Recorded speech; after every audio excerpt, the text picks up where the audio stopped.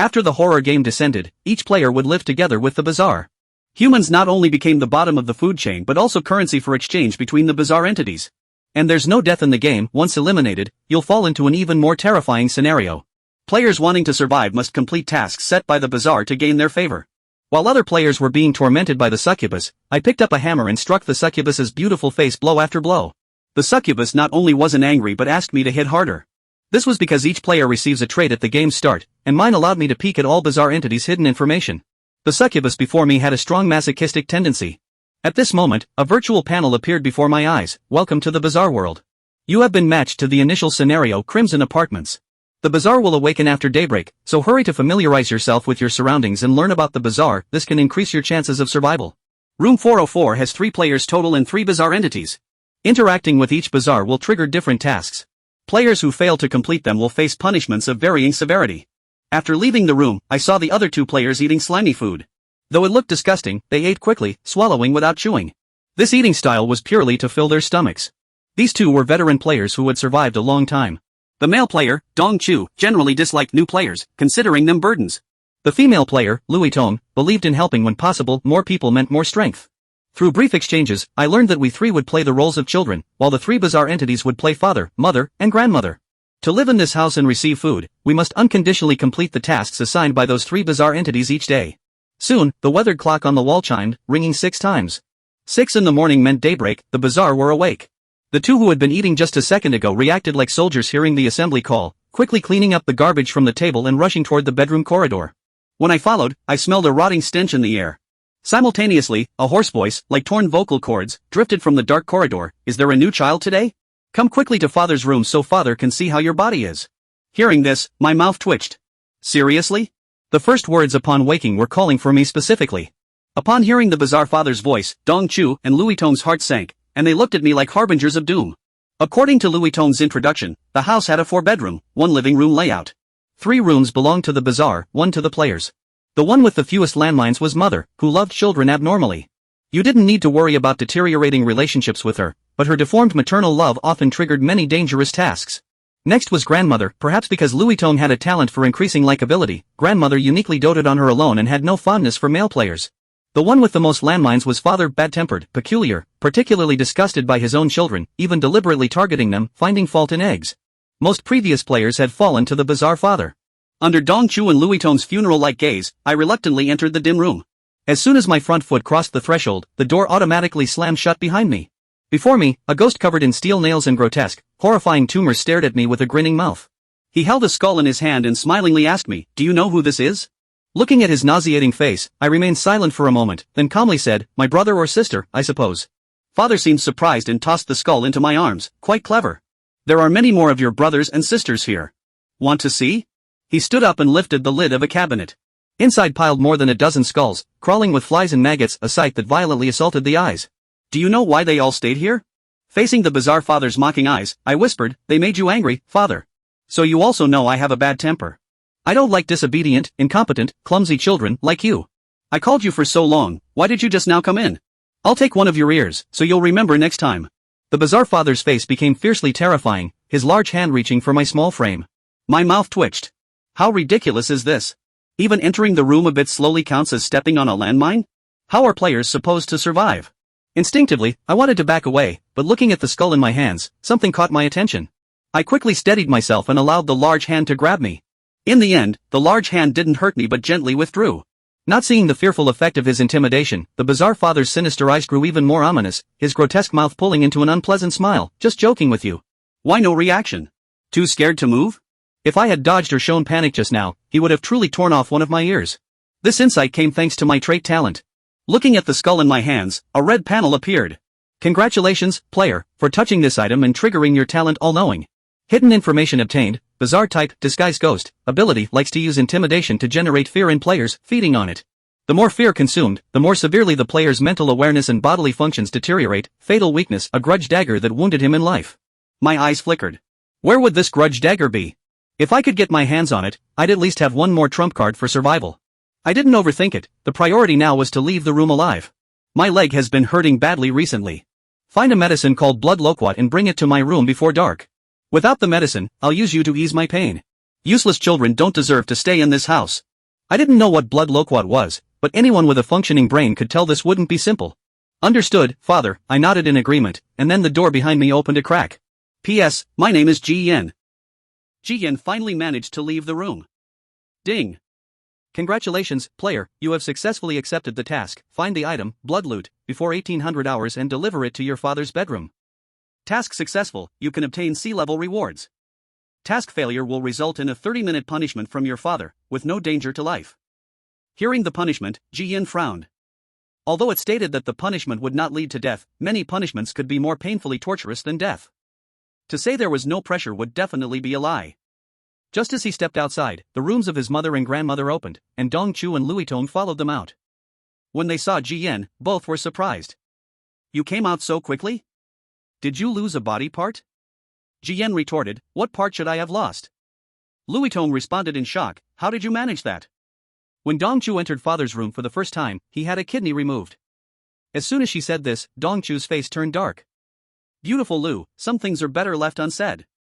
Louis Tong, unfazed by Dong Chu's glare, continued, that father of ours just loves to intimidate and complicate things for players, but in reality, there is a hidden set of rules in this apartment that restrains the strange occurrences.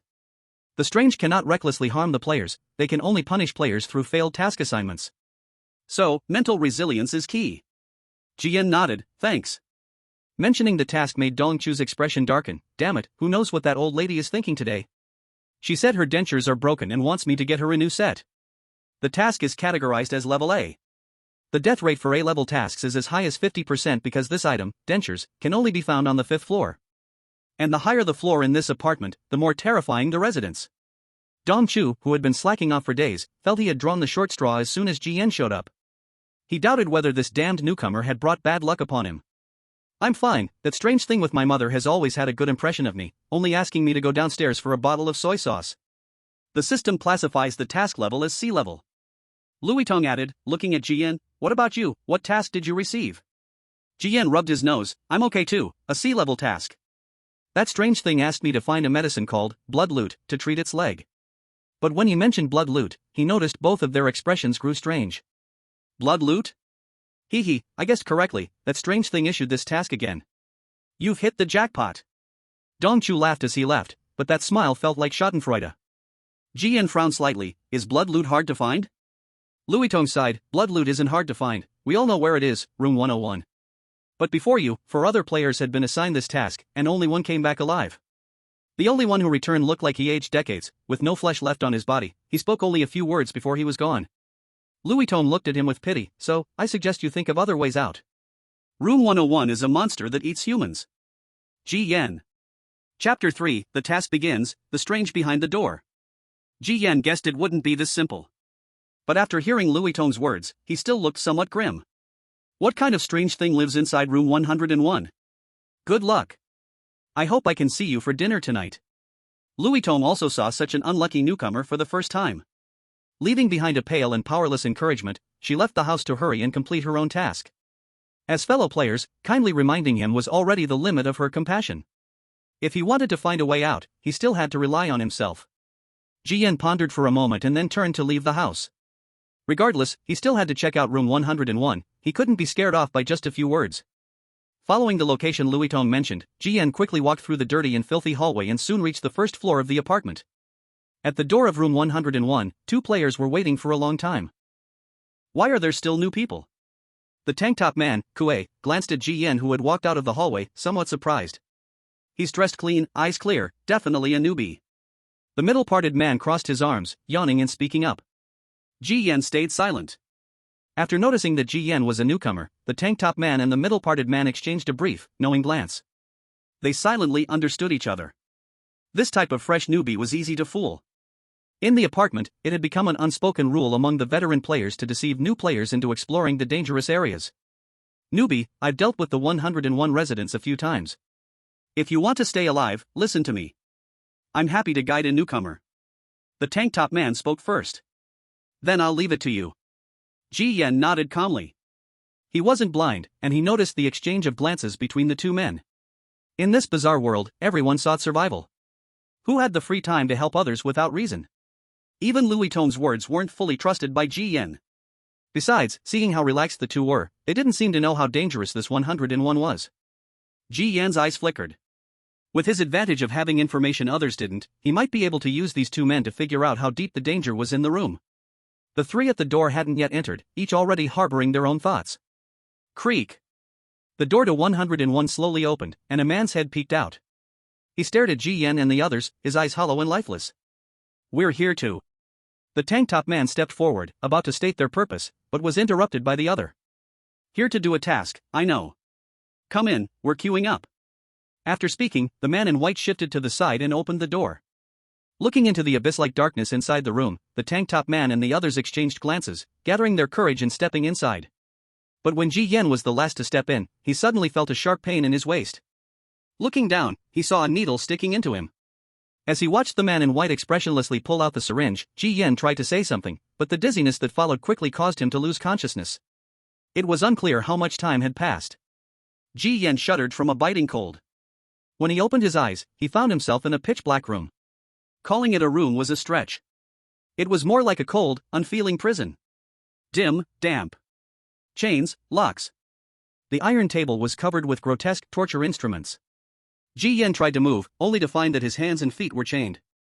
Turning his head, he saw that the other two players were in the same predicament. And the man in white who had opened the door was sitting on the filthy floor. He was eating some sticky, sludgy food from a plate, staring at them with a disturbing look in his eyes. What's going on? We're the residents. You're breaking the apartment rules, do you know the consequences? Unlock these damn chains now. The tank-top man and middle-parted man pulled on their chains, yelling at the man in white. Even these veteran players were confused. This was the first time they had encountered such a strange task start. They'd entered the door, only to be injected with a needle. They'd woken up, already shackled. Who plays a game like this? The man in white didn't speak, quietly eating while watching the tank-top man and middle-parted man shout. Only Ji Yan remained silent, quickly surveying the surroundings. In several corners, he noticed a few shriveled, skinless dolls. No, those weren't dolls, they were corpses.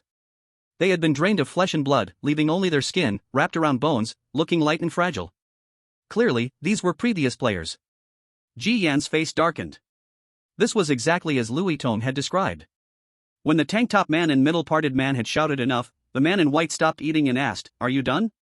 The tank-top man and middle-parted man still wanted to speak, but the man in white suddenly stood up. He pulled out a brass knuckle from his pocket and put it on. Without warning, he smashed it into the middle-parted man's head again and again. The brass knuckles pierced through his skull. Blood splattered everywhere. Bang, pft, bang, pft. Soon, the flesh was a mess, and the middle-parted man was completely offline. The man in the white clothes turned his head and asked the man in the vest, "Can we be quiet now?" The man in the vest turned pale and nodded. The man in the white clothes wiped the blood from his face and sneered, "Is this all? Just seeing some blood and you get scared? Seeing some blood?" The brain matter was flying out. Ji Yan stared at the man in white, wondering if this guy was the owner of room 101. But to his surprise, the man said the next second, "Let me introduce myself. My name is Cheng Fang, I'm a player who lives in room 101. Both of them were stunned. This guy, who just a moment ago smashed someone's head with a tiger's claw without batting an eye, was also a player? Noticing the surprised expressions on Ji Yan and the man in the vest, Cheng Fang waved his hand and made a helpless face. "Don't look at me like I'm a freak, I'm just a poor working guy. Killing him, 1, I wanted to make you guys quiet.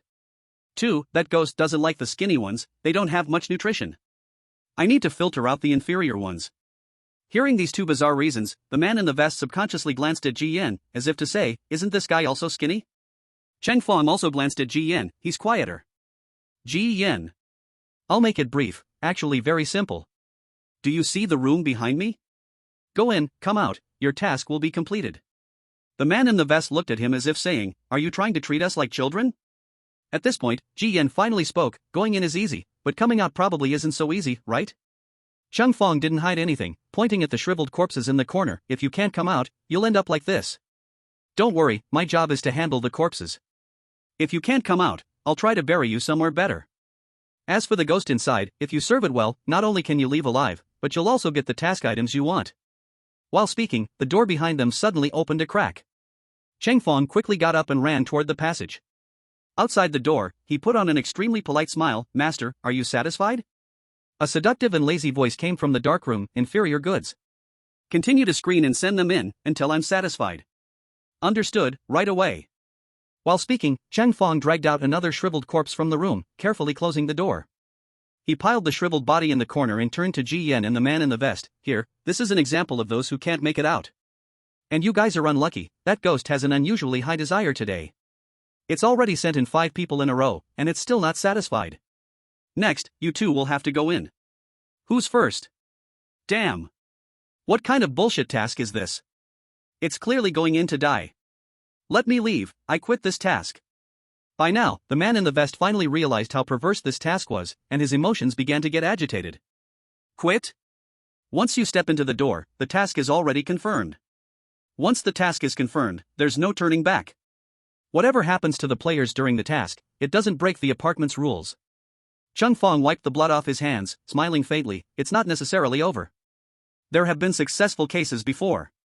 Though that guy almost got drained dry, at least he left alive. Unlike the man in the vest, who was shouting and thinking only about escaping, Ji Yan whispered, "So, what exactly is the ghost inside?" "I don't know what kind of ghost. I only know that the female ghost has an insatiable desire every day. Men are not only her nourishment but also her demand." "Isn't that a succubus?" The man in the vest broke out in cold sweat. Cheng Fang sneered coldly, "Succubi are just small fry, they only suck a bit of kidney.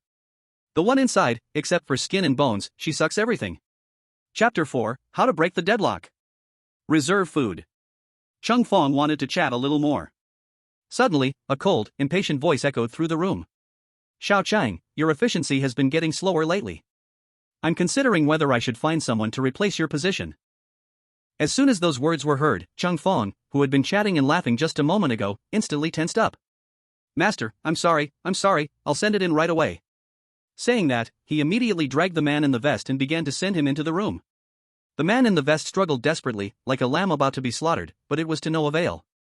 In the end, he was thrown into the room by Cheng Fang, and after the door was closed, it became silent in an instant.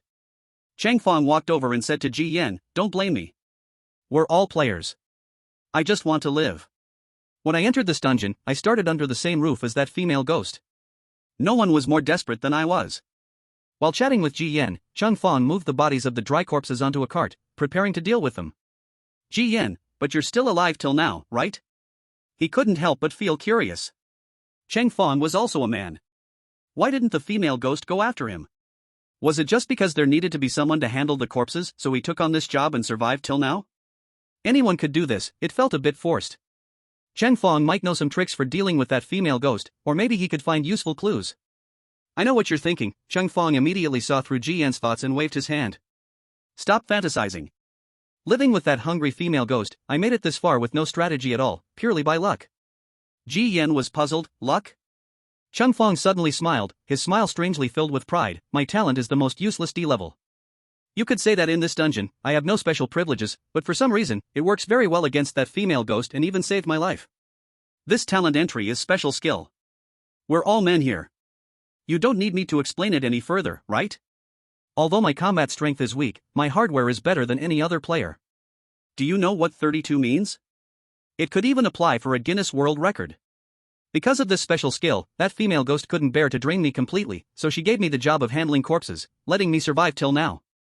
Although every day I have to deal with corpses and sift through players, it's still much better than many players in this apartment." These words left Ji Yan silent for a moment. This talent entry really is all over the place. Special skill even made it in. Is this how the idiom is explained? But still, I've never seen anyone so calm like you. The people who were sent here before were already wetting themselves by now. Ji Yan shook his head, shouting and screaming is pointless. Even if we die, we'll be sent to the next dungeon. This is my first day in this dungeon. The foundation is not even laid yet. Dying is no loss. Hey, you're quite clear-headed? Don't worry, when it's time for your body, I'll treat it gently. Looking at Ji Yan's expression of "I won't back down," Cheng Fang was quite surprised, even appreciating it a bit. Ji Yan didn't respond to this and instead looked at the various items on the iron table. What are those? The tools for serving that female ghost. Don't be surprised, it's exactly what you're thinking. When that female ghost is in the mood, her games are extremely twisted. They can shatter your worldview. Actually, without Cheng Fang saying anything, Ji Yan had already guessed it when he saw the items on the table.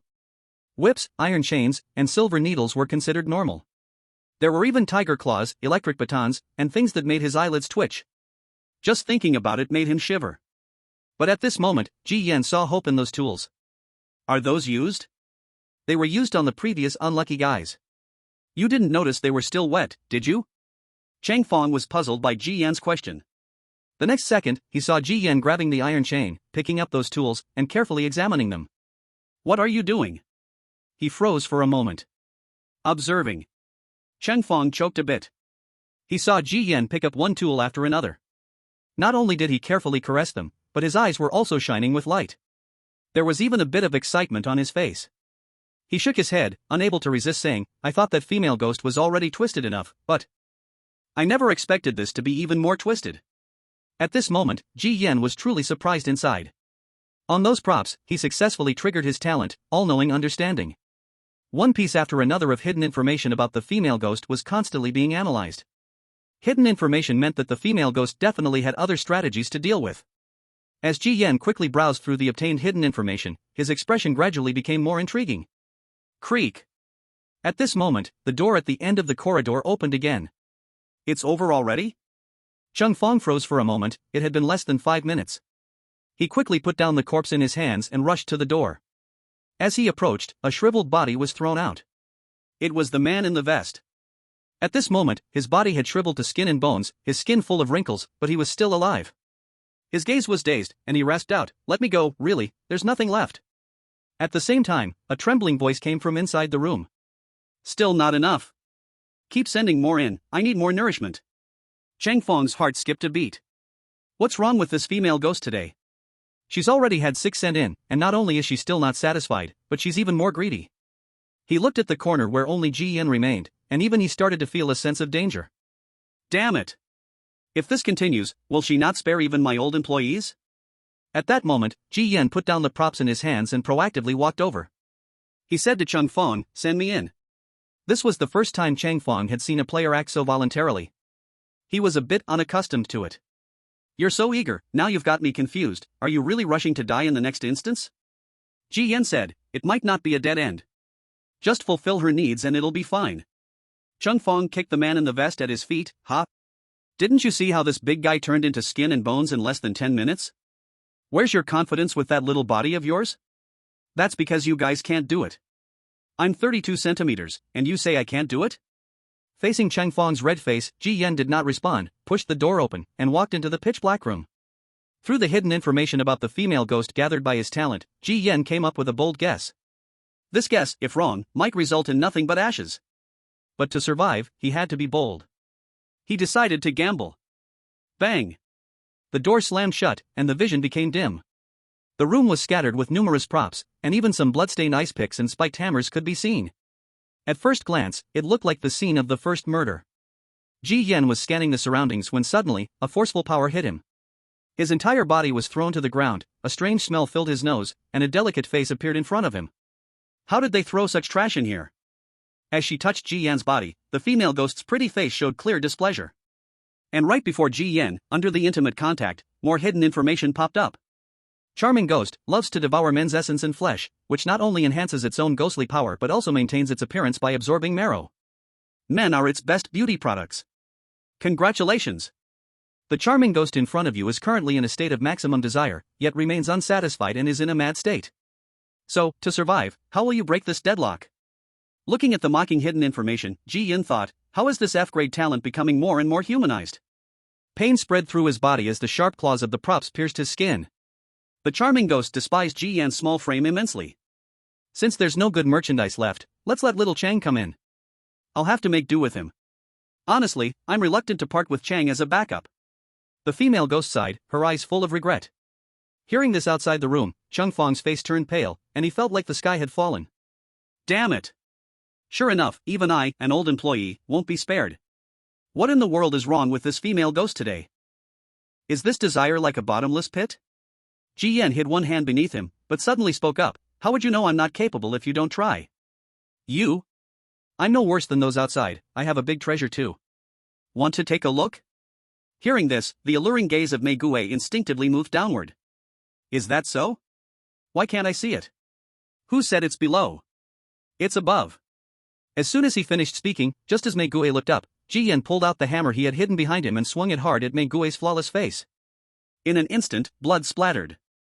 Chapter 5, Obtain the strange object, activate the enchantment. Like porcelain, Mei Gui's cheek cracked, the sharp end of the hammer piercing through her face, embedding in her skull. Ji Yan did not pause for even a moment, withdrawing the hammer, hitting Mei Gui's face again and again. Blood quickly spread across the floor. The horrifying sounds made the scene look like a maniac was brutally torturing an innocent girl. After swinging the hammer a full 20 times, he finally stopped. Drip. The hammer dripped with warm blood. Ji Yan gasped, enduring the pain and numbness in his right hand. He looked at Mei Gui lying on the ground, his expression tense. Tense, but not worried about whether Mei Gui was dead or alive. What he held was just an ordinary prop. For the strange being, it wouldn't cause any real harm at all. The hammer, although called a weapon, was actually just a tool for Mei Gui and her prey to play. That bloodied, smashed head constantly emitted scorching white smoke, and Mei Gui slowly stood up, the horrific wound on her face visibly healing. She looked at Ji Yan with ambiguous eyes. Is this your big treasure? Ji Yan calmly nodded, yes. How does it feel? Mei Gui gently rubbed the wound on her face with her fingertips, like cracked porcelain, the fissures constantly emitting white smoke.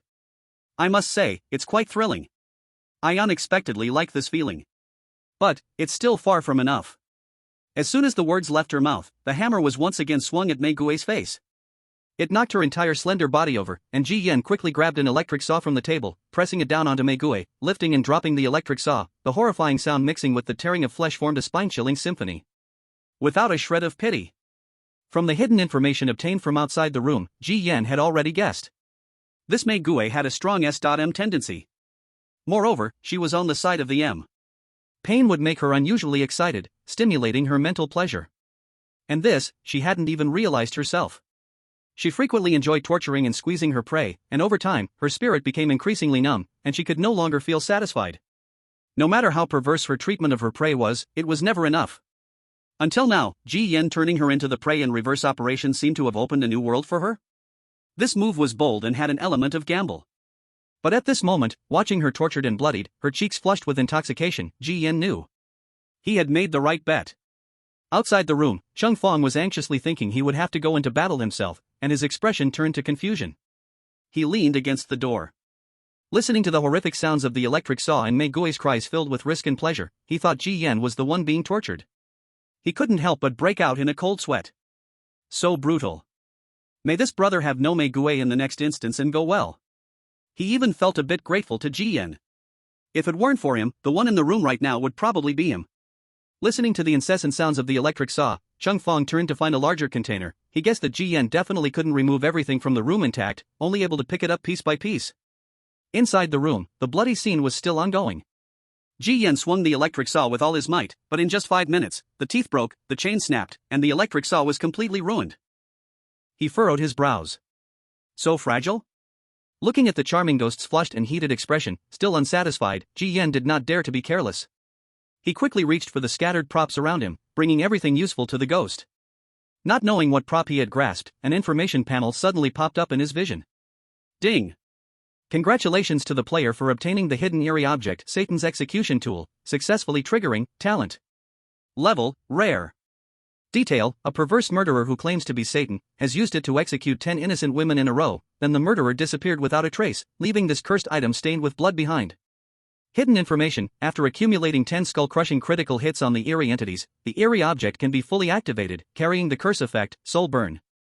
Eerie objects are a type of equipment props that players possess, ranging from offensive, defensive, life-saving to supportive. They are categorized into levels: normal, rare, collection, legendary, and epic. Some high-level eerie objects are even more desirable than talents. Ji Yan was stunned for a moment.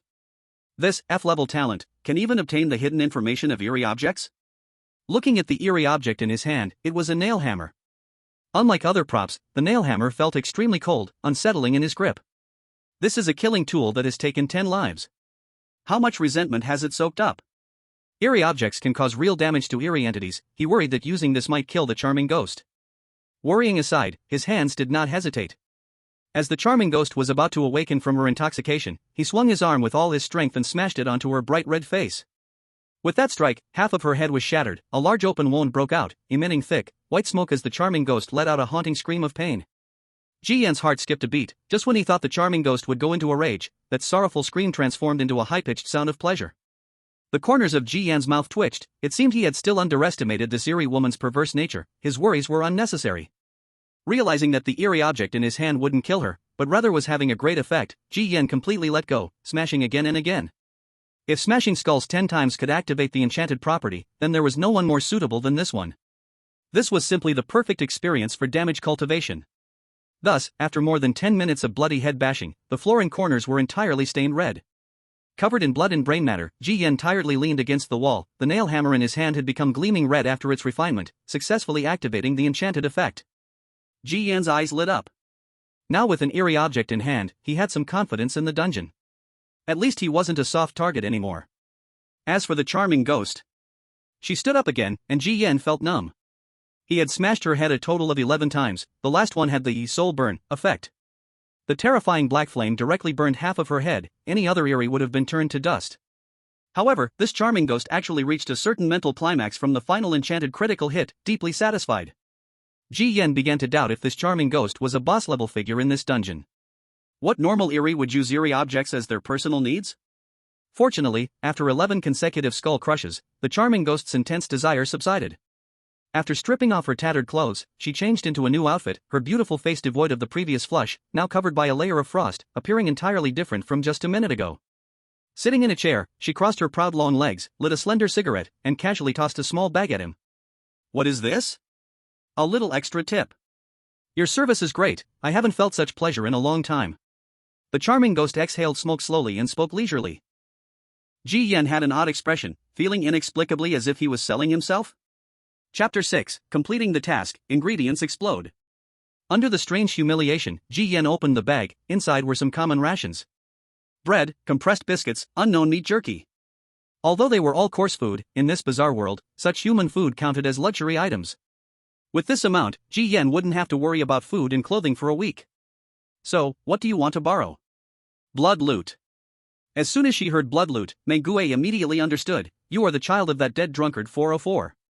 "Yeah, my father has severe leg pain and sent me here to ask for medicine." "Who told you that is medicine?" "That guy who is addicted to wine keeps thinking about this little bit of liquor. I didn't expect him to even use a bitter strategy." Mei Gui scoffed coldly, extremely disgusted with the nightmare food monster. Hearing this, Ji Yan frowned in confusion. Why doesn't he just say it directly? The task is mandatory, whether blood loot is alcohol or medicine, players must complete it. Why waste unnecessary thoughts on this? Mei Gui rested her chin thoughtfully, smiling, to prevent you from having other thoughts. He never thought you would come back alive because from the beginning, you were just a trading item. I agreed with that guy. As long as he sends over a child, I will reward him half a bottle of blood loot. In other words, this is a single supply chain. Once 404 refreshes a player, the nightmare food monster would use the task to guide the player to 101, supplying Mei Gui as a supplement. Not only do they get what they need, but they also don't break the apartment rules. Hearing this, Ji Yan's expression darkened. So this is the real trap. Mei Gui tossed over a bottle the size of soy sauce, and Ji Yan hurriedly caught it. According to our deal, it should only be half a bottle. But I'm in a good mood today, so I'll give you a full bottle, so it's easier to report back. Ji Yan stared at the liquid in the bottle, dark red and very thick. He couldn't help but wonder, what kind of liquor could make the nightmare food monster so eager? If you're curious, you can sneak a taste, but whatever happens after that is not my responsibility. And you absolutely won't guess what I brewed this alcohol with. Hearing Mei Gui's slightly teasing voice, Ji Yan couldn't help but shiver. He didn't dare to think, nor was he interested in thinking. He just wanted to complete the task honestly. The best outcome would be to get the nightmare food monster drunk. Can I leave now? Ji Yan asked, fearing that this female monster was too enchanted by him and would force him to stay as her regular supply. Mei Gui indeed thought about it. But the game task is mandatory, the monsters as NPCs cannot change it, and violating it would lead to punishment. Go ahead. But I'm still quite curious, how did you find out about my tendencies? Ji Yan coughed twice, hardening his resolve to fabricate a lie. This kind of thing doesn't need to be said explicitly. Sometimes, you can tell just from a glance. When Mei Gui heard this, her smile became extremely radiant and alluring. You look honest, but I didn't expect you to play even more perverse than me. To save his life, whether he was an innocent boy or a sadistic pervert, Ji Yan didn't care, it was just a game. As the door behind him slowly opened, Ji Yan just turned around when Mei Gui's meaningful farewell came. Little brother, see you next time. Ji Yan didn't respond, thinking that a fool would meet again. He turned around and exited the unbearable room. Seeing Ji Yan run away, Mei Gui slowly extinguished her cigarette, lifting her fair long leg. With that dead drunkard father of yours, you can't escape. I've set my sights on you. Megue, still unsatisfied, licked her lips, gently caressing the repaired wound on her cheek, her gaze dreamy, gradually savoring. The door opened, and Cheng Fang, who was still thinking of getting rid of Ji Yan, wheeled over with a cart. However, upon seeing Ji Yan walking out, he was instantly dumbfounded. What the hell? Are you human or a monster? Ji Yan retorted, do I look like a monster? Looking at Ji Yan's blood-soaked clothes, Cheng Fang stood frozen, his brain momentarily crashing. You didn't kill that female monster, did you? No, that's not right. It's impossible. You must have found a loophole. He knew how terrifying that enchantress could be. If she could kill, there wouldn't be so many players suffering under her hand. Ji Yan said, I told you before entering, just satisfy that enchantress. Seemingly to prove Ji Yan's words, a voice echoed in the room, Xiao Chang, clean up the room. I'm going to sleep. Cheng Fang quickly replied, and now, his gaze towards Ji Yan completely changed. Every time the enchantress's desire faded, she would fall into a deep sleep, often for several days. During this time, it was also the most peaceful time for Cheng Fang. If there's nothing else, I'll take my leave. Ji Yan picked up the blood pipa and turned to leave. But Cheng Fang grabbed Ji Yan, his eyes filled with admiration. Bro, don't rush to leave. Can you tell me what hidden strategy you discovered? How about this, I'll trade you 3 days worth of rations. 5 days. Sit down and let's talk slowly. For players stuck in room 101, Cheng Fang faced the enchantress every day with a heart full of fear. If he could find a way to subdue the enchantress, it would be a lifetime solution. Ji Yan wouldn't naturally reveal his hard-earned methods. Anything can lose its novelty, the enchantress might have to deal with him again. If he told Cheng Fang, this guy would rely on it, and the enchantress's newly discovered territory would soon become dull, making it ineffective next time. This would cut off his own escape route. No strategy, just pure strength. I said, good weapons are useless, firepower needs to be sufficient, or a 32cm gun is just for show. With that, Ji Yan turned to leave. Leaving Cheng Fang with a comical expression, unsure if he believed it or not. Stepping out of room 101, the task was finally completed. Ji Yan let out a long sigh of relief, this dreadful first game task was finally, albeit tortuously, completed. Not wishing to linger, he turned and hurried upstairs. He quickly returned to room 404. Louis Tong and Dong Chu had not returned yet, and Ji Yan walked straight into the room of the Nightmare Devourer. Damn you, little brat, haven't you set off yet? The Nightmare Devourer's face turned gloomy upon seeing Ji Yan. He instinctively accused Ji Yan of not having left. According to his private deal with the enchantress, if Ji Yan went to room 101, he could never come back alive. What would return to him would only be the blood pipa sent by Cheng Fang under the enchantress's orders. Father, I have obtained the medicine. Ji Yan took the blood pipa from his waist and placed it on the table. What did you say? The Nightmare Devourer was taken aback, staring at the dark red liquid in the bottle. Just one glance, and he confirmed it was indeed the enchantress's blood pipa. He stared at Ji Yan's unscathed body in disbelief, various thoughts swirling in his mind. How did this kid come back alive? How did you get it? That sister was very easy to talk to. I said my father had severe leg injuries and couldn't sleep at night. She was very moved and gave it to me. Listening to Ji Yan's tale, without a hint of blushing or panic, the Nightmare Devourer's face darkened immediately. That woman would be moved? He didn't believe this nonsense for a second. But upon seeing the blood pipa, the Nightmare Devourer's mind was taken over by it, not even bothering to think about how Ji Yan, this bargaining chip, survived. He uncorked the bottle and greedily drank it down. Soon, Ji Yan could smell an extremely unpleasant odor. That smell was intensely fishy. It smelled like wine but not quite. How could it be so tempting to the Nightmare Devourer? Get out of here, don't be a nuisance. The Nightmare Devourer's eyes began to wander, filled with intoxication, as he impatiently spat at Ji Yan. Even though Ji Yan had obtained a full bottle of blood pipa, there was still no pleasant expression on his face. In his eyes, these players were merely there to serve him, calling them children was more like calling them slaves. If he wasn't happy, he could just kill them and switch for a new batch. Ji Yan said nothing and turned to leave the room. As he closed the door, he heard the Nightmare Devourer's voice, filled with both love and hate. How did that woman down there brew her blood? I've never tasted such wonderful wine in my life. Ji Yan let out a snort. He immediately felt a chill. Damn. After all this time, the raw material was menstrual blood. This strange world stuff is really more explosive than the last. Chapter 7, The Mask of the Weird Object, The Lights Out Rule. As soon as Ji Yan stepped out, the game announcement sound echoed in his mind. Ding. Congratulations, player, for successfully obtaining the blood pipa and completing the sea-level mission. You have received the mission reward, Scissorhand Mask. Level, Rare. Description: once, a man named Edward wore this mask to take revenge for his beloved girl. Every time he killed someone, he would cut off the murderer's face and sew it onto the mask. What a devoted love, right? Ability: using this weird object can enhance perception by 5%. Ding. Talent triggered: gaining hidden information about the weird object. Hidden operation: let the mask suck the user's blood, which may trigger hidden effects. The player can replace themselves with the identity of the creepy scissorhand killer. Mission summary: the player has not yet gained favor from their father, please keep trying. Hidden information triggered again. Ji Yan's eyes flashed, this talent was simply too valuable. It was like a gun in different hands, others could only use it as a fire stick. But he could empty the bullets, turning it into a killing weapon, using its true worth. From this perspective, even if Ji Yan got a low-level weird object, could he upgrade it in a different form through his talent?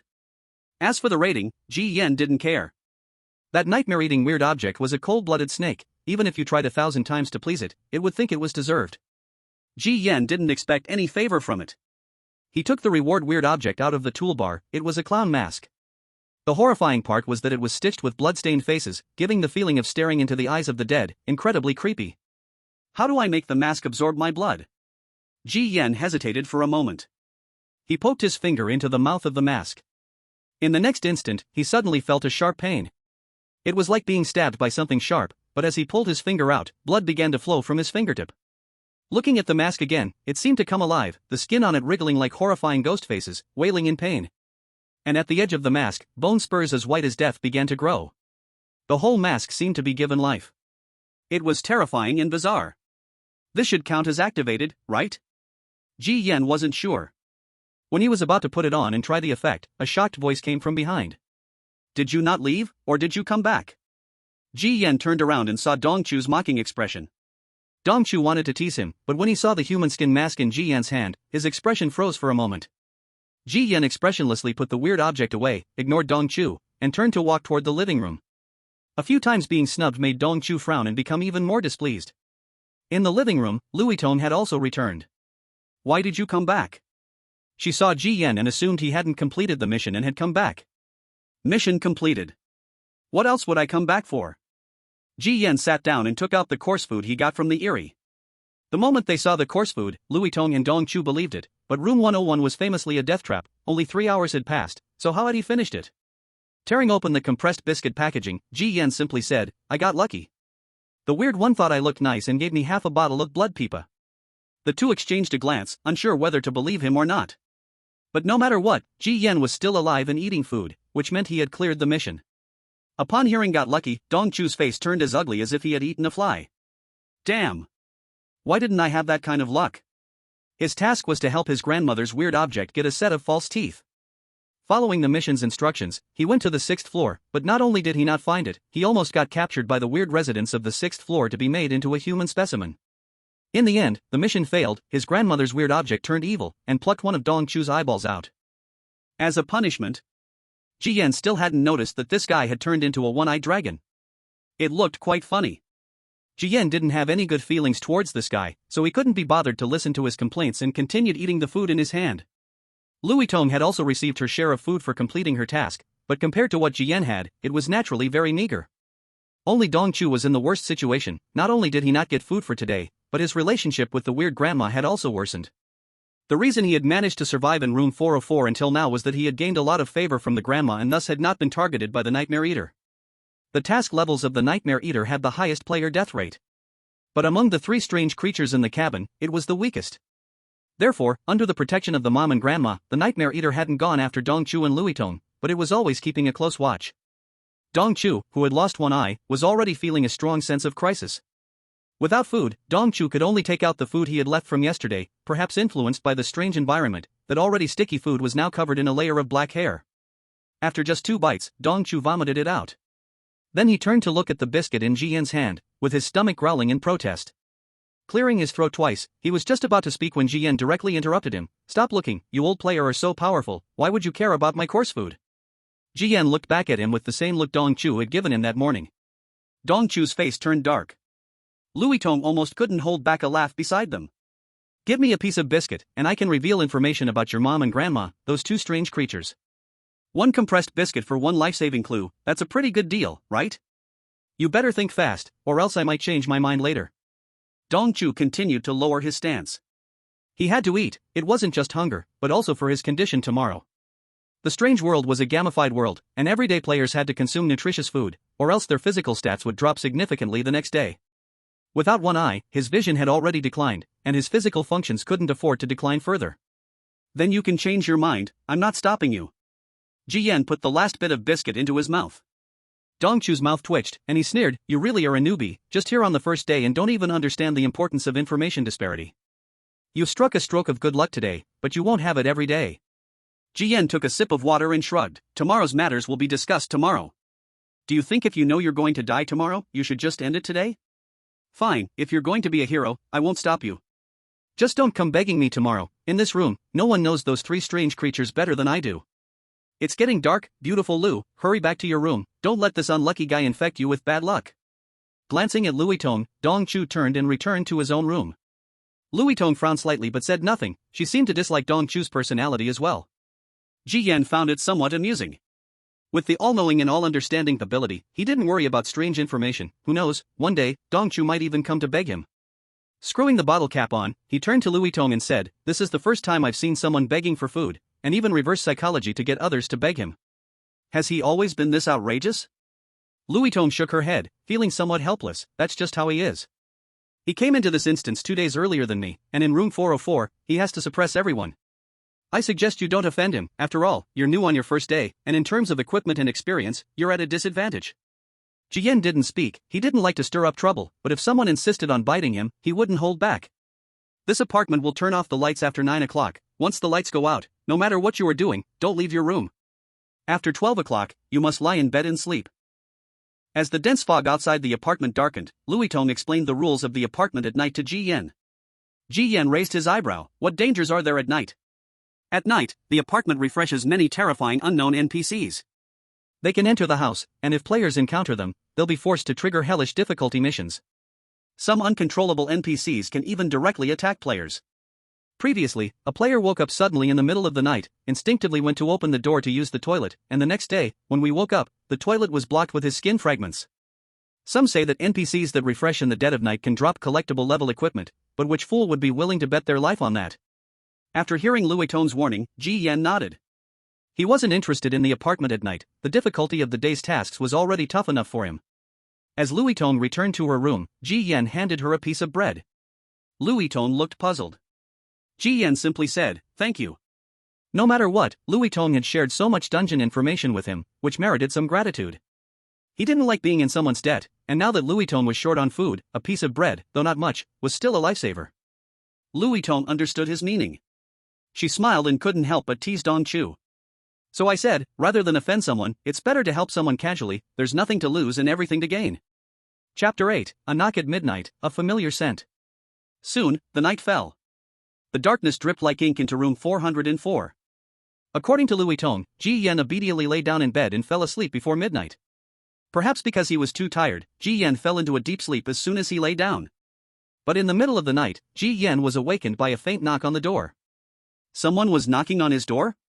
Ji Yan. Ji Yan, are you asleep? If you hear me, quickly open the door, don't just sleep in bed. Those three eerie ones are going to assign tasks. You need to hurry out, or not receiving a task could lead to big trouble. The voice was Louis Tong's, sounding very anxious and speaking softly, as if afraid of something. Listening to this, Ji Yan turned over and continued to sleep. He had no idea what was outside the door that could mimic the player's voice. The temptation was too clumsy. Even if it was the real Louis Tong outside, he wouldn't get up to open the door. Once the lights were out, players should just sleep peacefully, no weirdness could do anything to them. Outside the door, Louis Tong continued to call out to Ji Yan anxiously. After receiving no response, the voice grew impatient, sounding harsh and unpleasant. Then there was a chilling sound of nails scraping against the door. Not knowing how much time had passed, Ji Yan heard a sound of a door opening. Ji Yan opened his eyes. The sound came from the next room. Next door was Dong Chu's room. Why was he opening the door? He should know the dangers of the apartment at night. Though puzzled, Ji Yan heard nothing unusual after the door opened. He then fell into a deep sleep again. At 6 o'clock the next day, the clock in the living room chimed. Ji Yan got up on time, and Louis Tong and Dong Chu were already sitting in the living room, waiting for today's task. Perhaps hunger was the cause, but Dong Chu didn't look good, with heavy dark circles under his eyes and greasy, messy hair. Ji Yan glanced at him, and Dong Chu coldly snorted, "What? Did I write something on my face?" Louis Tome looked quite good and asked Ji Yan, "How was your first night sleeping in the dungeon?" "Nothing happened last night, right?" Ji Yan said, "Last night I heard you shouting for me to come out at the door, as if the room was on fire." Upon hearing this, Louis Tone's expression changed. "That's all those eerie tricks to make you open the door, you can hear any sound. One night, I even heard my deceased sister's cries for help. At that time, I was so groggy that I thought I was dreaming and almost went to open the door." "Are you not affected?" Ji Yan shrugged. "I took it as a lullaby and continued to sleep. Moreover, I also heard the sound of the door opening next door." Ji Yan added, glancing at Dong Chu. Dong Chu did not look pleased. "Am I so tired of life that I open doors?" Ji Yan did not respond but faintly caught a strange smell from Dong Chu. This smell felt oddly familiar.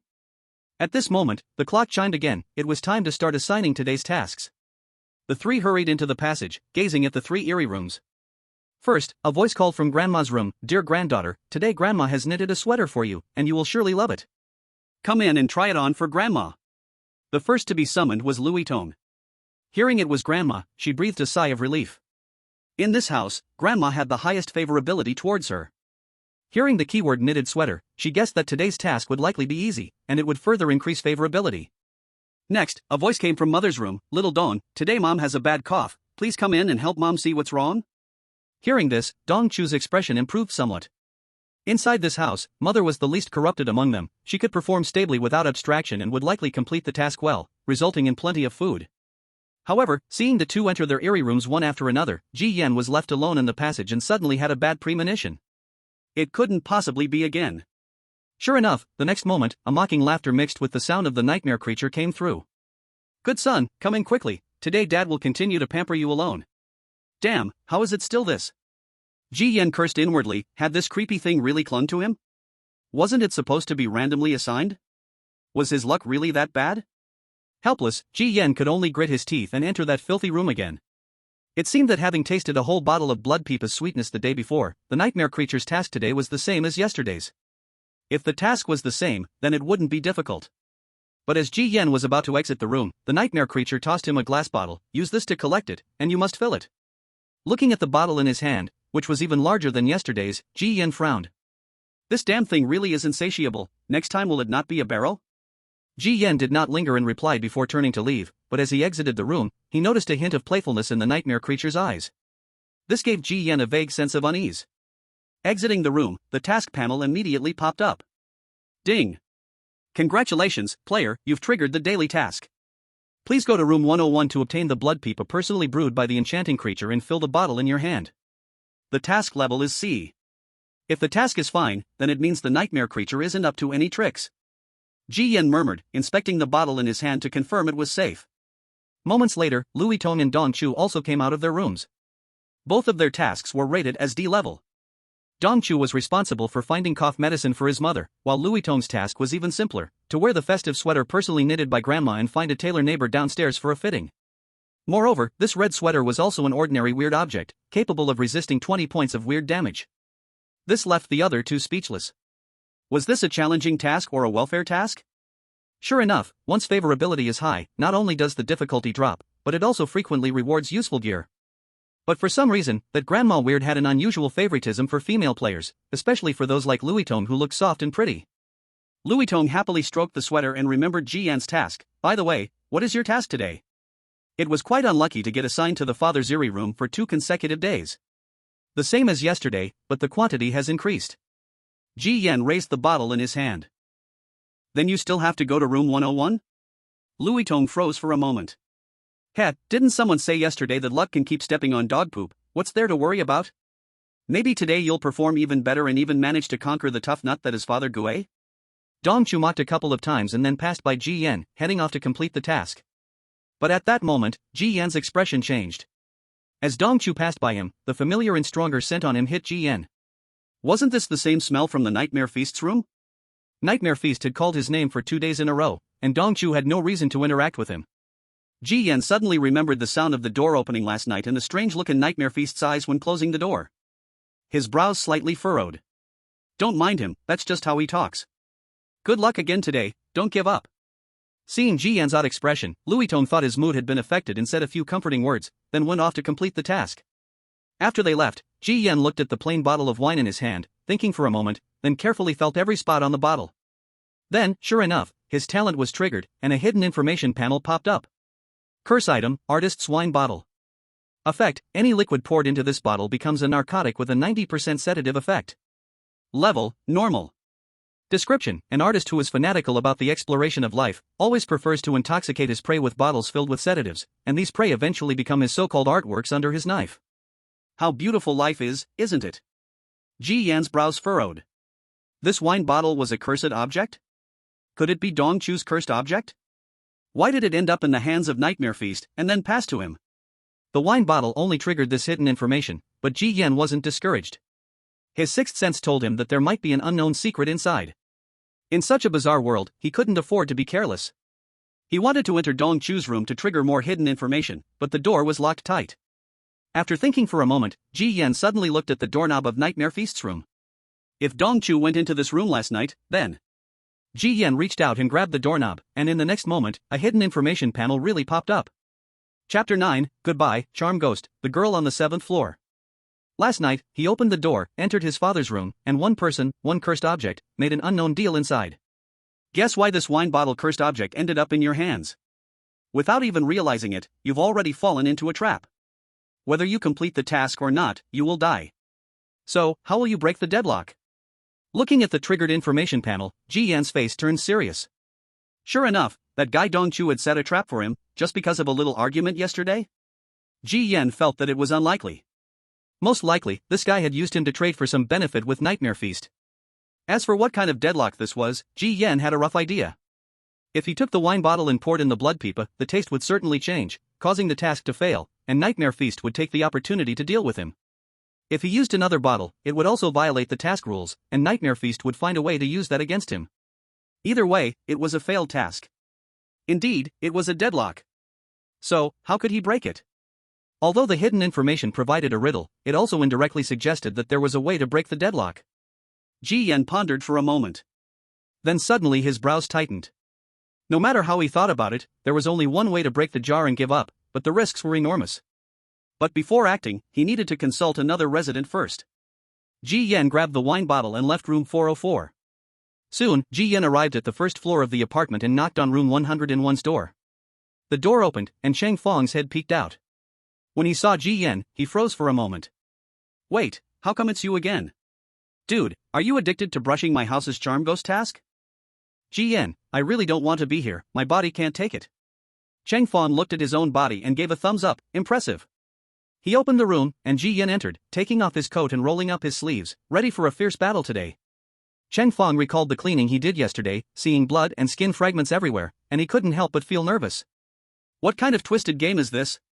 Master, that guy from yesterday, is looking for you again. Beside the door, Cheng Fang cautiously spoke up.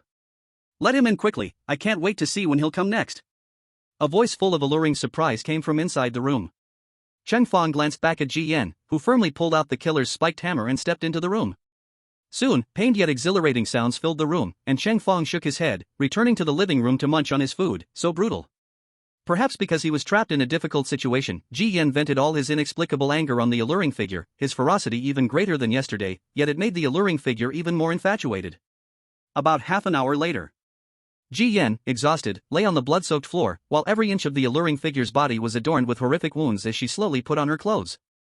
Her enchanting face was filled with satisfaction after the thrill, and she unexpectedly looked at Ji Yan. Today you were even fiercer than yesterday. It seems your appetite is even greater than mine.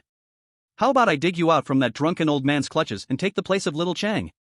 You, my dear, are much better than that kid's 32 centimeters. The alluring figure's delicate fingers caressed the spiked hammer covered in her hair and blood, looking completely enchanted. Ignoring the vicious words that wouldn't even pass a review, Ji Yan said, Sister, everything needs novelty. If it's the same every day, it will get boring. Ji Yan had no intention of taking Cheng Fang's lifeline, nor was it necessary. Speaking of which, I have something I want to ask you, sister. Seeing the time was right, Ji Yan seized the opportunity to get to the point. After all this build-up, this is the reason you came today. Go ahead. The alluring figure sat on a chair, pulled out a slim cigarette, and casually uncovered Ji Yan's little secret. Ji Yan cleared his throat twice. I want to ask, does my father have enemies in this apartment? Too many to count, you could say all the residents in the building are his enemies.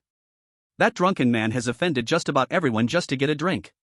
But if we talk about who really wants him dead, it's definitely the one in room 702 on the 7th floor. After all, the grudge of killing a wife is not something that can be easily settled.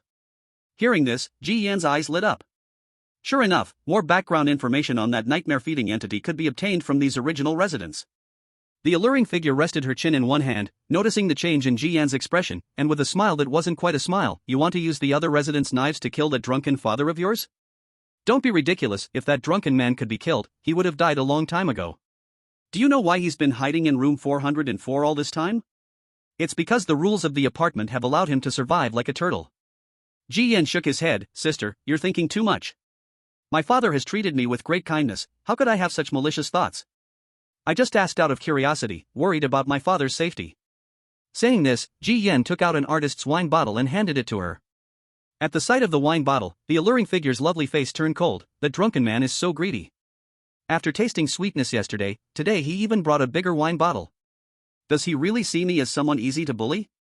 Ji Yan replied, Sister, you don't have to fill it up. If you don't fill it up, aren't you afraid it will consume you? The alluring figure retorted. Ji Yan was the first player to open the door to novelty for her. She couldn't bear to log off so quickly. It's fine, I don't want to make it hard for you, sister. Ji Yan's words were not false. He knew very well that whether he pretended or not, it would end in death, no difference. But falling into Mei Gui's ears, it had a different flavor. Oh, you were so considerate for your sister? But this sympathy-seeking trick is just too old-fashioned. However, I actually like this kind of routine. Ji Yan. In the end, Mei Gui still filled a bottle with blood from the pipa, and Ji Yan said nothing, fully aware that this did not mean Mei Gui had good feelings for him.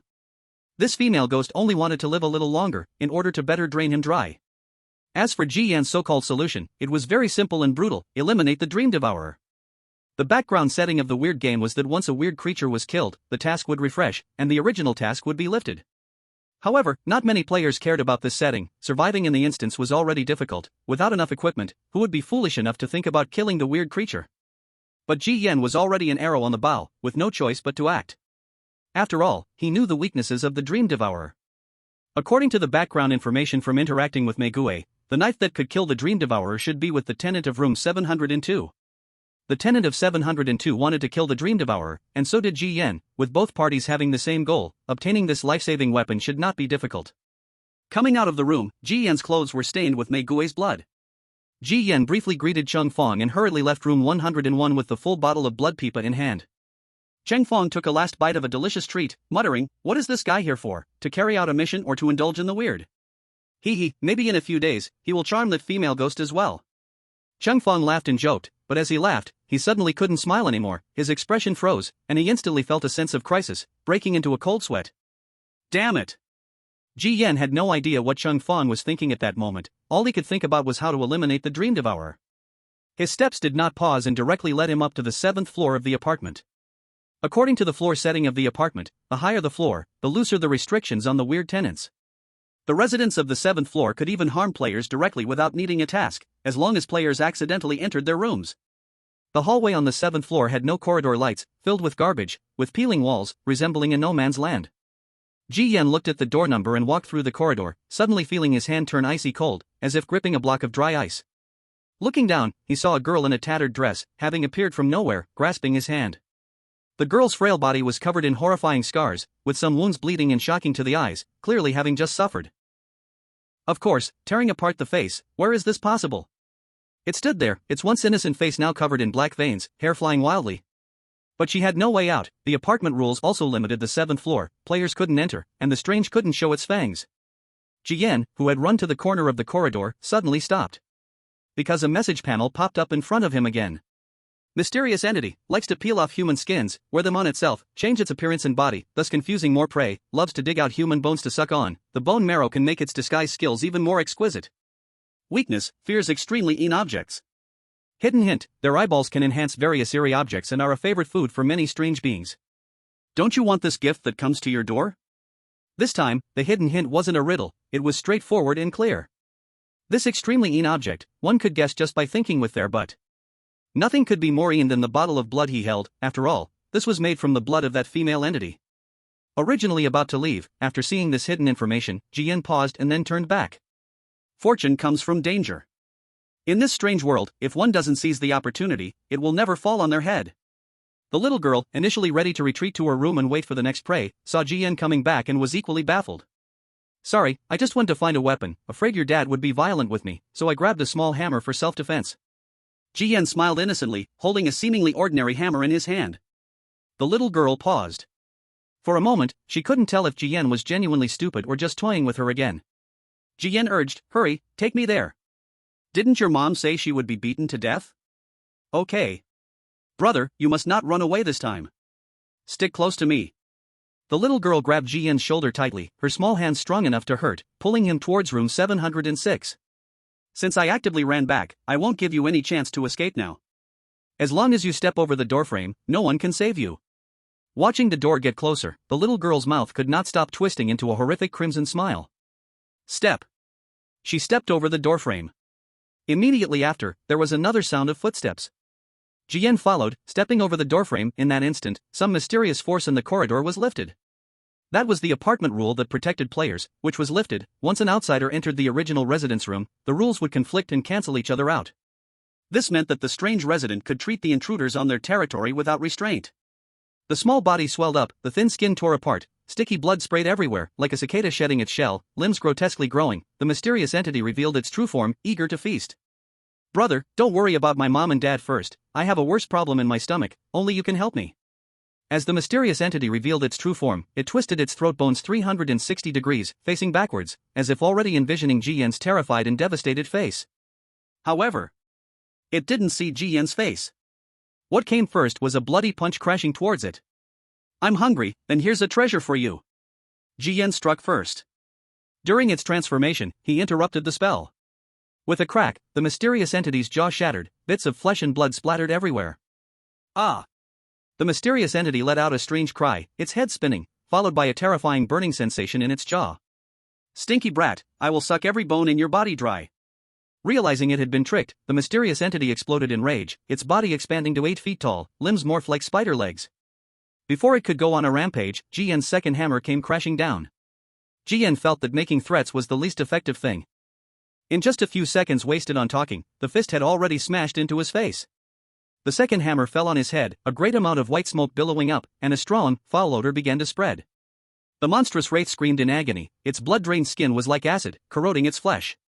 What is this thing? The wraith clutched its rotting face, emitting a sharp, terrified sound.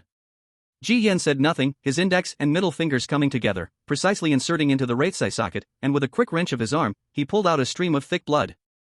Gripping the round eyeball, Jian turned to leave. You dead rat, think you can just take my eye and walk away? Realizing Jian's intent to return, the wraith, covering its decayed face, rushed to follow, its defensive value reaching its peak. Jian stepped 1 foot out of the doorframe, turning to look at the approaching wraith, raising the entire bottle of blood in his hand. That soul-stirring smell made Jian feel dizzy. You deceive me, I deceive you, that's just the way this world is. When an eagle wants to eat a chick, it ends up with one of its eyes pecked out by the hen, and can only call itself unlucky. You can't be dumber than an eagle, right? If you come after me, I won't mind splashing this entire bottle of treasure on you, taking one of your eyes as a bit of interest. You'll even have to praise my generosity. The wraith halted its pursuit. With no eyes left, and half its face ruined, it stared at Jian, not daring to move forward. Jian's words held little deterrent power. But the entire bottle of blood in his hand was real. It didn't even know what that thing was, what kind of harm it might bring. The wraith could only watch helplessly as Jian dug out one of its eyes and walked straight away. Holding the sticky eyeball, Jian found it could even turn, like a separate life form. Jian didn't use this eyeball just yet, it temporarily stayed in his tool belt as his primary goal was to head to room 702. Because the door numbers on the 7th floor were all mixed up, Jian spent some effort to find it. Just as he was about to knock, the door swung open. Jian blinked and walked in. But when he saw the room's environment, his expression froze slightly. The messy living room looked as if it had been abandoned for a long time. That wasn't surprising. It was just the corpses hanging on the balcony that caught his attention, their wrinkled, blackened, and withered bodies dripping corpse oil into buckets below. A black and a white cat sat there, licking the corpse oil like it was milk. Jian stared at the two cats, feeling an inexplicable chill. They were also staring at Jian, their golden vertical pupils narrowing. You smell like him. A voice suddenly echoed in his ear. Jian whirled around to see a purple-black, blood-filled head with a cleaver skewered through the forehead. His throat was suddenly seized. The assailant leaned close, sniffing Ji Yan carefully, eyeing him with a terrifying gaze. You are that dead drunkard's child from room 404. Hee hee, I don't know your purpose for coming to my room, but every child of that dead drunkard deserves to die.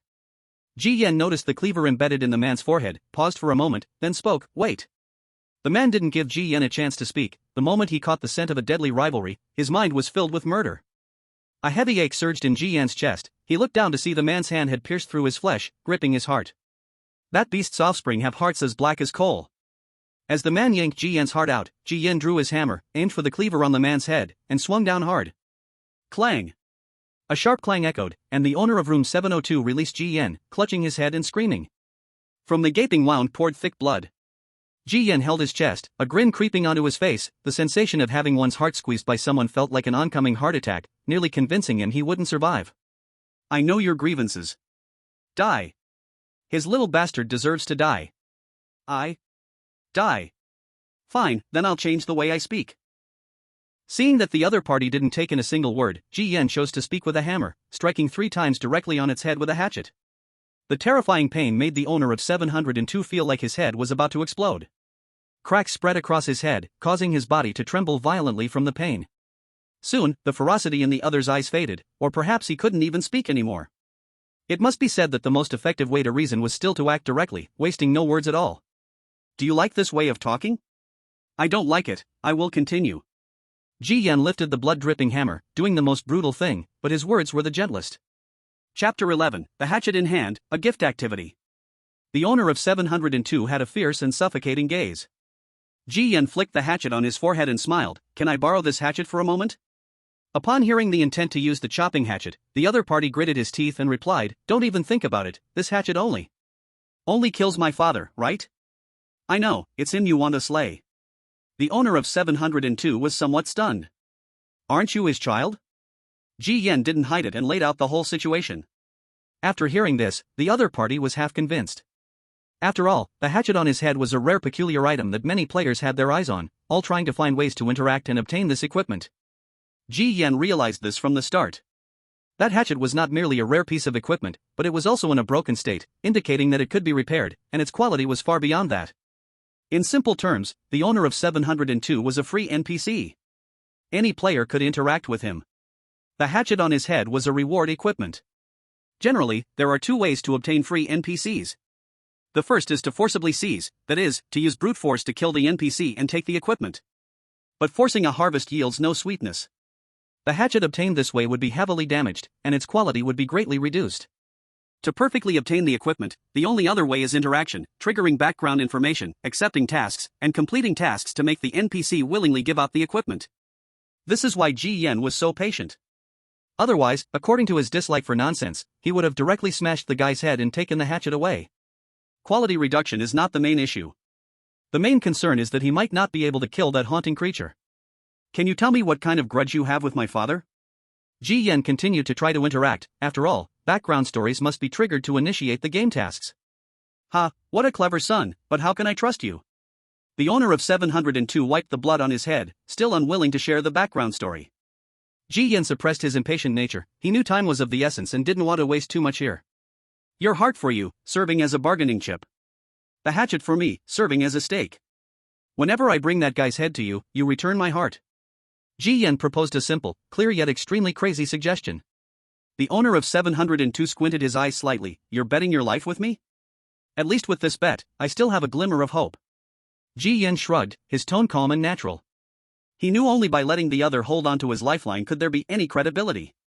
The other party stared deep into Ji Yan's eyes, suddenly reached out, pierced into Ji Yan's chest, and then quickly withdrew. A heart, not a drop of blood spilling, yet pulsating violently, was pulled out. The owner of 702 grabbed Ji Yan's heart, seeing he showed no resistance, nodded. Good, this deal is fair. Just bring that scum's head to see me, and the heart will be returned to you. That hatchet is also yours. He placed the heart in a black box. Turning around, he sat on a chair, one hand stroking the rusty hatchet on his head. That scum used the knife on my head to chop off my wife's head, all because of a drink. A guest had promised him that as long as he could find a woman's body, he would give him a bottle of precious grain wine. That night in the hallway, he set his eyes on my wife. He knew I was looking for him, and he has been hiding in room 404, using the apartment rules to protect himself. Ji Yan dug at his ears, feeling little impact. He had already learned this background story when the other person had grabbed his throat at the beginning. However, if he could not say it himself, this task could not be triggered. Ji Yan, so, the only one not restricted by the rules who can get close to him is me. He would never expect that his slave-like child was actually plotting patricide. As soon as Ji Yan finished this sentence, an information panel immediately popped up. Ding! Congratulations, player, you have successfully triggered an open task, level A. You received a request from the resident of room 702, with no time limit, to kill the malevolent entity in room 404. Level A. Killing the strange entity is rated as level A. I wonder what an S-level task would be like. Ji Yan thought to himself. Over there, recalling the most painful memories, the resident of room 702 became more and more emotional, eventually bursting into tears. He still wanted to continue pouring out this pain to Ji Yan, but the task triggered Ji Yan was no longer interested in the background story. It's like playing a game. Which player would sit still and read a long, boring background story? Those who don't skip deserve a thumbs up. The resident of room 702 grabbed the handle of a knife, pulling out a rusty, rag-wrapped machete. A surge of blood gushed from the wound on his forehead, and the horrific pain made the resident of room 702 bite down hard. To remember the vengeance for his wife, he drove the machete into his own forehead, using the occasional pain to ensure that hatred was not forgotten with the passage of time. The resident of room 702 handed over the machete, still wanting to go on about the background story of his deceased wife. My name is Lu Nianqing. I was named Nianqing because... However, Ji Yan took the machete and turned to leave, leaving Lu Nianqing sitting in the chair, momentarily speechless before finally falling silent. Although he obtained the machete, it had not activated because it was part of the task.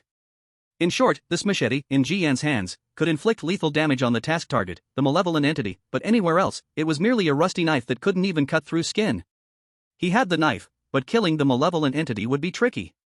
After all, the strange entity would not just sit there waiting for you to stab it. You have to stab it in the chest, the head won't do, only there can you achieve a one-hit kill. Give it a chance to react, and you will die a miserable death. So, you only have one chance. These were Lu Nianqing's exact words, which filled Ji Yan with pressure. Ji Yan gripped the machete tightly. He needed to lay out a good plan. Tonight, room 404 was bound to be lively. Soon, Ji Yan returned to room 404. As soon as he entered the room, he sensed something was off. A strong smell of rotting flesh. A strange odor. Then, he saw Louis Tong bustling at the dining table. Ji Yan was about to speak, but Louis Tong made a shushing gesture and pointed towards the kitchen. Ji Yan followed her gaze and looked through the glass sliding door, seeing a blurred figure moving around in the kitchen. The strange mother has left the room? Ji Yan was stunned for a moment. The strange residents of the small house rarely leave their rooms. If they do come out to act in the living room, it could only mean two things. One is blessing. Simply put, it's a pure welfare interaction. The strange entity would take the initiative to perform some actions, and players would actively participate in the interaction, during which various rewards could randomly drop. As for what rewards, the level of the rewards depended purely on the player's luck. Even if you messed up, the strange entity wouldn't turn hostile. The worst outcome would simply be that you gain nothing. This situation generally only occurs after the affinity level has reached a certain point, allowing this event to be triggered, and only one player could benefit. The second is punishment. Just looking at these two words makes it clear they mean the opposite. When a player seriously breaks the small house rules or brings the strange entity's affinity to an all-time low, resulting in its hostility, it would come out of the room to punish individual players. Looking at Louis Ton's uncontrollable smile, joy was written all over her face. All I know is, a gift. I don't even know what this girl has done to continuously increase the strange mother's favorability. A gift has been triggered. The way to interact is to have dinner with the strange mother. As for how many rewards Louis Tone can get during the 20 minutes of dinner, it depends on her own skill and luck. This kind of welfare activity has nothing to do with other players, they can only watch with envy. So Ji Yan had no interest in it, actively leaving the dining table, taking out the coarse grains left over from this morning, and eating at the coffee table in the living room. Right now, his mind is full of killing the strange father. Even the biscuits in his mouth tasted dull. Chapter 12, Mission Failed, Strange Blackening. How is your mission going? Seeing Ji Yan's heavy expression, Louis Tone sat at the dining table and asked with a hint of concern. Not going very well. Ji Yan raised the half bottle of blood loquat in his hand. Louis Tone frowned upon seeing it and comforted, it's okay, at least there's half a bottle left. With half the mission completed, the punishment won't be too severe. Besides, the father is the hardest part. If tomorrow it randomly selects the mother or grandmother, just perform well. These two have a good favorability, you can't possibly get the father for 3 days in a row, can you? After Louis Tone finished speaking with a laugh, she suddenly covered her mouth. Maybe it really would happen. After all, the person in front of her had already reached the point of hair-raising. She wanted to redeem herself with a few more words, but Ji Yan glanced at her behind and mouthed, "Mother is coming out." The floor-to-ceiling window in the kitchen was pushed open, and surprisingly, the strange mother's image showed no signs of horror. Wearing a pink apron, with her hair tied in a ponytail, her face still holding some charm, with a hint of weariness in the crow's feet, she presented a typical image of a virtuous woman. But Ji Yan knew that once it darkened, the stranger looking more normal would be able to give players a shocking contrast. Louis Tong hurriedly sat up straight, putting all her focus into interacting with the mother during dinner. The strange mother currently had no interaction with Ji Yan, so her favorability was at zero, so he consciously avoided drawing her attention. This kind of welfare interaction activity for others wasn't something he needed to seek a visual for. Soon, Dong Chu also returned. He saw the strange mother at the dining table, his eyes widened, then he realized this was Louis Tong's gift, and he jealously muttered, "Why have I never had this damned luck?" As the earliest veteran player in room 404, Louis Tong was thriving in this home, but he was continuously losing favor with the three strange family members, his grievances deepening. He knew that if this continued, he would inevitably go offline sooner or later. So he took some action voluntarily. He saw Ji Yan on the sofa. He also saw that half-full bottle of blood loquat, a cold smile curling at the corner of his mouth. "Looks like someone's luck today has run out?" Ji Yan glanced at Dong Chu, shrugged, and smiled indifferently. "There's still half a bottle, so it's not too bad." "Half a bottle? That strange father won't let you have any good fortune. That strange being has no favorability towards players. Once they catch even the slightest flaw in you, it'll be a disastrous end." "Is that woman Louis Tong again filling you with nonsense, and you believed it?" "Compared to that hypocritical woman, I am very honest." Dong Chu squeezed out a smile at Ji Yan. "Trust me, this half bottle of blood loquat won't let you survive the night. Even a full bottle couldn't help you survive." This foolish boy wouldn't realize that from the start, this mission was designed as a dead end, one person, one strange being. Ji Yan listened, not getting angry, nor refuting. Instead, he nodded seriously, agreeing with Dong Chu's words, thinking about it carefully. "You're right. Since this mission has already failed, why should I even submit? It's better to hide and drag this out a bit longer." After saying this, Ji Yan picked up the blood pipa and returned to his room, locking the door behind him. Dong Chu crossed his arms. With a cold snort, he said, "Once the task time exceeds, it's judged as a failure. Task failure leads to strange darkening, the next round will be even worse." Inside the room, Ji Yan listened to the mockery from outside and looked at the blood pipa in the bottle. Due to the wine bottle, the blood pipa had completely deteriorated. This had already predetermined the failure of the task. However, Ji Yan didn't understand one thing. Why would the night-eating evil choose to collaborate with Dong Chu to kill him? Logically, as long as he stayed alive, the night-eating evil could keep tasting the blood pipa. There was no reason to cut off this source of wine. What temptation could be greater than a wine addiction? Not wanting to think too much, Ji Yan sat on the bed. He looked out at the thick fog swirling outside, the increasingly dark and eerie world. Resting his chin on his hand, he waited anxiously. He was looking forward to the arrival of night, while also anticipating the night-eating evil to come and settle scores with him after darkening. "You mean he didn't submit the task?" After finishing the Ji Grace welfare event, Louis Tong walked over, surprised by Ji Yan's choice. Submitting the task? He's probably just scared of dying faster. But he doesn't know that if the task isn't submitted, the Father Evil will be enraged, and his methods will become even more brutal. He thinks hiding in his room will be fine. Tonight he will learn what despair truly means. Dong Chu chewed on peanuts, his mouth full of glee. But at least he got half a bottle of blood pipa, the punishment will be halved, and he definitely won't die. Louis Tong furrowed her brows. She felt Ji Yan wouldn't make such a foolish choice. She looked at Dong Chu. "Did you say something to him?" "I didn't say anything. As an experienced player, isn't it normal to give him a few reminders?" Dong Chu shrugged. Skipping the topic, he asked, "How was your Grace? Did you get anything good?" "Nothing," Louis Tong coldly replied, returning to her own room. She didn't understand why Dong Chu was so hostile towards newcomers, even wishing for them to go offline. In this strange world, shouldn't the same kind band together? Could it really be because Ji Yan had talked back to him yesterday? Louis Tong lost the last bit of goodwill she had left towards such a person. Even this disgusting woman starts giving me attitude, thinking that just because she gets along with the other two evils, she can step on my face? One day, I'll deal with you too. Dong Chu stared at the closed door of Louis Tong, his eyes flashing with cold light. He looked towards Ji Yan's room, also puzzled. This guy doesn't look that stupid. Could he really be planning to just sit in his room and wait to die? At 9 o'clock at night, night fell. The lights in the entire apartment went out, engulfing every corner in darkness. It seemed like a quiet night, but after the clock's hands past 12, a door deep in the hallway suddenly started to erode rapidly, a strong stench of decay seeping through the cracks. Then, the father's room door slowly opened. The darkened night-eating evil, engulfed in black energy, had blood-red eyes. "Where's my wine? Why hasn't it been brought to me?" A voice filled with overwhelming rage echoed throughout the suite. Louis Tong and Dong Chu, in their respective rooms, heard it loud and clear. With their eyes closed, they could only pretend not to hear. They both knew Ji Yan was done for. At the same time, a message panel popped up before Ji Yan. Ding! The time for the task you accepted has ended. Due to not submitting, the system judges it as a failure. Warning! Due to not completing the task and violating the rules, the father has darkened and you will soon face punishment. Looking at the red warning panel, Ji Yan remained calm and quietly closed the information panel. Then, he took out a piece of equipment from his toolbar. Chapter 13, Mask of the Strange Object, completed filicide. Boom! A door was violently burst open, the doorknob breaking, parts scattering everywhere. A monstrous figure, filled with raging fury, had grown abnormally tall, its twisted muscles writhing and swelling. "I ask you, where is my wine?"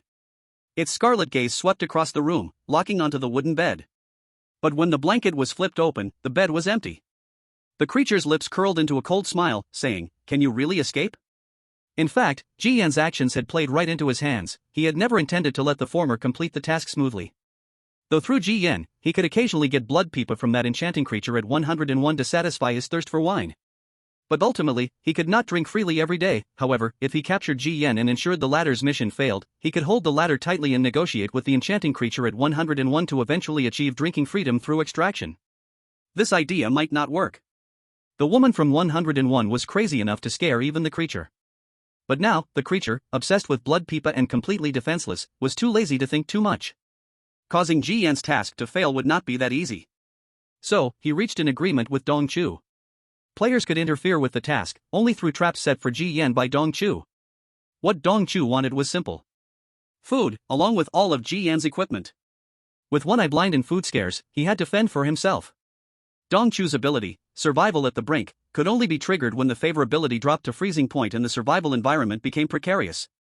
This ability granted Dong Chu certain privileges, allowing him to grasp survival by himself. And this triggered privilege was the ability to engage in a hidden trade with any family creature once. At first glance, this ability seemed rather useless. Simply giving you a bit of life when you were about to die, to see if you could seize it. But if used properly, it could have great effects. Tonight, some are sleeping comfortably, while others are desperately escaping. TSK.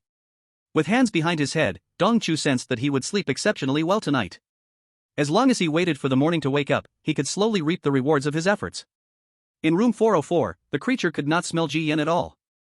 Frowning, it looked towards the door. Could it be hiding in that woman's room? It first thought of the enchanting creature at 101, after all, that woman was always against him, so it wasn't impossible for her to take away Ji Yan. The late-night apartment would spawn many extremely fierce creatures, which were not the current residents of the apartment, they were all former residents that had been driven out.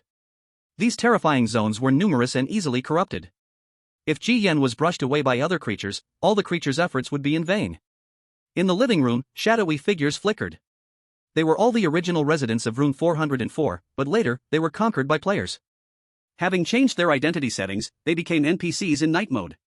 Though they were no longer the owners of 404, they still acted quite impolite, watching TV in the living room, enjoying tea, or sneaking food from the kitchen.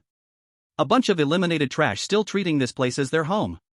The creature wanted to go out and catch Ji Yan, but suddenly thought of its deadly rival on the 7th floor. If it noticed him leaving room 404, it would surely go crazy chasing him down. Its gaze turned dark. The craving for wine surged. It felt like 1,000 ants were gnawing at its body, uncomfortable and twitching. It turned to go back inside to drink a couple of sips to calm down. But when it turned its head, it saw a disheveled creature sitting in the corridor, holding a bottle of bright red wine, utterly drunk. As soon as the cork was twisted open, the creature knew exactly what kind of wine it was. Blood pipa. Where did this wine come from? The creature asked, recognizing the wine bottle as one of the items that Dong Chu had.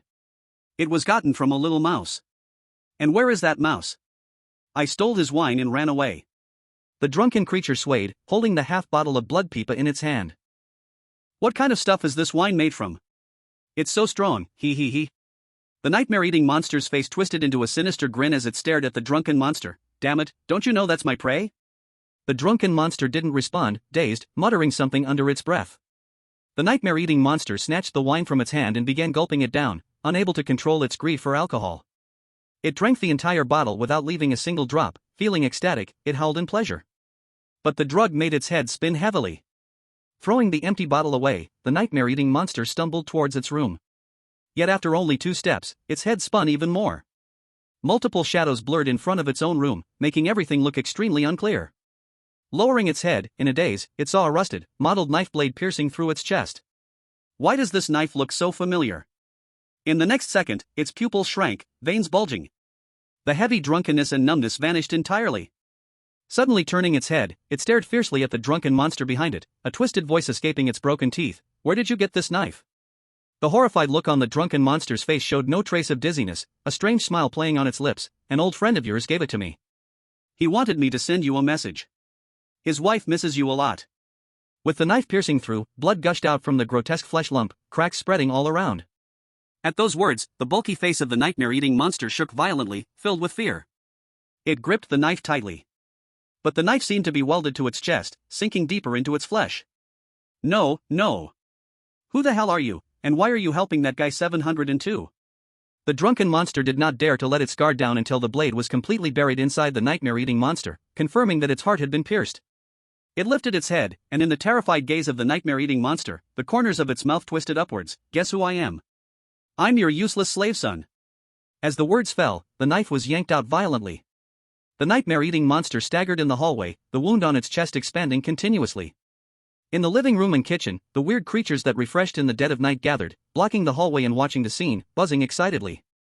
Ultimately, the nightmare-eating monster collapsed to the ground, its bulging flesh visibly shriveling and drying, its eyes bulging out, staring dead at Ji Yan. Ji Yan's expression was emotionless, tightly gripping the knife in his hand, though it trembled slightly. Until he saw the corpse on the ground, which had completely turned into a pile of dried flesh and blood. "You killed him, he, killed him.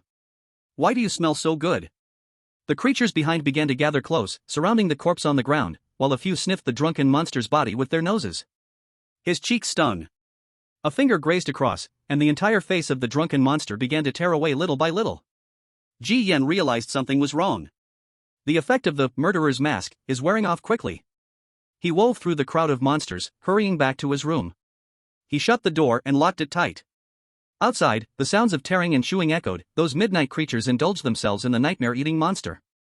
With this, even the dungeon boss is sure to die, right? Ji Yan sat down in front of the mirror. Because the time for the oddities was running out, his entire face now looked terrifying. His features were ripping apart, exposed white bone glaring at the air. At a glance, it seemed his head was about to split apart. The pain in his cheeks was unbearable, as the bone spurs of the mask pulled out from the flesh, blood staining his neck. This was his strategy. Luring his father out of the room, then using the murderer's mask to switch his identity to that of the oddity, catching his father, who was numb and careless due to his heavy drinking, off guard for a fatal blow. At this moment, the eerie aura belonging to the murderer was dissipating, returning to the scent of a human player. Carefully reaching out, he took off the mask. A puddle of thick black blood dripped onto the table. With a clatter, the human skin mask was tossed into the corner of the table. Ji Yan gently touched his intact face, letting out a sigh of relief. "I actually killed the nightmare devourer." This way of breaking the deadlock, like a dead horse being treated as a live one, felt surreal even to him, the perpetrator. Until the game panel popped up, helping him confirm further that he had indeed broken this deadlock. Ding! The player has killed the family of the 404 house eerily, successfully unlocking a new achievement. Chapter 14, The Inverted Clock, A Return of Courtesy. Hint. The player has successfully killed the family Eerie. The task will be recalculated. You have unlocked a new achievement, Eerie Hunter Novice. You have gained a title reward, Inverted Clock. Congratulations, player, for completing the hidden mission, status level +1, your various stats have increased by 90 points. You have unlocked apartment privileges, night patrol permit. During midnight to 3 o'clock, wearing the work permit, can be immune to the hatred locked by Midnight Eerie. The Midnight apartment hides more tasks and equipment, including the completion of the main dungeon storyline. Please explore actively. Hint. Because you killed the father, the goodwill with grandmother and mother has increased by 20 points. They think you are a child who has grown up and understands. What use is there for a failed father who drinks all day and is violent? His disappearance will make this family more complete and happy. Ji Yan slightly widened his eyes. Killing family Eries really has so many rewards? But after giving it some thought, the risks seemed to match this reward. He took out the newly acquired item from the toolbar. It was a clock with the hour, minute, and second hands completely mixed up, looking plain and as if it had been scrapped for a long time.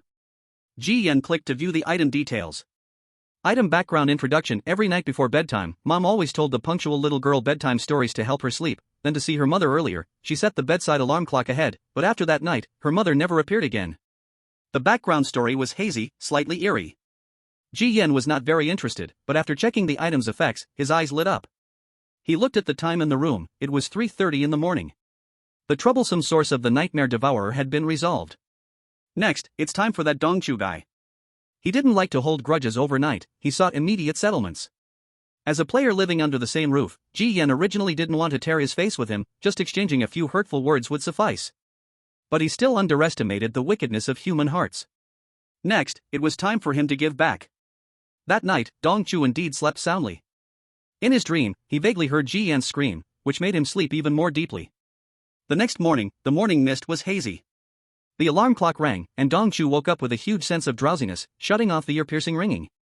He didn't dare to slack off, quickly got dressed, and walked out of the room. Upon entering the living room, he did not see Louis Tong today, but instead saw a figure with a round face and big ears, gobbling food at the dining table. Father?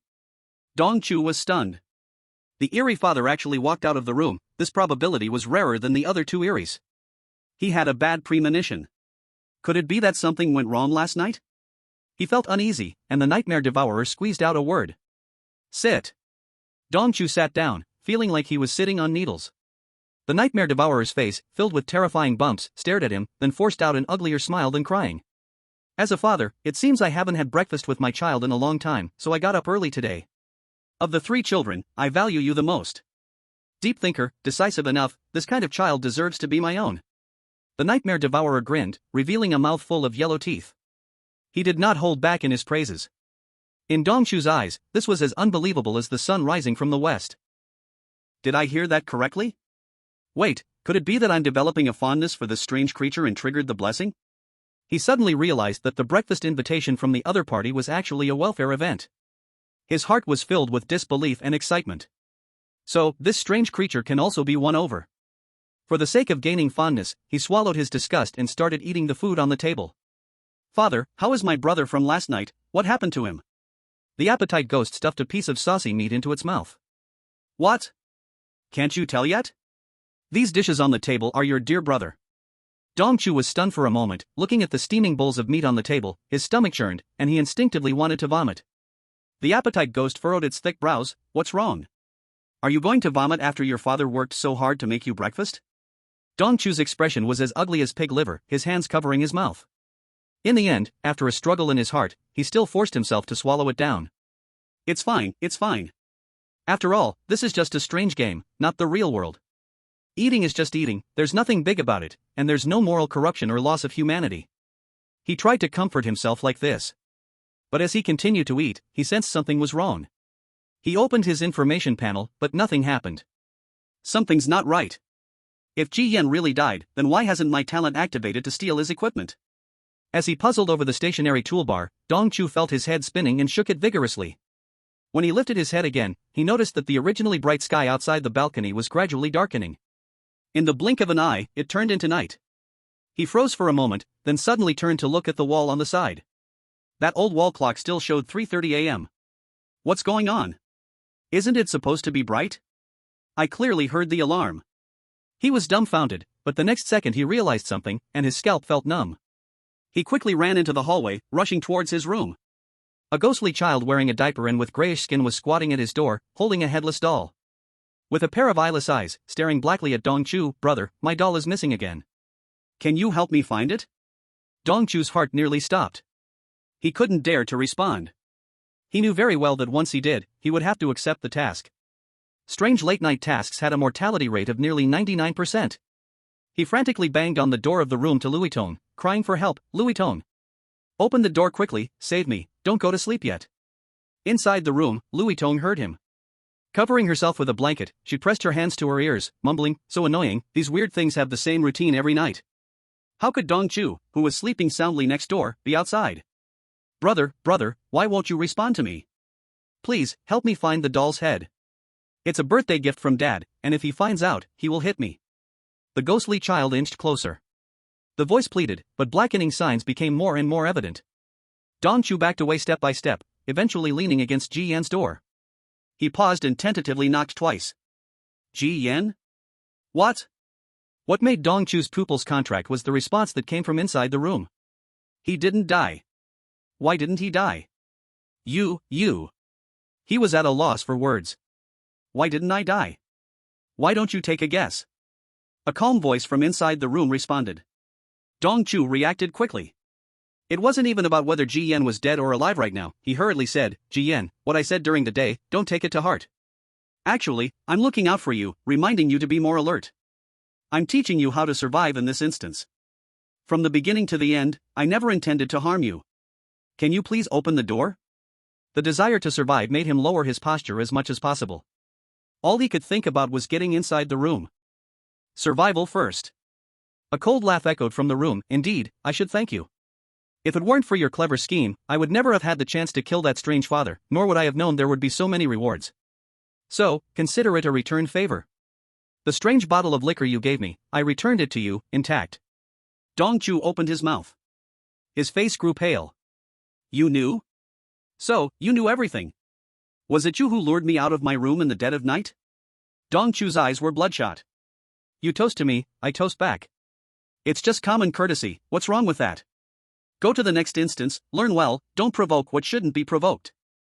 Good night. Ji Yan yawned and returned to bed. Outside the door, Dong Chu's hysterical shouting and cursing continued. Until the strange child behind him, having received no response, completely blackened. Those small hands wrapped around his neck. Brother, why aren't you responding to me? Your head, it's really nice, can I press it on the doll's neck? In Dong Chu's terrified gaze, before he could even respond, those small hands gently lifted, and the head was easily detached from the neck. Blood spurted, and the headless corpse collapsed to the floor. The strange child, holding the head and the doll, hopped away, disappearing into the darkness. Tonight really was quite a hassle. Fortunately, I gained a lot and got rid of that annoying fly. Ji Yan, hands behind his head, murmured as he closed his eyes, falling into a peaceful sleep. Chapter 15, First Time Meeting Grandma, Sachet Task. Morning. The clock struck, and white mist lingered. With a creak, Louis Tong's bedroom door slowly opened. Seeing the bloodstains left in the corridor, she muttered, last night was really lively, I wonder which ghost was so hyped up, kept knocking on my door, driving me crazy. She was angry. Not because of morning mood. But because players who don't rest properly at night will have their status points drop the next day. They might even feel mentally sluggish, confused, and it could easily affect their tasks. She walked to the living room, planning to freshen up. But soon, she noticed something was wrong. The hallway had shortened. She had walked through this hallway countless times during her 22 days in the instance. Every inch of this house was engraved in her muscle memory. It couldn't be wrong. How could the hallway have gotten shorter? She turned her head, looking left and right, her expression suddenly changed. The 2 rooms that used to be there were gone. The 6-room suite had turned into a 4-room suite. She immediately thought of Ji Yan, but after carefully checking the missing rooms, she realized they belonged to Dong Chu and the father ghost. She tilted her head, dazed. Just then, Ji Yan also came out of his room. Good morning, another energetic day. Ji Yan greeted briefly. Ji Yan, Dong Chu, he. Ji Yan turned around, a faint smile on his face. You heard it too? That guy was knocking on my door all night. I thought it was some eerie imitation sound. Looks like it really was him. How could a veteran player make such a basic mistake? Louis Tong fell silent. She knew Dong Chu wouldn't make such a mistake, unless... Her eyes flickered for a moment, but Louis Tong didn't ask more questions. Sure enough, no matter the environment, the battle between hearts is always so terrifying.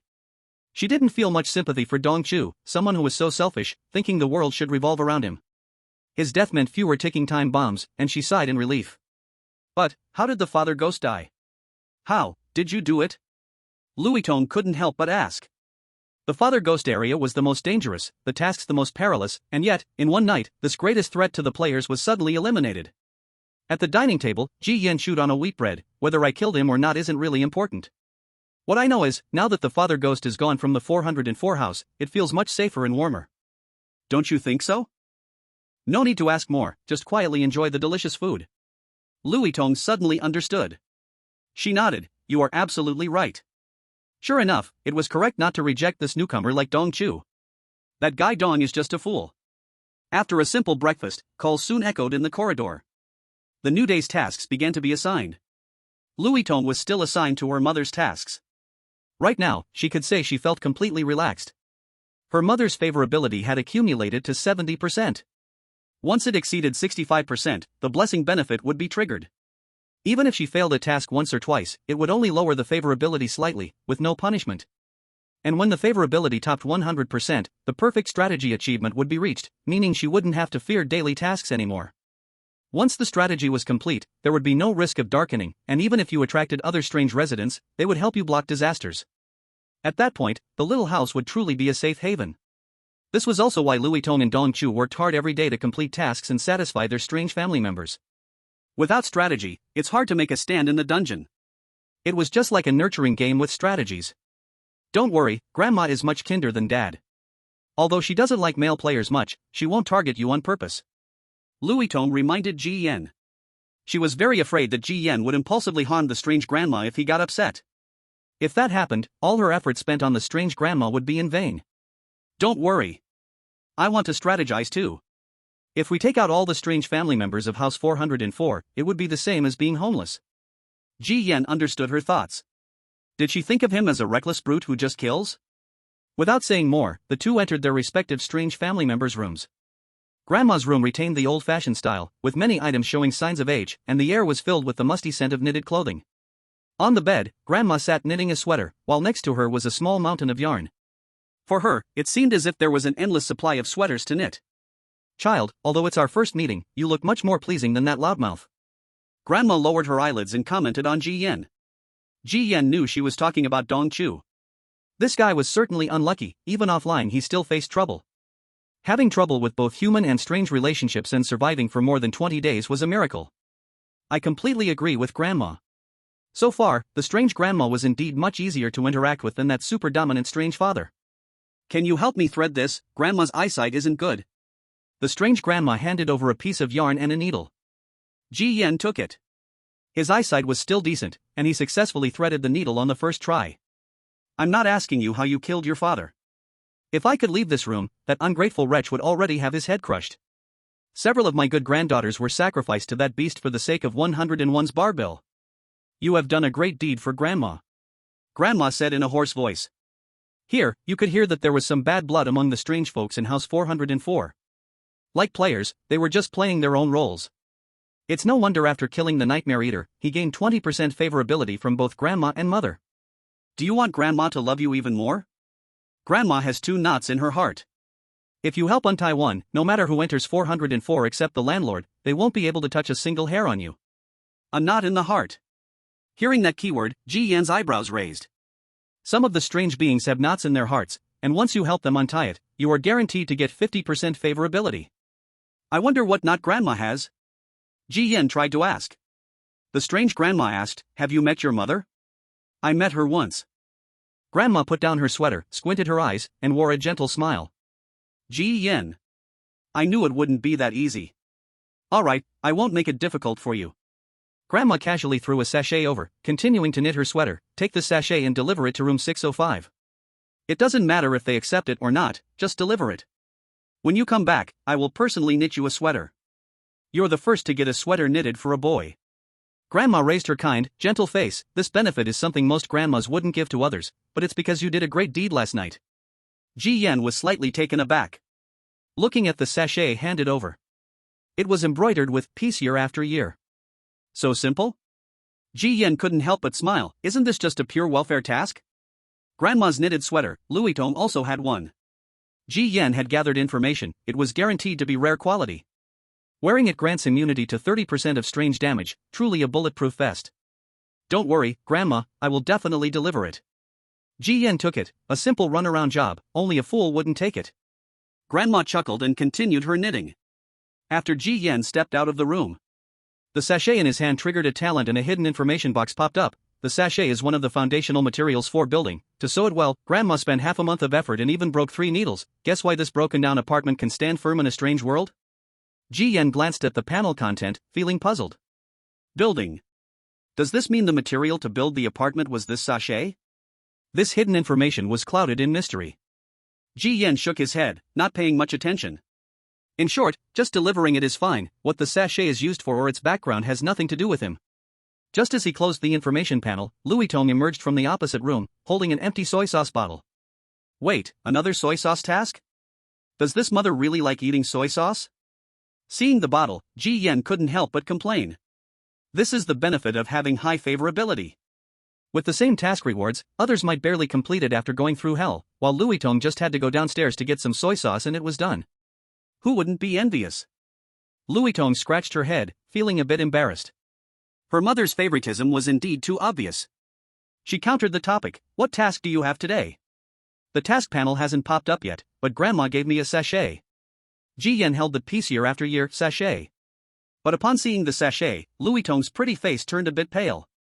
Chapter 16, Main Character, Apartment Landlord.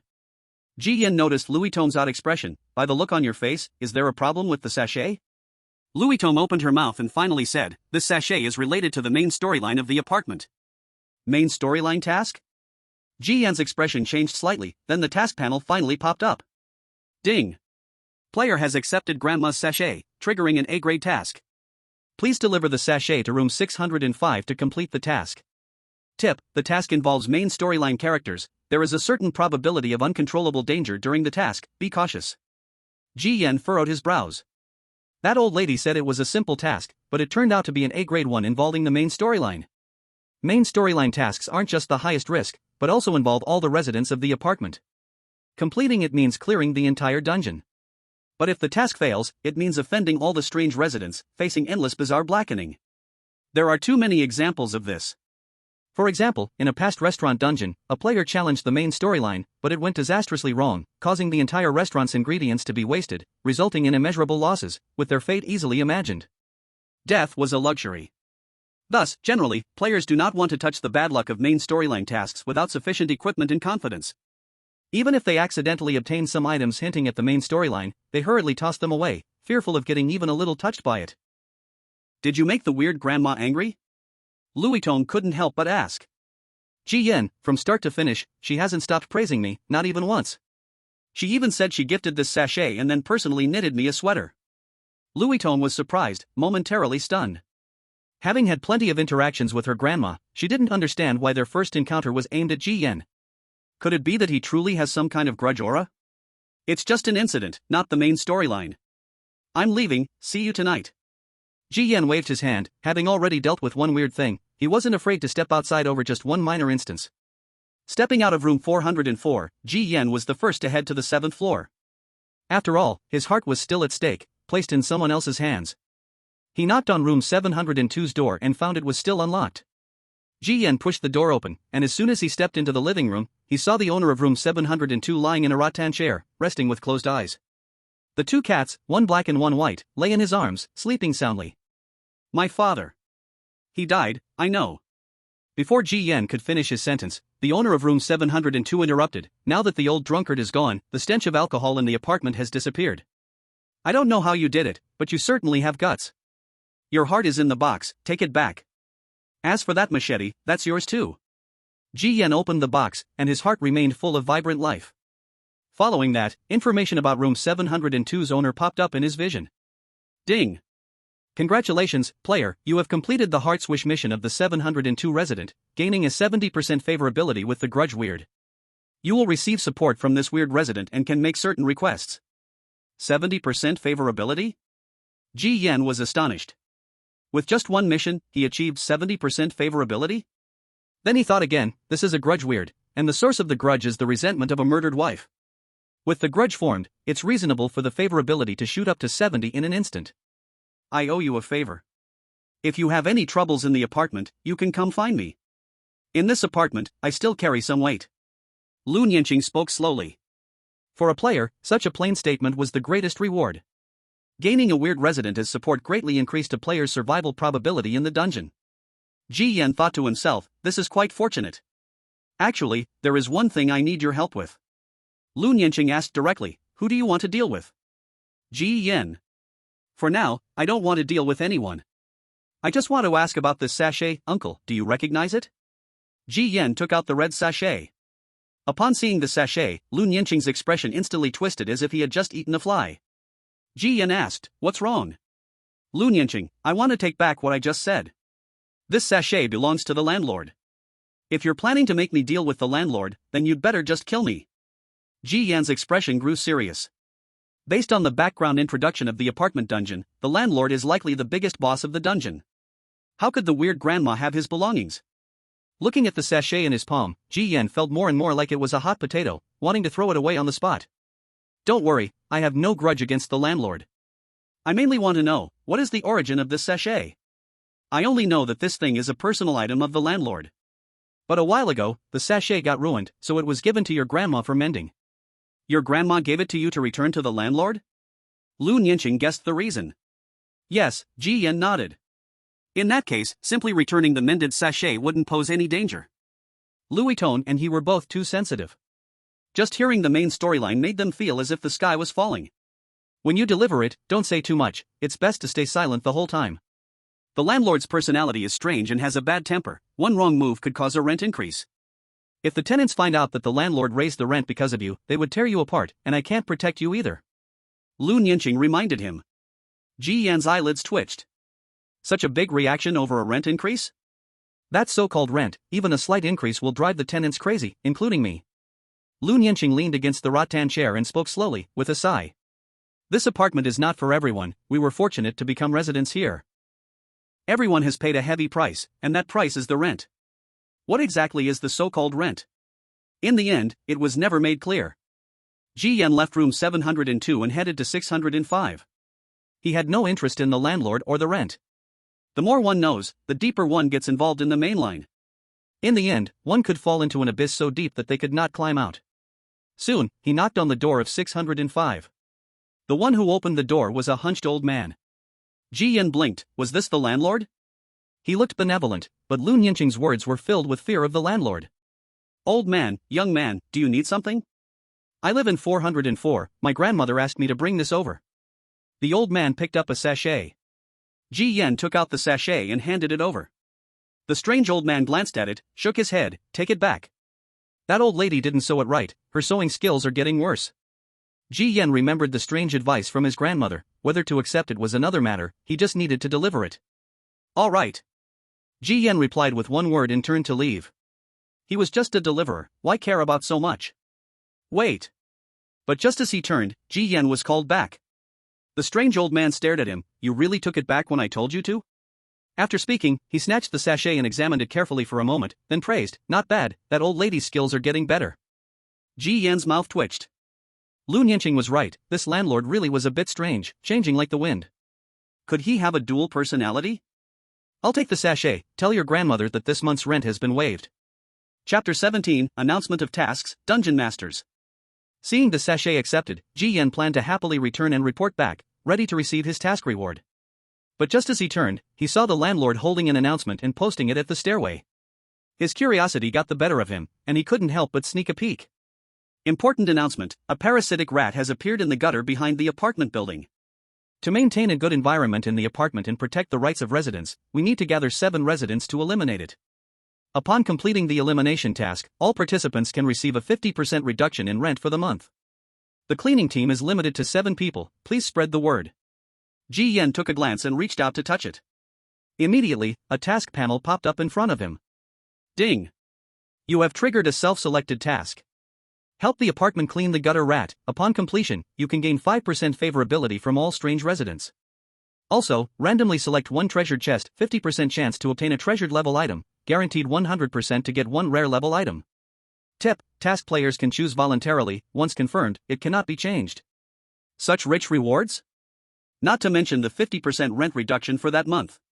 Just the 5% favorability from all residents and a treasure chest reward, this tempting condition was already on par with A+ level tasks. Ji Yan was slightly surprised. After the announcement went up, it immediately attracted quite a few residents, but they were mostly player residents, clearly indicating this announcement did not involve strange residents. As each player touched it, task panels popped up, and their eyes widened. High rewards often came with high difficulty and death rates.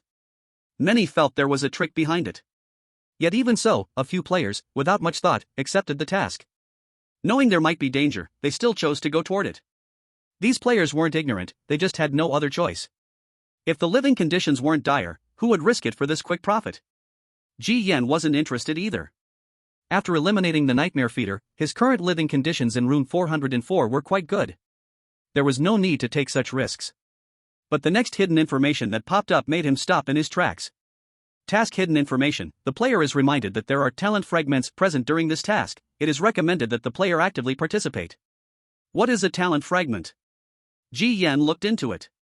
He discovered that his ability, omniscient and omnipresent, could actually be leveled up, and the required condition was this so-called talent fragment. This bug talent can actually level up?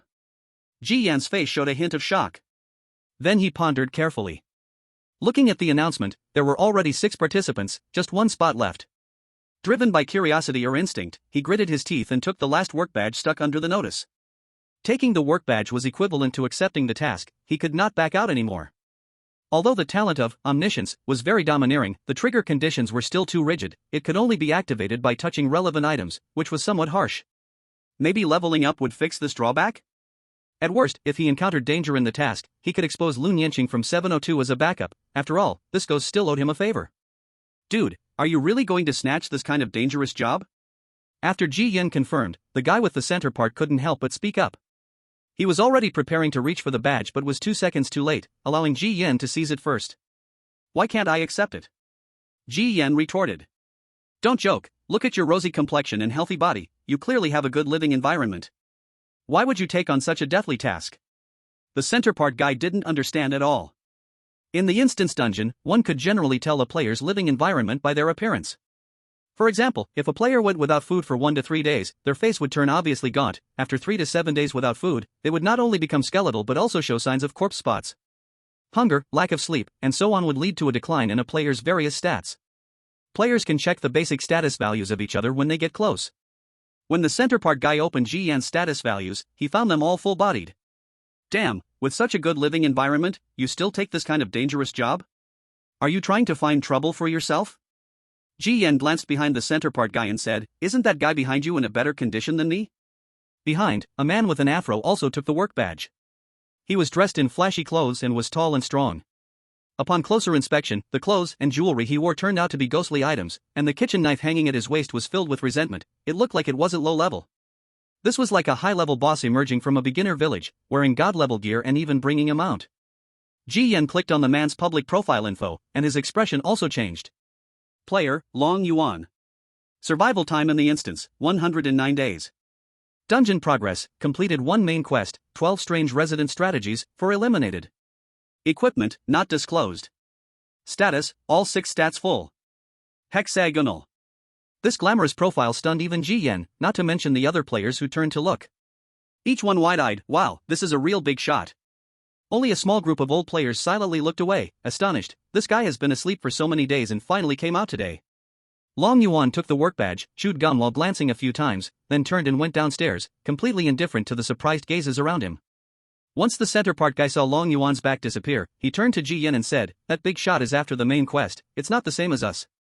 You haven't lived many days, do you even know Dragon God? The player with the longest survival time in the Scarlet Apartment, this big shot has already completed the apartment strategy, the last main quest was refreshed by him. You must be wondering, if he has cleared all the content, why doesn't he go to the next instance? Well, I didn't ask, and I don't want to ask. The center part guy was clearly a fan of Long Yuan, and just as he was getting into it, Ji Yan waved his hand to interrupt and turned to leave. He wasn't very interested in these so-called big shots. Even if he understood them, they wouldn't share any meat with him. Coming down the corridor, Ji Yan didn't return to room 404 but went directly to the first floor to gather. Once the cleanup squad was full, they would set out immediately, returning before dark regardless of whether they completed the task. At the entrance hall of the apartment, a crowd had already gathered, and Ji Yan was the last to arrive. In the 7-member team, 5 faces were pale and emaciated. As the middle part hairstyle guy said, most participants in this mission were on the verge of being eliminated, all hoping to gain a slim chance of survival through this task. Initially, everyone felt anxious and uneasy. Outside the apartment, thick fog enveloped everything, making it impossible to predict any unknown dangers. But when they saw Long Yuan come down, everyone's expression suddenly flipped 180 degrees. Long Yuan was actually part of this mission. With him on board, completing the task of cleaning the drainage ditch was as good as certain. Although Long Yuan would certainly take the lion's share of the credit, just being able to ride his coattails and get a piece of the pie would satisfy them. Faced with the gazes around him, the tall Long Yuan didn't look back. Wearing headphones, holding a book, and chewing gum, he was lost in his own world. This scene created an extreme contrast. The people around looked like malnourished refugees from a slum, while Long Yuan seemed to be on vacation from a wealthy district. Ji Yan took out a piece of wheat bread and stuffed it into his mouth, staring at Long Yuan not far away, and blurted out, "Why does he look so pretentious?" As soon as he said that, Long Yuan suddenly took off his headphones and looked over. Noticing that the other person was looking at him, Ji Yan's face showed surprise. "No way, can he hear me even with headphones on?" Chapter 18, Nurturing the Knife with Blood, Playing with People's Hearts. Seeing Long Yuan staring at him, Ji Yan swallowed the last bit of bread in his mouth and was about to speak when a voice came from behind. "After the door opens, you all follow me, do not stray more than 10 steps. The fog outside is thick. If you get lost, you can forget about returning to the apartment." Behind him stood a bandaged figure, with only a pair of bloodshot eyes exposed. A name tag hung from his chest reading "Apartment Manager." The bandaged figure showed no good attitude toward Ji Yan and the others. Even in his words, there was disdain and disgust for these outside guests. "What size is that mouse?" Long Yuan, having removed his headphones, suddenly asked this question.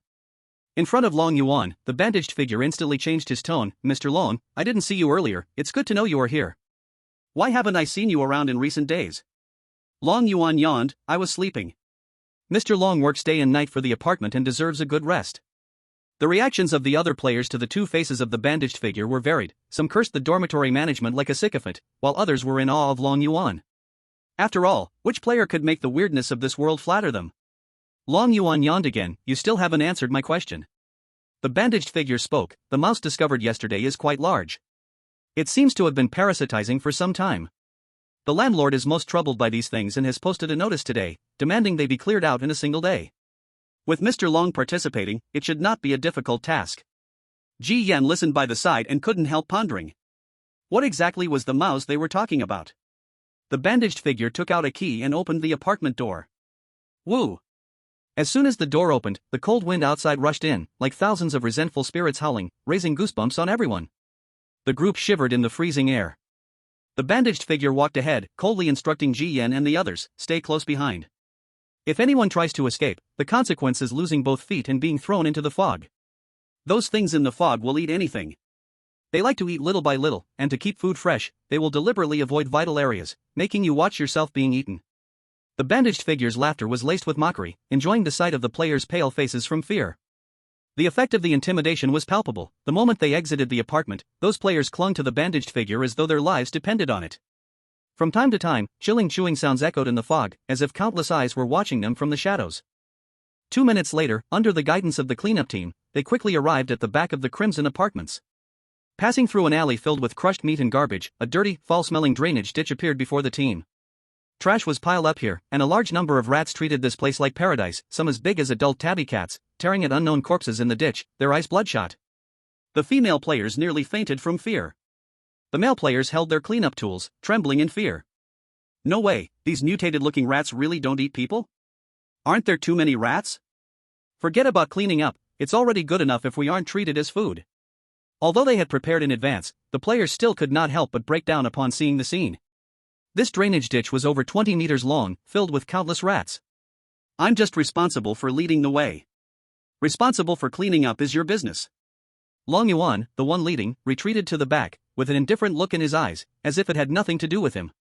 The players were trembling in the cold wind, their eyes all focused on Long Yuan.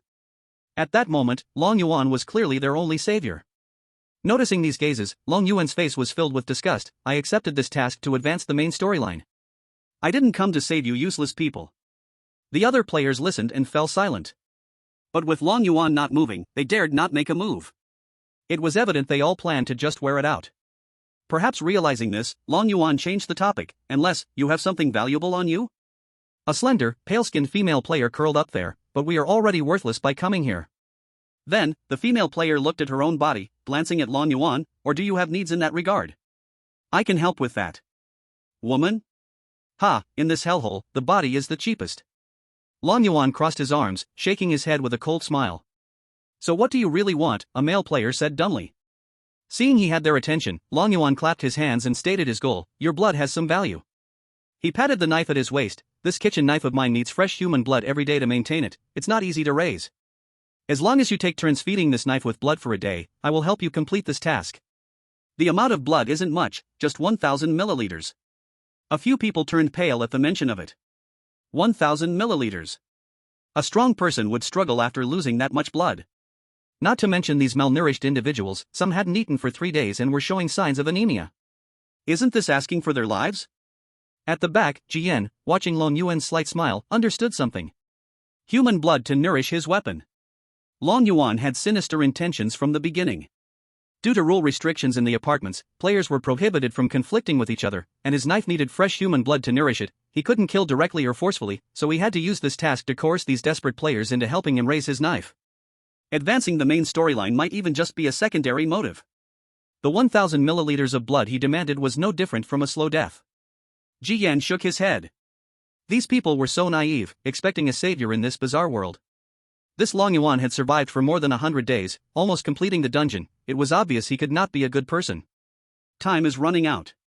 You have no way out, but I do. I gain 60% favorability from the landlord. Even if I turn back to the apartments now, I would only lose a bit of favor. Right? Long Yuan turned to look at the bandaged creature behind him. The bandaged creature replied, Mr. Long, as a valued guest of the apartment, this privilege is naturally allowed. The few players exchanged glances, filled with despair. Long Yuan spat out his gum, his eyes gleaming with amusement. He had survived in this bizarre world for so long, playing the game of human hearts with profound insight. Only Ji Yan remained silent and did not speak. He turned around to look at the countless mice and drew out a machete, moving closer. A mouse with red eyes saw Ji Yan coming. It not only wasn't afraid but bared its fangs, appearing ready to attack. Ji Yan was decisive, taking a step forward, swinging the knife down. The blade penetrated, blood splattered everywhere. Asking for help? Ji Yan never asked anyone for help. These mice were rampant, it was impossible to eliminate them one by one. Since Long Yuan had a way to complete the task, there must be another way. As for what kind of way? His talent would surely tell him the answer. Wielding the machete in his hand, he killed several mice in succession, and soon, when he killed the 7th mouse, Ji Yan's vision indeed popped up the familiar hidden information panel. Chapter 19, The Strange Kanjing, Eating the Apartment. They are like worms stuck to bone, difficult and deadly. To drive them away, you must solve the root cause. If the source leaves, the plague will disperse. Source? Ji Yan was taken aback. Indeed, simply clearing them out was not going to work. But what was the source? Where was it? As Ji Yan pondered, he gripped the machete with his other hand and continued to kill. Whatever. If there were any questions, his talent would provide the answers. The other players watched Ji Yan stubbornly eliminating the mice, shaking their heads. There are thousands, how can he possibly clear them out? He needed to solve this before dark. There were at most 4 hours left. Simple-minded. Long Yuan mocked, but noticed the machete in Ji Yan's hand. Is that the cursed wife's machete from room 702? How did this guy get it? Long Yuan raised his eyebrows.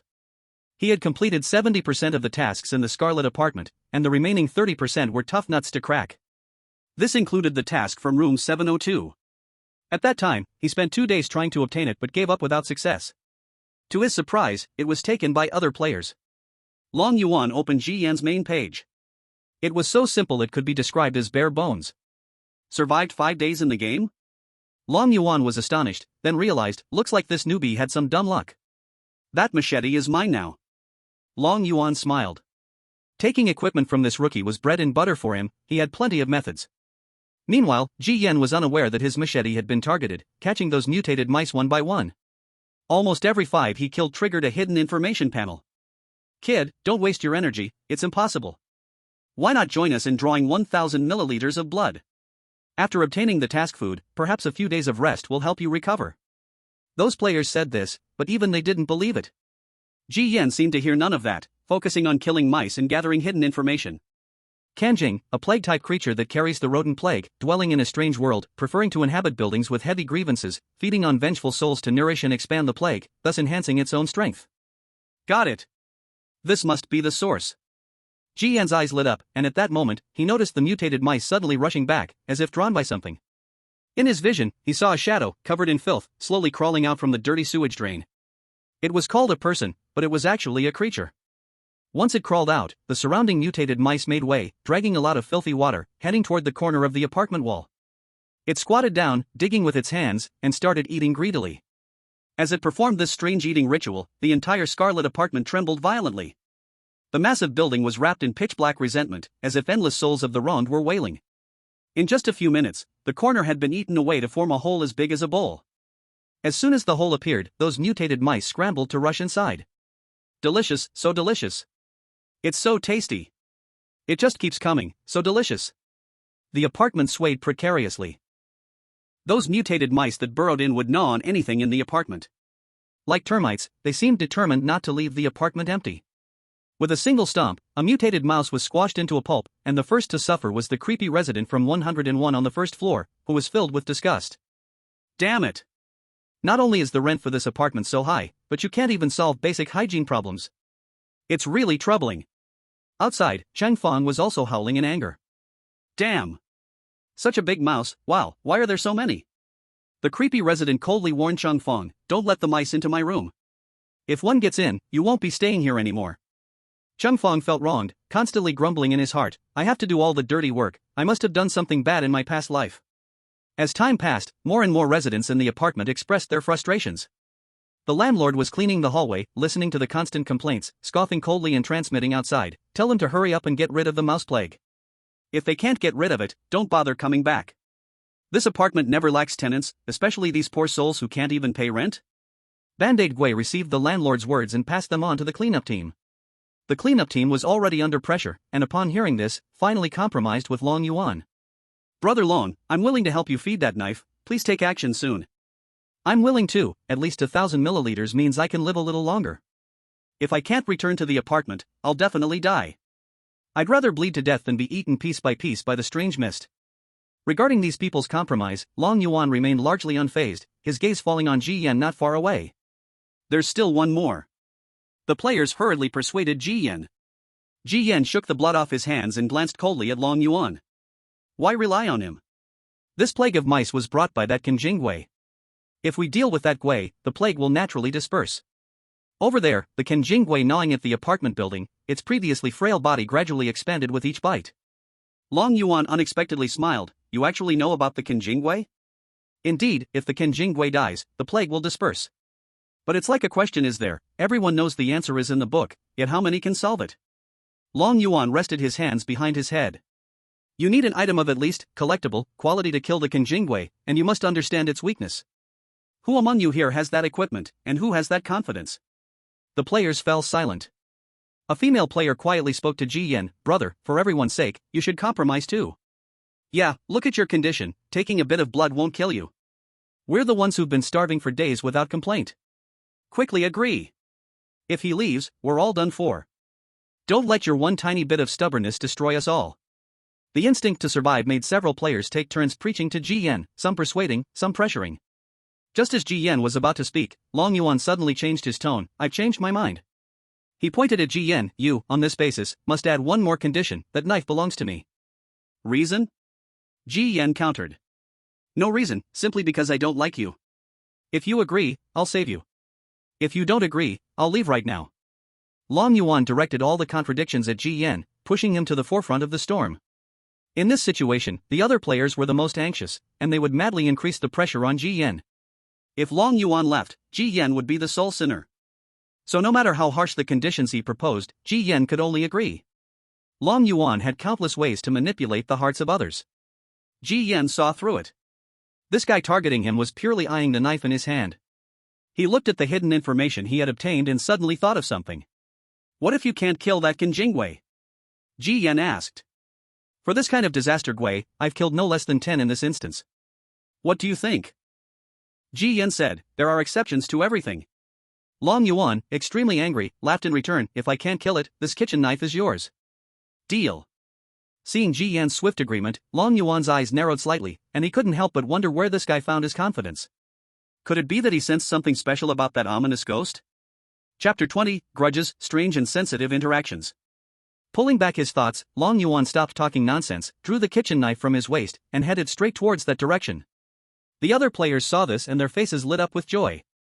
No one cared about this unnecessary bet, they just wanted to survive. In the end, Ji Yan looked on calmly, his eyes flickering with an unreadable brilliance. Over there, the ominous ghost was still gnawing at the corner of the apartment wall, its size gradually turning into a mountain of flesh, and the torn opening in the reinforced concrete was already the size of a basket. Strangely, fresh blood oozed from the concrete bricks that it had ripped off. It seemed the vast, crimson apartment was built by mixing in pieces of corpses. Stepping over the dirty water and trash, Long Yuan walked up to it and shouted at the ominous ghost. The latter tilted its head in response. The kitchen knife had already swung down. The ominous ghost's swollen head fell to the ground, and Long Yuan stomped on it, reducing the head to a pulp. Then, he turned around, shaking off the pus from the blade, and walked back. The entire process took less than half a minute. The players stared in disbelief. This is too simple and brutal, right? It's like chopping a watermelon. Long Yuan stared at Ji Yan, relaxed yet carrying a hint of mockery. Are you convinced of your loss? These anomalies not related to the mission had no backstory and would not breed any grudges.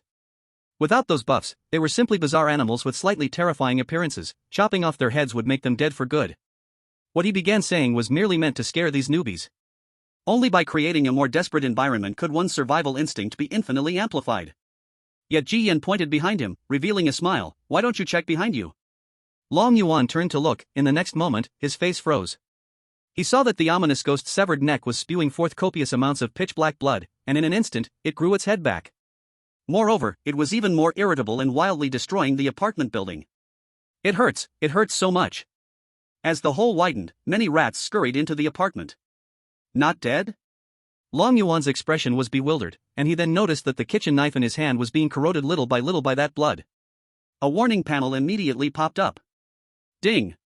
Your eerie item, Butcher's Kitchen Knife, is damaged, durability decreased by 30%, enchantment damage decreased by 55%. Warning! Your actions have caused losses for the apartment. The residents feel very dissatisfied with you. The favorability of 12 eerie residents towards you has decreased by 7%. After 2 warning panels appeared, Long Yuan's expression did not look good. Next, he understood, looking at the ominous ghost. Damn it, this eerie thing can't be one of the apartment's residents, right? If this eerie creature could not be killed, it meant that there were grudges.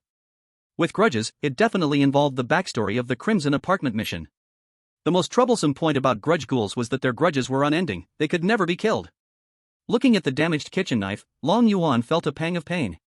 He turned to the bandaged ghost and asked softly, what's the relationship between this eerie creature and the apartment? The bandaged ghost was silent for a few seconds before slowly answering. The original residents of the apartment were later driven out. What else? You'll have to ask the landlord, old man. The only information the bandaged ghost provided was this one line. How unlucky. Long Yuan put away the kitchen knife and spoke to the administrator. Tell the landlord that I can't eliminate this plague. I'll withdraw. The bandaged ghost replied, because of your previous actions, you caused losses to the apartment, and the landlord is very unhappy. He said you can withdraw. But you must pay an additional month's rent as compensation. Long Yuan exclaimed, 1 month? He glanced at the ominous ghost, his expression extremely grim, and finally agreed. As an experienced player, he disliked dealing with grudge ghouls the most. Often, encountering such creatures, it takes a lot of energy and consumes a lot of equipment. Doing small tasks is exhausting. Just one chop, and I lost so much goodwill from these strange tenants. If I really get rid of them, the benefits won't even make up for it. What I hate the most is making a loss in business. If I had known this task would be like this, I wouldn't have come. I missed a step. I forgot to interact with the landlord, and without knowing more information, I accepted the task. Putting away the kitchen knife, Long Yuan turned to leave. When the players saw Long Yuan about to leave, they panicked. You promised, you can't leave. What will we do if you go? If it's really impossible, we can extend a few more days and let you nourish your knife with blood. Long Yuan snorted coldly and said impatiently, the knife is damaged, its quality has dropped. What do I need your blood for? What bad luck, stepping out today just to step in a pile of dog poop. He turned to leave but was stopped by Ji Yan's voice. What about our trade? You lost, didn't you? Long Yuan looked at Ji Yan and smiled. Sure, as long as you can return to the apartment alive, you can take this broken kitchen knife. You should first think about how to live and return from the dungeon. After dropping this sentence, Long Yuan disappeared into the fog. Ji Yan didn't pursue it. There would be time to settle this account later. Right now. He needed to focus on the task. After all this fuss, there were only a little over 2 hours left for the task. Ignoring the players who looked ashen, Ji Yan walked forward and reached out to grasp the head fragment that Long Yuan had chopped off. This was his little trick. The unknown dangers on the bitter spirit were many, reaching out to touch it was too risky. So he agreed to Long Yuan's conditions, hoping the other party would step on a landmine, giving him a chance to trigger his talent and obtain more hidden information. From the very start, he had learned from hidden information that this strange tenant bore a heavy grudge.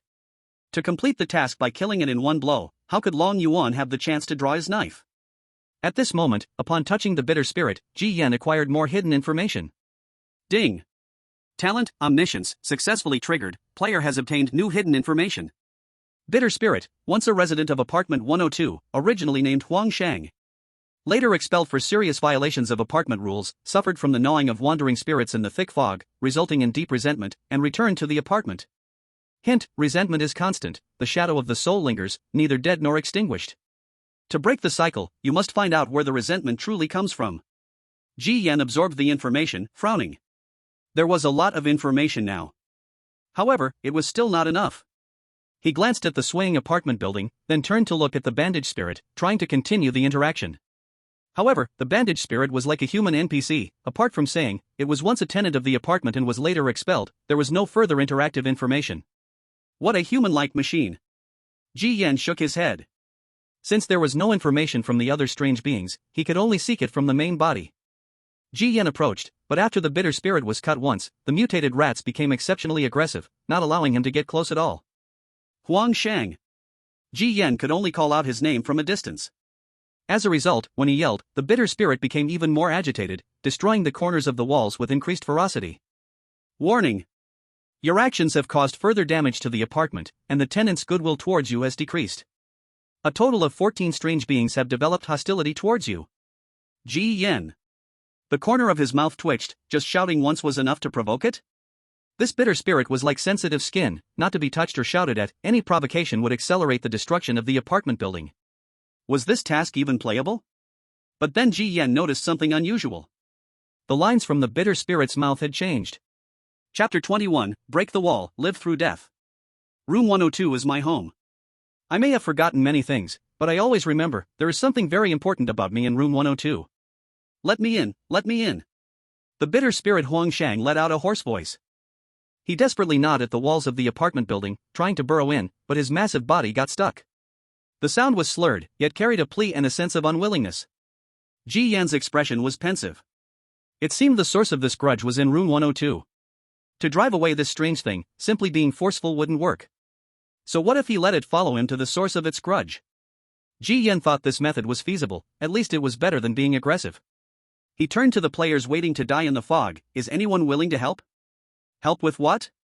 Long Yuan can't even kill this thing, let alone us. As soon as it gets provoked, it will speed up the destruction of the corner. There's absolutely no way. Ji Yan shook his head. Help it get into the apartment, it's stuck there now. We need to help it break a hole. Once this was said, everyone present was stunned. No, we came to eliminate these rats. You actually want to help these things invade the apartment? The bandage monster, watching attentively, also stared weirdly at Ji Yan. I know this is reckless, but it's the only way to complete the task. With little time left, he needed a helper. But no one cared about Ji Yan, they all felt he was crazy. Seeing no one agree, Ji Yan shook his head, pulled out a hammer, and walked over, chiseling at the corner of the apartment wall with the strange creature. The mutated rats around the strange creature initially held hostility toward Ji Yan, but upon seeing his actions, they scattered. Ding! The player, due to incorrect game operation, damaged the instance map, causing displeasure among the strange residents. A total of 12 have developed hostility towards you. The warning panel popped up again. Ji Yan ignored it. He already had no goodwill. Hostility is hostility, I don't care. Ji Yan gripped the strange hammer, swinging it with force again and again. With each piece he chiseled away, blood seeped out from the wall. This made Ji Yan's eyelids twitch. He thought this apartment held significant secrets. Perhaps, the bleeding walls were related to the main story. He's really gone mad, does he want to die faster? The players behind him were sweating bullets. Even the bandage monster couldn't watch anymore and spoke to Ji Yan, you're playing with fire. Ji Yan replied, I have my own way of exercising. As long as the task time isn't up, I can do whatever I want. If I fail, I have no complaints about the punishment. The bandage monster did not stop him, because Ji Yan was right. But it still sneered and said, damaging the apartment, angering the strange residents, harming the landlord's interests. When the task time is up, I can't even imagine how terrifying your punishment will be. That's for later, now, don't disturb me while I work. Ji Yan retorted, causing the bandage monster to glare with anger, snorting coldly. Boom! Another piece of the wall collapsed, falling with sticky blood instead of dust. It was broken. Ji Yan's eyes sparkled. There was no surprise, no fear, just tension. The hole widened, and the massive body of the strange creature was no longer restricted, easily slipping into the apartment, filthy water gushing onto the first-floor corridor. The stench wafted into every residence room on the first floor. It really got in. Ji Yan followed behind, and just as he crossed the wall, he faintly heard a wave of curses from a multitude of strange residents. Get out!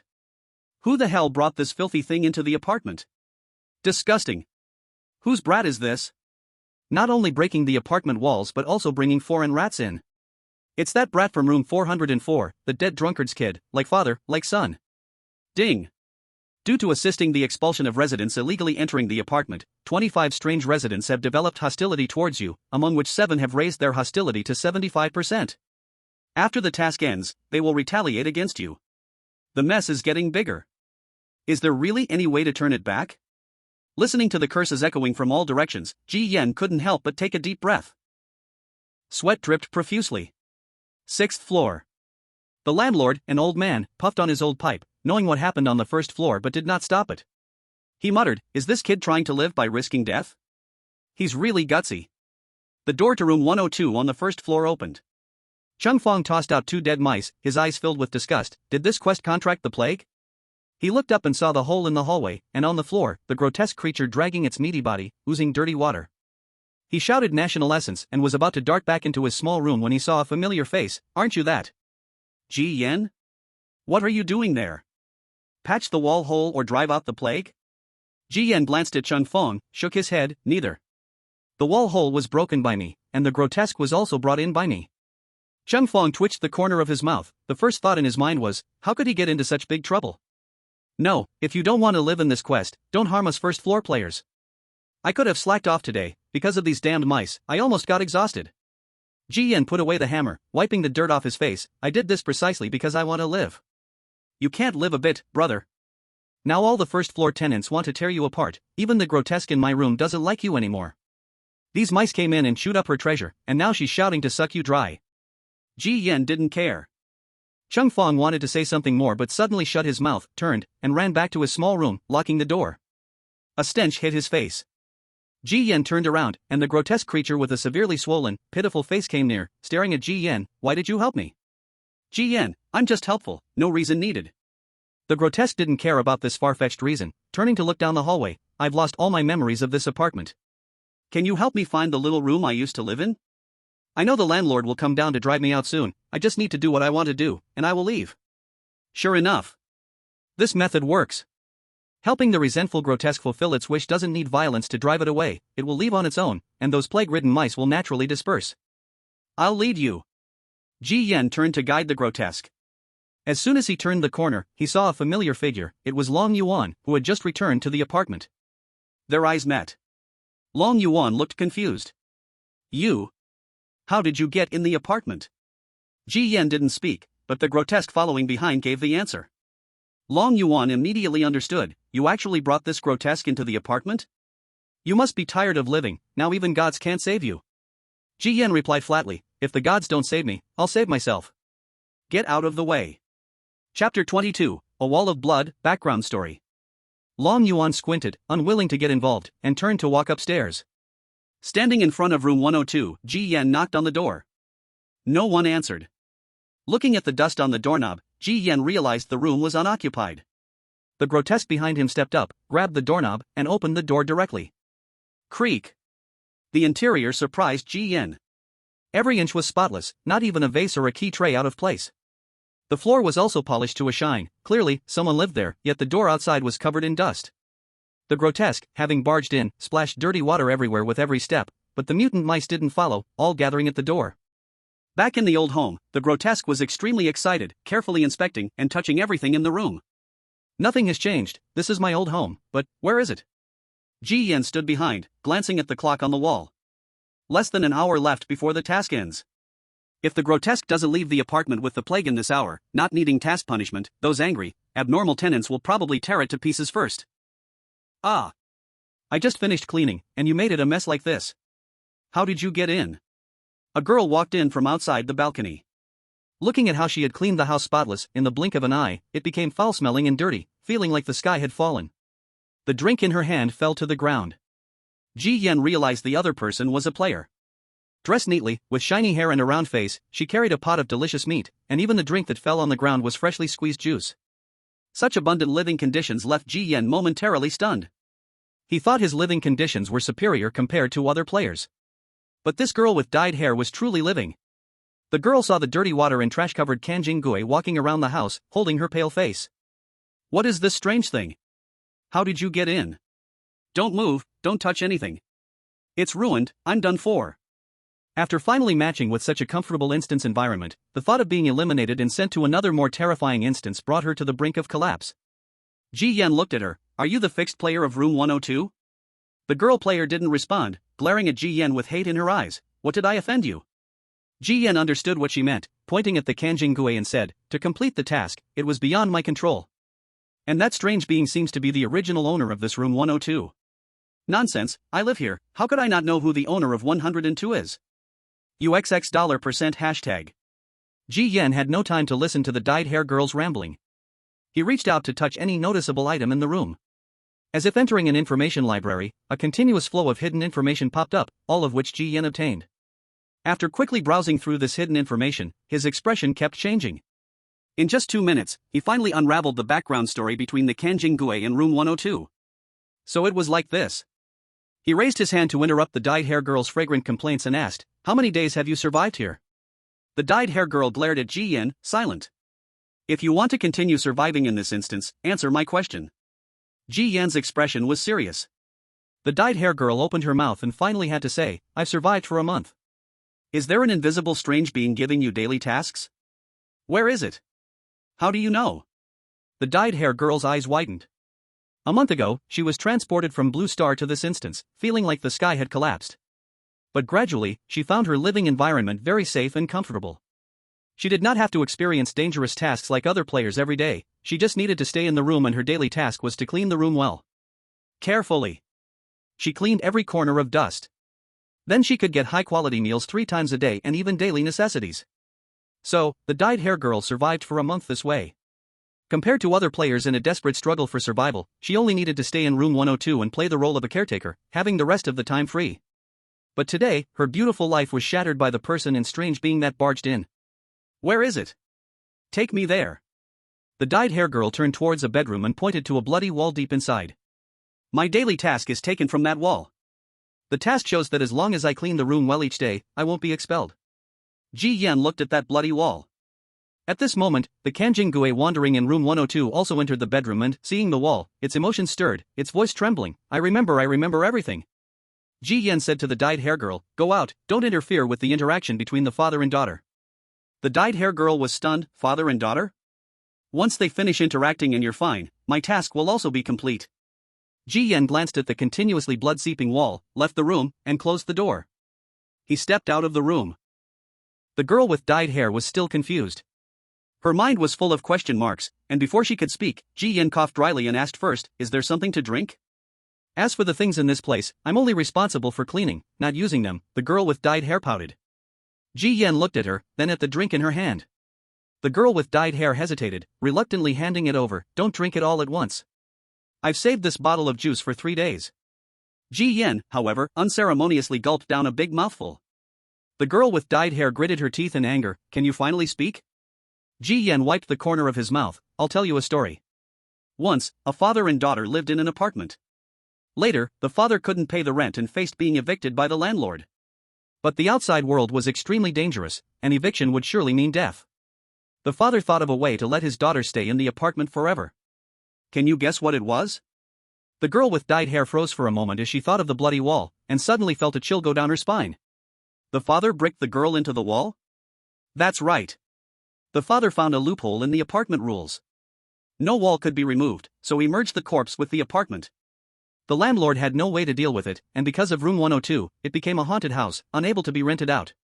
The daughter was in the wall, although she couldn't move, at least she was still alive.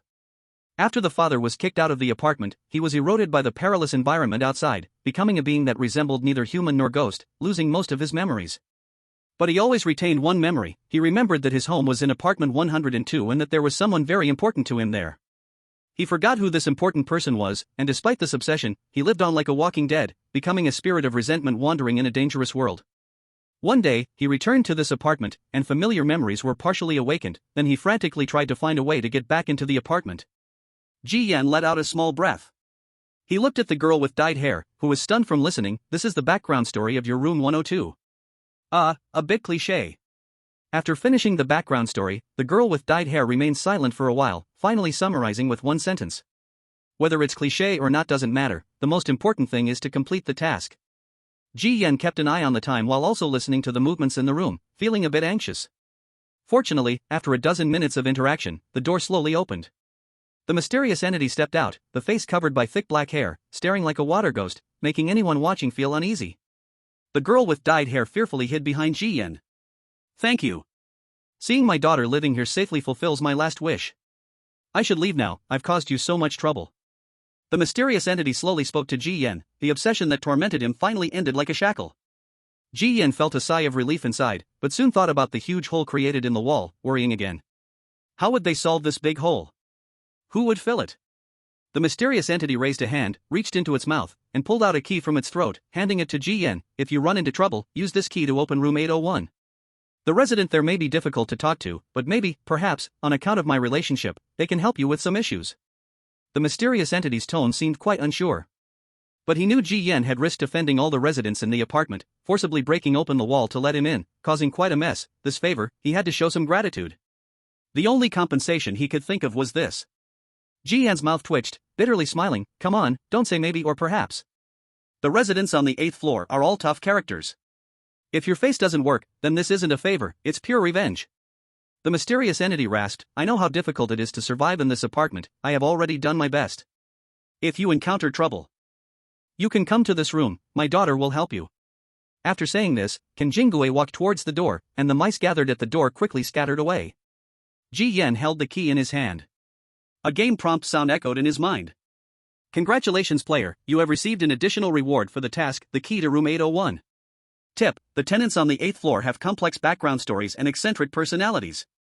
Do you guess if this key you hold is a blessing or a curse?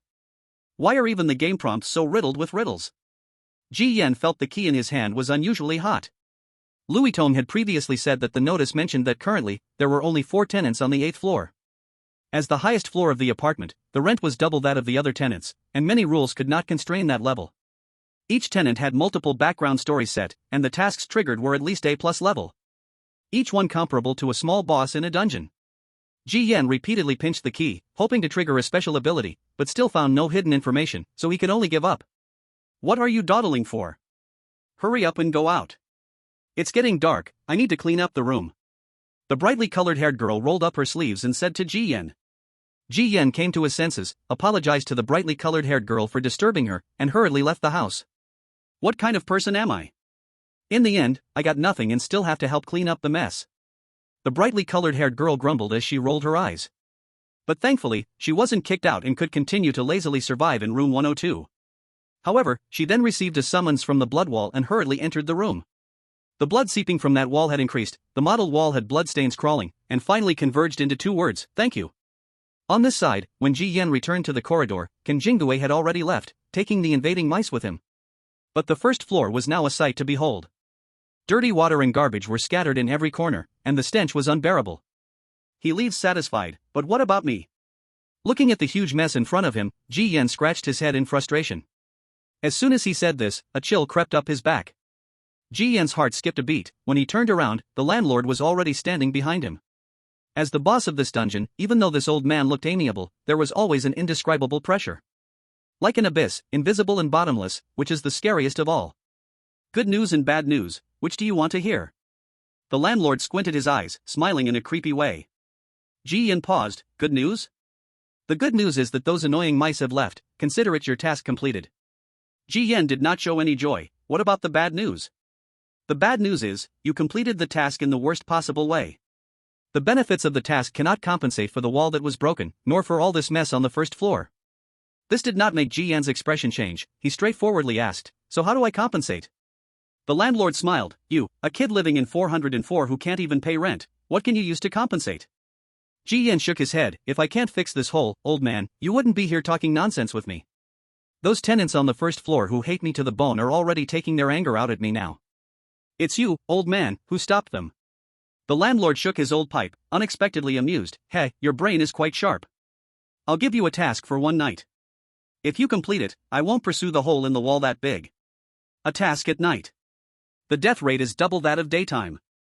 Ji Yan tried to find an excuse, but isn't it the rule that all tenants keep to a schedule at night? Why not switch it to daytime? You can't complete this task during the day. You boy have a night roaming permit, you can't deceive me. You have only two choices, the other is that I will hand you over to those tenants. What do you think, young man? Facing the landlord's kind face, Ji Yan smiled even more awkwardly than crying. Old man, do I really have a choice? The landlord patted Ji Yan's shoulder. Young man, I have high hopes for your abilities. We're all residents of the apartment. To maintain a good environment, we should all contribute, shouldn't we? Don't feel indebted. If you do the task well, I will personally give you a gift. The more amiable the landlord was, the more Ji Yan felt uncertain, so he bluntly asked, Old man, no beating around the bush, how many people have done this late-night job? So far, about 11. Are there any jobs available? The way you say that, young man? The landlord shook his head and smiled before continuing, not many. Ji Yan was exhausted, both mentally and physically. This grueling job just kept coming one after another. Was it that the heavens wanted to see if his fortune was strong, or was someone pulling strings behind the scenes? If he remembered correctly, today's initial task was just to deliver a fragrance pouch, and he could have wrapped up nicely, surviving another day without hassle. But just because he glanced at the hallway announcement, it turned into the current dire situation. It really suited that saying, don't pluck the bright flowers by the roadside. Be content, compared to the other unlucky ones, at least you're still alive. Ji Yan knew the landlord was referring to the other players who took on tasks and couldn't help but ask, what happened to them? Mission failure, they were all used to fill in the walls. Chapter 24, Grabbing the Little Braid, Grandma's Gift. So what is the task? Ji Yan asked in a low voice. You'll know at midnight tonight, go back and rest early. As for these messes, I'll handle them for you. Generally speaking, old man, I'm not interested in chatting with you this much. Whoever made the mess will be the one to clean it up. But seeing how smart you are and how quick your hands and feet are, I gave you this opportunity. The old man stroked his beard and slowly spoke. That guy named Long Yuan isn't very impressive, why didn't you look for him? Ji Yan deliberately mentioned Long Yuan. You can't compare with him, that guy has neither made mistakes nor owes rent. Ji Yan suddenly understood, got it, he has no little braids to grab. I've made a mess, and you're the one who gets caught red-handed. The landlord said, clear as day. Alright, go back, don't be a nuisance here. The landlord picked up his smoking pipe and stepped aside. Ji Yan didn't continue chatting. Talking too much with such a dungeon boss might trigger some life-threatening task. Watching Ji Yan go upstairs, the landlord shook off the ash from his cigarette and shouted towards the hallway, come out and work, hurry it up, it's almost dark. In the hallway, as the voice echoed, the walls on both sides began to squirm, revealing pairs of pure white eyeballs. As Ji Yan went upstairs, he confirmed that he had completed this announcement task, and the game prompt sound rang out. Ding! Congratulations, player, for completing the announcement task, helping the apartment solve the gutter rat plague, creating a good living environment. All residents' favorability towards you increases by 5%. Ding! Because the player completed the task incorrectly, the residents on the first floor collectively harbor 15% animosity towards you. Announcement task rewards, players' rent for room 404 is halved for the next 7 days, and you received a rare purple treasure chest. Congratulations, player, for collecting a piece of talent fragment. Talent upgrade progress is currently 1/3. Please keep up the effort and continue collecting. Still need 2 more fragments? Ji Yan pouted, he felt like he had been tricked. This was never clearly stated at the beginning, misleading him to think 1 would be enough for an upgrade. Did this system also learn the trick of cutting prices from where it was getting supplies? If he collected 3 fragments in total, wouldn't there be another progress bar to deal with? Ji Yan shook his head and looked at the fluctuating favorability, feeling even more speechless. He spent half a day doing volunteer work for the apartment, and not a single person said thank you, and he offended quite a few residents. Ji Yan really couldn't figure out, since his method of completing the task was wrong, what better way was there? If he didn't let the cunning spirit in, he would not resolve his obsession and would not leave on his own, forcibly driving him away wouldn't work. But upon seeing the task rewards, Ji Yan balanced things out to some extent. He didn't rush to open the treasure chest, instead, he returned to room 404 first to report back to his grandma about the task. Upon entering room 404, he received a notification. Congratulations, player. Because you reduced the rent of room 404 by half for 7 days, both mother and grandma think you are a thoughtful and grown-up child, and your favorability has increased by 20%. Ji Yan's eyes sparkled. In the living room, Louis Tong had returned early and was sitting at the dining table eating dinner. When she saw Ji Yin covered in dirt, she almost didn't recognize him, thinking he was the weird one that had barged in. After a closer look, she was stunned. You? Didn't you go deliver a sachet? How did it become like this? It's a long story, just consider me having fallen into a ditch. Ji Yin replied helplessly. By the way, it seems like there's quite a commotion downstairs. I heard someone say that some fool actually drilled through the apartment building, causing the entire first-floor hallway to be flooded with dirty water, making the strange residents on the first floor furious. I guess that poor guy must be in big trouble. How can one person cause such a huge mess? Ji Yin was too tired to explain, so he took off his shirt and headed to the bathroom. After cleaning the dirt off his body, Ji Yin knocked on Grandma's door and walked in. Grandma, I delivered the sachet. The landlord accepted it. On the bed, Grandma was wearing reading glasses, knitting a sweater, looking kind and gentle.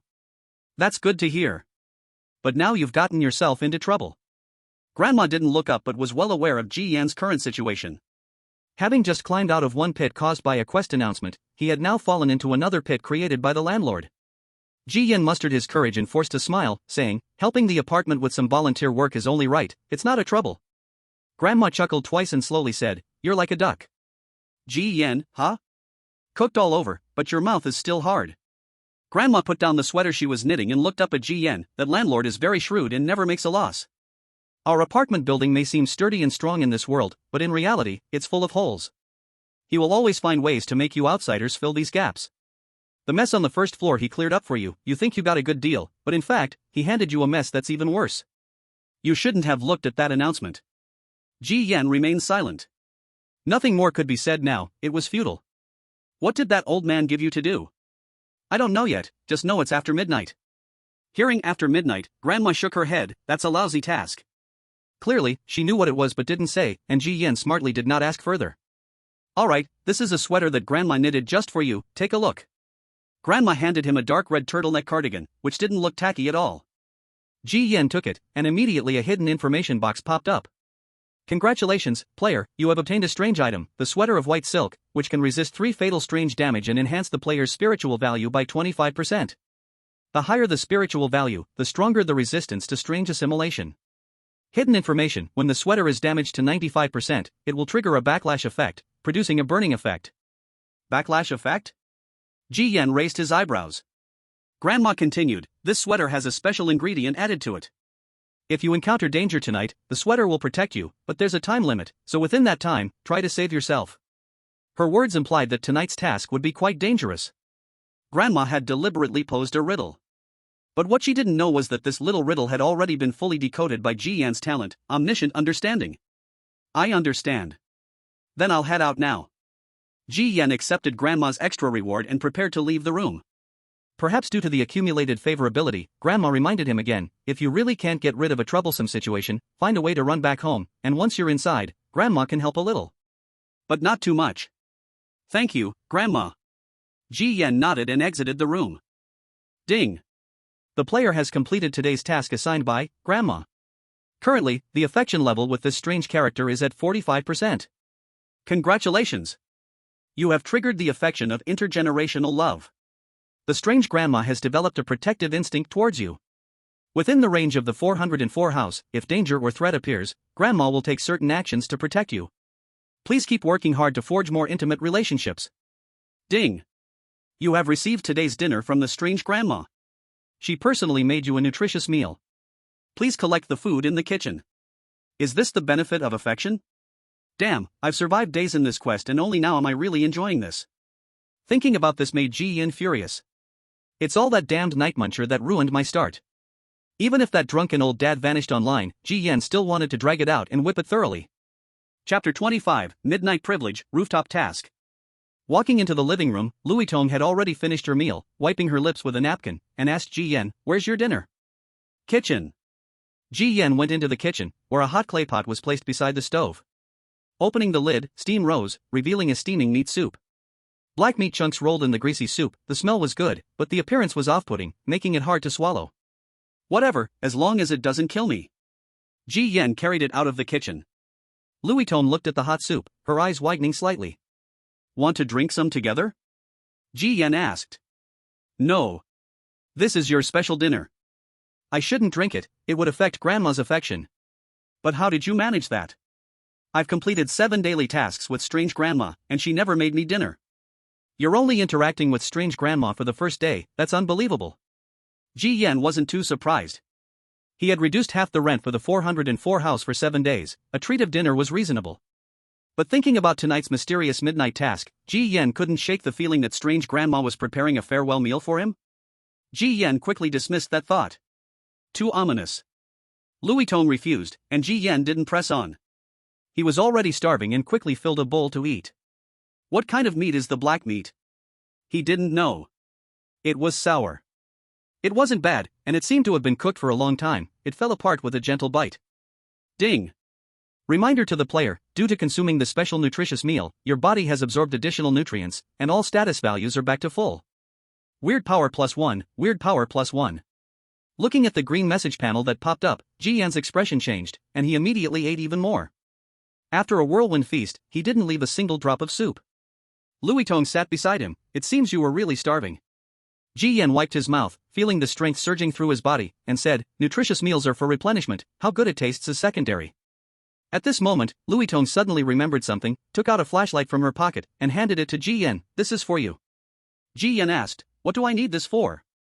Strange mother entrusted me to give it to you. Don't ask me, I don't know either. Clearly, you haven't interacted with strange mother at all, yet you got equipment rewards from her. This is the first time I've seen this. Louis Tong was amazed. At first, Ji Yan was the embodiment of bad luck, but it seemed that after strange father went offline, this bad luck turned into fortune? She just instructed me to tell you to hold it tonight.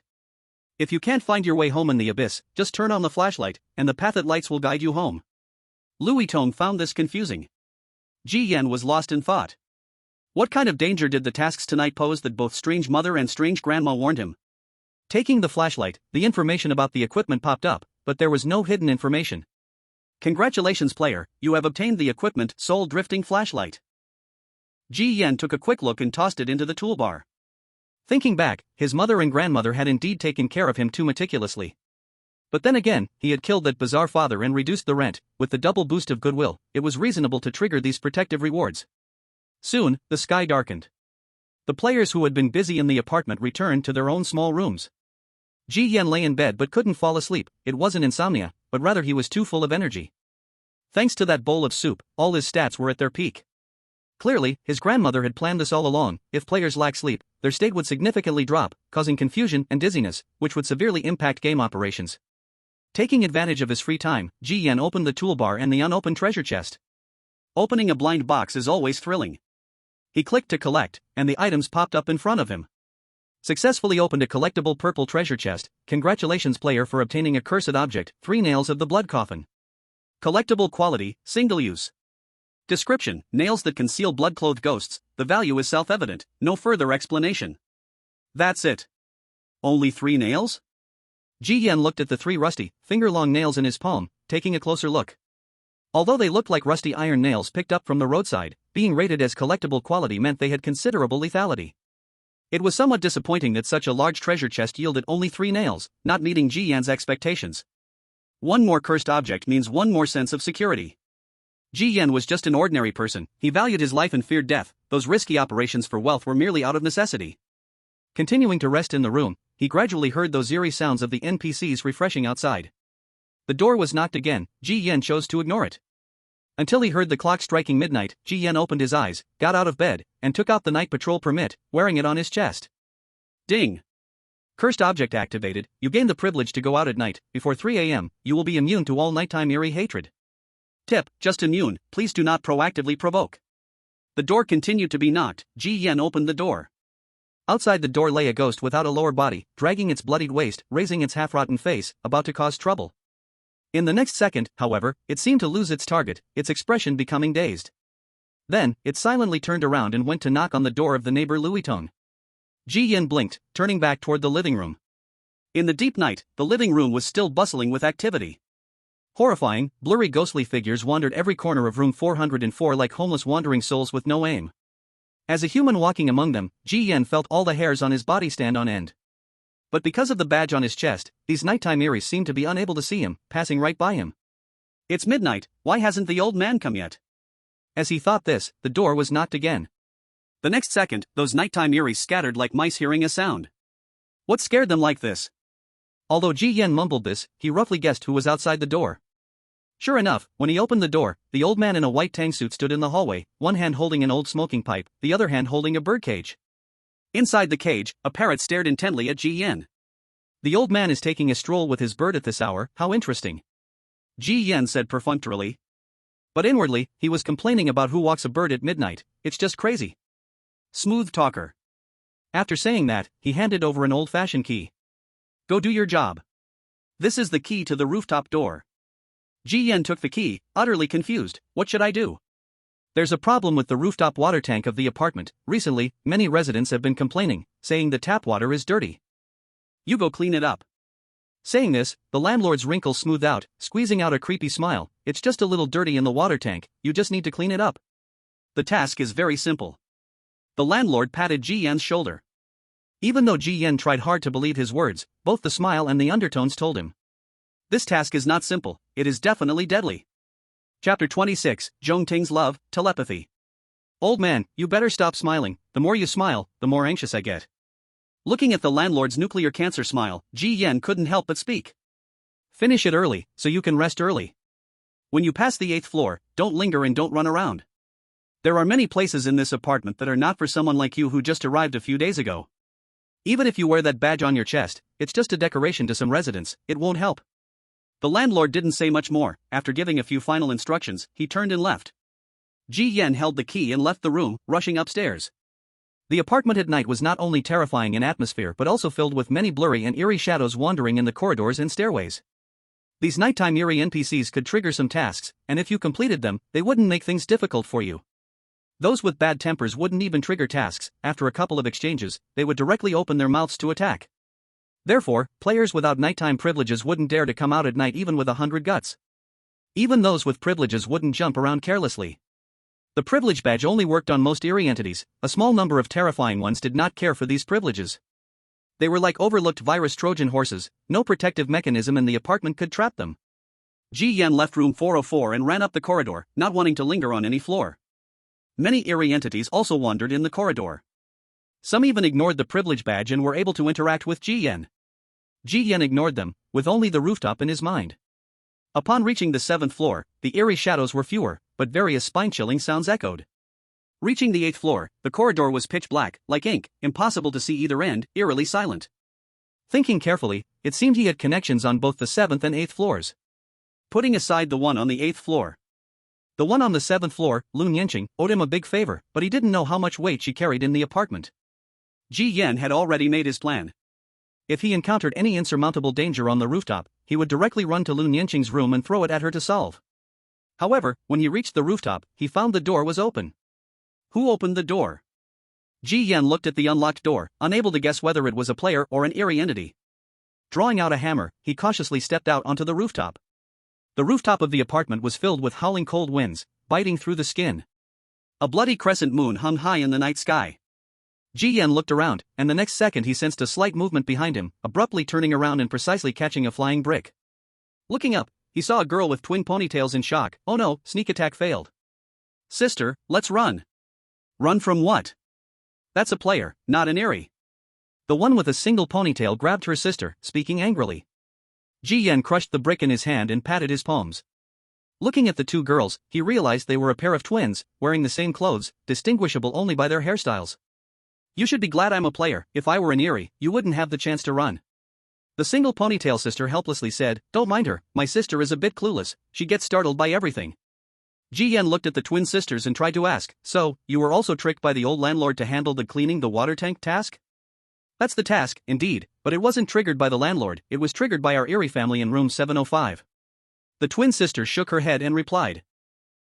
They are players and guests of room 705, and the eerie family is a ghost who died in the bathroom, pretending to be their brother. Because it drowned in the bathroom, it has been soaking all day in a bathtub full of water, like a fish, unable to leave the bathtub, unable to leave the water. But in recent days, because the water from the faucet has turned into thick black blood, the eerie brother has become increasingly irritable and has started to darken. The twin sisters, as players, want to continue living safely in 705, so they must solve the water quality problem. Through a task, they got the rooftop key from the landlord, but when they checked it during the day, they found no problem with the water tank, so they came back at midnight to check again, and then they encountered Ji Yan. Ji Yan was taken aback. They wore privilege badges on their chests and had a nighttime protection mechanism, which surprised Ji Yan a bit. These sisters looked a bit like game newbies, yet they also had privileges, and they were residents of the 7th floor. After checking the two's profile information, it turned out they had survived for 45 days. It seems they are indeed capable. One cannot judge by appearances. How is your task progress? What issues did you find?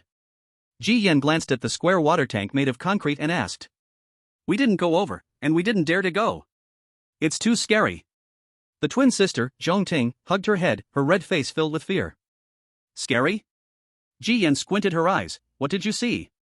Zhong Yi, the twin sister, covered her sister's mouth, clearly more alert than her sister, looking at Ji Yan with a wary gaze. She spoke up first. You said you were sent by the landlord. Do you have the rooftop key?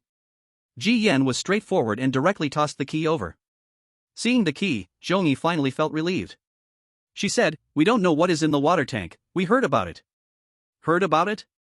Before her sister could respond, the younger sister quickly interjected, our talent is telepathy. In the instance, my sister and I can not only communicate telepathically but also hear the ghost's thoughts while executing tasks.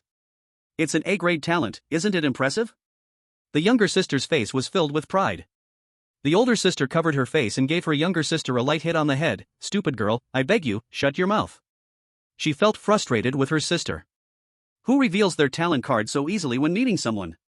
If it weren't for her protecting her, this foolish younger sister wouldn't survive a single day in such a cruel instance. Ji Yan, upon hearing this, was slightly surprised. Can hear the ghost's thoughts? This talent is quite useful. After surviving for so long in the instance, they finally heard a good talent. Ji Yan pondered for a moment. That means the reason for the dirty water in the tank is most likely caused by that ghost's doing. What did you hear that ghost say? It said it is cold inside, very stuffy, and hard to breathe. It is calling for help. Calling for help? So that ghost is trapped inside. Chapter 27, Playing Hide and Seek, Stepping into the 8th Floor. The younger sister covered her ears, and the voice of the ghost in the water tank sounded like piercing noise, hurting her eardrums, making her head want to split. The older sister also propped her head with one hand but seemed to be in less pain. Although my sister and I have the same talent, what she hears is much stronger than what I hear. Ji Yan looked at the water tank covered with a layer of moss and asked, what specifically did the ghost say? The younger sister covered her head and said, it said it's really cold inside, suffocating, and can't breathe. It's calling for help. Calling for help? So that ghost is trapped inside. Who threw it in? Ji Yan pondered for a moment. You stay here, I'll go push open the cement board of the water reservoir and see if it will come out. After saying that, Ji Yan stood up and walked toward the water reservoir. Perhaps it was because of the eerie grandmother's black meat soup, which added 100 points of eerie power. The heavy cement board, weighing several hundred pounds, was surprisingly pushed open by Ji Yan as easily as if it were a wooden board, with just a little force. The cement board opened a gap the length of 1.5 forearms. The next moment, a strong, foul odor and black smoke poured out of the reservoir. Ji Yan stared at the pitch-black interior of the reservoir. He vaguely saw a pair of ghostly white eyes, staring straight at him. The next moment, a greenish-black, swollen and bubbling hand reached out and grabbed the edge. Don't panic, I'm here to rescue you. Seeing that the creature didn't attack him immediately, Ji Yan tried to communicate. As long as he could bring this eerie thing out, the water contamination problem in the reservoir should be solved. However, as soon as Ji Yan spoke, those ghostly white eyes became filled with a chilling malice. Get lost. The next moment, that pitch-black hand lunged toward Ji Yan's neck. Having been prepared, Ji Yan hammered the hand with a spike hammer before it could reach him. With a strong shake, a piece of rotten flesh was torn off. The creature inside quickly pulled its hand back. What the hell, it keeps asking for help but won't let anyone save it. Ji Yan looked at the piece of rotten flesh and frowned, complaining. Sister Zhong Yi spoke from behind, that creature only allows its father to save it. No one else can do it. Younger sister Zhong Ting added, it says this is a game of hide and seek. As long as dad hasn't found it, the game isn't over and it hasn't lost. Hide and seek? Which room does it belong to? The two sisters shook their heads. It's already good enough to hear this information, it's been howling like a ghost. Ji Yan's eyes flickered as he suddenly thought of something and picked up the piece of rotten flesh. Then, all-knowing and all-understanding was triggered, and a hidden message popped up before his eyes. That day, Dad played hide and seek with me. He said that as long as he hasn't found me, the game can't end. Then, I listened to him, ran out of room 804, and hid in the water reservoir on the rooftop. It's so cold, so stuffy.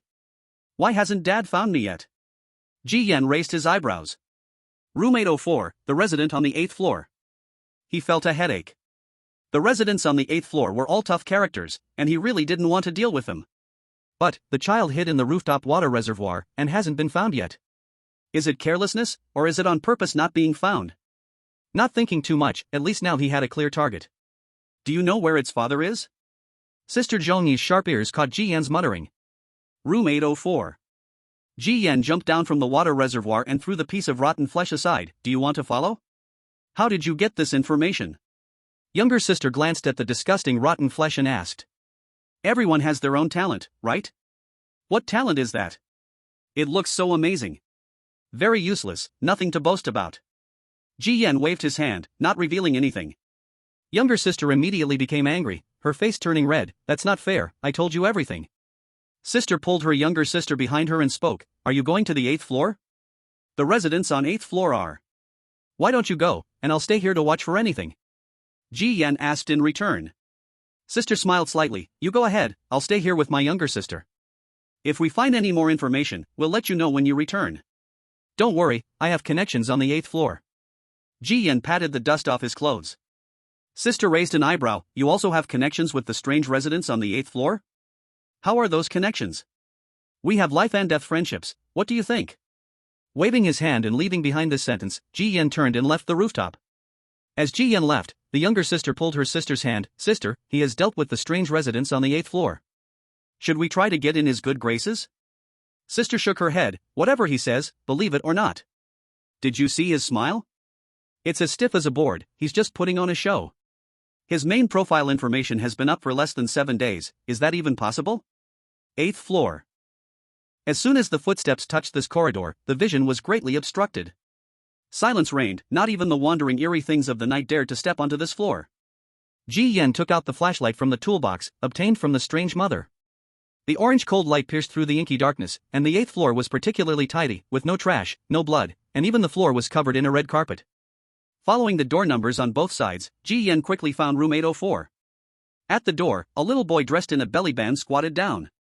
He played with a dead little bird, looked up at Ji Yan coming with the flashlight, raised the dead bird, and asked with a grin, Brother, this one is dead, what fun things do you have in your hand?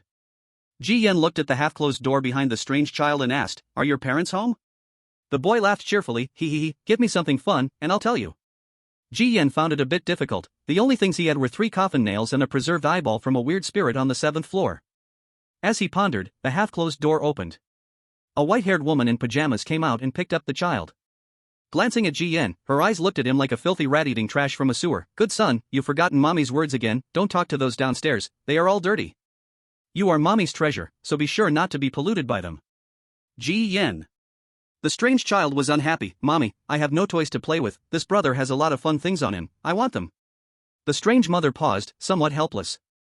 Ji Yan seized the opportunity to speak. Sister, I'm looking for you. The strange mother interrupted and slightly leaned down, revealing a large area of pale skin at the v-neck. Call me sister, you have quite a sweet mouth. Where do you live? Ji Yan could only answer first, 4th floor.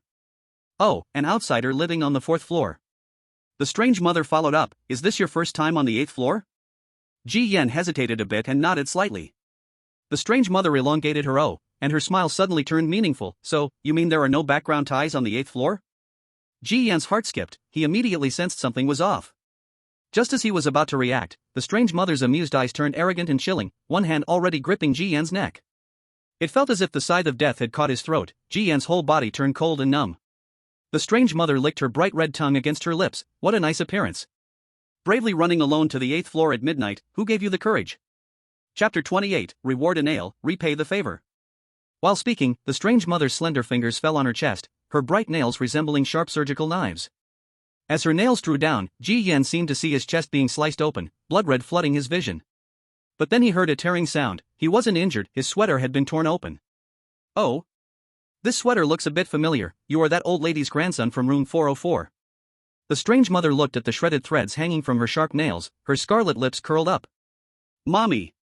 Hurry up and catch him, turn him into a toy, I want a new toy. The strange child was unusually excited. Ji Yan tore off the privilege badge from his chest. This is from the landlord. Before he finished speaking, the privilege badge was snatched away and crushed into pieces. The strange mother smirked mockingly. This thing is useful for those residents downstairs, but for... In the air, it waved like a bloody blade unsheathing. This was hand-knit for me by my grandmother. If she knew it was ruined, she would probably ask my sister for an explanation. That old woman can't scare me. You let her stand on this floor and see if she dares to say anything? What I mean is, can I exchange this treasure for a life? Ji Yan took out the so-called treasure from the toolbox and handed it to the other person, his eyes filled with the desire to survive. Let me see? That outstretched hand opened, revealing a long rusty nail in the palm. Before the other person could be confused, the nail was suddenly shot out. Ji Yan put all his strength into it, and under the aid of mysterious power, it pierced the other person's throat, sinking in half an inch. Like it was activated, the coffin nail released a black mist, scorching like it was burned red, sizzling and searing through flesh and blood. The strange mother let out a shrill scream. Ji Yan turned and ran. The other person had no intention of letting him go, so he wouldn't hold back either. The strange child was frightened, the doll cried loudly. The strange mother couldn't stop the thick black blood flowing from her neck. Her nails pinched the coffin nail and yanked it out violently. Shut up, if you cry again, I'll break your mouth. Go back to your room. The strange mother twisted her grotesque face and glared at the strange child, who was so frightened that he stopped crying and fearfully crawled back inside. Stinky rat, dare to play tricks on me? Can you escape? The strange mother crushed the coffin nail in her hand, her hair rapidly growing, turning as white as snow, and her face completely lost all semblance of humanity, as she rushed out at a terrifying speed. On the other side, Ji Yan turned on his mother's flashlight and quickly ran downstairs. He heard the frantic screams from the hallway and didn't dare to slow down. Running down 7 flights, Ji Yan without a hint of hesitation, dashed toward the end of the corridor. Bang, bang, bang. The door of room 702 was knocked loudly. Ji Yan shouted, "Mr. Liu, open the door quickly." The door opened a crack. Lu Nianqing showed half his face. I have a bad feeling, you knocking on my door late at night is probably not good news. Ji Yan was gasping for breath. Let me in first. Help, a guest wants to kill me. You don't know, so many guests die each month, most of them died wandering at night, right? You don't sleep at night, you like to seek excitement? Though he said this, Lu Nianqing still opened the door. Who did you mess with? I'll help you this once, after this, we're even. After shutting the door, Lu Nianqing turned to look at the disheveled Ji Yan. Ji Yan listened to the noises outside, considered for a moment, and then spoke slowly, the guest upstairs. Upon hearing the 8th floor, Lu Nianqing's face darkened. You said before that you wouldn't help anyone except the landlord. Lu Nianqing's lips twitched, and he finally had to grit his teeth and ask, who did you mess with? Upon my conscience, I was just passing by, and that brat's mother wanted to kill me, I was just as confused. Ji Yan tried to portray himself as innocent as possible. The family of 3 from 804? That family has a terrible temper. Lu Nianqing squinted, that woman wouldn't suddenly want to kill you for no reason, you must have done something. Just as he finished speaking, the door behind him suddenly decayed visibly. Lu, hand over that brat. I have no intention of causing you trouble. Lu Nianqing paused for a moment and said lightly, I don't understand what you're saying. Tell your child not to play marbles upstairs, they're making too much noise at night. A moment of silence outside, then the strange mother's dark voice came in, what? You want to protect that little rat? You, a poor widower who can barely pay rent and go hungry, still has the heart to stand up for someone else? That brat opened a hole in my neck, you can't protect him. Crack, crack. Through the decaying door crack, a large amount of white hair crept in, spreading around the floor, about to break through the door. Lu Nianqing rubbed his forehead, feeling quite helpless. He asked Ji Yan, do you have the machete? I do. Let me borrow it for a moment. Without wasting words, Ji Yan took out the machete and handed it to him. Holding the machete, Lu Nianqing turned and directly stabbed a spot on the door. Weird sounds came from outside the door. Immediately, the white-haired figures that had barged in retreated swiftly like startled birds. As the machete was pulled back, a few drops of black blood clung to the blade. Lu Nianqing threw it back to Ji Yan and said to the door, stop yelling like a shrew outside. There's no one in my room. If the neighbors see, rumors will reach your sensitive husband's ears, and he'll think I've been unfaithful. The eerie mother's voice outside was nearly gritted teeth. Lu Nianqing, if you insist on meddling, then take your time and play. I can't deal with you, but when my hot-tempered husband arrives, let's see if you can still act tough. The noise outside gradually faded away. The decaying door suddenly restored its original appearance in the blink of an eye. Lu Nianqing shook his head and turned to pour himself a glass of water at the table. Ji Yan did not expect Lu Nianqing would seriously confront the resident on the 8th floor, directly driving them back. This favor still held some weight. Mr. Liu, thank you. Lu Nianqing replied calmly, now you and I are even. How did you provoke that white-haired lady to go so crazy? I have no interest in asking about it. You should go now, I need to rest. I'd like to have a drink of water before I leave. Ji Yan still wanted to linger, who knows if she might be lurking outside. Lun Yinqing shook his head, that's not possible. You can't stay even for a moment, hurry and go. Why the rush? Lun Yinqing no longer pretended, come on, if you stay any longer, that lady's husband will arrive soon. I can't stop that madman with this door. I've returned the favor to you, whether you live or die has nothing to do with me, so hurry and get out. Chapter 29, The Fake and the Killing Silence. In 1 second, Ji Yan was still praising Lun Yinqing's kindness, and in the next, he was ruthlessly kicked out of the apartment. That woman's husband is an unreasonable brute. The machete is yours, so the stab I made counts as yours too. If you want to live, run back to 404. Maybe your 2 family members can still save you, but that's probably doubtful. It's not dawn yet, the landlord won't care about this matter. Just pray for your own luck. The door slammed shut, leaving Lun Yinqing's few words to drift away in the wind. Ji Yan patted the flashlight in his hand, the light flickered erratically. The machete that had injured the eerie mother had a few drops of blood on the tip, stuck like glue and impossible to shake off. Moreover, it emitted a strong, fishy smell. Because he held the machete, the talent information panel activated, and several lines of bloody text appeared. The lingering smell of blood will attract that eerie mother's husband in 10 minutes, he is a dead-eye eerie, blind yet incredibly ferocious, and has an exceptionally keen sense of smell. The way home is not a road to salvation, only by going up a level can there be a chance of survival. So, how will you save yourself? Ji Yan wondered if it was because he completed a shard of talent. All-knowing and all-seeing has now simplified a lot. And the hidden information obtained leads Ji Yan on how to survive. The ability suggests that running back to 404 Ziri family won't save me. Putting aside the goodwill of grandma and mother, whether they are willing to risk their lives for me, dealing with the eerie from the 4th floor against the from the 8th floor would be tough enough.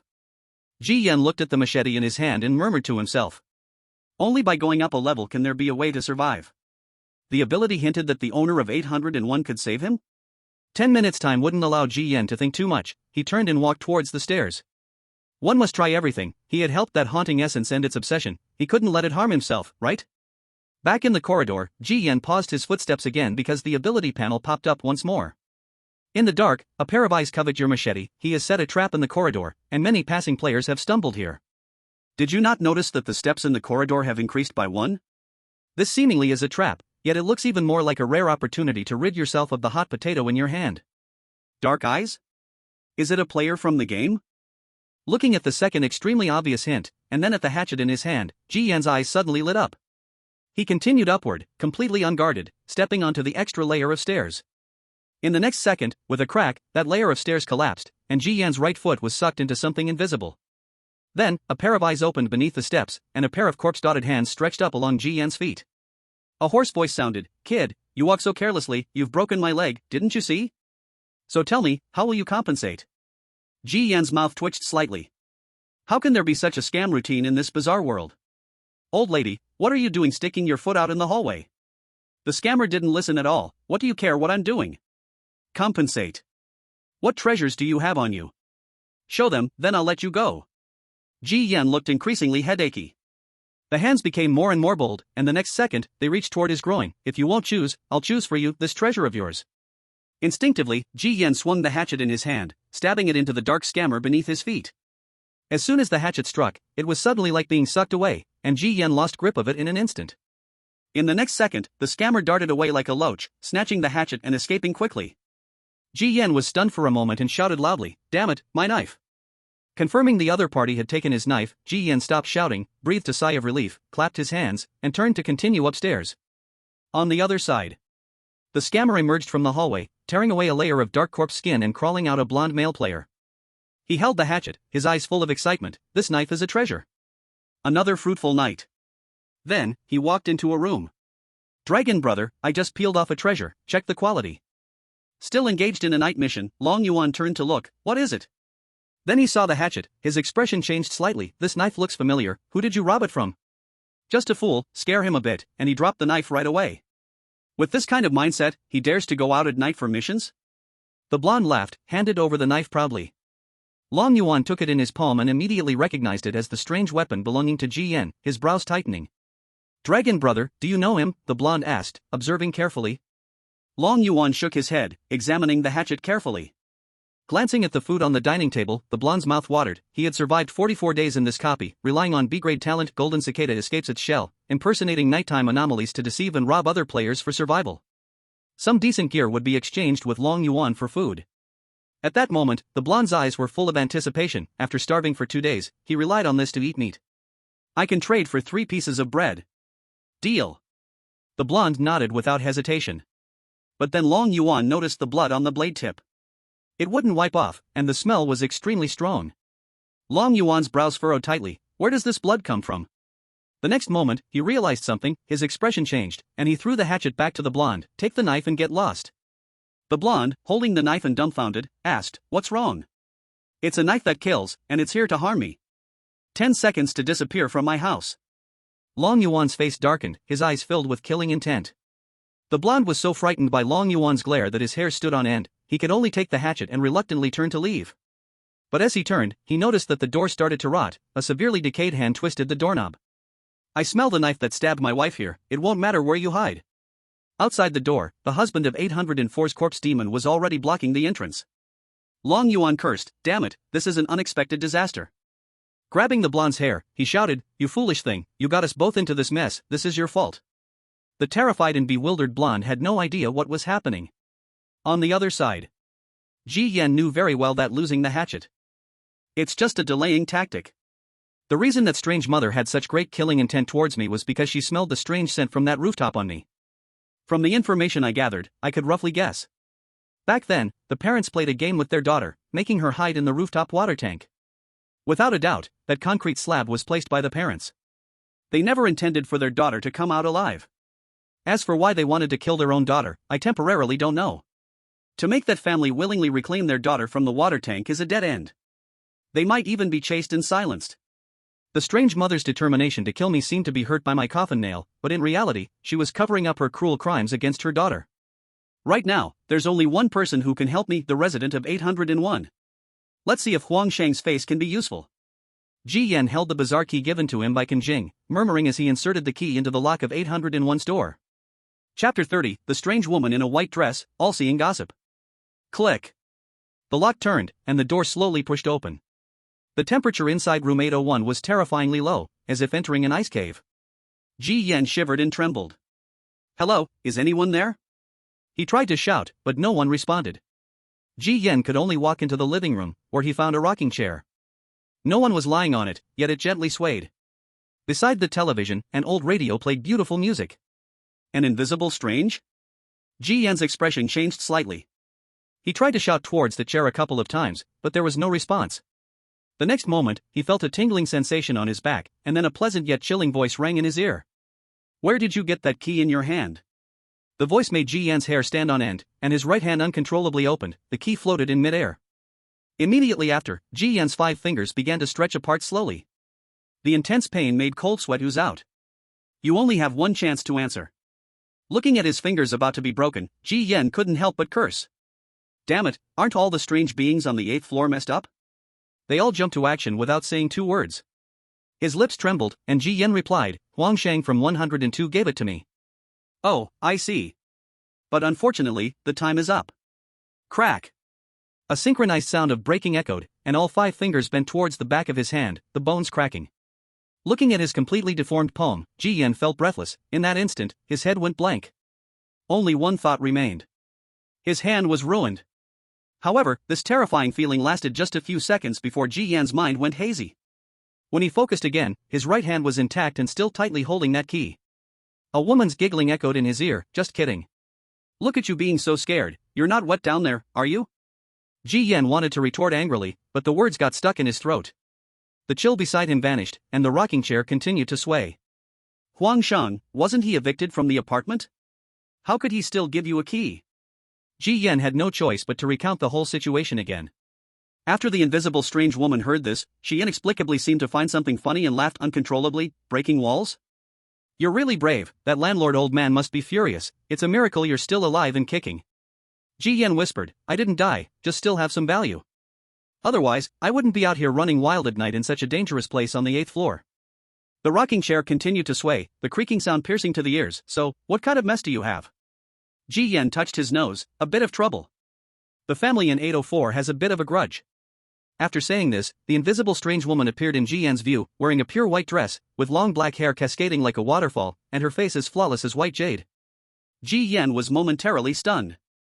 The appearance of this resident of 801 was not inferior to that of the strange being on the first floor, but her complexion was a bit too pale. 804? That family is very fierce. Especially that old lady, like a shrew. Huang Shang's little kindness was just that I borrowed a bit when I couldn't pay rent before. Later, when I returned it, that guy even added interest. That's not even a favor. That key was just something I pawned to him, I simply forgot to take it back. The girl in the white dress slightly raised her eyes and said clearly. When Ji Yan heard this, his hope dimmed significantly. Damn, this kindness really is cheap. How can that Huang Sheng dare to say he helped me? However, I had a pretty good relationship with her daughter before. I actually liked that girl quite a bit. It's a pity she ended up with such a pathetic father, bricked up inside the wall, unable to go anywhere. Huang Sheng thinks leaving his daughter in the apartment is protecting her. Little does he know, the self-satisfying greatness is actually tormenting his daughter. Ji Yan listened, remaining silent. Back then, at that wall, he could indeed feel how painful it was for the one bricked up inside. Recalling the blood seeping from the wall when they were chiseling it, he had boldly guessed. Could the whole bloody apartment have been built with that eerie blood and flesh?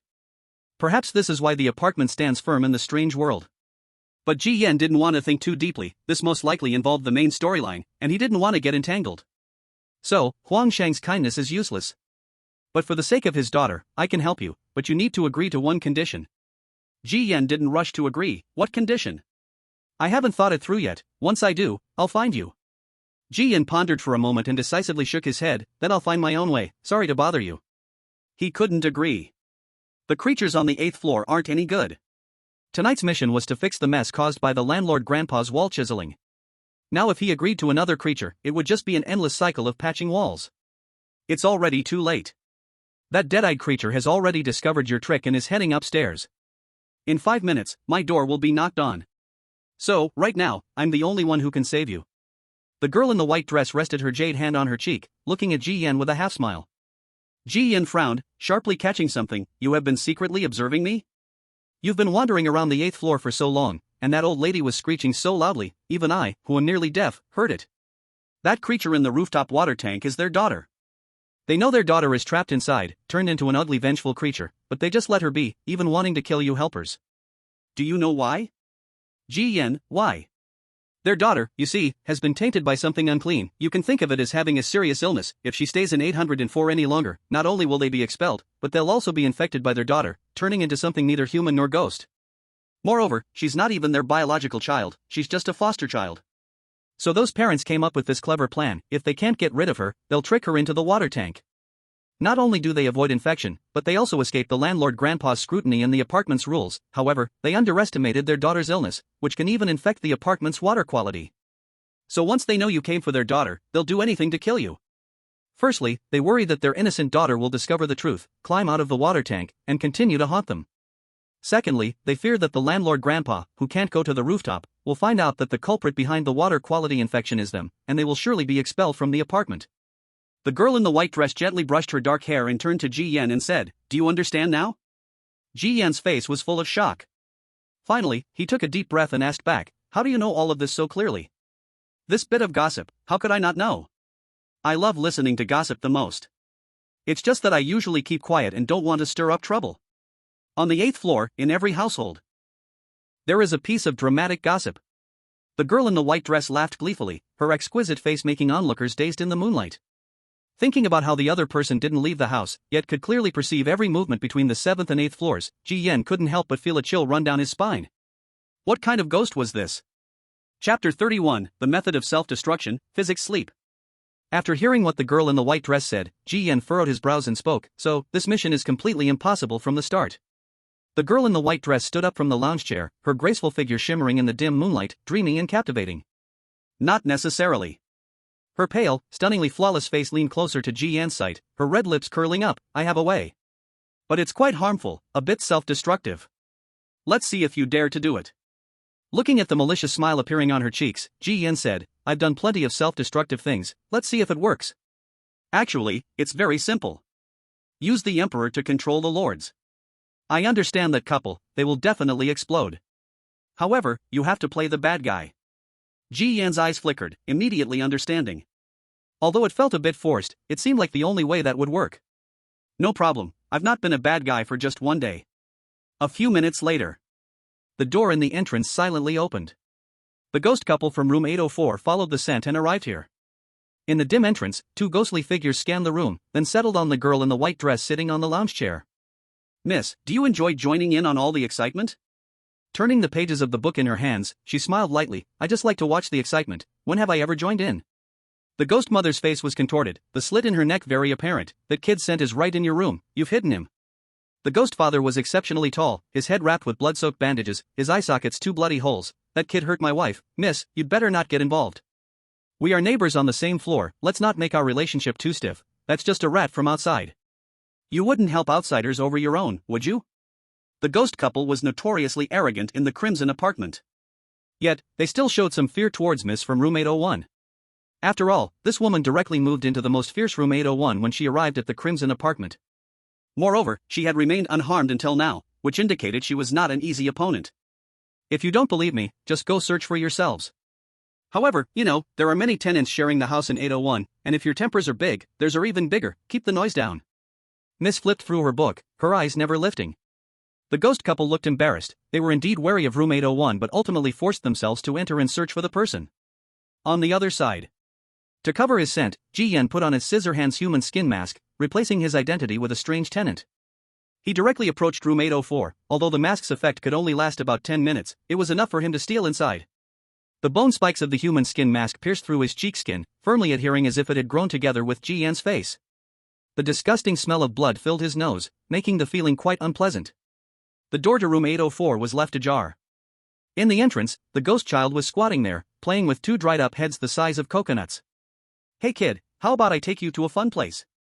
Ji Yan stared at that torn bloodied face, trying his best to speak kindly.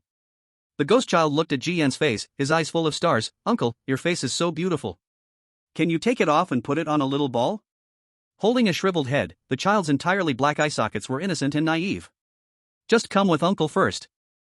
Don't say, the strange child, besides looking creepy, is actually quite cute. Indeed, the cuteness of childhood knows no boundaries between species. But in the next second, Ji Yan denied this thought. The eerie child held Ji Yan's hand tightly and grinned with a terrifying smile. I don't want to go. Dad said not to trust anything a stranger says. When I cry, Dad comes right away, and when he comes, he'll help me take off your face. Whatever I want, he will give me. He loves me the most. Saying this, the strange child opened his mouth and was about to bawl. Don't cry. Uncle will give you this treasure. You'll definitely like it. What is it? The eerie child thought he had frightened Ji Yan, but the next second Ji Yan took out a hammer and swung it down at the strange child's head with all his strength. With one swing, the strange child didn't faint, instead, he hugged his head and cried even louder. Ji Yan swung again, like to cry? Annoying little brat. With cracks spreading across the head, after 2 hits, the strange child fell into a deep sleep, and a game panel popped up. Player uses a strange object to deal damage to the strange child, losing 75 life points. Strange object, hammer, enhances toughness by 20 points. Ji Yan put away the hammer, he couldn't hit anymore. If the strange child died, the plan would collapse. Ji Yan grabbed the strange child and ran towards the corridor. But because the strange child was still crying out loud, the strange couple in room 804 immediately sensed something. Having searched for Ji Yan without success, they quickly realized what was happening. They glared furiously at Miss Bai, their terrifying presence seemingly ready to tear her apart. Bitch. Are you playing us both together with that stinky rat? Miss Bai continued to elegantly flip through her book, immersed in her thoughts, casually said, I'm reading at my own home while you barged in and searched my house. You can't find anyone and still blame me. I should be the one getting angry, isn't it? Miss Bai closed her book and looked at the strange couple, her tear mole eyes shining with a cold light. The strange couple gritted their teeth, yet they did not dare to explode, they could only leave quickly to find their baby son. On the rooftop. By the water tank, the twin sisters looked at the finally returning Ji Yan and hurriedly asked, how did it go? Did that strange couple come? Ji Yan shook his head, the parents didn't come, I brought their child. He was holding the fainted strange child in his hand. The younger sister asked blankly, why did you bring their child up? But the older sister's expression changed, are you crazy? This will make them go dark. That's a resident of the 8th floor. This is the most direct and effective way to bring them up. Ji Yan went to push open the cement lid of the water tank. In the pitch darkness inside, a pair of ghostly white eyes opened, filled with intense resentment. You dare to come? Clearly, Ji Yan's previous hammer hit was still remembered by her. Don't be angry. I brought a family member up here, let's see who it is. Saying this, Ji Yan threw the strange child into the water tank and directly covered it with the cement lid. Jumping down, he clapped his hands and turned to the stunned twin sisters and said, "Alright, the mission is complete." The sister was dumbfounded. "Wait, you knocked out their brother and just tossed him in to complete the mission?" Ji Yan looked at the time and said, "Don't rush, just wait." Wait for what?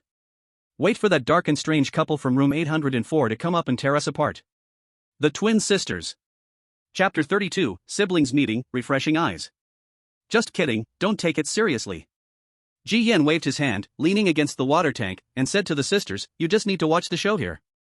Sister Zhangyi couldn't help but ask, "You smashed that strange child's forehead?" "Yes. The nighttime apartment rules are ineffective. What do we have to block two dark and strange residents from the 8th floor? Ji Yan smiled but did not reply. "You're really a madman. Sister, let's go." Sister Zhangyi pulled Zhongning to turn around and leave, but when she turned her head, their fair faces changed dramatically. Their talents were triggered, and they heard frantic howls in the corridor. That darkened couple has already gone upstairs. It's over. Sister Zhongyi's face was pale. The younger sister also heard it, gripping her sister's wrist in fear. "Sister, they are so fierce." Almost as soon as she finished speaking, the stainless steel door in the distance burst open, a thick eerie atmosphere spreading out, and the darkened couple emerged with blood-red eyes from the rooftop. The stainless steel door quickly oxidized, covered in rust, and the plastered walls cracked and weathered swiftly. "You dead rat, did you capture our child? Don't worry, that woman in 801 can't save you either. Hand over our child, and we can make your death a bit easier."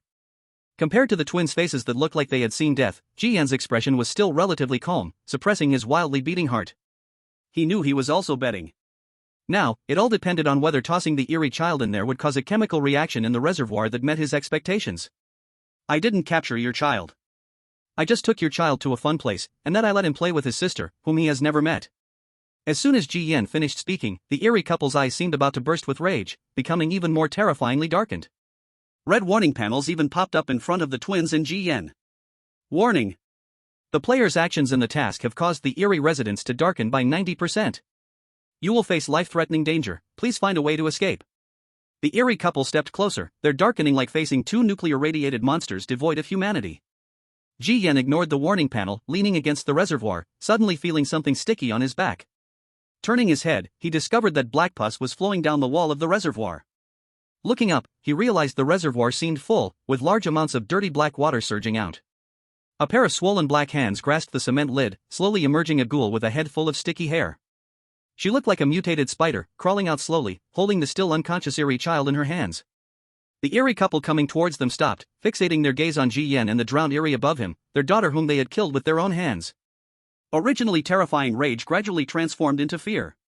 Ji Yan didn't dare move at all, letting the puddles of pus fall onto his head. His heart had never raced this fast before. Because the eerie above him was the most spine-chilling feeling he had experienced since entering this instance. "Daddy, Mommy, are you coming up?"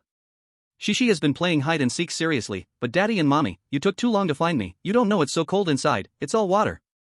Shishi huddled in the corner, waiting and waiting. I was both happy and scared. Happy because when you find me, you will surely praise me for hiding so well, scared because I was afraid you would forget to come look for me. A hand rested on his shoulder, the hand felt as if it were covered in burning hot tar, the black gooey liquid steaming up. Ji Yan held his breath. His body tensed unconsciously. "But, this brother told me, this is my little brother." "I don't believe it, but I smell your scent on this little brother, every corner is filled with your scent." "But why, I didn't know there was this little brother. Where did he come from?" As the eerie daughter's voice trailed off, it turned into a hysterical roar. The sticky liquid on her body steamed, causing Ji Yan's eardrums to ache. The eerie parents looked at their daughter's terrifying eyes, momentarily not knowing how to respond. The scene they feared the most ultimately appeared. They focused their gaze on Ji Yan, the root cause of it all. "I will tear you apart, you damned rat." The mother ghoul was completely broken and leaped towards Ji Yan without regard. But in an instant, she was caught by the eerie daughter with one hand, pressed onto the floor. The floor quickly caved in like mud, the eerie daughter's dark face leaned in. "Mommy, why are you angry? Is it because this brother is right? Is this really my little brother? You abandoned me, giving all your love to the newborn brother, right? What did I do wrong? Why did you trick me into playing hide and seek? Why did you make me hide in that cold, dark box? The strange daughter's hands gently touched the strange mother's face, repeatedly murmuring, repeatedly asking. The strange mother no longer hid, screaming hysterically, "Damn bastard, let go of my son. Why do you deserve our love? Because of that ominous curse on you, which turned us into something neither human nor ghost, almost getting us kicked out of the apartment. Do you think we picked you up from the outside for no reason? It was for the rent, to meet the 3-person family requirement for 804. You are just a cheap substitute for my son. If we had known about your curse, we should have thrown you into the stinky ditch from the start, left for those rats to gnaw you clean." The strange mother vented, her words filled with disgust, murderous intent, and curses. The strange daughter listened, but gradually became calm. Her small black hands gently caressed her mother's cheek. "How could that be? Mom, you're just angry. You used to love me the most. Your love is only for me. Everything you have is mine." She spoke, her gentle fingers piercing into the eye socket, crushing the eyeball. Her hands, like red-hot irons, melted the skin, tearing open the skull. With a light twist, the head split open like a grapefruit under the strange mother's blood-curdling scream. The scream suddenly stopped.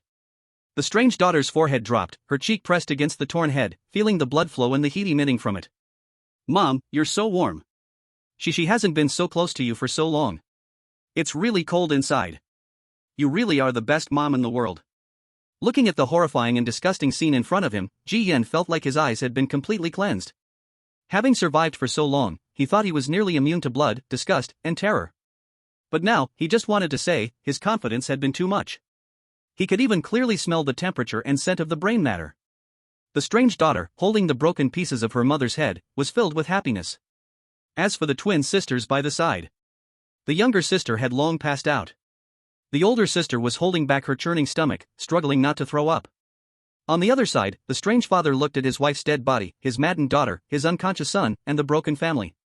He did not go mad. Instead, cold sweat soaked through him, and he turned around like a mad bull, rushing through the hallway without caring for anything. Chapter 33, The So-Called Rent, Building Materials. The strange father rushed into the hallway and disappeared in the blink of an eye. Ji Yan turned his head and saw that only the torn body of the strange mother was left on the floor, and the strange daughter was nowhere to be seen. What kind of strange daughter is this, so fierce? Ji Yan felt a chill run down his back. For a moment earlier, he felt like his head had been split open. Sister Zhong-yi, holding her unconscious younger sister, had also lost much color in her face. "Is this your solution?" Her eyes were filled with disbelief. This was insane. They were practically throwing their lives away.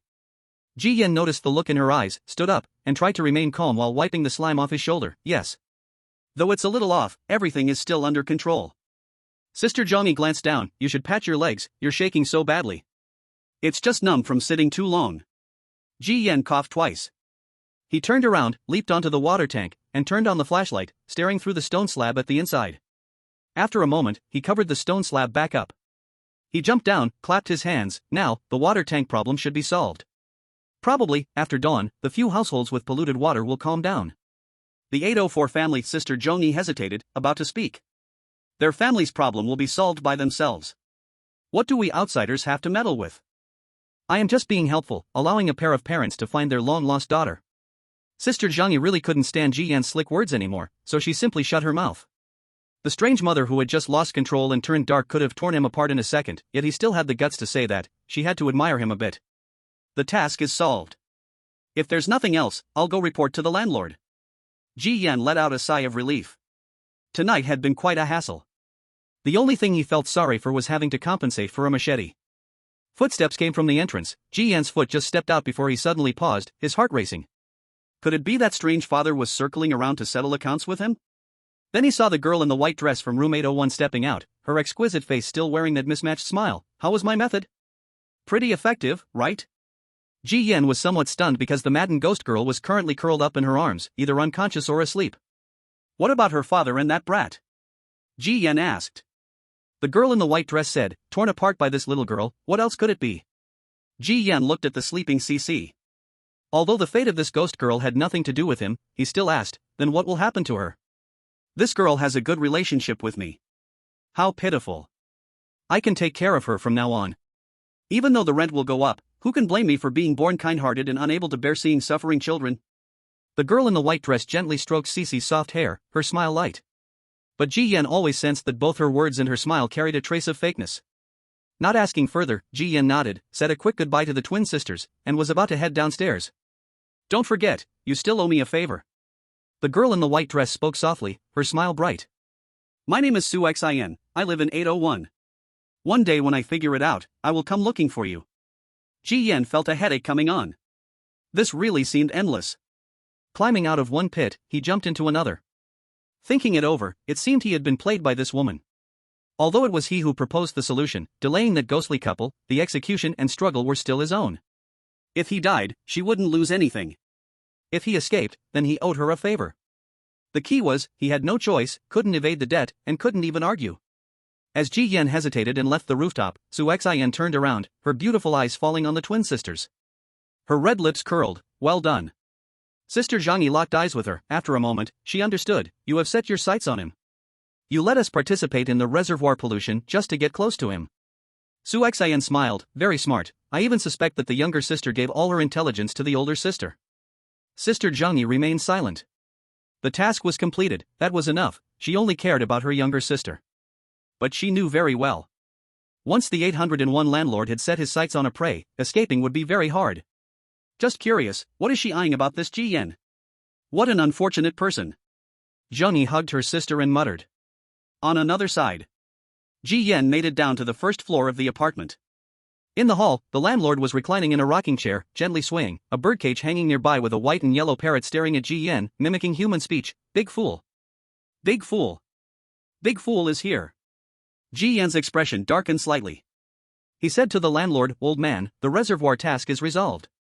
The landlord kept his eyes closed, lightly waving the old fan in his hand. I told you I didn't mistake the person. You, kid, worked diligently and efficiently. Whether it's the gutter outside the apartment or the reservoir on the rooftop, your cleaning efficiency exceeded my expectations. Ji Yan forced a smile. He thought, isn't it time to award me a cleaning model prize?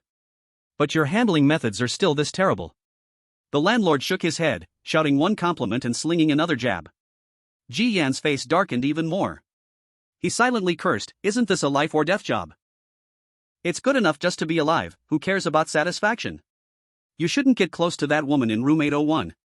That woman is trouble, once you get involved, it's hard to shake off. The landlord shook his legs, speaking slowly.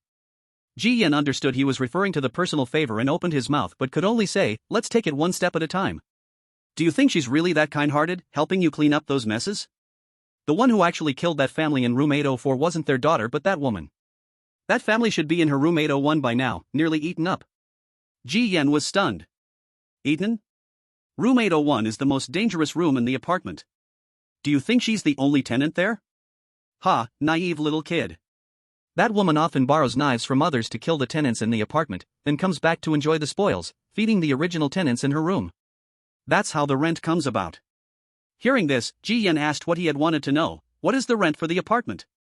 All the strange tenants in the Scarlet apartment, to avoid being driven away, tried their best to pay the rent. But for Ji Yan, as a player, this rent had always been a huge question mark. The landlord was silent for a moment before slowly speaking, when you drilled the walls, didn't you see the blood seeping from them? I saw it. That's the rent. Ji Yan was even more confused. The old landlord opened his eyes, his murky gaze glancing at Ji Yan. Paying rent is to keep this apartment standing in this world. And their flesh and blood is the best material for the walls. Tenants who want to live inside must pay rent. The more tenants there are, the stronger the apartment becomes, it's a cycle. Chapter 34, Strange Targeting, Grandma Appears. Ji Yan thought of the amulet his grandma had given him earlier. How could that be considered rent? That amulet was purely important to me, so I had that old lady sew it up to count as 3 days' rent.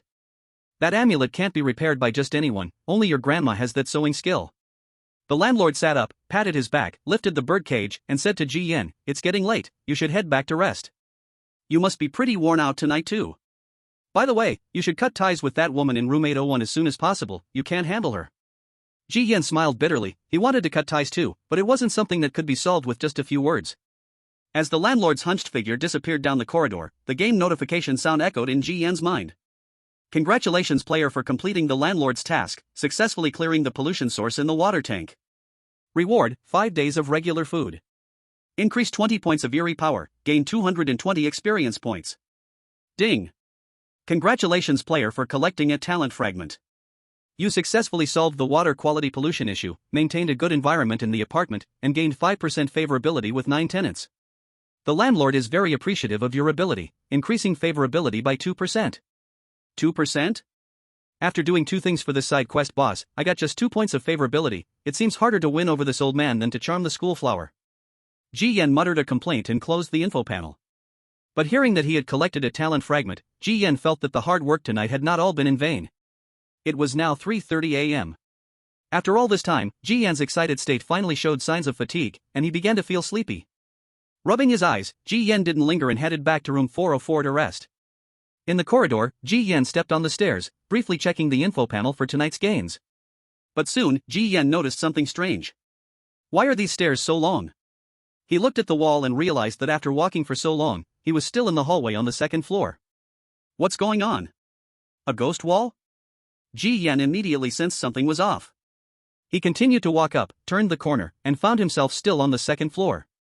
Realizing something strange was playing tricks on him, Ji Yan helplessly called out in the hallway, "Which brother is it? I'm just trying to go upstairs, I haven't provoked you, right?" No response. Ji Yan's expression turned cold. "Take out the 2nd coffin nail, there's a limit to bullying. My politeness doesn't mean I'm a soft persimmon." At that moment, a glass bottle rolled down from above in the hallway, tumbling down the stairs, and finally shattered at Ji Yan's feet, spilling wine onto the floor. A fat man in a short shirt, with greasy hair and an extremely messy appearance, squatted above, chewing on a chicken leg, mumbling to Ji Yan, "You broke my delivery wine.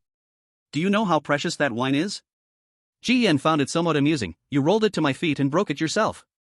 What does that have to do with me?" Upon hearing this, the fat man's face, full of bulging flesh, instantly turned cold. His eyes filled with arrogance. "I only know my wine is broken. And the bottle is right at your feet." Ji Yan squinted, clearly aware that the other party was targeting him, finding a ridiculous excuse to cause trouble. When night falls in the apartment, the rules completely lose their effectiveness, allowing the strange to act recklessly against players. Even if players wear privilege badges, the other side can easily find a reason to provoke, making it almost useless. Ji Yan shrugged. Since the other party was coming at him, there was no point in saying more. He simply asked, "What do you want me to pay for?" Although he said this, he gripped the coffin nail tightly in his hand. When faced with these strange beings, there's no need for small talk, just take the chance and strike with a nail. Speak clearly, what do you need that nail for? Is this your attitude when apologizing? The fat man swallowed the food in his mouth and sneered. The next second, the entire hallway shook violently, and the stairs slid like a slide. Ji Yan stumbled, and his right hand was grabbed, the coffin nail slipping from his palm into the fat man's ominous grip. Ji Yan was roughly pressed against the wall, the fat man holding the coffin nail as if it were a burning hot iron, quickly letting go. "Where did you get this nail? How fierce!" The fat man was startled. He didn't want to imagine being stabbed by this nail. Ji Yan's expression turned icy. He felt something was off. Even the fiercest beings wouldn't deliberately target him. But this guy in front of him wasn't seeking any benefits, he was simply out to take his life. In this collision, hidden information surfaced before his eyes. Ji Yan glanced, his eyes narrowing. "Are you glaring at me? You broke my wine and still dare to glare?" The fat man's narrowed eyes glimmered with malice. One hand grabbed Ji Yan's abdomen, but the next second, it was pushed back by his sweater, ripping with a sound, tearing several inches. "You little rat have quite a few treasures on you. But this sweater of yours seems to be falling apart as well." The fat man grinned, revealing yellowed teeth, eyes filled with mockery, and both hands suddenly grabbed the sweater, tearing it violently under the influence of the strange force, causing it to continuously rip. In the end, it was completely torn apart. As soon as the sweater ripped, the damage reached 95%, instantly triggering the backlash effect. The sweater emitted a bloody glow, and the fat man's hands immediately suffered intense burns, flesh rotting and white smoke rising. Ji Yan. He could clearly feel the cement pressing against his body. The fat stranger held tightly onto his shattered head, afraid to pull out the burning coffin nail. He glared at Ji Yan, his eyes bulging with rage. "I want to crush this rat's head." Ji Yan's face twitched, cursing silently in his mouth. Just as the fat stranger was about to pounce, a hunched figure appeared behind him. "Sai, my grandson made a mistake. Why not just come to us parents for a reckoning? Why make it difficult for a child? He's just so small, he doesn't understand anything." Ji Yan was astonished. The fat stranger froze for a moment, instinctively turning his head. In the next moment, a thin, fragile hand, covered in corpse spots, reached out and pressed down on the coffin nail. The coffin nail sunk deep into the fat stranger's head. It was like a hot iron dropping into foam. The fat stranger didn't even scream as his head cracked open, his brains melting into a pool of blood. His hefty body collapsed down the steps. Chapter 35, Suffering Silent Losses, the Mother-in-Law and Daughter-in-Law Relationship. Looking at the fat stranger with a ruined head, Ji Yan's expression was one of shock. He turned to look at the hunched grandmother and couldn't help but take a deep breath. How did Grandma end up here? Grandma, what are you doing here? Grandma didn't answer, her silver hair framing a kindly face. Her squinting eyes shifted to the wall behind Ji Yan. The wall shifted, and Ji Yan's body was pushed out as if swallowed. The cement stranger chose to flee immediately. Grandma chuckled, her fingers, marked by the passage of time, pinching a silver needle. With a gentle stroke on the wall, the solid structure was cut open as if it were cloth, her hand weaving small transparent threads that danced in the air. When the silver thread penetrated deep into the wall, the cement stranger hiding deep within was effortlessly pulled out. This was a creature, fully naked, covered in cement, now squatting on the ground in panic, trembling as it looked at Grandma. Lou, Granny, I didn't know this is your grandson. If I had known, I definitely wouldn't have dared to touch him. It was all Lou Fatty who encouraged me. Please let me go. From now on, whenever your grandson goes through the hallway, I will take good care of him. But Grandma only rasped with a laugh, you actually knew this was my grandson, you just didn't expect me to come out. Someone else is controlling you, and you have one chance to tell who it is. Grandma stood with her hands behind her hunched back, her soft voice quickly scaring the cement stranger into submission. Ji Yan suddenly spoke up, Grandma, no need to interrogate, I know who. Good. Grandma didn't ask further, her fingertips gently moving in the air. The pleading cement stranger had a line of blood split open on its forehead. The next moment, its entire skin was torn apart like an orange peel. The peeled-off corpse rolled down the hallway. Grandma picked up the bloody skin and nodded slightly, the quality is barely acceptable, I can weave a little figurine for my good granddaughter. Saying this, she placed the bloody skin into a cloth bag hanging at her waist. Ji Yan watched from behind, cold sweat trickling down. Wow, our grandmother is too strong. Wait, why did Grandma come out of room 404? Logically, with less than half the favorability achieved, she shouldn't have rushed to save him. Grandma, why did you come? Grandma tightened the bag's opening, holding it in her hand, and looked at Ji Yan with a slow smile. I've grown old, and I couldn't sleep at night, so I came out for some fresh air. I planned to go downstairs to feed some stray cats, but unexpectedly stumbled upon my grandson being bullied. Ji Yan glanced at the two strange corpses, his face showing concern. If they are dead, will there be any trouble? These two are just bugs in the tenant apartment, crushing them won't cause any issues. Tenant, Ji Yan had heard Louis Tong mention it. These strange creatures had no home of their own, they could only help landlords with rough work, offering that tiny bit of value in order to live like parasites in the corners of the apartment. Their status was very low, even more degraded than many players. Those strange creatures usually only dare to scare players into giving up their equipment, rarely threatening players' lives, mainly because they fear the strange family behind them will settle the score. But these two creatures, from the very beginning, intended to kill Ji Yan. This is a bit odd. Do you know who is behind them? The strange grandmother asked. Someone named Long Yuan. The hidden message that just popped up already gave Ji Yan the answer. The grandmother said oh, and her wrinkled face showed a slight reaction. Do you know him, Grandma? He's the beloved grandson of old Wang from room 703, that whole family treats him like their treasure. But I, the old lady, don't like that kid, too slippery. The strange grandmother said slowly. This also indicated that Long Yuan had not tried to manipulate his own grandmother. Although she knew Long Yuan was behind it, the grandmother only said she didn't like him and didn't show any intention to help Ji Yan settle the score. Clearly, she didn't want to have a feud with the creatures on the 7th floor. Ji Yan thought this was normal. After all, the grandmother was just a creature living on the 4th floor, dealing with the 7th floor creatures would probably be tough, it was already good enough that she could save herself. But Ji Yan was puzzled. Just because he exchanged a few words with this guy, he wanted to go all out to kill him. This mentality is just as bad as Dong Chu. Ji Yan didn't want to suffer this dumb loss, but thinking about this guy's top-level equipment and experience, he ultimately decided to let it go. Go back and rest. You must be tired tonight too. Be careful tomorrow when that woman comes looking for you, that woman's heart is not good. After giving a reminder, the strange grandmother continued to go downstairs. Ji Yan knew that the woman referred to was the strange mother, realizing this was a heads-up about who would assign the driver's task tomorrow. This difficult mother-in-law and daughter-in-law relationship really knows no boundaries. With that thought, Ji Yan also returned to room 404. On the other side, Long Yuan returned to his own room. His expression was also gloomy. He looked at the broken axe in his hand, filled with hate for Ji Yan. To deal with the entanglement of the strange father from room 804, he had been tormented and was furious. What a clever little plot, I'll remember you, Ji Yan. Morning. The white mist was hazy. Ji Yan got up on time, with less than 3 hours of sleep, his condition was a bit lacking. When he walked out of his room, Louis Vuitton was already having breakfast at the dining table.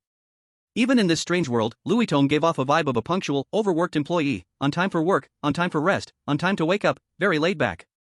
Went out again last night? Your state says it all, Louis Vuitton learned to answer herself.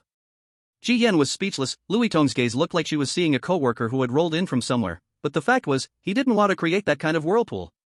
Just like what Grandma said last night, at the right time, the mother's call came from the room. Mother is the easiest to talk to among the three strange ones, plus she has a good feeling for you, so...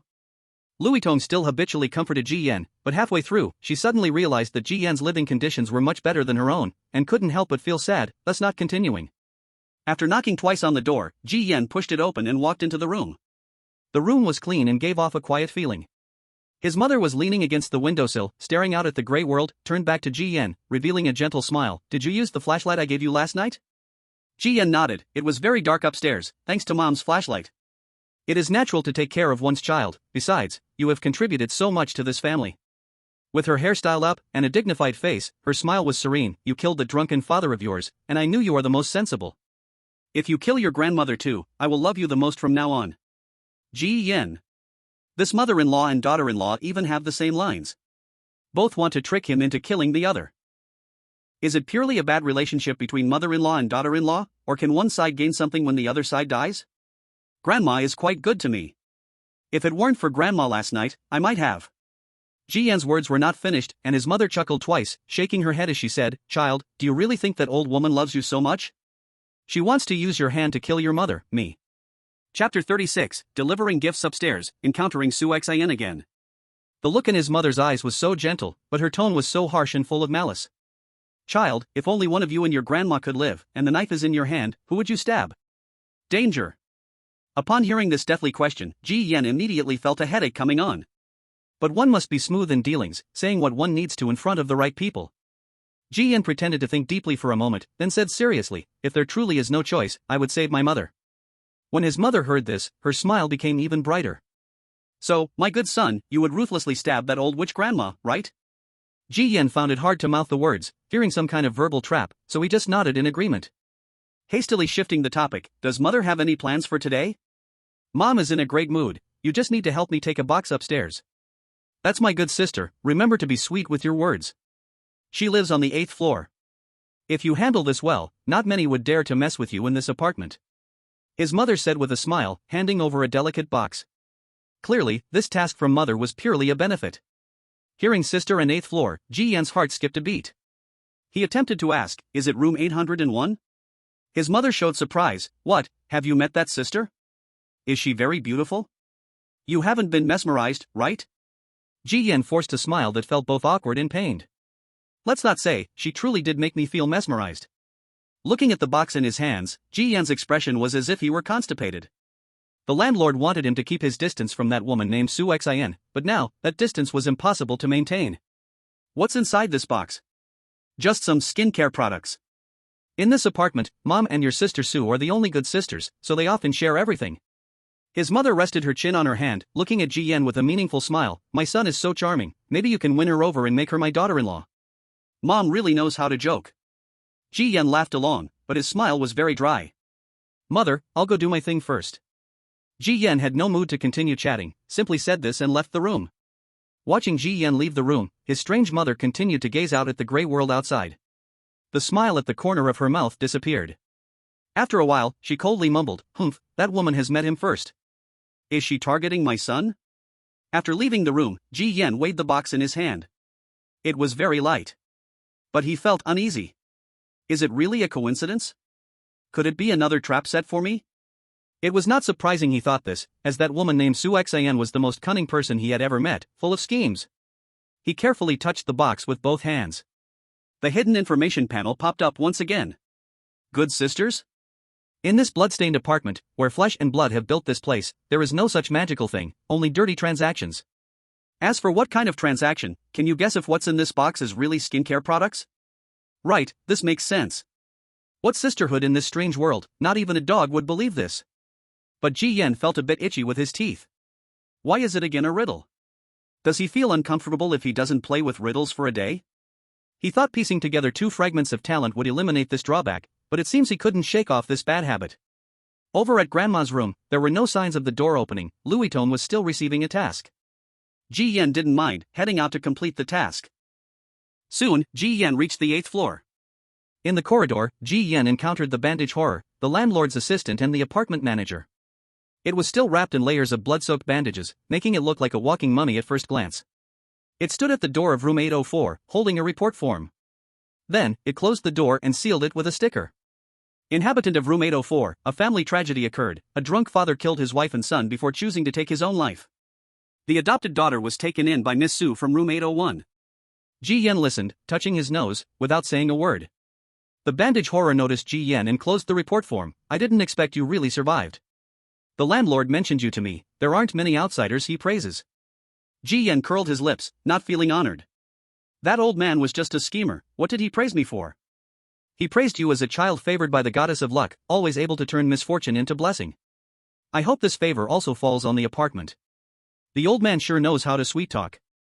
Casually replying, Ji Yan bypassed the bandage horror and knocked on the door of room 804. The door opened, but it wasn't Su Xian who answered, it was the twin sister, Zhong Yi, from last night. Why are you here? Both spoke at once.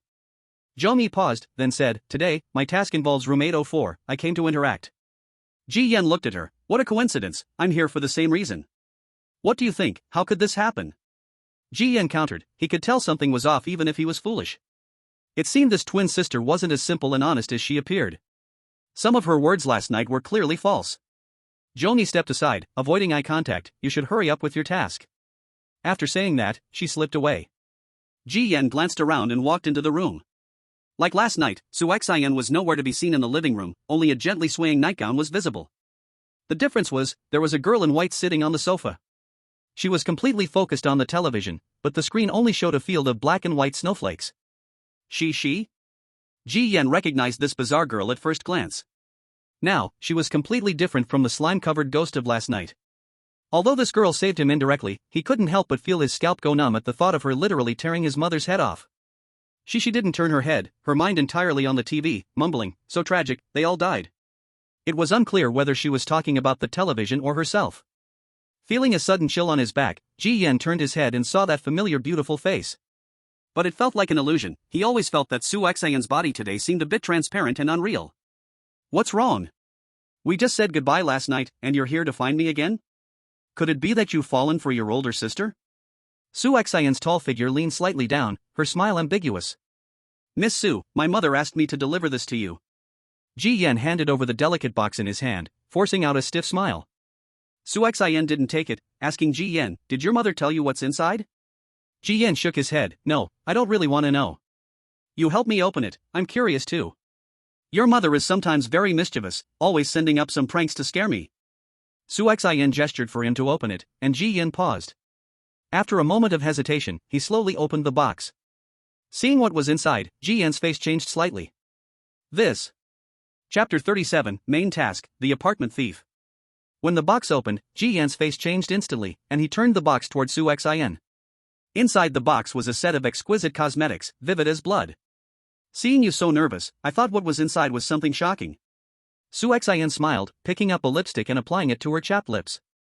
Ji Yan remained silent, staring at the cosmetics, a faint familiar scent of blood wafting into his nose. Of course, whether it was what he thought or not, Ji Yan didn't care, he just wanted to complete the task quickly. Since the items have been delivered, I won't disturb Miss Su any longer. Ji Yan spoke and prepared to leave. Why are you in such a hurry to leave? Afraid I'll eat you? I brewed a pot of tea, so let's moisten our throats before you go. Su Xian closed the box and invited Ji Yan. No, my mother has other things for me to do. Let's save it for next time. Having completed his tasks, Ji Yan didn't want to be tied down by this woman, staying too long could lead to trouble. However, when Ji Yan attempted to leave, he found the door wouldn't open no matter what he tried. He sighed helplessly and turned back to look at Su Xian, who was smiling at the coffee table. About that favor you owe me, I've thought of something. In the past few days, my room has been frequently robbed, and valuable things have been stolen. I want you to help me catch that thief. Ji Yan forced a smile, I'm not a great detective, if Miss Su cannot handle it, what can I do? What kind of simple character can steal from room 801? I actually think you can catch the thief. I wouldn't trust anyone else in this apartment. But no one else has your guts, you stayed calm on the rooftop last night despite the dangerous situation. Ji Yan decided to drop the act. To be honest, Miss Su, that was just on the surface. I changed my pants as soon as I got home last night. Miss Su didn't reply but continued sipping her tea while watching Ji Yan. Eventually, Ji Yan had to give in. Alright, I'll do my best. The bedroom door was opened. Ji Yan looked inside the room. Everything seemed normal. What was stolen? Didn't you notice the 2 holes in the corner? Su Xian leaned against the door with her arms crossed. Ji Yan then noticed that the wall above the bedside table had 2 holes. And blood was seeping out from those wall holes. The thief dug out 2 pieces of cement? Ji Yan pretended to be shocked. But deep down, he knew the walls of the blood-red apartment were built from countless bloody remains. Breaking through the wall was the #1 rule to avoid in the apartment. How did that thief manage to dig without facing the wrath of the rules? You should take a look and see if you can find any clues. Su Xian didn't answer but gestured with her chin. Ji Yan stepped forward and touched the 2 bloody holes in the wall. The moment he made contact, his expression changed. His talent, omnipotent knowledge, acted like a car radar hitting a wall, triggering frequently. Lines of hidden information in blood began to appear before his eyes. A great fire consumed this place, causing the death of 12 children in this room. Their charred remains were built into the wall. Room 801, with its 12 natives, became the most cursed room in the blood-red apartment. No residents dared to live here, so the room remained closed until one day, a woman in a black dress with a black umbrella moved into 801, giving the 12 children their teacher. A week ago, a thief broke into room 801 and stole 2 children, leaving cracks in the room. This is not a simple thief, it can ignore the landlord's surveillance and avoid punishment from the apartment rules. Warning! This side quest is closely tied to the main storyline. Accepting this task has an 80% chance of binding to the main storyline. Please choose carefully whether to accept. Seeing the last hidden warning, Ji Yan's vision darkened. Whether it is a blessing or a curse, one cannot avoid it. This main quest was something he couldn't escape. Ji Yan was also curious, what kind of thief was so powerful that even the landlord and apartment rules couldn't punish it, blatantly digging a blood wall right under their noses? He continued to reach out and touch. Soon, another hidden message popped up. A child inside the wall saw the basic features of the murderer, tall, covered in faces, with a red string bell hanging from its waist, making a harsh ringing sound as it walked. It pulled a brother and sister from the wall and swallowed them whole before the teacher returned, and the murderer escaped through the window. Covered in faces? Ji Yan raised an eyebrow. Any clues? Su Xian noticed and asked. Ji Yan repeated the thief's features. Su Xian replied, there are no such disgusting residents in the apartment. Then she said, however, it can't be ruled out for the evening. At night, strange and peculiar tenants would emerge from the apartment. However, to directly run into room 801, ignoring the apartment rules, avoiding the landlord's watch, and eating the flesh of the indigenous residents, I had never heard of such a domineering trick. Come over at 12 tonight. Come over for what? Ji Yan asked. Help me catch a thief. Su Xian's eyes glinted with coldness. Sister, I've been staying up late for several days in a row for work, and I'm already exhausted, please let me go. Su Xian stared at Ji Yan, who twitched his lips and could only nod in agreement. Ding. Congratulations, player, you have successfully triggered an A+ level task, help the resident of room 801 retrieve lost items. Ji Yan rubbed his forehead. The final favor exchange turned into an A+ level task. Thinking about these past few days of crazily accepting tasks, feeling like a horse in a rut that can't stop, he couldn't help but sigh. This was completely contrary to his initial laid-back survival. And it was getting further and further away. After stepping out of room 801, Ji Yan went downstairs again, and unexpectedly ran into the landlord, an old man. He was again carrying a stack of announcement papers, starting to post them up in the corridors of each floor. Another announcement task? Learning from the last lesson, Ji Yan didn't even have the thought of joining in this time.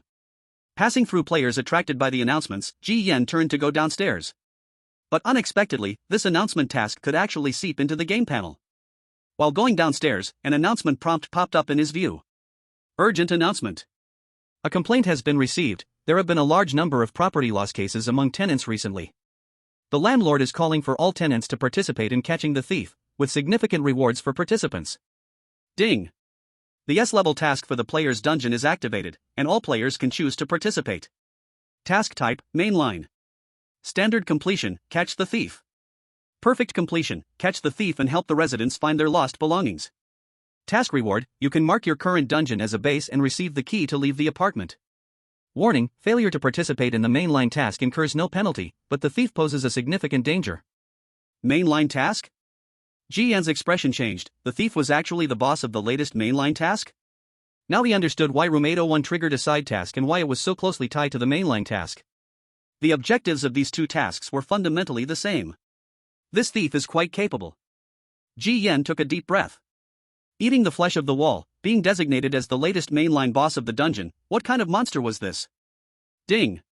Player Long Yuan has accepted the mainline task, currently participating player number 1 of 1. Ding!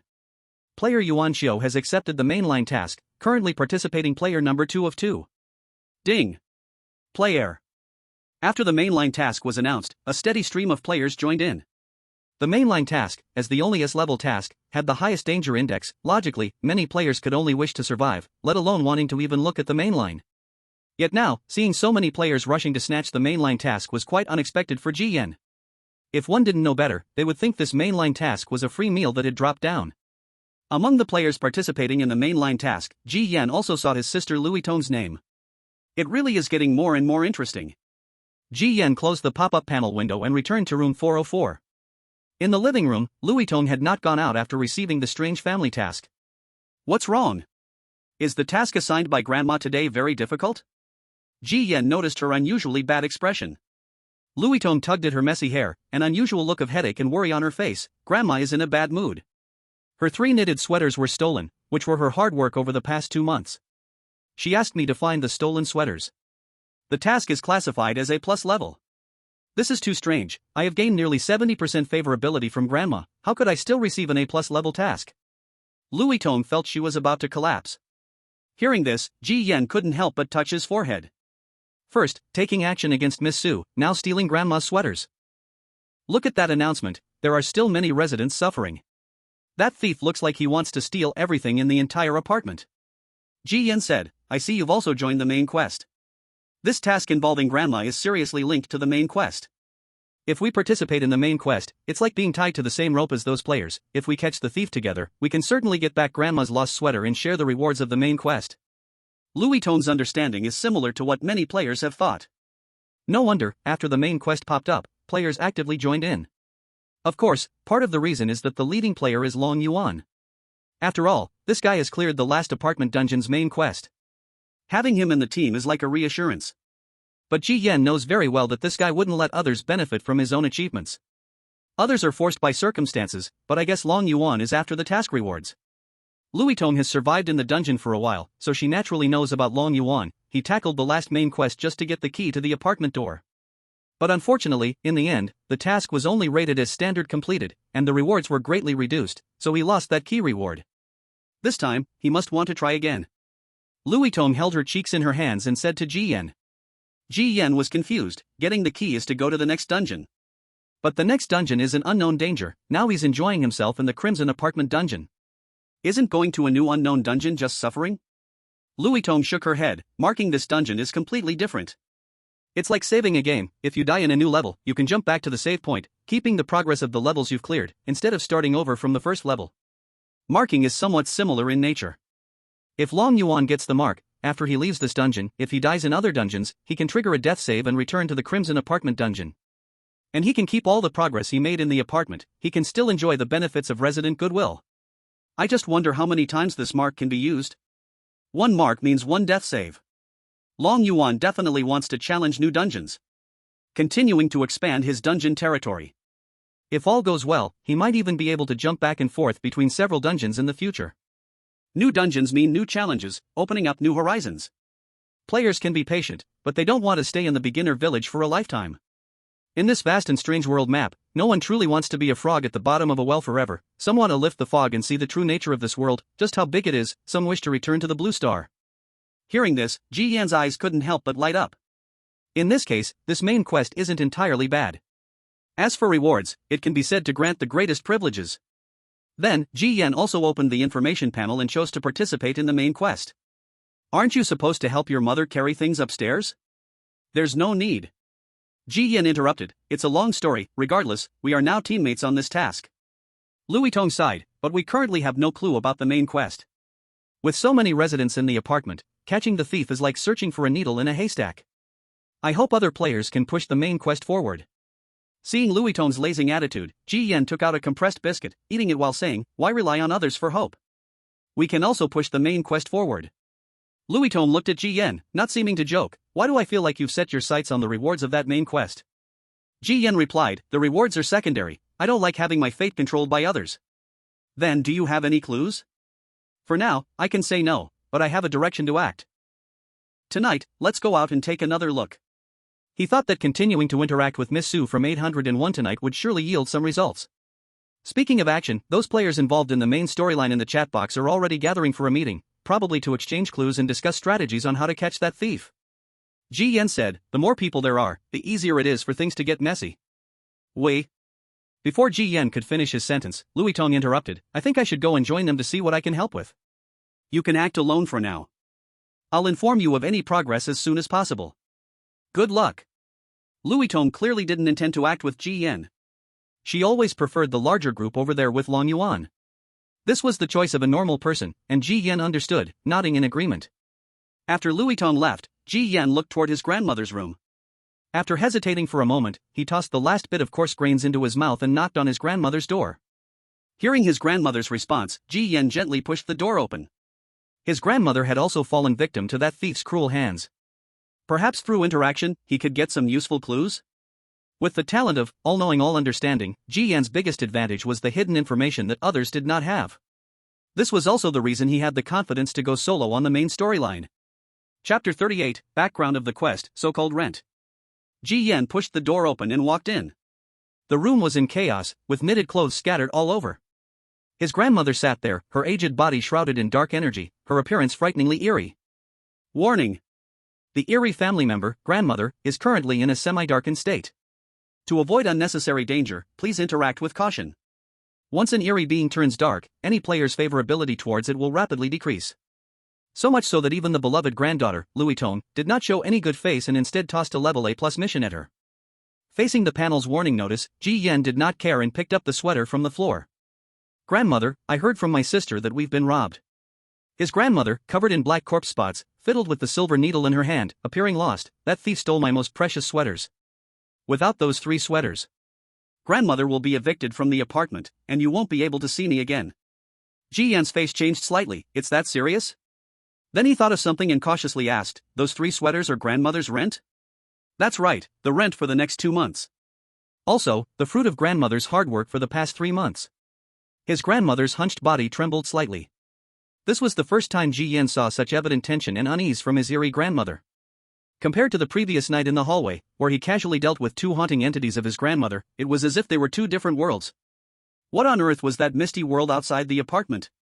Even the eerie grandmother was terrified like this, and all eerie beings tried every means to stay in the apartment, fearing eviction. Some sweaters could serve as rewards for players. Some sweaters, however, could also be considered as rent to be given to the landlord. Ji Yan still felt confused about the concept of rent. At first, he didn't want to delve deeper into the matter, fearing it might involve the main storyline, but now that the main quest had been accepted, Ji Yan felt no worries and asked away. To his surprise, he really interacted to find the answer. He saw his eerie grandmother stand up, holding a silver needle, and slice open a wound on a spot of the wall. The wall tore like fabric, oozing blood. But this time, what he saw inside the wall were pieces of flesh writhing, covered in blood vessels and capillaries. Ji Yan's eyes widened. The flesh inside the wall exhibited tremendous vitality. It was like a wildly beating heart. Neither your mother nor I are original residents of 404. Those embedded in the wall are. They are deteriorating little by little inside the wall every day.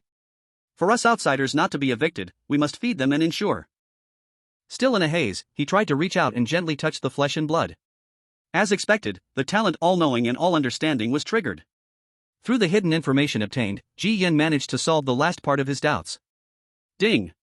The player interacted, triggered the talent, and successfully obtained the overall background information of the instance.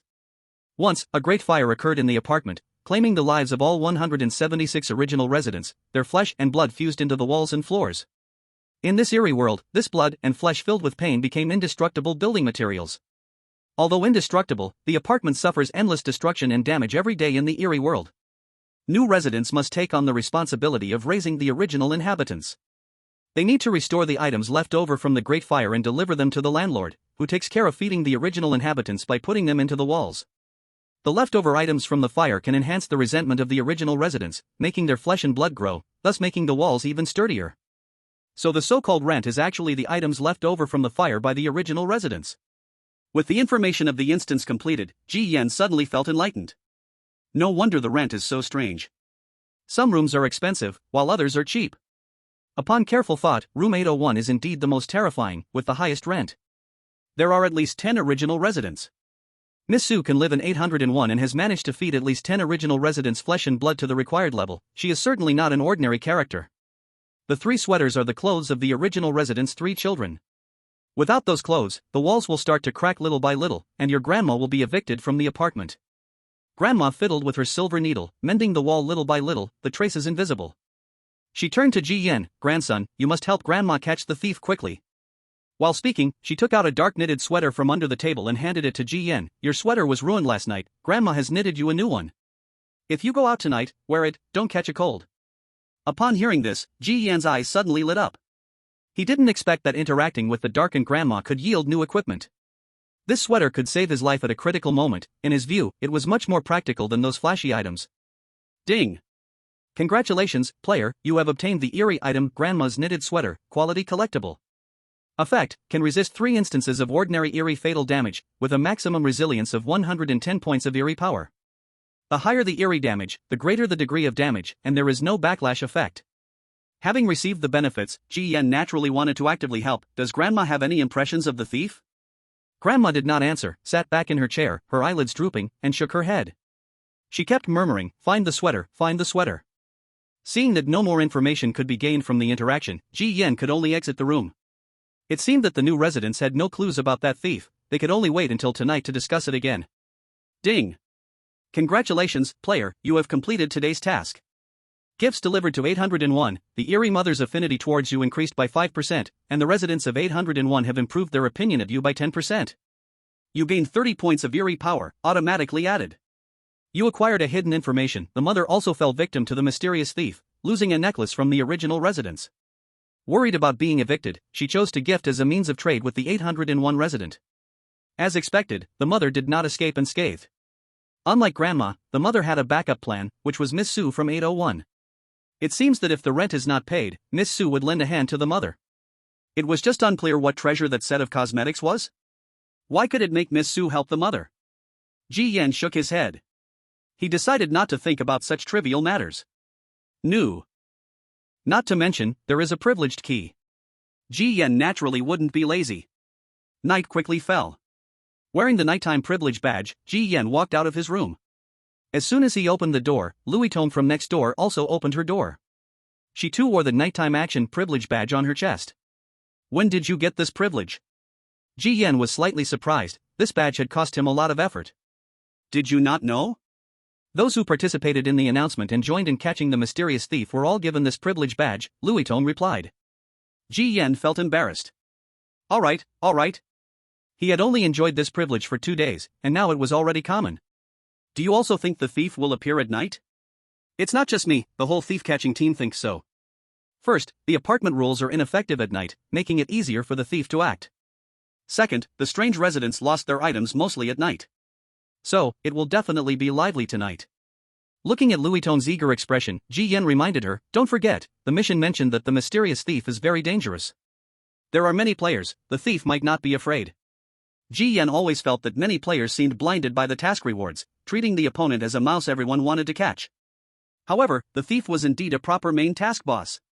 She certainly wouldn't be some soft persimmon. Chapter 39, The Thief's Lifeline, Extreme Team. Inside the room, there were strange beings wandering in the night.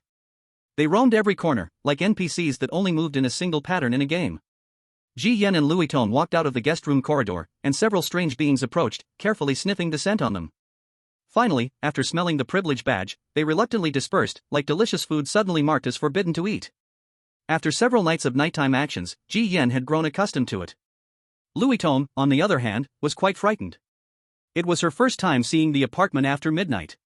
And looking at the room full of strange beings, her pretty face had lost quite a bit of color. Don't panic, they won't touch you if you don't actively approach them. Compared to Louis Tome, the night in the apartment felt more like Ji Yan's home ground. Having been explained the rules many times by Louis Tome since he arrived at the Crimson apartment, Ji Yan spoke a few words to remind her to be cautious of a few dangerous areas during nighttime actions. Louis Tome nodded and then asked, do you want to go with me to gather the capture team? No, you all plan your own, Ji Yan rejected. I'm going to the 8th floor. Ji Yan declined, not to mention whether he wanted to go or not, that Long Yuan guy might be in the team. This guy was as good as a deadly enemy, and he didn't want to waste time entangling with him now. After Louis Tong left, Ji Yan didn't linger and quickly headed up to the 8th floor. As soon as he stepped out of the hallway, he saw a bald strange being running toward him in panic, begging for mercy. In the next second, it was grabbed by small hands on its shoulders and gently torn. She said the stuff in the hallway is too noisy, and told me to come out and clean it up. As she spoke, she crouched down to check the torn bodies, ensuring they were completely dead.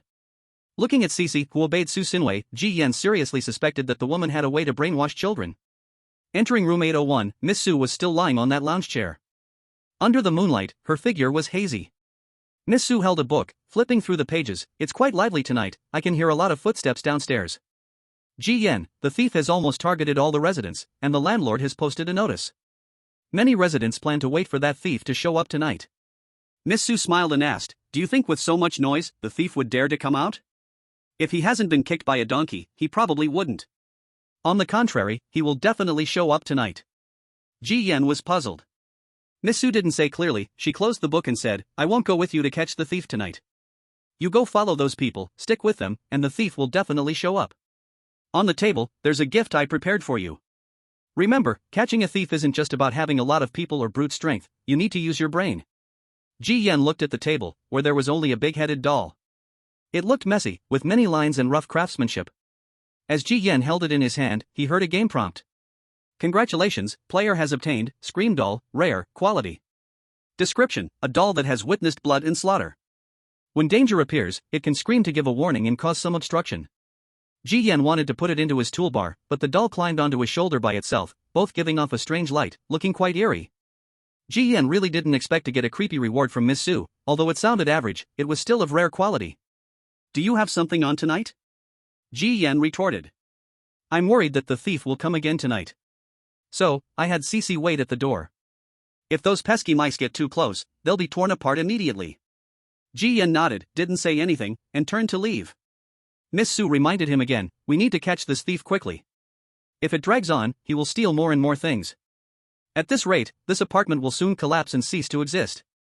Ji Yan's expression changed, is it that serious? Haven't you noticed? The thief either steals rent or directly robs the flesh and blood of the original residents? Miss Su turned her head, her eyes showing cold light, that thief's goal is to destroy this apartment. Hearing this, Ji Yan's expression became serious. Louis Tone once said that tasks that seriously threaten the safety of the entire instance could be defined as the main quest. He was initially wondering how a thief could be classified as a highest-level S-grade side quest. Now, he understood. This thief was targeting the lifeblood of the Scarlet Apartment. If the Scarlet Apartment collapses, all the eerie residents will perish. They, the players, would fall into an even more terrifying instance. After exiting room 801, Ji Yan inexplicably felt a huge pressure. He rushed downstairs, and when he got to the 5th floor, he suddenly heard a lot of noise in the corridor. Walking over to take a look, he found several players encircling and killing 2 resident Eries. The blonde man leading the team wore sunglasses, lit a cigarette, and held a black handgun in his hand. Without saying a word, he shot and blasted apart the heads of the 2 Eries. The man radiated a killing aura, and upon seeing Ji Yan, aimed his gun, tilted his head, and walked away with several players. Kill eerie things? This was the first time Ji Yan had seen such brutal players in an instance. The Eries at night were extremely savage, and this team was hunting them like prey. Ji Yan turned around and happened to bump into Louis Tong. She was surprised, aren't you supposed to be on the 8th floor? Ji Yan just came down. Is it really that lively downstairs now? Louis Tong nodded, many players are now participating in the main quest. To catch the thief, several small teams with different ideas were formed. You just saw that team, the blonde man leading them is second only to Long Yuan in cruel tactics, and he has received information about the thief. I heard that the thief is a strange creature with no hair. And then they started the slaughter. They think that as long as they kill all the hairless strange creatures in the apartment, the thief must also be gone. After hearing this, Ji Yan couldn't help but laugh and said, really clever.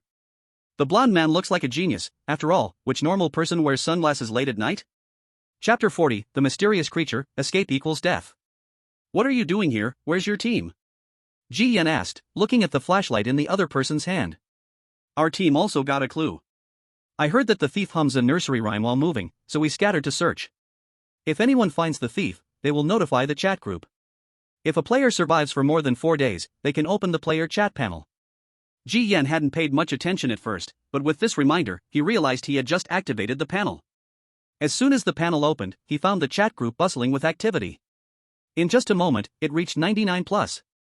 Players involved in the main quest were sharing various information they had about the thief. Some said the thief had no hair. Some said the thief was a deformed creature. Some said the thief made a sound like a crying baby. Each had their own claim and were all very certain. Players got this information mostly from their strange family members. For example, Ji Yan learned from 801 that the thief had human faces covering its body and made a sharp bell sound while walking. But which one is the truth? Why does each resident's description of the thief's characteristics vary? Could it be that there is more than one thief? Ji Yan pinched his chin, lost in thought. Louis Tong was getting more and more confused by the different information each player held. I'm getting more and more muddled. Ji Yan closed the chat panel. Looking at it too much was making his thoughts confused. Miss Su told him to follow those people, so he can only wander around these few floors for now and see the situation. But at that moment, the screaming doll on his shoulder suddenly moved. It turned its head and stared in a certain direction. Louis Tong was surprised. Why is your doll moving? Is it a reward from your mom or grandma? Ji Yan followed the direction to look at the corner of the passage and said, it's guiding us to somewhere. Following the doll's guidance, Ji Yan turned the corner and entered a fire escape, soon encountering the blonde man's 5-person team. The few people had dragged out a strange family of 3 that resided in the apartment. Both parents' heads had been smashed, leaving only a strange girl curled up in the corner, staring. No one is eating people, no one is hurting anyone. Why do you want to kill us? Little sister, there's no need for a reason to kill you pathetic parasites. The blonde man said expressionlessly, ready to pull the trigger. Louis Tong suddenly spoke up, Huang Ran, that family of 3 doesn't look like thieves. What's the point of killing them? The blonde man, Huang Ran, raised his eyes and sneered, just for fun, okay? A player beside him chimed in mockingly, what a chaotic world, and you still see sympathy in this bizarre place. This is a dungeon, not Notre Dame de Paris. A few people chuckled despite the tension. Louis Tong's face turned pale as she glanced at Ji Yan beside her. But Ji Yan was completely focused on the screaming doll on his shoulder, which kept twisting its head 360 degrees. Suddenly, it stared into the depths of the corridor, opened its mouth, and let out a shriek. The scream startled everyone present. What the heck is howling? You scared the life out of me. Several players cursed and complained. Ji Yan remained silent, as he heard a sound in his ear. A sharp, ethereal bell ringing. He held his breath slightly. Suddenly, he remembered that mysterious thief. Huang Ran frowned. He heard the bell sound too, clearer and nearer. Ding-a-ling, patter. Ding-a-ling, patter. Soon, a tall shadow slowly appeared at the end of the corridor, touching the ceiling. It was described as a shadow, but upon closer inspection, the entire body of that bizarre creature was covered with pitch-black worms, looking incredibly creepy. What is that thing? The players stared, dumbfounded. It was the first time they had seen such a strange creature. The creature crawled alongside the corridor wall as if searching for something, raising its hand to carefully caress the wall. The black worms on its palm densely covered the wall, burrowing into any tiny crevice. That must be a monster. Could it be the thief we're after? A female player whispered, her tone strangely uneasy. Can't see any hair, can't confirm. Should we take action? Several players discussed, but no one dared to step forward, merely watching. They weren't fools, the more bizarre a creature, the higher the risk, and no one was willing to take the gamble. What are you afraid of? With Brother Ran here, if this really is that thief, we'll make a name for ourselves. Don't forget, that thief is wanted by everyone in the apartment. So many residents are angry, who would dare be arrogant? Always there were bold and thoughtless ones. A tall player picked up a brick and threw it. The brick struck the mysterious creature but passed through as if it had no physical form.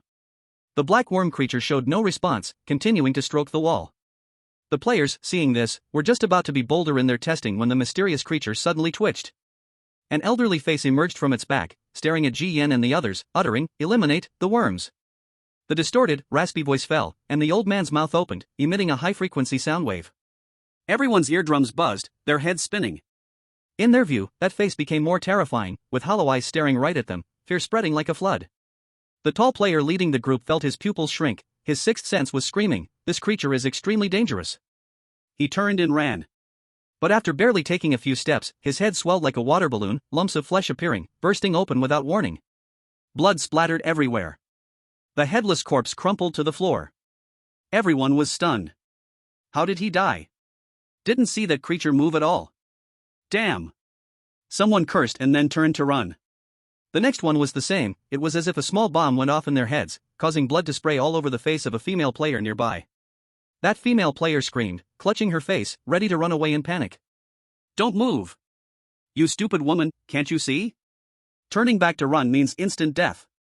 That creature only kills those who run." The blonde man couldn't stand the idiots anymore and shouted. Chapter 41, The Old Man's Strange Face, The Hunting Rules. Inside the passage, the two decapitated corpses on the floor were still twitching slightly. The people present seemed to be playing a deadly game of 1-2-3 red light. Anyone who moves will instantly have their head blown off. The female player who had originally planned to run, froze under Huang Ran's scolding and didn't dare to move. Ji Yan was also astonished. No interaction needed. Ignoring the apartment rules and directly killing players. Even without seeing how the killings happened. Where did this strange entity come from? Is it really a resident of the apartment? It seemed that because no player tried to run, that old man's strange face stopped hunting players. At this moment, a warning panel appeared in front of Ji Yan. Warning player. You are in contact with an S-level task anomaly. This anomaly is a core NPC of the main task and carries high danger. For your own safety, please quickly understand the actions that provoke its hunting. Seeing the panel's prompt, Ji Yan couldn't help but break out in a cold sweat. Sure enough, the other party was that mysterious thief. Just as Miss Su said, this mysterious thief didn't care about how many players were trying to catch it, still appearing openly tonight to continue stealing and digging through walls. At this moment, Huang Ran, Louis Tong, and the others also received the game's prompt and realized that the strange entity in front of them was the thief that all the resident players were supposed to catch. Their expressions turned comical. The thief had been found. But how the hell were they supposed to catch it? At this moment, the old man's strange face let out a higher frequency scream. Under this sound disturbance, the players present felt dizzy. You should have all received the game reminder. Huang Ran closed the game panel and reminded his teammates, in other words, this strange entity has its own hunting rules. As long as we obey, it won't hunt us. As long as we don't run, the strange entity won't. Bang! Before he could finish speaking, the female player who had frozen in place suddenly had her head explode. A bloody scalp fell onto his shoulder, still emitting heat. Huang Ran's eyes widened. What happened? The woman didn't even turn around to escape, didn't make any movements. Why was she also hunted? Huang Ran, who had originally thought he understood the rules and was temporarily safe, now looked pale. Another player, seeing this, also showed panic. He frantically looked at Huang Ran. Ran good, didn't you say that if we don't run, we would be fine? Why did her head explode? Huang Ran didn't say anything, just stared coldly at the old man's strange face. Behind him, Ji Yan also narrowed his eyes. Louis Tong's delicate face also turned pale, and she instinctively spoke, why? Ji Yan? Ji Yan softly spoke, it was wrong. The hunting rule of this strange entity isn't about running. Then what is it? Louis Tong asked with a trembling voice. Ji Yan pondered. He stared at the old man's strange face and then spoke, I have a guess, but I'm not sure yet. How do you determine it?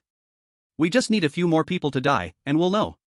There were 7 players present, including Ji Yan and Louis Tong. In just 1 minute, another player had their head explode, blood spraying everywhere. Then after 2 more minutes, another player died violently. One player collapsed, crawling frantically to escape, but unsurprisingly, was instantly killed. Inside the passage, the thick stench of blood made it hard to breathe and vomit. Move and die, stay still and still die. Make a sound and die, stay silent and still die. This was random killing, there was no pattern to avoid the slaughter. As time passed, new players mistakenly entered this passage. Seeing the bloody scene before them, they didn't understand what was happening, but as soon as they realized something was wrong and tried to escape, their heads exploded. Damn it, if I knew, I wouldn't have gotten involved in this mess. I finally found a family member in this instance, and now all my effort is wasted. Who the hell said that more people, more power, and this thief only has a chance to escape? The players continued to collapse one by one. Ignoring the cries of the other players, Ji Yan turned to Huang Ran and said, I know the rules of killing. Huang Ran's lips twitched, you knowing is one thing, but why are you telling me? Because you have a gun. Ji Yan pointed at the old man's eerie face, although I don't know the specific hunting rules, as long as I can make that face shut its mouth, it should temporarily solve the crisis. Should? Huang Ran glanced over with cold eyes. Ji Yan countered, or do you have a certain method? How can we know without trying? Right now, this situation is urgent for you, because based on our positions, you will definitely die before I do. Huang Ran, how do you know I will die first? Ji Yan smiled slightly, I just know. Huang Ran's expression darkened, although he didn't like Ji Yan's attitude, he couldn't deny the logic. The eerie face's howls indeed made his head pound. Gripping the strange gun, he raised it and shot at the eerie face. The bizarre bullet ripped through the old man's face, letting out a painful scream, while the huge thief's eerie body trembled slightly. In the next second, an old man's face grew back on the thief's back, emitting an even more torturous scream. The blond man held his head in pain, glaring at Ji Yan. Is this your freaking solution? Ji Yan spread his hands. I said from the start, just a guess. Worse yet, it seemed that the stimulation from that bullet caused the black bugs on the thief's body to suddenly proliferate, crawling thickly from the floor towards them. Seeing this scene, the last few players completely broke down. As the eerie bugs crawled onto his toes, one player jolted up as if electrocuted. Before he landed, his head exploded, spraying blood mist. Next, the female player behind him broke down in tears, her overwhelming fear crushing her mental defenses as she screamed, I don't want to be bitten by those disgusting bugs, When the blood sprayed and the female player collapsed, only Ji Yan, Huang Ran, and Louis Tong remained in the entire blood-red passage. Those eerie bugs crawled over the corpses, continuing to spread toward them. Louis Tong trembled, desperately clutching the sweater her grandma knitted. Running would mean being shot in the head. Not running meant being gnawed down to the bones by the eerie bugs. There was simply no way out. Suddenly, Ji Yan pressed Louis Tong's shoulder and whispered, let those bugs crawl on you, no matter what happens, don't worry. Huh? Louis Tong was baffled, and Ji Yan didn't clarify. The eerie bugs were the first to crawl onto Ji Yan, soon reaching his lower body. As they got into his clothes, his flesh was even being eaten away, with blood quickly flowing out. Louis Tong and Huang Ran widened their eyes. Even though his lower body was drenched in blood, Ji Yan remained unfazed, merely watching the bloodied area calmly. Ji Yan. Louis Tong covered her mouth, unable to hold back her voice. Soon, both of them realized something. Even with his flesh in tatters, Ji Yan could still maintain his composure, as if he felt no pain. Ji Yan glanced at them. Open your personal status, and you'll know the answer. Right now, my mental value is almost gone, but my life value is still full. This just means that what we see is merely an illusion. Chapter 42, Crisis in the Instance, Apartment Shattered. Ji Yan's words awakened the two. Looking at the bugs starting to crawl up his pants, Huang Ran frowned in confusion. So it's not substantial damage? Then all those exploded head corpses on the ground are just illusions? Ji Yan shook his head. Those are real deaths. That eerie face can only kill through one specific hunting rule. The sound it produces affects the player's brains, leading to various illusions. Those illusions guide players to violate that hunting rule. As Ji Yan spoke, Huang Ran suddenly understood. So you mean, the hunting rule is fear? To be precise, when fear is amplified to a certain threshold, it triggers the rule of exploding heads and death. That old man's eerie face deliberately creates a sense of despair. Let us feel that its hunting rules are unsolvable, thus infinitely magnifying fear. In fact, its hunting rules are very simple. These strange bugs are just one of the means to create our fear. Ji Yan looked at his unchanged health points, turned his head to look at Louis Tong and Huang Ran.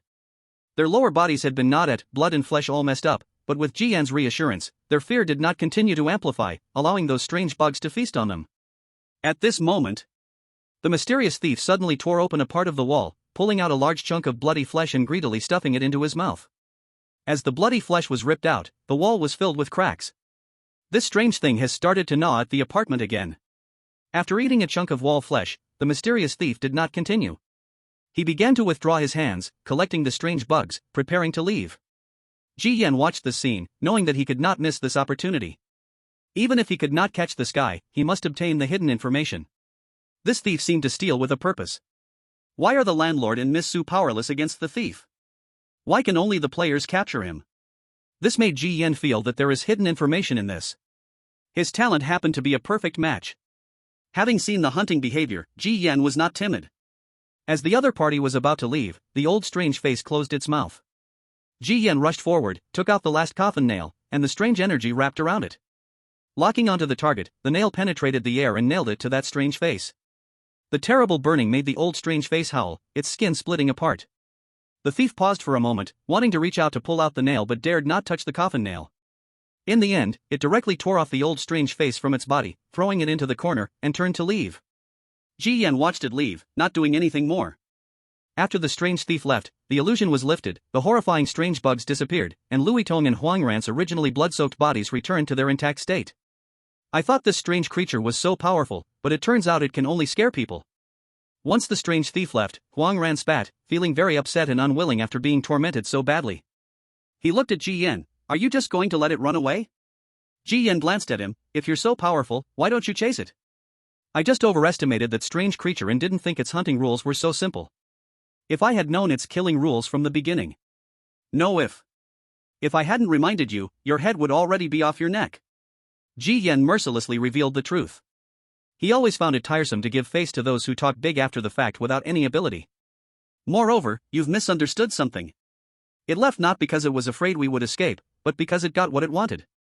Ji Yan never believed that knowing one hunting rule meant the thief couldn't do anything to them. That was just the killing method of the old strange face.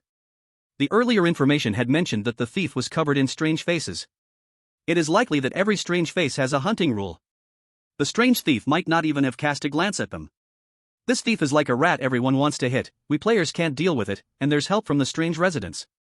As long as it involves the main storyline, players can gain equipment and help from the strange residents, which is the confidence of so many players. For example, that strange gun was something Huang Ran received as a reward for taking the main storyline task from his strange family. After a few unpleasantries, Huang Ran snorted twice and turned to leave, probably to join forces with other teams to continue the hunt. Ji Yan paid him no mind, the old strange face on the floor quickly withered after detaching from the body, its vitality fading. Ji Yan walked over and reached out to touch it. As expected, his talent triggered, and fortunately, the last coffin nail was not wasted. Everything needs to be replaced, I am just getting rid of what should be eliminated for longer survival. What you should stop is not me, it is just digging your own grave. What does this mean? Ji Yan's face was astonished. Clearly, this hidden message was the strange confession of that thief. What should be eliminated refers to the things stolen in its hands. But if you don't stop it, continuing to steal, the apartment will surely collapse. How does it become digging its own grave? Ji Yan did not believe that the hidden message was fake, it must have another meaning. Is there something about that skin? Louis Tong asked from behind, looking at the completely withered and rotten skin in Ji Yan's hands. After throwing away the completely dead skin, Ji Yan clapped his hands. It's nothing, it looks quite strange, I wanted to see if there's anything valuable I can find. As soon as he finished speaking, the game's prompt sound rang in his mind. Warning! The current progress of the main quest boss has caused 13% damage to the copy apartment, and the apartment building has entered the initial stage of collapse. When the apartment is damaged to 85%, there will be structural failure, the copy map will collapse, and all players will be eliminated and logged out. Please quickly stop the malicious destruction of the apartment. Strategy hint, the strange resident cannot be stopped, but equipment can be provided to restrict and even kill it. Players can interact with the strange resident's family to obtain equipment for the main quest. Upon seeing this message, Ji Yan and Louis Tong both froze for a moment. Louis Tong excitedly shook Ji Yan's shoulder. There's actually a game strategy, now we have a way. But Ji Yan was surprised, this is the most difficult main quest. The game system just so casually reveals the way to clear the quest, isn't it too simple? In the past, even receiving a C-level task did not have such game strategy hints. There's nothing strange about it, maybe the difficulty isn't in the hints but in the interactions? Moreover, that thief strange is so terrifying, without some hints, players would have no hope at all. The main quest is crucial to the survival of the entire copy, I guess the game system is also afraid of disappearing and tends to help the players. Louis Tone looked at the headless corpses scattered around, still feeling the psychological shadow in her heart.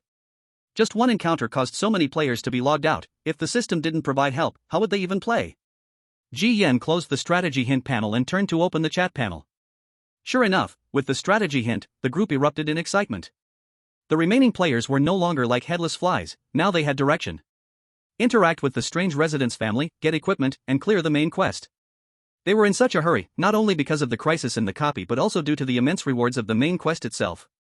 Louis Tong pulled Ji Yan, let's go back to 404. What to do going back?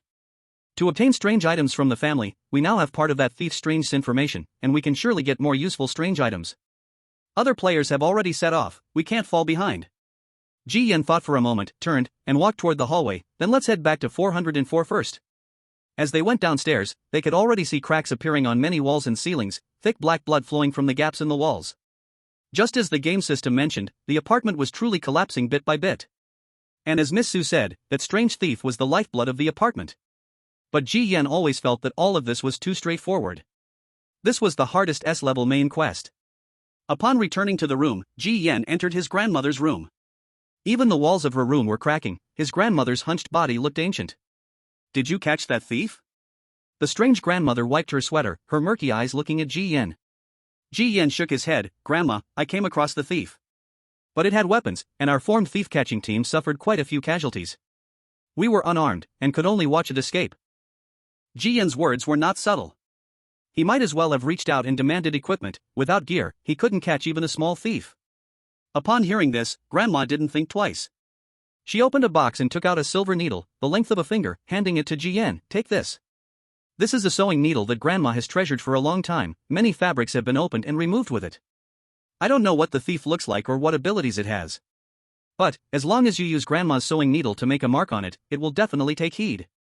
Grandma closed the box, looking at Jian with a sense of passing on a legacy. Good grandson, I've entrusted you with Grandma's legacy. You have to take a stand, you must stop that thing. Grandma really doesn't want to leave this apartment, and certainly doesn't want to see it collapse and be destroyed. I have lived here for too long, too many hopes are left behind. In the outside world, Grandma can't survive. Chapter 43, Legendary Quality, Encirclement and Hunt. Holding the silver needle, Jian's vision displayed relevant information. Congratulations, player interaction, obtained the strange item, Grandma's sewing needle, quality, legendary. Item description, this is a sewing needle filled with jealousy and hatred. The sister has always been doted on by mom and dad until one day the brother arrived in the family, almost taking away everything that belonged to her. She discovered that whenever the brother cried, mom and dad would focus all their love on him. One night, she picked up the sewing needle and sealed her brother's mouth. After that, she never heard his cries again. How wonderful. Hidden description, this is a sewing needle that only kills the strange, not humans. When the sewing needle marks down 10 strange skins, it can level up, increasing its resilience and adding the peeling effect. Is this the legendary, quality strange item? Even the description is more exquisite.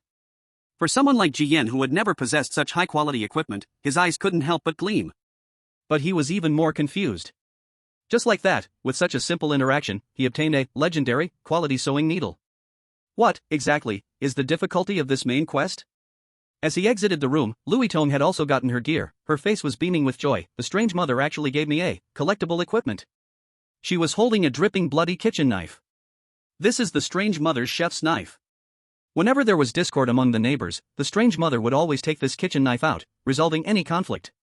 This shows how much she treasured it. Originally, Louis Tong thought she would have to raise her favorability to at least 90% to obtain this equipment. Unexpectedly, she got it just from a main quest. Jian pondered, in short, it is the main quest that has pushed the game progress. After all, if this quest doesn't pass, these strange residents will cease to exist. In such a life and death situation, instead of hiding them away, it's better to bring out all these treasures. Louis Tong nodded, then remembered something. Right, you should check the chat group, someone exposed the current location of that thief. Upon hearing this, Jian raised his hand and opened the chat box. Indeed, there was a player in the chat box who leaked the thief's whereabouts, but Jian remained unmoved, calmly saying, now that we know the thief's deadly weakness, everyone is scrambling to hunt it. How could there still be someone so selfless, revealing the thief's location in the group? Louis Tong raised her delicate eyebrows. Are you saying the location is fake? It could be real. The purpose of exposing it should be that they don't have the confidence to take it down. They are looking for someone to go use up that thief. Jian analyzed simply, this kind of trick in such a survival environment is obvious. Now that we have a deadly weapon and know where the thief's weakness lies, how could we not have the confidence to kill that thief? Louis Tong was puzzled.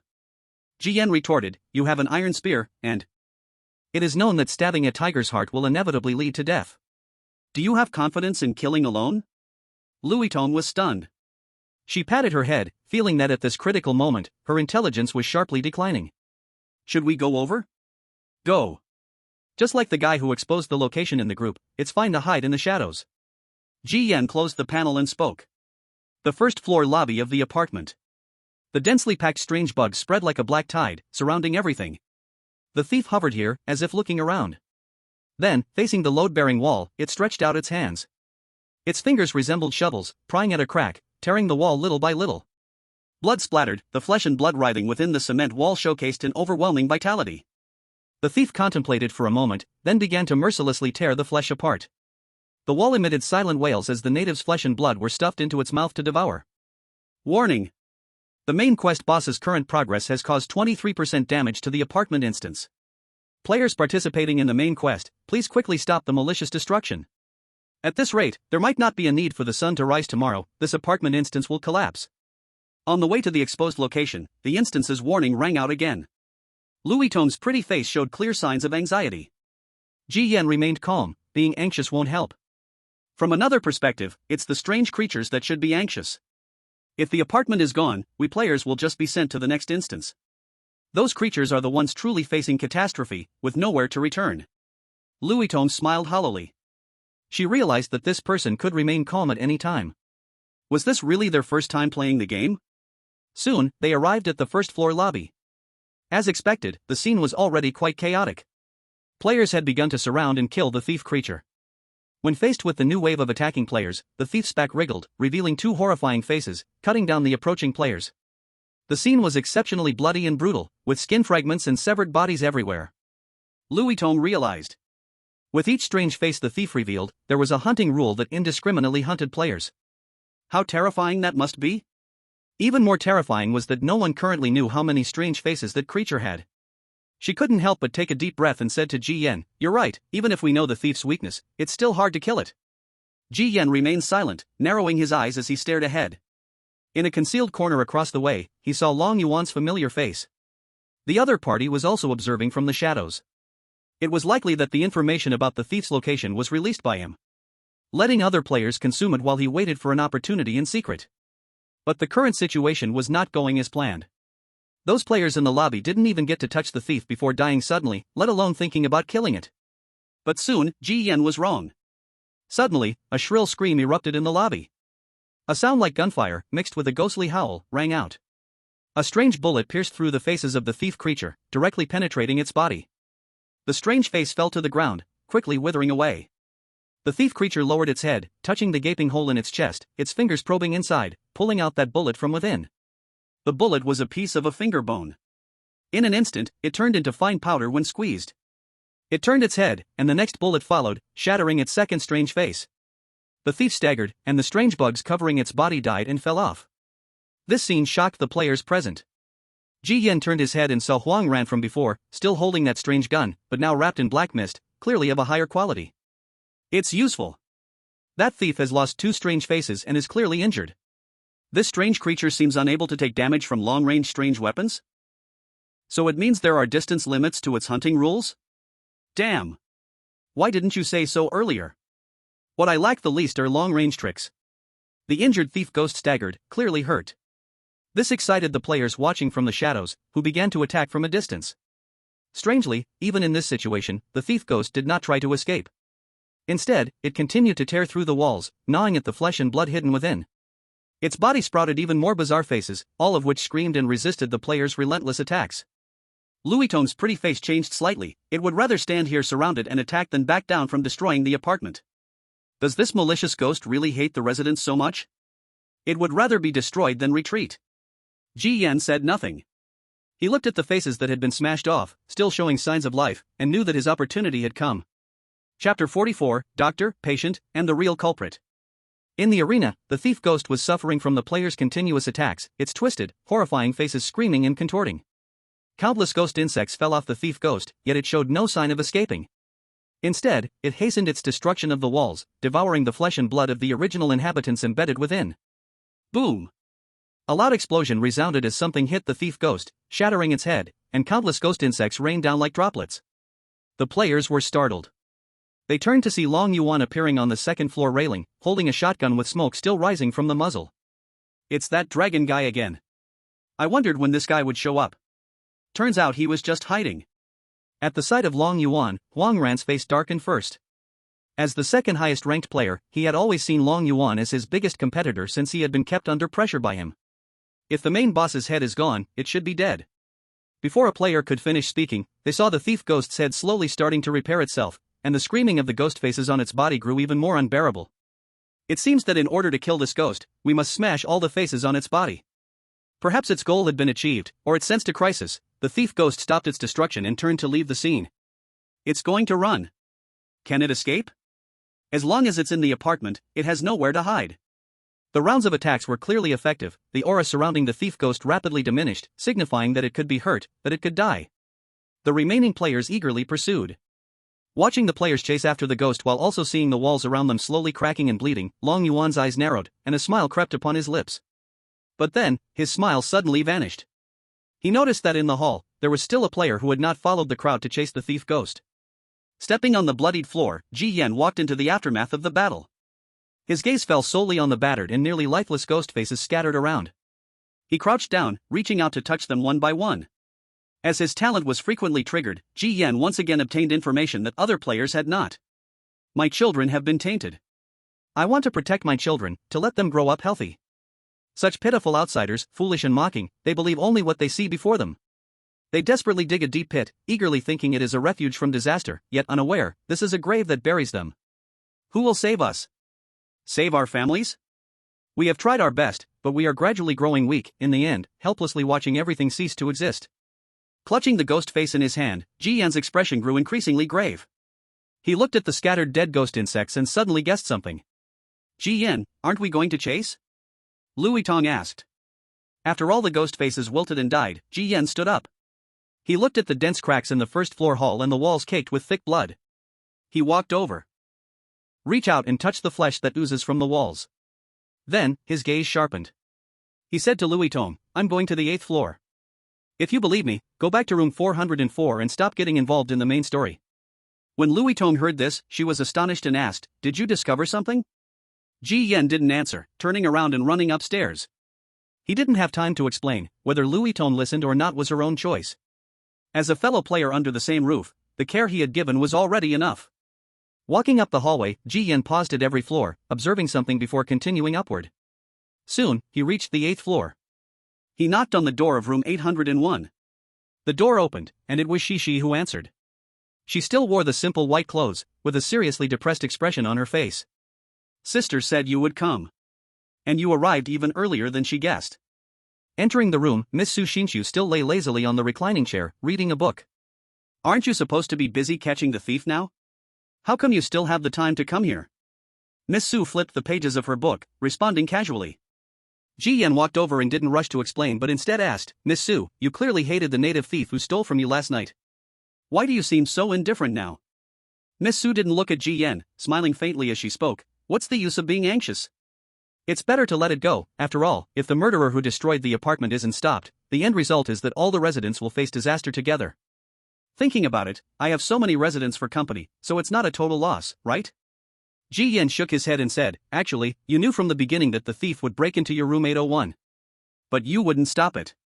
Miss Su closed her book and raised her beautiful eyes, asking, Why? Because that multi-faced monster that entered the room isn't just a thief. On the contrary, it's trying to save this place as much as it can. Or rather, the entire apartment. From the very beginning, we were misled about our objective. The real thief isn't that multi-faced monster, but someone else entirely. The apartment has suffered severe damage, with monsters gnawing at its vital root and constantly polluting the native beings within the walls. The appearance of the multi-faced monster is actually playing a doctor role. It tirelessly wanders in various corners of the apartment, tearing at the walls, ripping flesh from the natives, taking away the rent. In reality, all those are the polluted pathogens, and if not removed, the walls will continue to crack and accelerate the apartment's collapse. However, the players and most of the monstrous residents are unaware.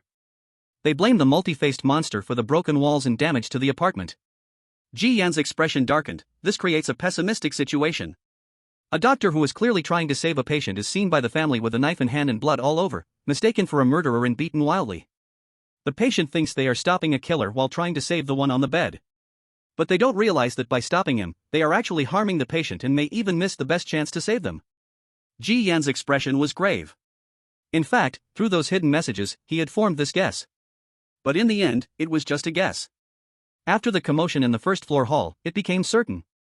More was based on intuition, everything was going too smoothly. After listening to Ji Yan, Miss Su threw the book aside, a hint of a smile on her exquisite face. Your analysis is spot on. You really are like a great detective. So, according to your reasoning, everything is correct. But where is the real culprit that is gnawing at the walls and pushing the apartment toward ruin? Ji Yan pondered for a moment. He countered, I guess the apartment has a basement too, right? How did you know this apartment has a basement? Upon hearing Ji Yan's words, Miss Su's beautiful eyes sparkled, and her smile was calm. I noticed it when I went from the first-floor lobby to the 8th floor. The cracks on the first floor are the largest, looking as if they could collapse at any moment. The higher the floor, the fewer the cracks. So it's not hard to guess that the real thief, the one responsible for the apartment's damage, is either in the basement or beneath the apartment. The source of the apartment's cracks could very well be damage to the foundation. It's just that faceless demon is quite unfortunate, and its actions and unknown identity completely fit the profile of the true culprit, so it is treated like the thief everyone wants to catch. Ji Yan's words were speculation, but his tone was certain. If it weren't for the hidden information obtained through talent, Ji Yan might also have been misled and sought to kill the faceless demon to accelerate the demise of the apartment instance. From the hidden information, it could be inferred that the strange skin of the faceless demon also belonged to the apartment's original residents. It is just that due to material aging or other reasons, they have been eliminated. The black bug demon is responsible for collecting these eliminated residents' skins, waiting for a crisis in the apartment, to come out and help save the apartment building as much as it can. But their help only treats the symptoms, not the root cause. To truly save the apartment, it still needs the players. There is indeed a basement, but the key. Miss Sue picked up a cup of hot coffee on the table and tossed in 2 sugar cubes. The key is with the landlord? It is indeed with the landlord, but he will not be involved in this crisis. During this time, he is just sleeping. Miss Sue took a sip of her coffee, responding casually. Ji Yin frowned. The apartment building is about to collapse, and he, as the landlord, is actually sleeping? He found it ridiculous. The landlord seemed to be the biggest boss of the apartment instance, yet on the main storyline, it seemed to have no part at all. Miss Sue stirred her dark brown coffee with a spoon. This old man doesn't involve himself in many matters. His thinking is very old-fashioned. If the apartment really collapses, he would think its fate and willingly perish along with the apartment in this world. Miss Sue's words woke Ji Yin up. The landlord appeared to be the biggest boss of the Crimson apartment instance, but in reality, he was just a controlled, dull NPC under the instance's rules. Ji Yin shook his head. There has to be a way. Since I can discover the real culprit hiding beneath the apartment, it proves this is definitely not a dead end. Miss Sue's eyes showed a hint of approval. Not bad, sometimes your brain is quite bright. How to get to the apartment's basement? Besides the landlord, the original residents have a way too. However, the original residents are very resistant to us outsiders, and it's difficult to communicate with them, let alone get them to help you go to the basement. Yet Miss Sue's words suddenly enlightened Ji Yin. His eyes flashed. I just thought of a special original resident. Perhaps she can help me. As he spoke, Ji Yin said goodbye to Miss Sue and was about to leave. Wait a moment. Let me give you another gift. I've placed my bet on you, don't let me down. Miss Sue stopped Ji Yin, and with a gentle flick of her delicate finger, 3 paper-cut little people fell upon Ji Yin. The paper figures had a life of their own, like the little people in Hans Christian Andersen's fairy tales. They lined up and danced on his shoulder, eventually burrowing into the roots of his hair. Ding! Congratulations, player, for discovering the true hiding place of the main storyline's real culprit and receiving the blessing reward of Resident 801. Special weird object, paper-cut figures. Quality, legendary. Object introduction. In ancient legends, paper-cut figures can harbor wandering souls, and the elders love to hang them by the window. When souls reside in the paper figures, they can guide their masters for blessings and avoid disasters. Hidden information. The 3 paper figures possess special abilities of curse, blessing, and disaster avoidance. Another legendary equipment. Ji Yan's expression changed slightly. He did not expect Miss Sue to not be his bizarre family member. It turns out that one can interact and reveal a legendary equipment. I have to say, this main quest has a really high drop rate. Don't be so quick to laugh. My 3 paper figures have terrible tempers. I'll give them to you, but you might not be able to use them. Miss Sue said casually. Ji Yin nodded, exchanged a few pleasantries, and then exited room 801. Time was rushing. He went back down to the first floor and knocked on the door of room 102. This was the same room that had helped Ken Jinggui enter back then. If he remembered correctly, Ken Jinggui had said that he had troubles and could ask his daughter for help. Human feelings are like currency. As long as it is there, its value lasts, and it will eventually be useful. The door was opened by the girl with dyed hair, and as soon as she saw Ji Yin, her expression soured. What do you want again? What dirty things have you brought this time? Seeing you always gives me a bad feeling. Because daily quests did not require her to go out, the girl with dyed hair felt isolated from the world.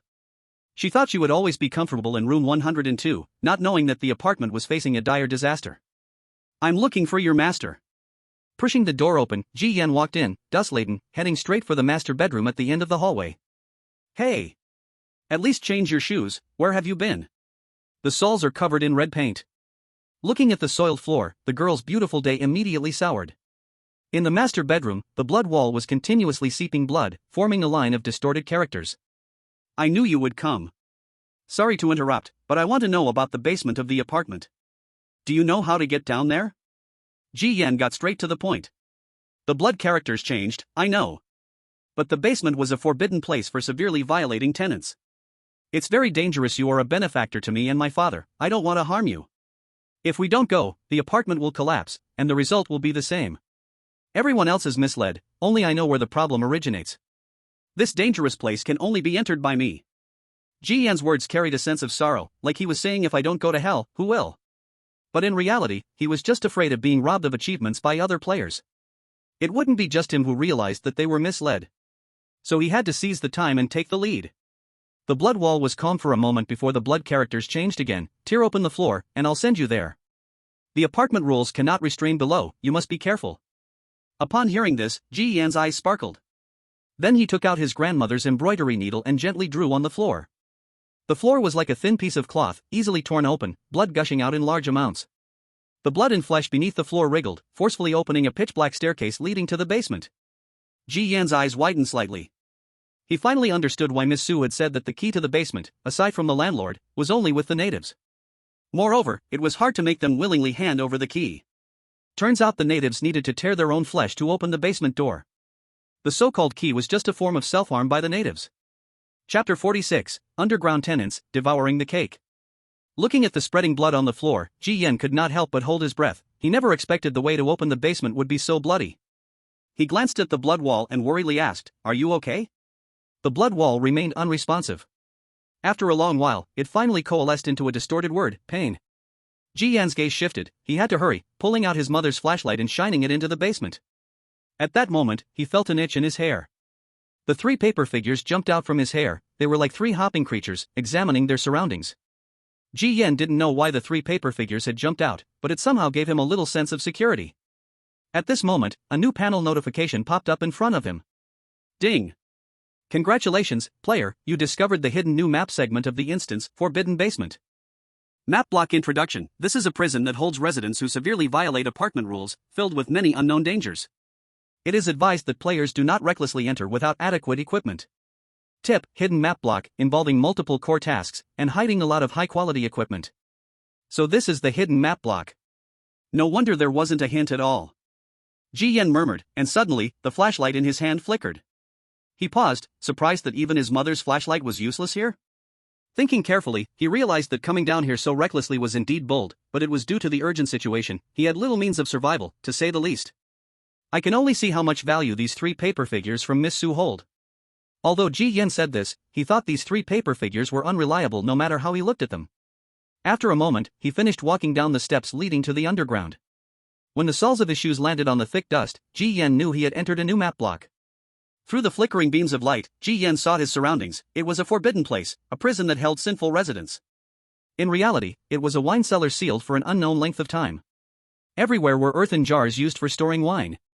Ji Yan took a few steps, and the flashlight suddenly went out, the beam disappearing.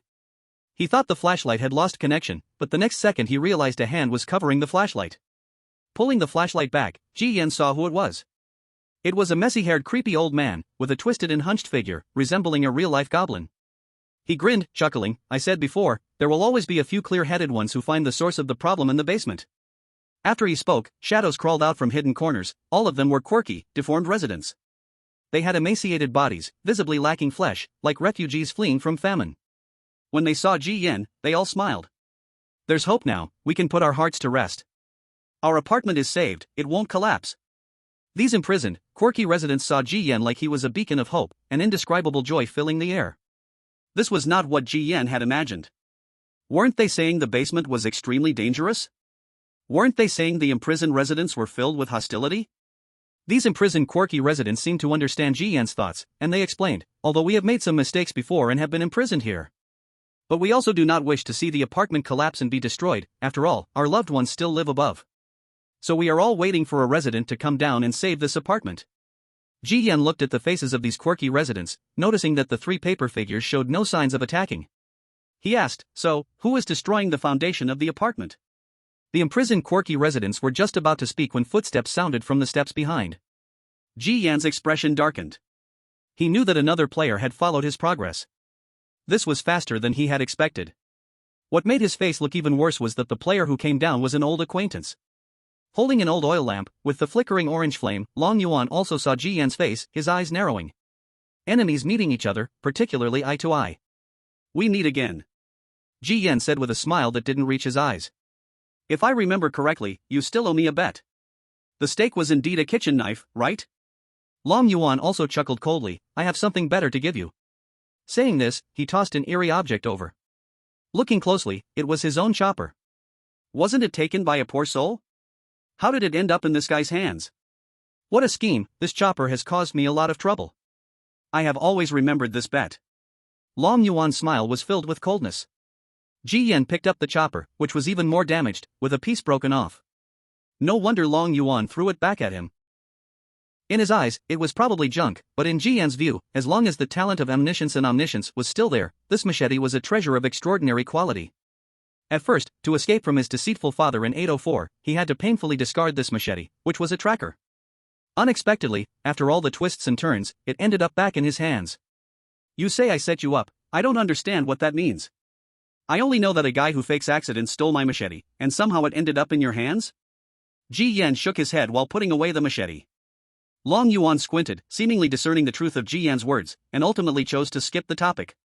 How do you know about this basement? Ji Yan retorted, and how did you discover it? The atmosphere fell into silence. Then Ji Yan laughed and said, everyone knows the truth, so there's no need to waste words. If I'm not mistaken, you knew from the start that the real culprit behind the apartment's destruction was in the basement. But you didn't say anything, even deliberately posted the location of that multi-faced monster in the group to mislead competitors, bringing all players in to hunt it down, deepening the players' misunderstanding. Am I right? In the first floor hall, Ji Yan had noticed Long Yuan hiding in the shadows, and at that time suspected something. Now seeing the other party also appearing in the basement, he could completely confirm his guess was correct. Long Yuan smiled slightly. This game is all about the clever getting to eat the cake first. You should thank me. If it weren't for me, this basement wouldn't just have the two of us. Ji Yan did not deny it. Yes, I should thank you. Since that's the case, instead of fighting to the death, why don't we team up to take down this main quest? After all, the time left for us is not much. Those stupid guys have already hunted down that multi-faced monster and will soon realize the truth. This cake, we can now enjoy it all to ourselves. Long Yuan took the lead to express his intentions, actively extending an olive branch. He really didn't want to waste time and miss the opportunity. Ji Yan also did not oppose it. Now was a critical moment. He then looked at the imprisoned monster residence. Do you know where the root cause of the apartment's destruction is? We know, but that guy is very fierce. Are you sure you can handle it? Before Ji Yan could speak, Long Yuan interjected disdainfully, just lead the way, leave the rest to us. Chapter 47, Black Coffin Curse, Long Yuan's Talent. Guided by the imprisoned monster residence, they entered the deepest part of the secret chamber. There were no pottery jars here, and the air was filled with a strange, foul odor. At the end, a towering ancient tree grew there. It was not really a tree but a bush-like structure made up of countless crimson flesh. The ceiling and floor of the basement were covered with twisted veins like roots, and countless distorted human faces were like leaves covering the surface. Those faces were wailing in pain altogether. More horrifyingly, on one side of the face tree, a thick, black liquid could be clearly seen, gnawing at most of the faces, leaving them riddled with wounds. The scene before them was filled with a bizarre Cthulhu-like style. Nauseating yet curious. Did nothing at all? Ji Yan glanced at them. A bald old man hoarsely spoke, we have no way. Those parasites have completely grown together with the foundation, recklessly removing them will only accelerate the foundation's death. A short old man followed up, only by addressing the source of these parasites can we save this apartment. He pointed to the back of the apartment's foundation. There lay a decaying coffin. Parasites were emerging continuously from the mouth of the coffin. That coffin is the culprit. We don't know where it came from, nor how the coffin lid opened. But as long as we seal that coffin again, we can definitely stop the spread of these parasites. An eerie old woman raised her bloodied hands, but those coffin nails, we can't touch at all, they're as hot as a branding iron. So, we can only rely on you to seal the coffin. As they spoke of the root of the illness, both Ji Yan and Long Yuan received a prompt from the game panel. The game panel popped up. That meant the direction was right. As long as they sealed that black coffin, this troublesome main quest would come to an end. Long Yuan's eyes revealed fervor. But Ji Yan remained cautious. The more crucial the moment, the less he dared to celebrate prematurely. Under the guidance of the prisoners, Ji Yan and Long Yuan crossed those writhing veins and approached the coffin. They clearly saw that a few coffin nails had been pried open and fallen to the ground. There were a total of 4 nails. In Long Yuan's eyes, these 4 coffin nails were like 4 equal slices of cake. He looked at Ji Yan, 2 for each of us, shall we split the reward? Ji Yan shook his head, it won't be that simple. That coffin is so sinister, how could it let us seal it so easily? Long Yuan, if we don't try, how will we know? You don't dare? Then I'll step into this danger zone first. Saying that, he walked forward, picked up the 2 fallen coffin nails, and approached the coffin. As the black coffin lid gradually closed, Long Yuan held 1 coffin nail in his hand. Before he could drive it in, blood suddenly gushed out from his 7 orifices. In the next second, he collapsed to the ground, his death horrific. Ji Yan's eyelid twitched.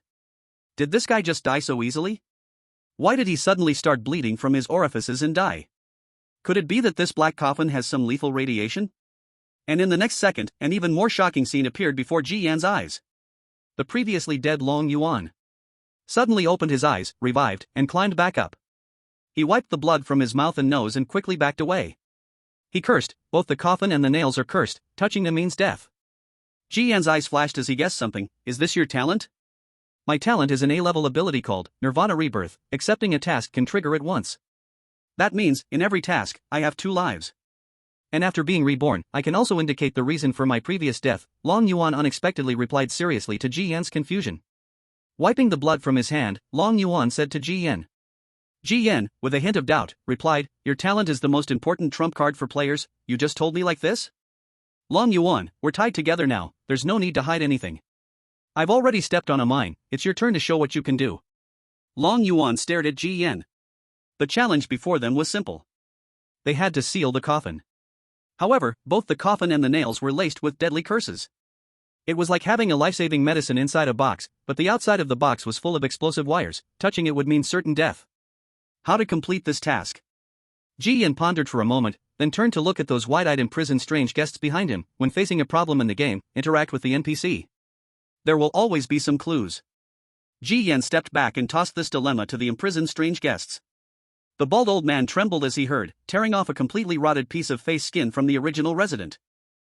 He smeared the thick black blood on Ji Yan's hand. Using this blood can block those curses. When these strange residents touched him, Ji Yan's eyes moved. Blinking a few times, he showed an unexpected expression. Is it really this simple? Long Yuan leaned closer, also in disbelief. The difficult problem was solved just by talking a bit?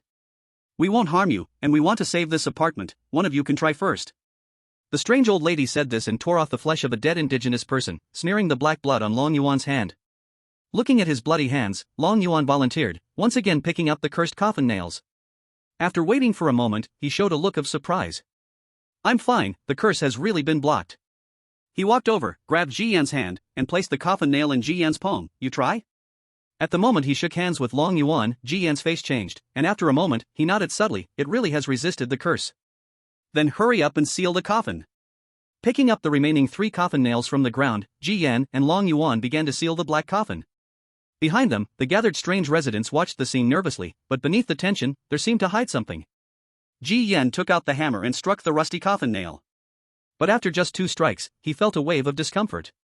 When Ji Yan came to his senses, he found that blood was gushing from his mouth and nose. His pupils contracted. What's going on? Wasn't the curse blocked? Blood dripped continuously onto the floor, the dust wrapping the blood into shiny red beads. Ji Yan covered his mouth and nose, but he couldn't contain it at all. The blood kept dripping through his fingers. He looked at the black blood on his hands. Isn't the black blood supposed to block curses? Why? Ji Yan suddenly turned to look at those imprisoned strange residents.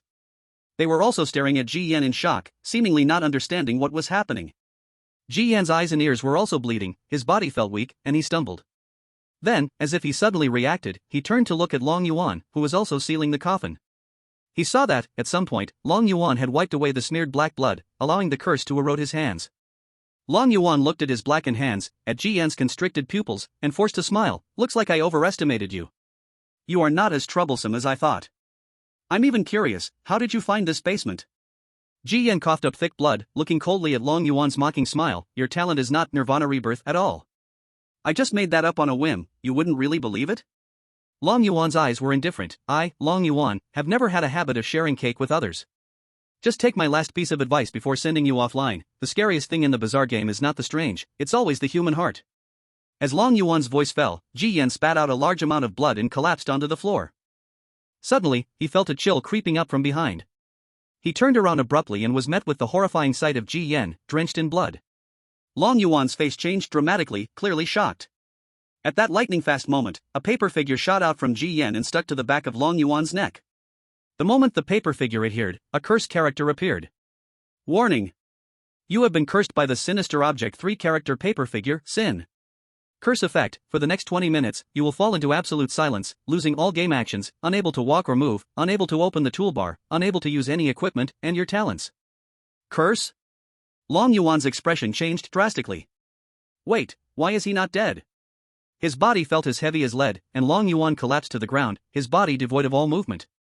Just as the warning panel said, he couldn't open the toolbar or use equipment to save himself. He could only move his eyes and speak minimally.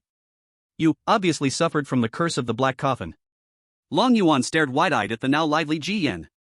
Ji Yan wiped the blood from his eyes and shrugged his shoulders, causing a second paper figure to leap from his shoulder. The paper figure bore the character of Void. The paper figure was burned, turning into a few wisps of ash. Disaster-avoiding paper figure effect: when the host suffers a fatal injury, it can transfer the disaster to fend off one death calamity. Seeing these two paper figures, Long Yuan's eyes twitched. Three-character paper figure. That's the legendary sinister object from room 801. Why is it on you? Ji Yan brushed off the dust from his hand, raising an eyebrow. Didn't expect you to recognize it? Long Yuan's face turned ugly as if he had swallowed a fly. How could he not recognize it? Miss Su Xin from 801 had always been his target, and he had been eyeing the three-character paper figure in her possession. Unfortunately, despite several interactions and completing various tasks for her, he still couldn't get his hands on this sinister object. Now, seeing this set of legendary quality sinister objects in Ji Yan's hands, he felt a humiliation as if the cool goddess he had pursued for so long suddenly fell for another person in just a few days. Humiliation, confusion, anger, various emotions rose within him. This paper figure, I've always kept it out of my toolbar, waiting for you to stab me in the back so that the paper figure would trigger automatically. Long Yuan's eyes turned cold as dead water. You knew what I was going to do from the start? Ji Yan's eyes were indifferent, but a smile crept to his lips. Let me tell you another secret you can't accept. I not only know what you're going to do, but I also know your true talent. Li Dai Tao Jiang, S-level talent, triggered by touching other players, making them a scapegoat. In the next 10 minutes, if any damage is incurred, it can be transferred to the scapegoat, but a maximum of 2 targets can be transferred, and after the talent ends, there is a cooldown of 60 minutes. Am I right? As Ji Yan stated Long Yuan's talent word for word, Long Yuan's mind went blank. What followed was terrifying fear. Why could he speak of his talent? The S-level talent had always been the deepest secret of Long Yuan, never spoken of. What is your talent? Long Yuan started to connect the dots. Ji Yan chuckled. Guess? The reason he could analyze Long Yuan's talent was that Long Yuan had given him that opportunity. When Long Yuan handed over the coffin nail to him, he made a motion to hold his hand. Even though Long Yuan appeared completely natural and reasonable, that gesture still seemed too deliberate in Ji Yan's eyes. Then, his all-knowing and understanding was triggered just like that, perfectly revealing Long Yuan's talent. Long Yuan's deliberate handshake was also to trigger his talent, making Ji Yan his second scapegoat. But he never expected. Ji Yan's talent is a bug F level that surpasses his own S-level talent. Miss Su's 3-character paper cut figures are of legendary quality. Ji Yan brushed off the dust on his clothes. He was very satisfied with his fake death performance, as he had successfully startled the old sly dragon Yuansheng. Behind him, the strange tenants who had just witnessed a show of continuous twists were growing restless, urging him repeatedly. There's really not much time left. When will you two stop scheming against each other? If you don't seal the coffin soon, this apartment is going to collapse entirely. Facing the tenants' pressing demands, Ji Yan nodded and replied, Indeed, time is short. As he said this, he took out a hammer, picked up the last coffin nail from the ground, and walked towards the black coffin. Long Yuan could only watch in disbelief, roaring with frustration and anger. Ji Yan. Then, under many watchful eyes, Ji Yan raised the hammer in his hand. But the next moment, both humans and the strange entities were stunned. Ji Yan was not sealing the coffin, he was prying the coffin nails out again. He was opening the coffin. Chapter 49, Prizing Open the Black Coffin, Mainline Easter Egg. Creak. Ji Yan's arm moved, prying out the first nail, followed by the second. His movements were extremely smooth. The strange tenants behind him screamed at the sight, Are you crazy? We asked you to seal the coffin, not to open it. Even Long Yuan on the ground was dumbfounded, pulling at his numb lips. You want to destroy this instance? Ji Yan said nothing, just continued to pry the nails. In no time, he had pried out 7 of the 12 coffin nails. As the coffin opening grew larger, more and more parasites crawled out, covering the native flesh tree. The imprisoned strange tenants could not hold back any longer, revealing their terrifying murderous intent. They rushed madly towards Ji Yan. He had been waiting for this moment, tightening his grip on the last paper cut figure, his fingertips piercing through his blood, seeping into the figure. Congratulations, player. You used 3-character paper cut figure, blessing, within 5 minutes, gain lucky protection status, immune to all malicious harm from the strange tenants in the instance. The paper figure was attached to the back of his neck. The strange hands covered in bulging veins reached for him, but the moment they touched Ji Yan, they screamed in agony like they were touching the coffin nails, burning them. Jian continued to pry out 2 more coffin nails.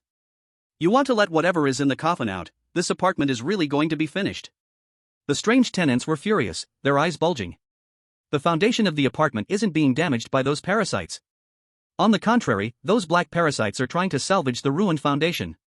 The real culprit isn't this black coffin, nor any one strange entity, but you all are trying to fool us in the basement by portraying yourselves as the victims.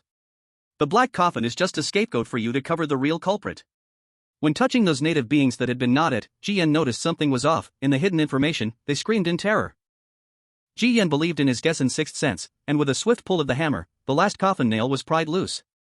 Dark, parasitic creatures surged out like a flood, and Jian stepped back a few paces. Then in his line of sight, he saw a pair of hands, aged and marked by time, stretching out from the edge of the black coffin.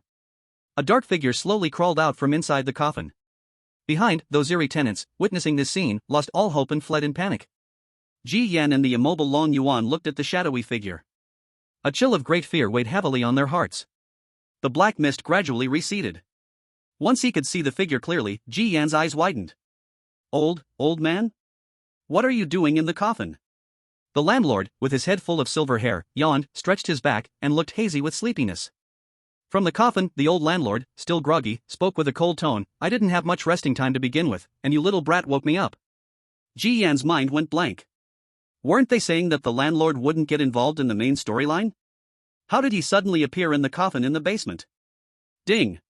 Congratulations, player, you have completed a hidden action and successfully awakened the sub-boss, the landlord, pulling him into the main storyline. Next, you will gain the landlord NPC's assistance. The game prompt made Ji Yan's eyes flicker. So this is how the main storyline worked. No wonder the apartment's copy was almost gone. The landlord had not made a sound because he was set as a hidden NPC, left here as an Easter egg. No wonder those eerie tenants were so wary. If they sealed the black coffin, it would truly be digging their own graves. Old man, it's probably not time to sleep. There's an urgent situation in the apartment that needs your help. Ji Yan hurriedly spoke. The landlord shook off the ash from his old pipe and snorted, as long as the apartment doesn't collapse, no matter how big the deal, it's not more important than my sleep. Ji Yan forced a stiff smile. Guess what, the apartment really collapsed. The landlord locked eyes with Ji Yan. The emptiness in the other's eye sockets sent chills down his spine. After a few seconds of silence, the landlord finally noticed that someone was also lying on the ground. How come you are here too? Long Yuan. Then the landlord lifted his head and finally realized that something was wrong with the apartment. In the next moment, his head turned, and he saw the flesh and blood tree with human faces over there, along with the constantly splitting walls and the collapsing flesh and blood cement. Ji Yan and Long Yuan suddenly felt an inexplicable palpitation. Looking up, they found that the landlord's aura had become unusually terrifying, with black veins crawling all over his body. After all, he was the boss of the copy. This darkened aura was suffocating. I slept for such a short time, and you turned the apartment into this shape? Ji Yan shifted the focus. Old man, your eyes are sharp, you should know who was behind this. No wonder those guys were so obedient this time. Being locked up for so long, it turns out they were just holding back this nonsense. The old landlord handed the old pipe back to Ji Yan. Hold this for a while, I'll be right back. After saying that, the old man clasped his hands behind his back and vanished into the darkness. Soon, the entire basement shook violently, and all sorts of chilling sounds echoed in their ears. About 2 minutes later, the old landlord returned, carrying a bundle of dark, messy things. Upon closer inspection, it was a head with hair standing up. What's more, they were still alive, begging for mercy continuously. The darkened landlord ignored them, throwing all the heads into the black coffin and closing the coffin lid. The troublemakers are all here. The landlord looked at the basement, which was in shambles, and the severely damaged foundation of the original residence, and helplessly said, however, this time the apartment has cracked very seriously. I don't know if it can be repaired. Ji Yan wondered, why did the tenants locked in the basement do this? Was it just to perish with the apartment? The landlord reclaimed the old pipe from Ji Yan. These guys seriously broke the apartment rules, that's why they are locked in the basement. In this place, being locked up for a long time, the resentment will only grow stronger. I thought of using them as fertilizer for the apartment, but I didn't expect these guys to pull such a stunt. The landlord spoke helplessly, his tone filled with a bit of sighing. Ji Yan simply nodded. He wasn't interested in the background story of this main task, he just briefly skipped over it, purely as a transition to push the later plot. If the culprit is dealt with, then this main storyline should be considered complete, right? Chapter 50 completed. Mainline, a bet. You guys go up, I will handle the follow-up matters here. This place is not for you to be, but since you are here to protect the apartment, I won't hold it against you. The old landlord pinched a pinch of tobacco, stuffed it into his pipe, casually said, and waved to send them off. Ji Yan glanced at Long Yuan on the ground, acknowledged him, and turned to leave. Looks like this time your spotlight was all stolen by that kid? The landlord puffed on his pipe, speaking carelessly. Long Yuan's face darkened. Old man, I didn't expect that little slippery head to be so cunning. Is it that others are cunning? Or is it that you can't match others' cunning? In this apartment, cunning is not a derogatory term. Every resident who wants to stay here has already been thrown out if they weren't cunning. The old landlord shook his head, his tone mercilessly mocking. Long Yuan's face looked as if he had eaten a fly. He couldn't understand how the other party could predict all the traps so accurately in advance. It was as if he had received the script in advance, leaving him puzzled. At that moment, Ji Yan had quickly walked out of the basement. The heavy air instantly changed to fresh and pleasant. Thanking the blood wall, Ji Yan turned to the blood wall. The blood wall slowly revealed a line of blood characters. How is it? It's going relatively smoothly. The culprit damaging the apartment has been eliminated. Ji Yan did not expect that this main storyline would ultimately be concluded by the landlord. However, Ji Yan could guess that there must be other ways to complete it. He had just accidentally triggered a hidden completion method. After all, the game panel also mentioned that the landlord only appeared in the main story as a hidden Easter egg. In the end, it all relied on the incredible bug of all-knowing and all-understanding. Otherwise, in this trap within a trap, Ji Yan wouldn't know how many times he would step on a mine. Before, he had only used this talent in minor ways. Now, he realized just how incredible this talent really was. Ding! The main storyline task is officially over. The culprit who damaged the apartment has been removed, and the crisis in the instance has been successfully resolved. Below are the performance ratings of all players involved in the main storyline task, as well as notifications of punishments and rewards. Third-rate performance score, discovered the true source of destruction, located at the foundation of the apartment.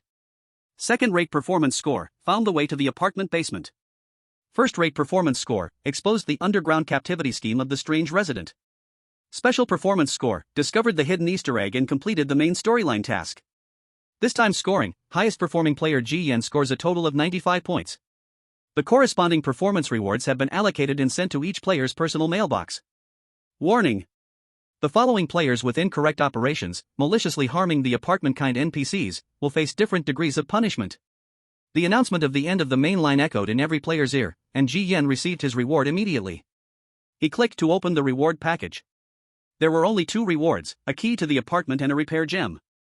Apartment key, first-rate copy privilege. Holding the key allows the player to open the door, go to the next instance, and mark the current strategy instance as a save point. Repair gem, can repair any strange object of legendary quality or below. The rewards were not many but contained significant value. What was more notable was that Ji Yan's personal information panel had completed an upgrade, the toolbar backpack expanded, and the game analysis became more comprehensive. With 300 points of trickery and increases in various status attributes. Talent prompt, congratulations, player, for obtaining the last piece of talent fragment, which has automatically combined for you. Your F-level talent omniscient understanding has completed an upgrade. This upgrade optimizes the triggering method, changing it from touch-based to gaze-based. Gazing once requires 100 points of mental status. The triggering method for the talent has changed from touch to vision? Ji Yan's eyes lit up. Clearly, this optimization was very effective. Previously, Ji Yan had suffered in several missions because he couldn't trigger omniscient understanding immediately. Now that flaw was fixed, making this talent nearly perfect. Ji Yan checked the rewards for the other players. Huang Ran and Long Yuan both received rewards, but they were significantly reduced. The worst off were those players who attacked the faceless horror. The extent of their injuries determined the severity of their punishment. Among them, the most unfortunate was the player who dealt the final blow to the faceless horror, receiving a permanent punishment of being imprisoned in the basement. Every punished player was on the brink of collapse. Who would have thought that the faceless horror was the biggest trap in the main storyline? Ji Yan took a brief look. Then he opened his strategy panel. Because of this main storyline, his strategy progress had directly surpassed Long Yuan, placing him first. Saving the apartment crisis immediately increased all the creepy tenants' favorability toward Ji Yan by over 40%. Main story is indeed the main story. Completing a main storyline saves others months of hard work. He realized that Long Yuan's dominant position over the other players was due to having completed the previous main storyline. Upon reflection, that guy's S-level talent was indeed impressive. Being able to find someone to take the blame and analyze information. But unfortunately, his talent was an unreasonable bug level. Inside room 404. Louis Tong also received the announcement of the main storyline completion. Upon hearing about the punishment, her back couldn't help but feel cold. Fortunately, in the end, she chose to trust Ji Yan's words and didn't follow the crowd to hunt the faceless horror, otherwise, her name would also be on the punishment list. How did he manage to do it? Her beautiful eyes couldn't help but widen. Ji Yan didn't return to 404 immediately, instead, he went to room 801. In the room, Miss Su was still at ease. Holding a watermelon and enjoying the balcony breeze, what was a strange game for her felt like a different scene. You're more capable than I expected, you actually found the landlord to solve the problem in the end.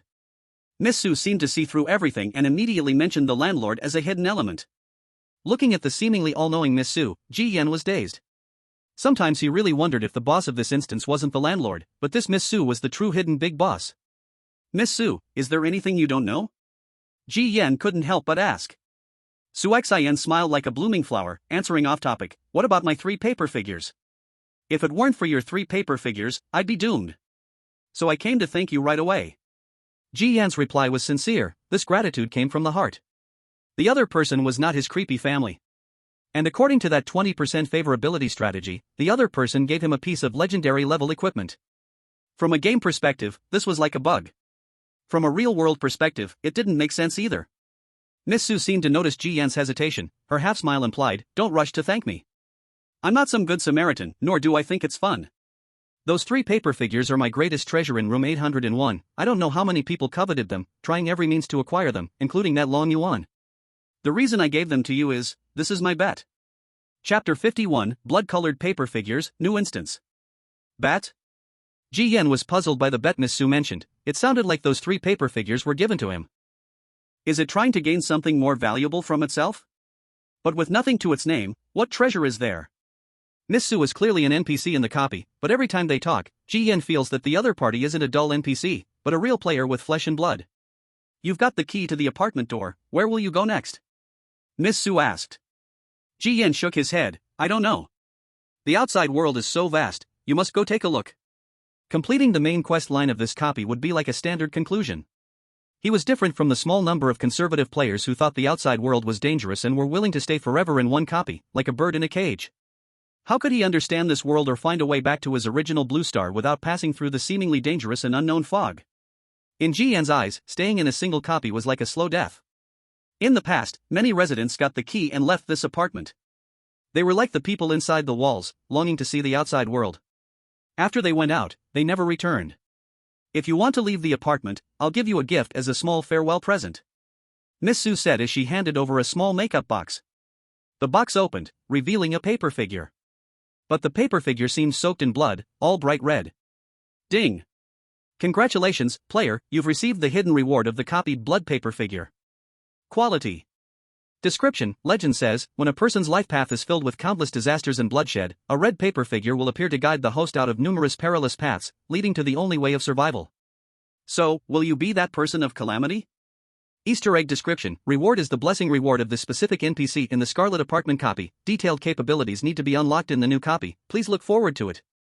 Specific NPC? What kind of identity is this, and what role does it play in the copy? Ji Yan wondered and couldn't help but become even more curious about Miss Su's identity. Holding in his hand the thin paper figure, about the size of a palm. By staring at it, he directly triggered his talent. It's a joke, with the bug talent of all-knowing and all-understanding, trying to dig out some hidden Easter egg is redundant. But the next second, he was slapped in the face. Talent analysis, hint. This reward is a special eerie object, it plays different roles in different copies, and cannot be precisely explained. Ji Yan suddenly understood. It was not that the talent couldn't analyze but rather that it couldn't locate. The blood paper figure is like a flammable item, in different copies, it can produce different chemical reactions. But this also gave Ji Yan a piece of information. This eerie item, the blood paper figure, is compatible with any copy. Blessing reward, specific NPC, how many more unknown settings does this copy still have? Ji Yan couldn't help but think, and after a few more simple exchanges, he exited room 801. As he was leaving, Miss Su smiled and said, next time we meet, you will know what my identity is. This statement left Ji Yan with many guesses. Next time they meet.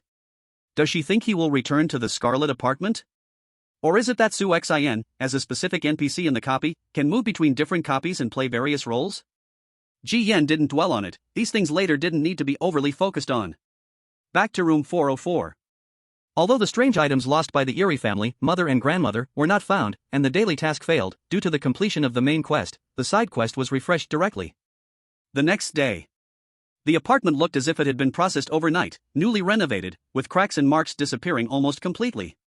It was clear that the players had noticeably decreased. One main quest directly wiped out most of the players who were just muddling through life. When the number of players in a copy is reduced to the lowest point, a forced matching mechanism will be triggered. Thus, on the other side, the blue star in the early morning again saw several unlucky people, who had just been sound asleep a moment ago. The next second, he was sadly sent to a strange world. The 404 cabin was the same. Because due to Dong Chu's elimination, a new player came the next morning, taking his place. The new player appeared in the living room, looking exactly like Ji Yan on his first day. From dazed to shocked, then from shocked to desperate. Ji Yan paid little attention to the new member. Welcoming the new player seemed to be the old player's task for Luitong. After a day's transition, Ji Yan no longer hesitated and ended the progress of this instance. In the first floor hall.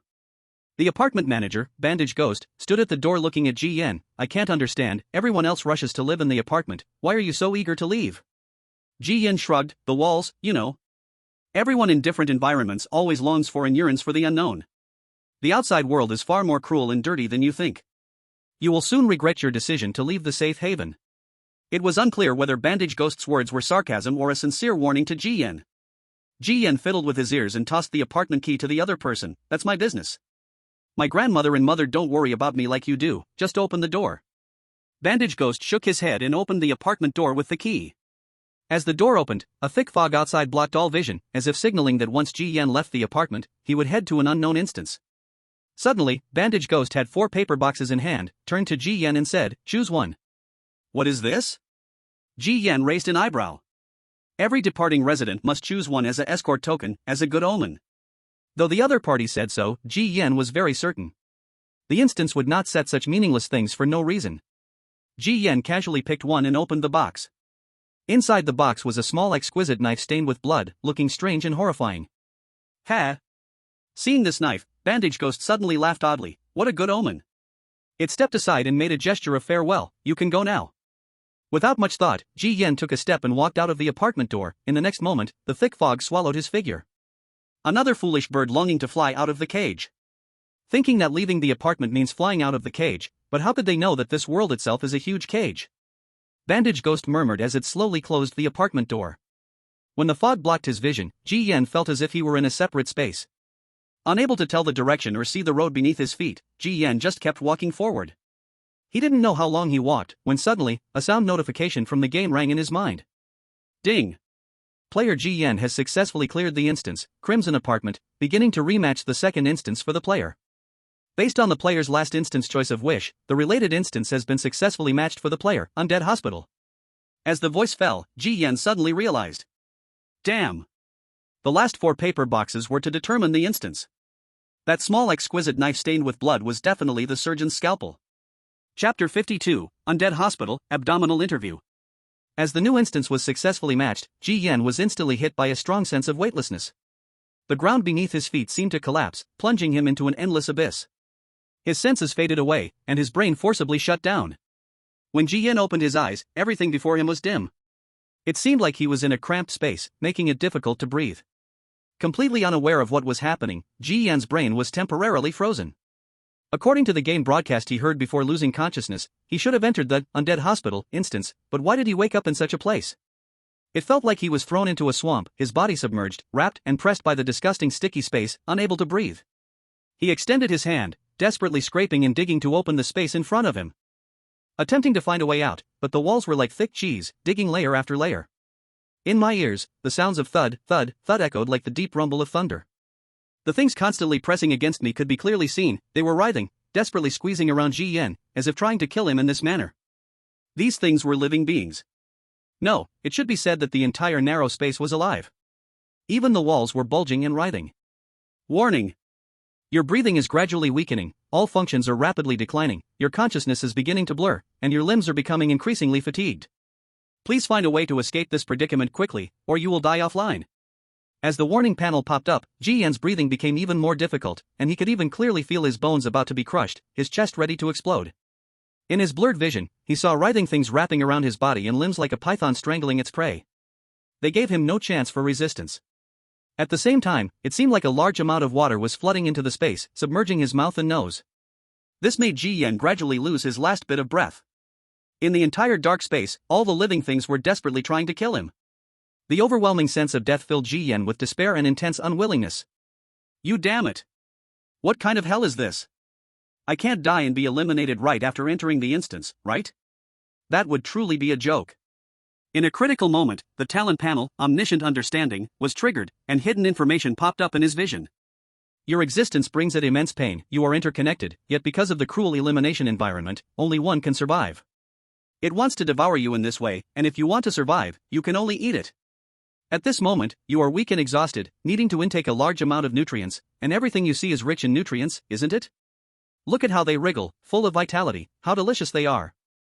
The talent's information made Ji Yan's eyes twitch continuously. Eat. Eat everything alive before him? He didn't even know what these things were. At that moment, his scalp suddenly itched. A dark red streak crawled out from his hair, it was the blood-red paper figure left by Miss Sue. It shimmered in Ji Yan's vision, flashing a dazzling bloodlight. The words greed, hatred, and delusion appeared alternately on the paper figure, finally settling on the word greed. Then, the blood-red paper figure passed through the pressing space and stuck to Ji Yan's forehead. In an instant, Ji Yan's eyes turned red. A wave of insane and intense desire forced its way into his mind, quickly occupying Ji Yan's last thought. At that moment, as his limbs thrashed wildly, there was only one thought in his mind. Hungry. So hungry. Why am I so hungry? I want to eat, no matter what, as long as it can fill my stomach. His thrashing limbs, under the terrifying greedy thought, burst forth with bizarre strength, forcibly pushing away the writhing creatures around him. His palms pierced into those living beings and walls as if tearing through cotton effortlessly. Anything he grabbed, Ji Yan desperately shoved into his mouth. Tear, chew, swallow. Ji Yan was like a ferocious beast with red eyes, mercilessly repeating these three actions. The living things were torn apart, spewing out a thick and choking aroma, yet constantly stimulating his taste buds and appetite, causing Ji Yan to devour frantically in the cramped space. Once the writhing creatures were consumed, he began to eat the tentacles wrapping around his body, and once finished with those, he tore through the soft walls layer by layer. Hunger was like a bottomless pit, completely consuming his brain. In this act of feeding, Ji Yan felt his strength growing increasingly abundant, making the eating even more frenzied. Soon, the low thud sound became fainter. In the distance, he faintly heard the sounds of painful screams. It sounded like the bleating of a sheep? Ji Yan did not spend a second thinking about these meaningless things. At this moment, there was nothing more painful than hunger. There was no greater joy than the spiritual substance of eating. Accompanied by a terrifying way of eating, the space grew larger and larger, and Ji Yan soon saw the light in the wall. That was the exit. Outside, there must be something more delicious, right? Ji Yan's face was filled with excitement and madness as he recklessly dove towards the beam of light. Hiss, splash. Huff. In the last moment before fainting, Ji Yan broke free from the cramped space. A bloody red covered his vision. The blood-colored paper figure immediately detached from his forehead. The endless appetite disappeared, and Ji Yan's frenzied brain gradually regained clarity. His mouth was full of blood, with pieces of meat hanging at the corners. Accompanied by intense nausea and physical discomfort, Ji Yan turned his head to vomit, gagging, wishing he could empty his stomach completely. Exhausted, he lay on the floor soaked with water, blood, and unknown slime, gasping heavily. After a moment, he weakly crawled up, looking around at the unfamiliar environment. This was a dirty and messy hospital room. On the hospital bed lay a bloody animal corpse, a female white sheep, its belly brutally torn open, with its organs and intestines eaten to the point of near emptiness. Looking at himself covered in blood and slime, Ji Yan understood the scene before him in just a few seconds. The cramped space was the womb of the sheep. The liquid that drowned him was amniotic fluid, and the wriggling living things and tentacles were the bloody organs and intestines. He actually crawled out of a sheep's belly in the way of frantic eating? The game's announcement sound immediately followed. Ding! Congratulations, player, you have passed the first interview level. Breaking from the cocoon, you have successfully become a medical student in the hospital and have gained internship qualifications. Level introduction, isn't life so magnificent? In order to allow the weak fetus to come out smoothly, the mother feeds the fetus with her own flesh and blood through squeezing stimulation, so it has the strength to break out. How great is this selfless love? Listening to the game's announcement, Ji Yan felt darkness closing in, but luckily the question swirling in his mind finally had a concrete answer. Goddamn selfless love. No one expected that this new instance would start with such a heavy and strange theme. It didn't even give players a chance to familiarize themselves with the environment and understand the instance rules. It was a life and death level from the beginning. Moreover, why did the player come out from a sheep's belly? What terrified Ji Yan even more was that there were several other beds in the hospital room. On those beds were also pregnant animals, not just white sheep, but also pigs and snakes. They looked as if they had mutated from nuclear radiation, their bodies abnormally large, wriggling with their swollen bellies, letting out sharp cries of pain. Obviously, there was also an unborn player inside them. Soon, a pig's belly successfully broke open. A snake, before dying, also managed to hatch its snake eggs. The two newborn players, like Ji Yan, had successfully passed the breaking from the cocoon level. In the dim, alcohol-scented hospital room, 3 players covered in slime and blood just stared at each other, the atmosphere as dead as silence. Each was rapidly digesting everything that had just happened. Until a voice broke the silence. Congratulations to the 3 of you, you are the only interns who have passed the interview in this delivery room. Next, you will work in the hospital as medical students. The voice came from behind. Ji Yan then noticed there was an NPC from the instance sitting in the corner of the hospital room all alone. The person wore a nurse's outfit, bloody and filthy clothing covering her voluptuous figure. Horrifyingly, her head was wrapped in blood-soaked gauze, leaving only a pair of cold eyes exposed. Welcome to the Spirit Hospital. Chapter 53, Zodiac Strange Doctor, The Wall Mural. Looking at the ghostly nurse figure resembling something from the movie Silent Hill, Ji Yan suddenly spoke, "You said only the 3 of us were born alive? But isn't there still?" There were 2 more beds, one with a pig and the other with a sheep. They were screaming in pain, and the players inside their bellies were about to break through. They've already been eliminated. As soon as the words were spoken, the eerie nurse had a scalpel in her hand. In the blink of an eye, she was at the bedside. She stabbed the players still struggling inside the pig's womb, killing them instantly. As she turned, the pregnant sheep on the other bed had its belly ripped open, and the player inside was successfully delivered by cesarean. Damn, I'm finally out. The player, just born, was still covered in slime, cursing as they spoke. However, before they could even feel joy, the next second, a hole was stabbed in their head with a scalpel, and they died on the bed, eyes wide open, filled with confusion.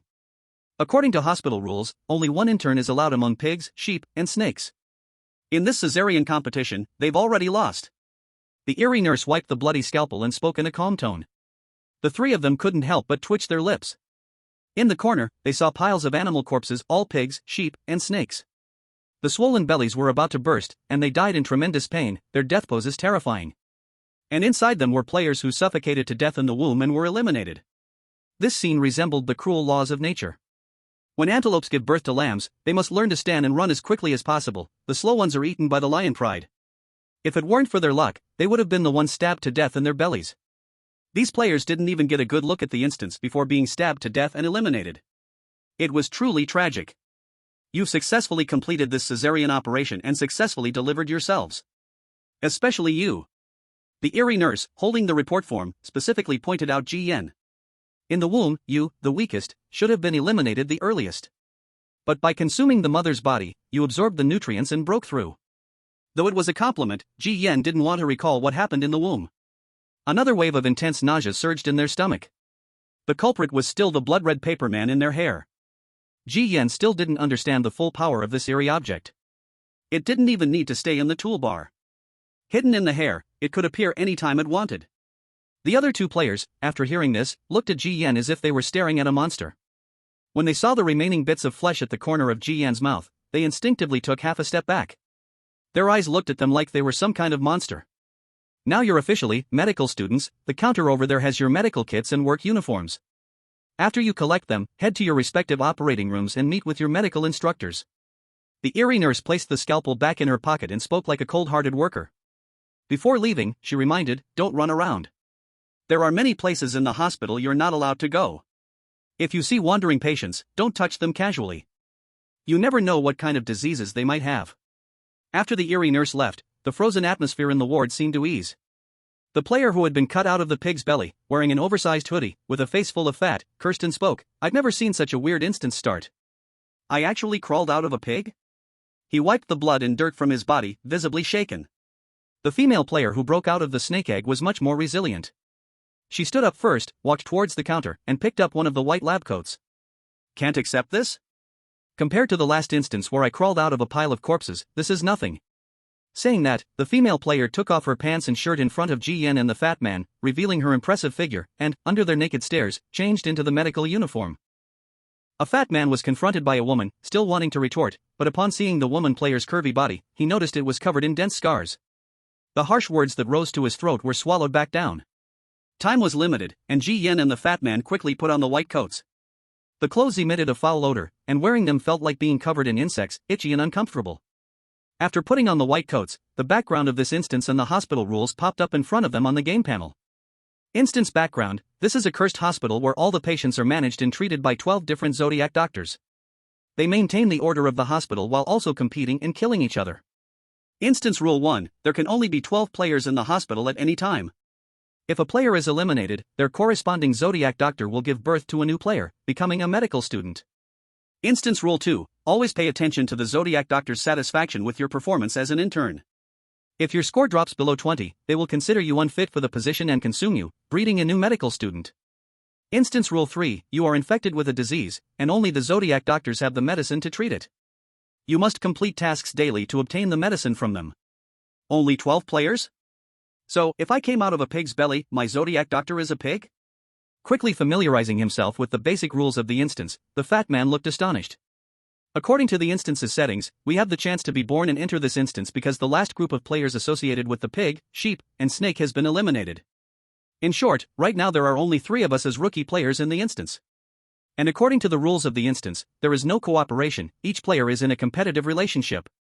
The female player tied up her hair and whispered, simply analyzing the current situation. Ji Yan, on the other hand, remained silent and thoughtful. Clearly, the undead hospital was far more complex than the Crimson apartment. They had only grasped the simple framework so far. Compared to all the random instance information, Ji Yan was more concerned with one point. What disease are the players infected with? He looked at his own body, finding no unusual discomfort. Since this is a competitive relationship, I'm not going to chat with you guys anymore. Let's hurry and go collect our tasks first. Farewell. The fat man said a few more words, grabbed the medical kit, and left the ward. The female player glanced at Ji Yan and also left with her medical kit. As Ji Yan picked up the last medical kit, a guidance message popped up, ding. Your medical kit has been obtained. Please proceed to operating room 102 in building A and interact with your attending doctor to receive tasks. Ji Yan walked out of the ward, taking in the surroundings of the undead hospital. Unlike the dead atmosphere of the Crimson apartment, the environment of the undead hospital felt eerily silent. The empty corridor lacked the dirty mess of the apartment, but the dim lights and hoarse broadcasts created an even more terrifying atmosphere. Soon, Ji Yan arrived at operating room 102 in building A. In the empty corridor, Ji Yan sat alone on a bench, waiting for the operating room door to open. During this time, many medical staff passed by. They were faceless and their shapes fluctuated. Ji Yan felt like a stone thrown on the roadside, not attracting any attention. Friend, are you a doctor? Can you save me? I'm in so much pain. I'm also a patient in the hospital. Please help me. Suddenly, a voice came from behind. Ji Yan turned to look, and his expression changed slightly. On the wall he leaned against hung an oil painting, and in the picture was a living human face. At that moment. Chapter 54, Mental Drugs, Zodiac Wishes. I was pranked by other patients and sewn into the painting. It's so painful, please, doctor, save me. The painted face cried and sobbed, its features twisted in agony, pleading with Ji Yan. Ji Yan asked in return, how can I save you? It's simple, just help me take it down from the wall, I can break free by myself from the back. Looking at the painted face, filled with joy and tears, Ji Yan remained calm. Sorry, I am only responsible for treating my patients. The painted face begged several times, but it was always in vain.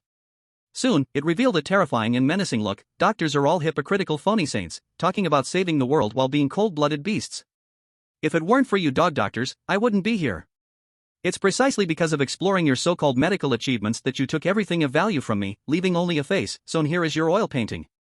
Damn, you all should die. The oil painting shook violently, bright red dye flowing from the bottom of the frame. That painted face tore at the stitched seams, the blood and flesh growing from the frame ripped apart, splattering blood everywhere. It looked like it was about to swallow Ji Yan whole. Ji Yan's eyelid twitched.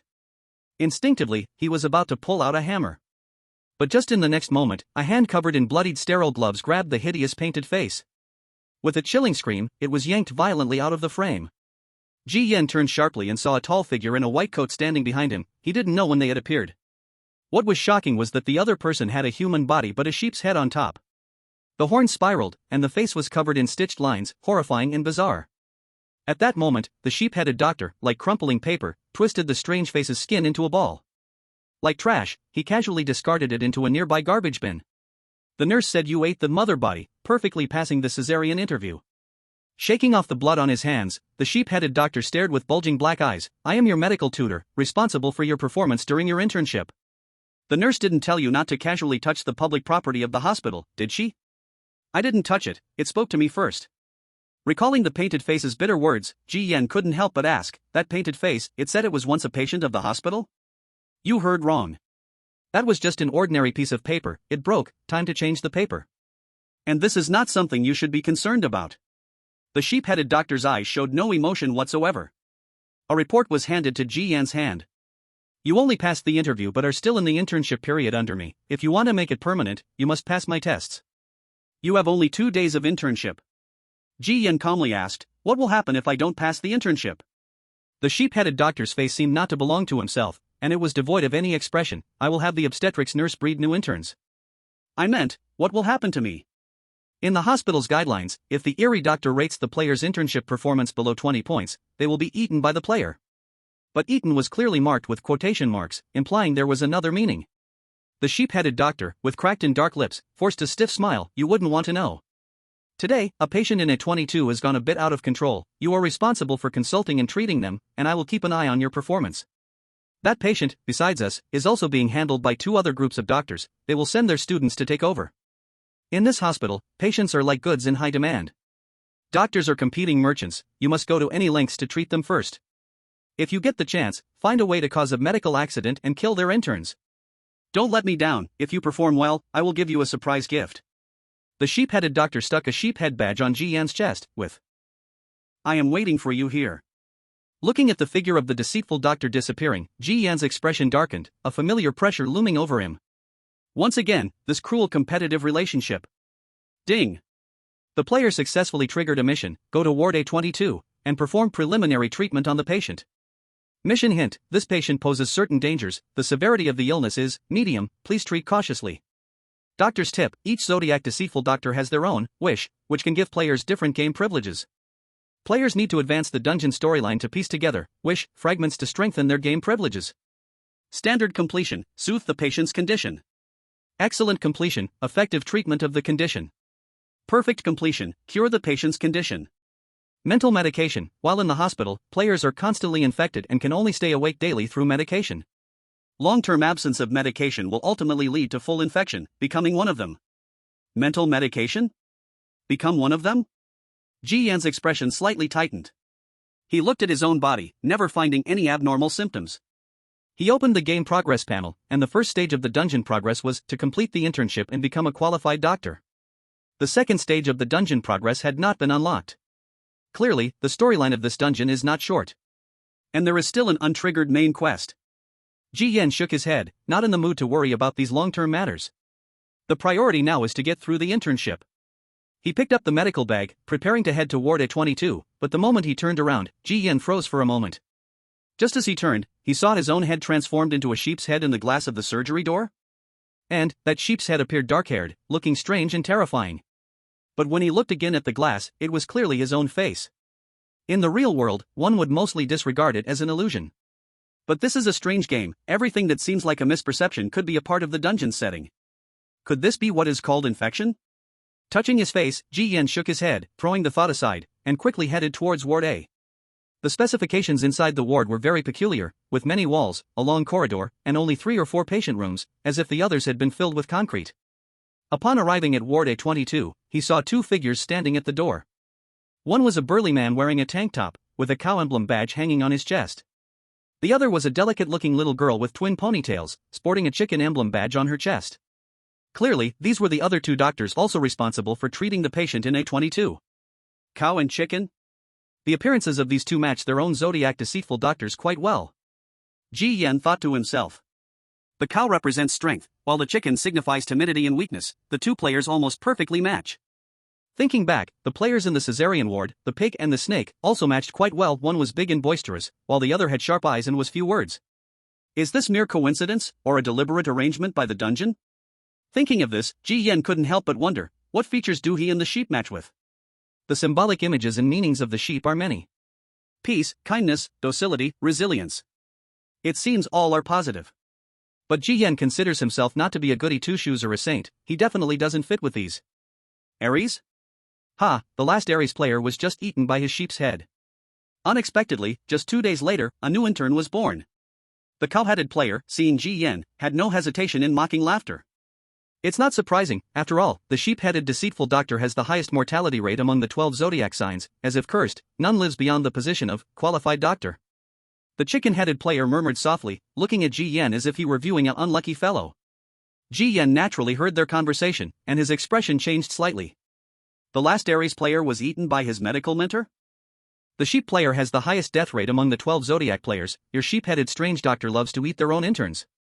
I have been in this instance for only 22 days and have already seen 4 of your sheep-headed players eliminated, you are the 5th. Aries represents purity. That sheep-headed strange doctor does not allow any impurity in their interns. Impurity represents infection. If you do not consume the mental medicine from their hands, the infection will show on the surface. If they see signs of infection on you, they will think you are a failure. As for what happens next. He. Regarding the long speech from the bull-headed player, Ji Yan did not believe a single word completely. In this instance, all 12 players are in a competitive relationship. Killing any intern of the Zodiac can earn a rich reward. Who has the time to waste words with you? Ji Yan thought to himself when suddenly a voice echoed in his mind. You need to be careful of the bull-headed player, he is likely to trip you up in the ward. Ji Yan was stunned and looked at the chicken-headed player. This girl can communicate with players' thoughts? The chicken-headed player had her hands in her pockets, quietly watching Ji Yan. My talent is mind connection. I can designate a player for a 5-minute thought exchange. In the Zodiac, the bull and sheep are opposing forces. If he kills you, he can gain a great reward from the bull-headed strange doctor. During the day, violence is forbidden in the hospital, but the treatment process in the ward is not limited. Be careful. Ji Yan looked at her and attempted to respond with his thoughts. You wasted a use of your talent to kindly remind me? The chicken-headed player detected the sarcasm. I know you don't believe. I remind you also serves my own interests. My Zodiac, wishing, is kindness. As long as I help other players through actions or words, I will gain performance points from the medical mentor. Right now, my position is attending physician. I need 15% more performance points to be promoted to chief physician. Otherwise, do you really think I'm Mother Mary? In the hospital instance, players have only 3 job levels: intern, attending physician, and chief physician. To be promoted, they can only gain performance points from their respective Zodiac medical mentors.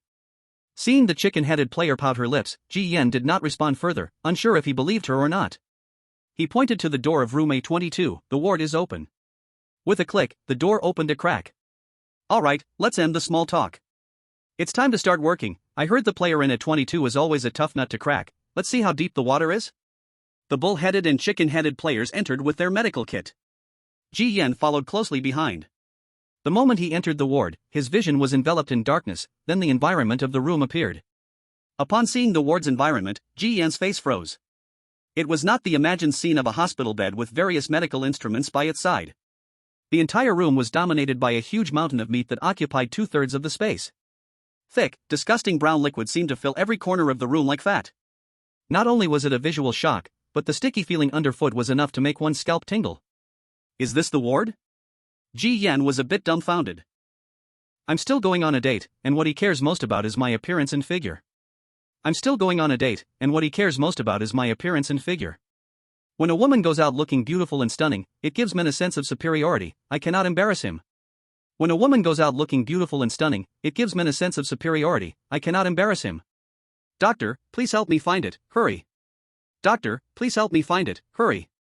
The voice was filled with urgency, as if one could imagine a heavily made-up woman, halfway through her makeup, grabbing her face in despair. The voice was filled with urgency, as if one could imagine a heavily made-up woman, halfway through her makeup, grabbing her face in despair. However, the 3 looked around the room. Everywhere was submerged in those brownish-yellow fatty tissues, and their lips twitched. However, the 3 looked around the room. Everywhere was submerged in those brownish-yellow fatty tissues, and their lips twitched. In such an environment, finding an eyeshadow pencil was like looking for a needle in a haystack. In such an environment, finding an eyeshadow pencil was like looking for a needle in a haystack. With no other choice, the 3 could only grit their teeth, roll up their sleeves, and plunge their hands into those moving fatty tissues to search. With no other choice, the 3 could only grit their teeth, roll up their sleeves, and plunge their hands into those moving fatty tissues to search. Ji Yan clutched these things, he was certain that this was the accumulated fat in the skin layers. Ji Yan clutched these things, he was certain that this was the accumulated fat in the skin layers. He looked at the loose, sagging mountain of flesh, covered in lymph-like bumps and black hairs, and heard gurgling sounds echoing inside. He looked at the loose, sagging mountain of flesh, covered in lymph-like bumps and black hairs, and heard gurgling sounds echoing inside. Clearly, this belonged to that patient. Clearly, this belonged to that patient. While searching, Ji Yan uncovered several white coats, shoes, watches, and even an empty medical bag from under the fatty tissues. While searching, Ji Yan uncovered several white coats, shoes, watches, and even an empty medical bag from under the fatty tissues. This suggested that many players had previously encountered misfortune in this room. This suggested that many players had previously encountered misfortune in this room. Where had all the people gone? Where had all the people gone? Not only Ji Yan discovered these items, but the bull player and chicken player also dug up some. Their faces were not looking good. Not only Ji Yan discovered these items, but the bull player and chicken player also dug up some. Their faces were not looking good. How many players had perished? How many players had perished? This was just a patient with a moderate condition. This was just a patient with a moderate condition. What level of danger did the severe cases entail? What level of danger did the severe cases entail? Perhaps driven by a woman's intuition, the chicken player finally found the makeup box and retrieved the eyeshadow pencil from inside. Perhaps driven by a woman's intuition, the chicken player finally found the makeup box and retrieved the eyeshadow pencil from inside. She showed a look of surprise. She showed a look of surprise. I found the eyeshadow pencil. I found the eyeshadow pencil.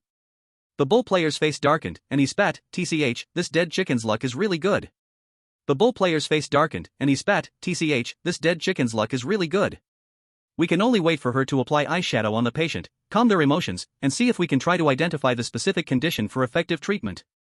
We can only wait for her to apply eyeshadow on the patient, calm their emotions, and see if we can try to identify the specific condition for effective treatment. After all, this task has 3 ways to achieve success. Calming emotions is the lowest level of completion. After all, this task has 3 ways to achieve success. Calming emotions is the lowest level of completion. Really, hurry and bring it here. Really, hurry and bring it here. Doctor sister, my hand is not convenient, can you help me apply the eyeshadow? Doctor sister, my hand is not convenient, can you help me apply the eyeshadow? The massive mountain of flesh shook violently, the surrounding fatty tissues were pushed to the corners, and the patient made another request. The massive mountain of flesh shook violently, the surrounding fatty tissues were pushed to the corners, and the patient made another request. To better calm the other person's emotions, the chicken player reluctantly agreed. A woman who loved to dress up should find applying eyeshadow an easy task. To better calm the other person's emotions, the chicken player reluctantly agreed. A woman who loved to dress up should find applying eyeshadow an easy task. However, seeing that mountain of flesh, the chicken player couldn't shake the growing sense of dread in her heart. She hesitantly asked, "But where is your face?"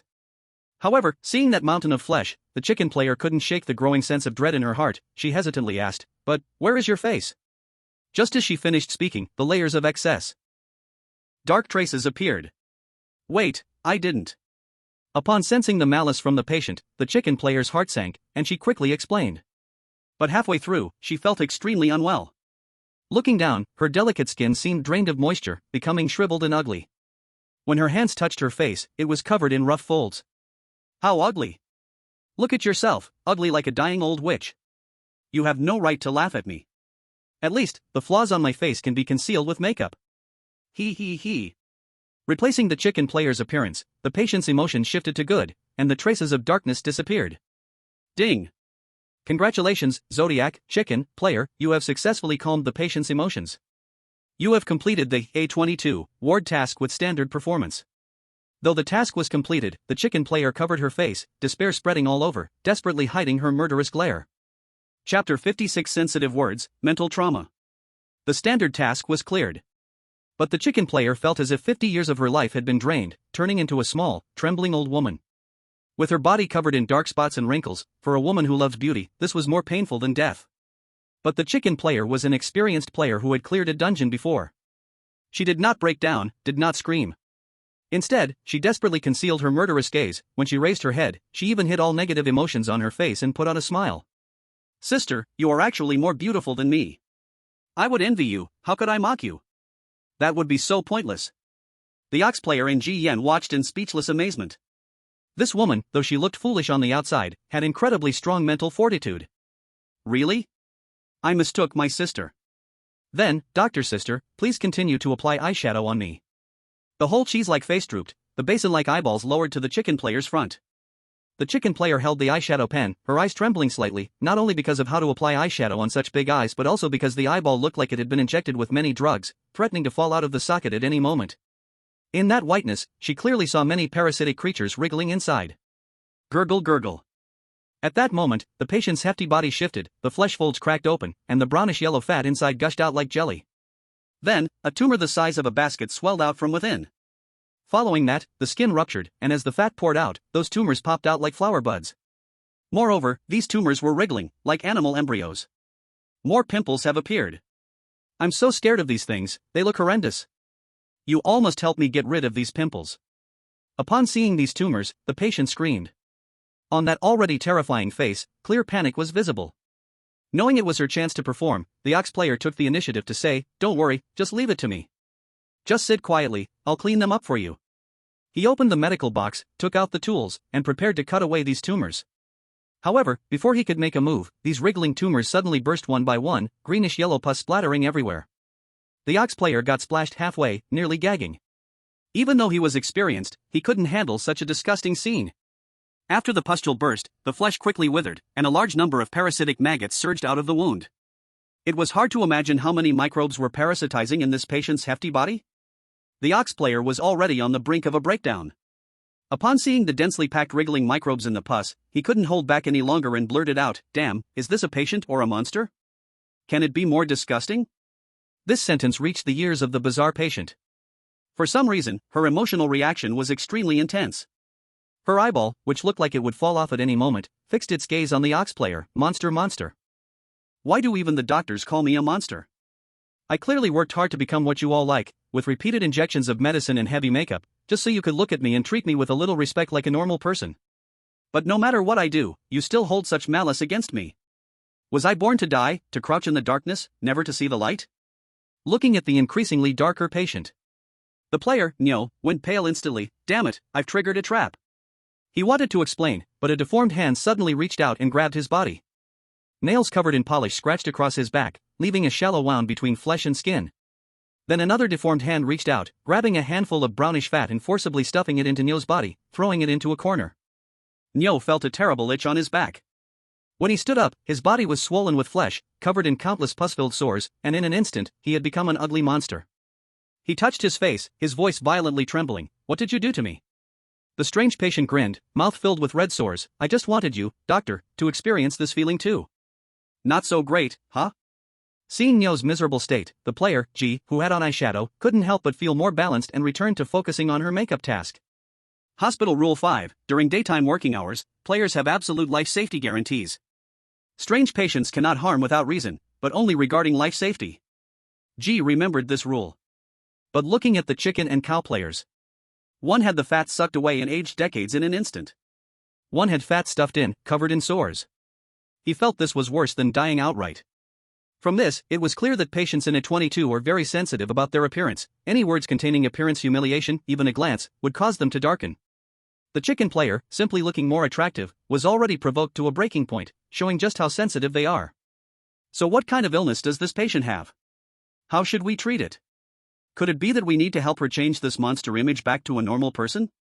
If that's the treatment method, it could be called an incurable disease with no hope of recovery. Although he hasn't been directly affected, G obviously felt the pressure. He looked up, staring at the face melting like cheese, consuming his mental state, triggering the talent, all-knowing and all-understanding. He obtained hidden information about the patient before him. "My name is Lu Yen. I once had a man I loved deeply, unable to extricate myself. Fearing to lose him, I worked hard to meet all his wishes. He liked double eyelids, so I had surgery on my eyelids. He complained my body wasn't slender enough, so I extracted a lot of fat.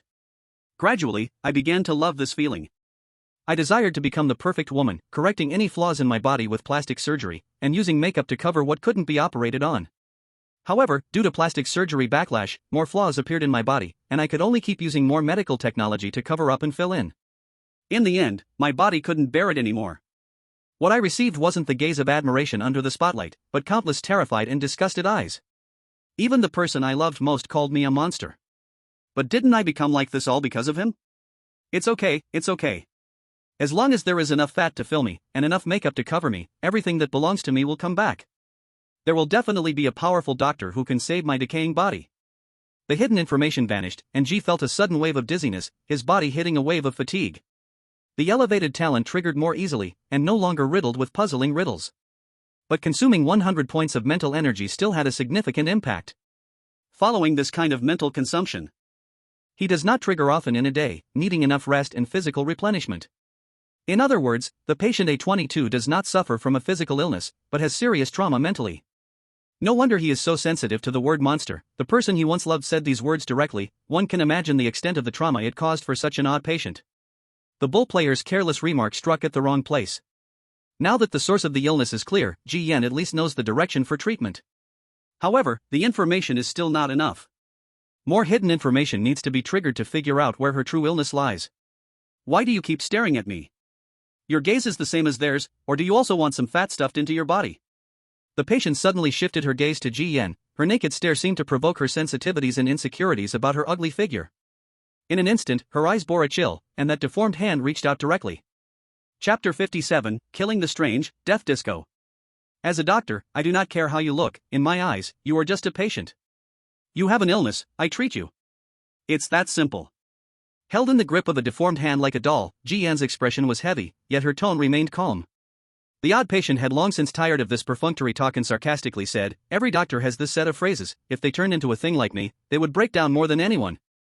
I indeed have an illness, every corner of my body is ill."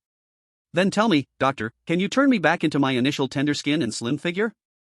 You can't, you are all a bunch of armchair doctors who only talk big. The strange female patient dragged her body like a mountain of flesh, her face slowly melting from medication reactions, confrontationally glared at Ji Yan with intense malice.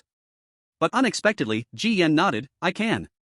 Not only the bull player and the chicken player, even the odd patient was taken aback for a moment. What? Ji Yan continued to calmly nod, "I said I can." All right. If you can't do it, I will drain the fat from your body to fill my rotting skin. Whether it was a glimmer of hope or an excuse to drain Ji Yan, the odd patient's deformed hand released its grip on Ji Yan. The bull player, covered in ugly pustules, darkly stared at Ji Yan and clicked his tongue, wasting time. Dead early or dead late, isn't it all dead? Ji Yan's medical box was the most basic internship kit, containing only a few surgical tools and simple anesthetics. Could one reshape a mountain of flesh filled with layers of fat and lumps back to a slim figure? Is this even possible? The chicken player also retreated to the side. She had already earned her reward for completing the task and was quite satisfied. Ready to exit the ward at any moment and report back. But for some inexplicable reason, curiosity made her want to see how Ji Yan would escape this perilous situation.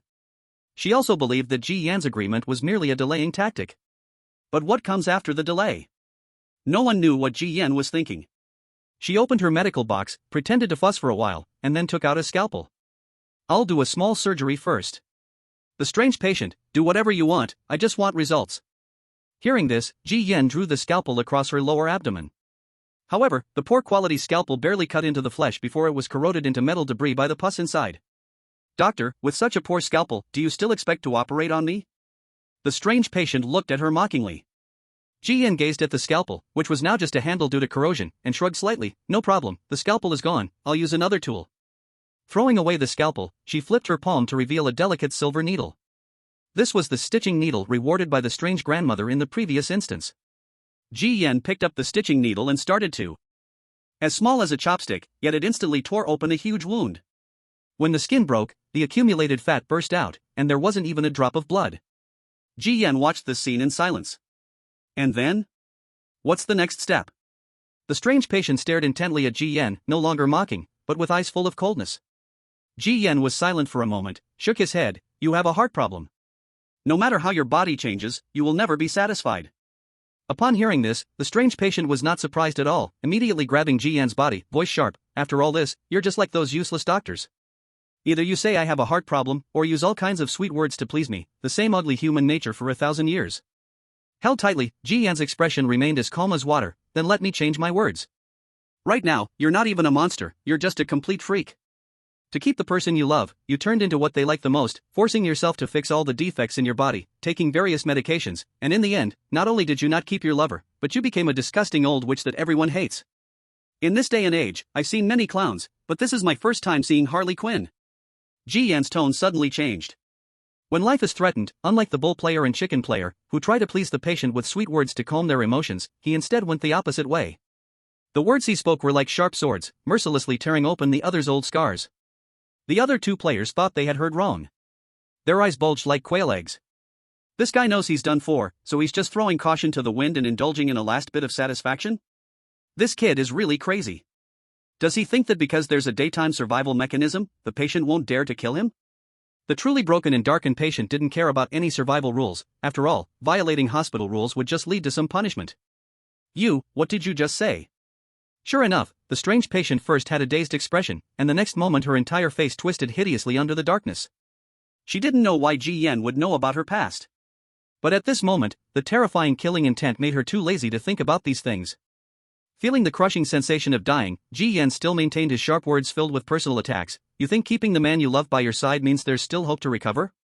Every day filling your body with fat, covering the decayed flesh caused by medication with heavy makeup, and then hoping that one day a powerful doctor can revert you to your original form? Forget it. There's no possibility. This body will always haunt you, and you can never escape the words monster, ugly, disgusting. Shut up. Shut your mouth. I want to chew you up in my mouth, you. The strange patient screamed, but instead of tearing Ji Yan into pieces, she covered her melting face and howled in despair. Released, Ji Yan not only didn't escape but took a step closer. His mouth continued to fire without mercy. Every sentence tore at wounds. Every word killed the heart. The bull player and chicken. The chicken player fell silent. She always felt that Ji Yan wouldn't overlook this layer. He didn't run, he just endlessly humiliated and attacked the patient with some hidden intent. Chapter 58, Sharp Tongue Treatment, Twisted Affection. Ji Yan swore that his sharp tongue had never been as piercing and cruel as it was today, especially in this strange game. To outsiders, it seemed that Ji Yan was half a foot into the gates of hell.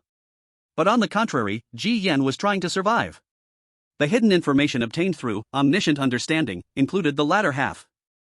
The real reason Lu Yan was sent to the underworld hospital was not her decayed body from excessive cosmetic drugs, but rather her severe case of Stockholm Syndrome, and it was of the rarest kind.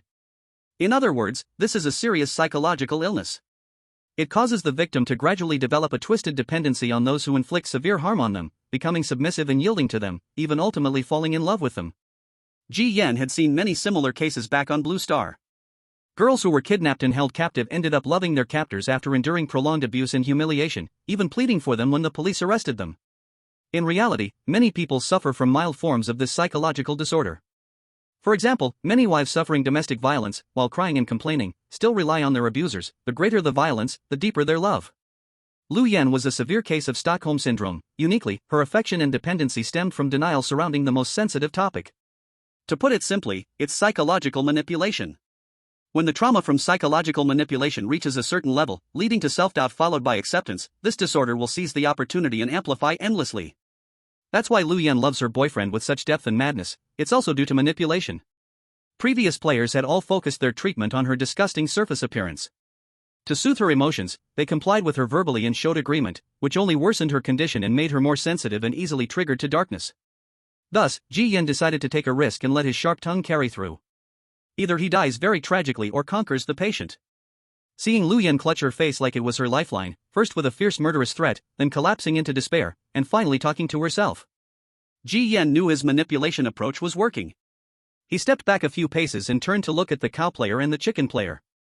He found these two were gazing at him as if he were a corpse. Then, Ji Yan suddenly felt his whole body was bound. He felt again that he was gripped by those twisted hands like a small figurine. I can already imagine how miserable his next move will be. The chicken players shook their head. Ji Yan looked at Lu Yan's face that was completely mangled. In her bloated eyes, there was no murderous intent left, only pleading and helplessness. Doctor, you were right, I am beyond saving. So, should I just rot away like a rat in a lonely corner? Lu Yan trembled as she looked at Ji Yan, longing for a bit of verbal comfort. Ji Yan's expression remained cold. Exactly. You should rot alone in a filthy corner, left to your own devices. However, you still hold a last bit of value for me. As my patient, if you die, I can't provide my reports. So, you should exploit your last vestige of value. As for what happens afterward, I don't care. Ji Yan knew well the twisted psychology of Stockholm Syndrome patients, no matter. Very strange. Hair-raising, chilling. This is a twisted gaze of affection. She released Ji Yan and, in a submissive tone, said in admiration, "From now on, I live for Dr. Yang." The meaning of my life is to contribute to Dr. Yang's achievements. Ding. Congratulations, player, you have successfully calmed patient A22's emotions and effectively treated the patient's condition. Task completed excellently. Tip, you have achieved 78% of the strategy for patient A22. The patient has developed an affectionate liking for you. Please keep it up. In the hospital dungeon, strategizing with any NPC will significantly help your progress. Ji Yan heard the game prompt. His face showed no sadness or joy, he had already anticipated the outcome. His PUA spiritual therapy had only two results. Either a miserable death, or adoration. No matter what, the latter is better than the former. But he didn't know if being entangled by this twisted and pathological affection would cause a good or bad chemical reaction. The cow player and the chicken player were completely dumbfounded. Because they were doing the same task, they could hear Ji Yan's task notifications. No way, did he just humiliate the patient and not only escape a disaster but also treat the patient effectively? Could it be this patient is a masochist, the cow player murmured, wiping the pus-filled sores on his body in shock. The chicken player, though speechless, was also astonished, is this a sickness? If they had known that a bout of humiliation would lead to an excellent task completion, they wouldn't have ended up in such dire straits. But the opportunity had already slipped away. After receiving effective treatment, their task time ended, and the three of them were forcibly ejected from the room.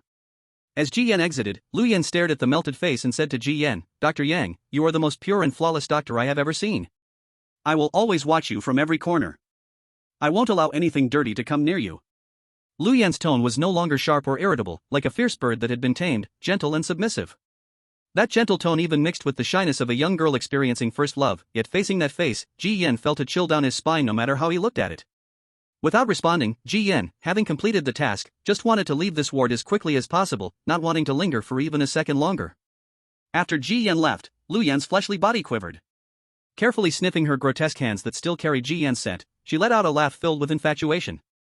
But the sound of her laughter, pressed under heavy fat, sounded grating and unpleasant. Dr. Yang, what a perfect and charming man. Outside the ward.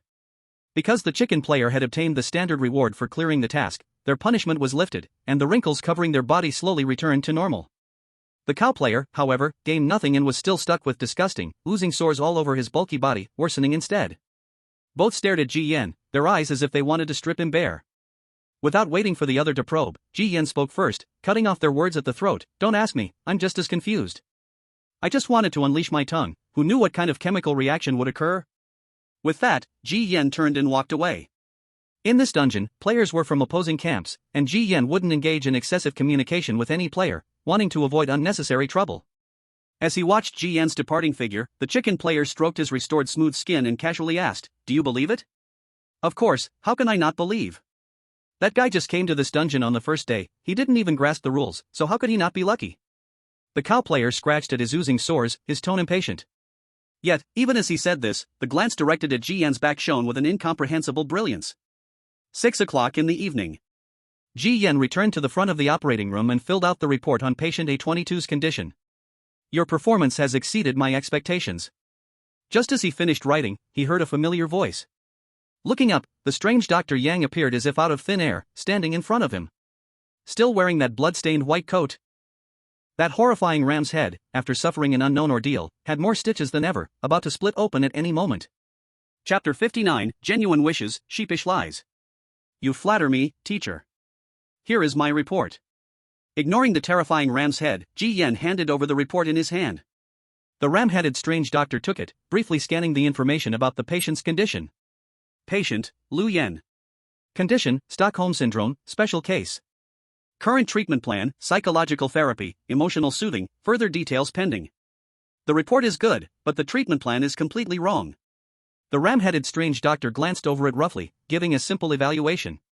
Completely wrong?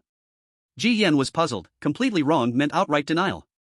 Shouldn't it start with psychological therapy and soothing the condition first? The ram-headed strange doctor didn't explain and handed over a key. This is your reward for today. Ji Yan took the key, his fingertip rubbing against the rust. Just one key is all? What about the promised psychological medication and lavish dinner? The room is already fully equipped. The ram-headed strange doctor seemed to hear Ji Yan's inner thoughts. The hospital lights go out at 9, and your rest is at 12. According to hospital rules, if you quietly fall asleep after midnight, nothing will happen. But still, don't sleep too deeply, pay special attention to the two players from the Zodiac. Because their respective wishes really like to work at night, especially targeting a sheep. You have 3 senior brothers and sisters, all eaten during the deep night. The ram-headed strange doctor, usually silent, rare to explain so much nighttime information to Ji Yan. Through the chicken player, Ji Yan learned that wishes represent the meanings of different zodiac signs. Through wishes, players may gain certain privileges, progress in strategies, special rewards, and more. Which 2 zodiac signs could move freely at night? Several zodiac signs flashed through Ji Yan's mind. At that moment, the ram-headed strange doctor, staring at Ji Yan, suddenly raised his palm covered in white hair. In the next moment, a scalpel appeared in his palm and swiftly slashed toward Ji Yan's throat. Ji Yan couldn't even react. He thought he was about to be slashed. Instead, the fine tip of the knife merely pierced a small hole beneath his throat bone. With a gentle flick, a thin black line as delicate as shrimp thread was pulled out. You've been in too much contact with patient A22, you've been parasitized by a dirty thing. This bug will slowly gnaw at your flesh and blood and reproduce. Ji Yan's face went pale with fear.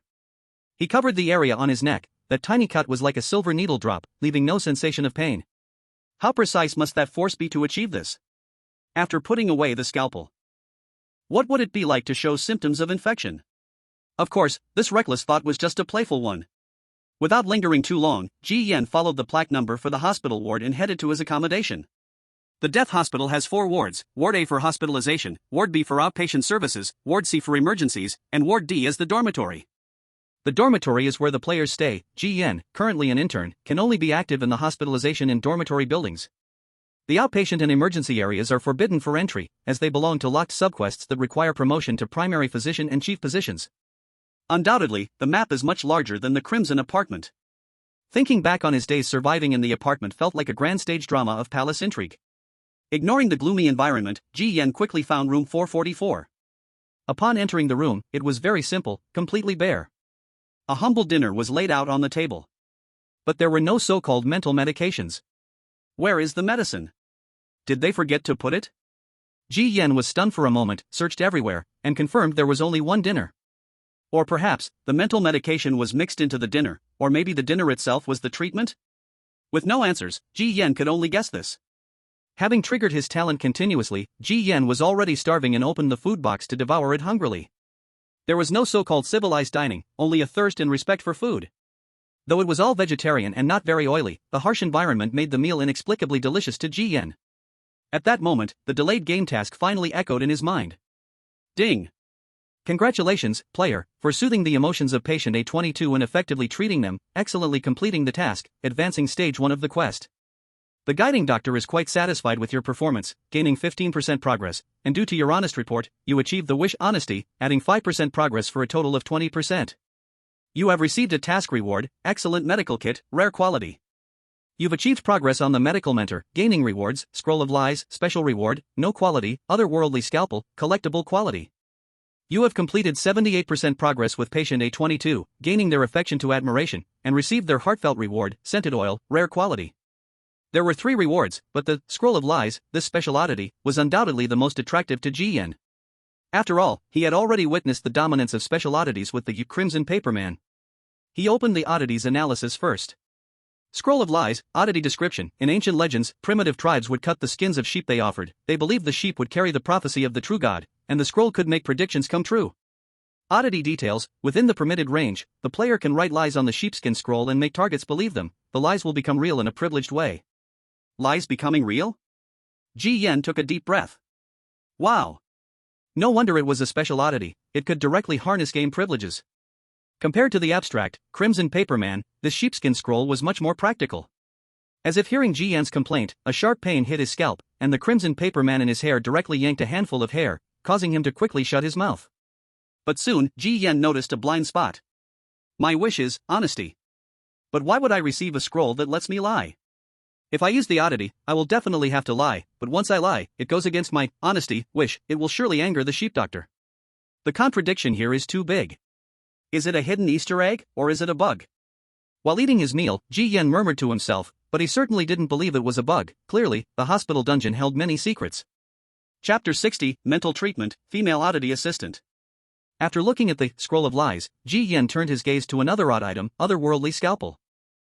This is a surgical knife with a handle made of sheepskin, crafted quite delicately, but what puzzled Ji Yan was, this surgical knife has no blade. A surgical knife without a blade? Isn't that just like a gun without bullets, only suitable for moving bricks? Only after checking the detailed description of this strange tool did Ji Yan understand why it had no blade. This is a knife that does not kill. As for what a knife that does not kill can be used for? Naturally, it belongs in a place like a hospital, where lives are saved. Then, glancing briefly at the upgraded medical kit and the fatty perfume, Ji Yan closed the tool panel. To his surprise, rewards were also triggered from the patient Lu Yan. It was her gift, which felt exceptionally hot in Ji Yan's hands. There was a kind of token of love sensation. Once taken, one would be entangled even deeper. After dinner, Ji Yan's mental state had recovered quite a bit. Seeing the wall clock nearing dark, Ji Yan took off the white coat stained with disgusting filth, preparing to take a nice shower and lie down. The white coat hung on the back of the chair. Sounds of running water came from the bathroom. In the funnel, there was a messy pile of hair and a piece of what seemed to be scalp left by the previous occupant. Like most people, when Ji Yan washed his hair, the foam got in his eyes, and he always felt a pair of eyes on his back. A pair of pitch-black hands appeared out of nowhere, slowly reaching toward the back of his head. But the strange doctor had said that it was forbidden for the strange to enter the player's room. This was the 7th rule of the hospital. Therefore, Ji Yan ignored this psychological fear suggestion. After washing his hair, he started to wash off the dirt on his body. Coincidentally, the soap slipped out of his hand and slid into the corner. Ji Yan's mouth twitched slightly. He couldn't shake the feeling that this scene was a bit. He bent down to pick it up, feeling like there was someone behind him. And this feeling was very strong. The next moment, he smelled a strange odor and suddenly turned around, only to see a strange face covered in crumbling cement at the corner, with a pair of decaying hands reaching toward his lower body. It grinned at Ji Yan. "Doctor, I..." Before it could finish speaking, a sharp hammer had already struck its face. The hammer smashed through the skull, thick blood gushed out. The other party screamed in agony, and Ji Yan's face darkened. He did not expect that picking up soap in the bathroom would lead to an encounter in a strange game. Wasn't it said that strange things are forbidden to enter the player's room? As the hammer was about to strike again, the other party hurriedly waved their hands in surrender. "Dr. Sheep. I did not mean to hurt you, even with 100 guts, I wouldn't dare. I just saw the soap drop and wanted to help you pick it up." "How did you get in?"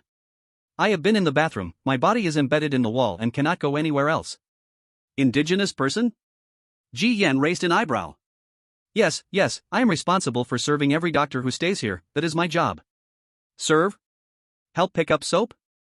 Ji Yan found it quite abstract, and the bathroom strange began to explain. "Of course not, I am responsible for giving you a bath." Before it could finish, Ji Yan exited the bathroom. Who could take a shower with a strange watching? Just as he stepped out, Ji Yan felt an eerie sensation in his body. He saw grayish hair growing on the back of his hand, and his skin became rough. Touching his face revealed black hair growing all over, and a searing pain at his forehead made him turn to look in the mirror. In the mirror, he was slowly transforming into a sheep-headed strange being. "What is happening? Did I not eat dinner? Did that strange sheep doctor really not prepare any mental medication for himself?" Ji Yan watched as he slowly turned into a strange sheep. He did not know what would happen after complete infection. But a strong sense of unease told him that nothing good would happen. Ji Yan wanted to open the medical kit, but the last bit of his consciousness was swallowed, and he fell into darkness. Oh no! After Ji Yan fainted, he lay on the ground without moving. Soon, the whole room became lively. The walls writhed, revealing terrifying concrete faces, and the bed's blanket seeps with blood plasma. Strange shadows surged from all directions. They approach like they have found an exquisite prey, closing in on Ji Yan lying on the floor. After an unknown amount of time, Ji Yan gradually awakens. Heavy eyelids slowly lift, and his whole body itches inexplicably. Opening his eyes, he finds himself lying in bed, the blanket slowly bulging up.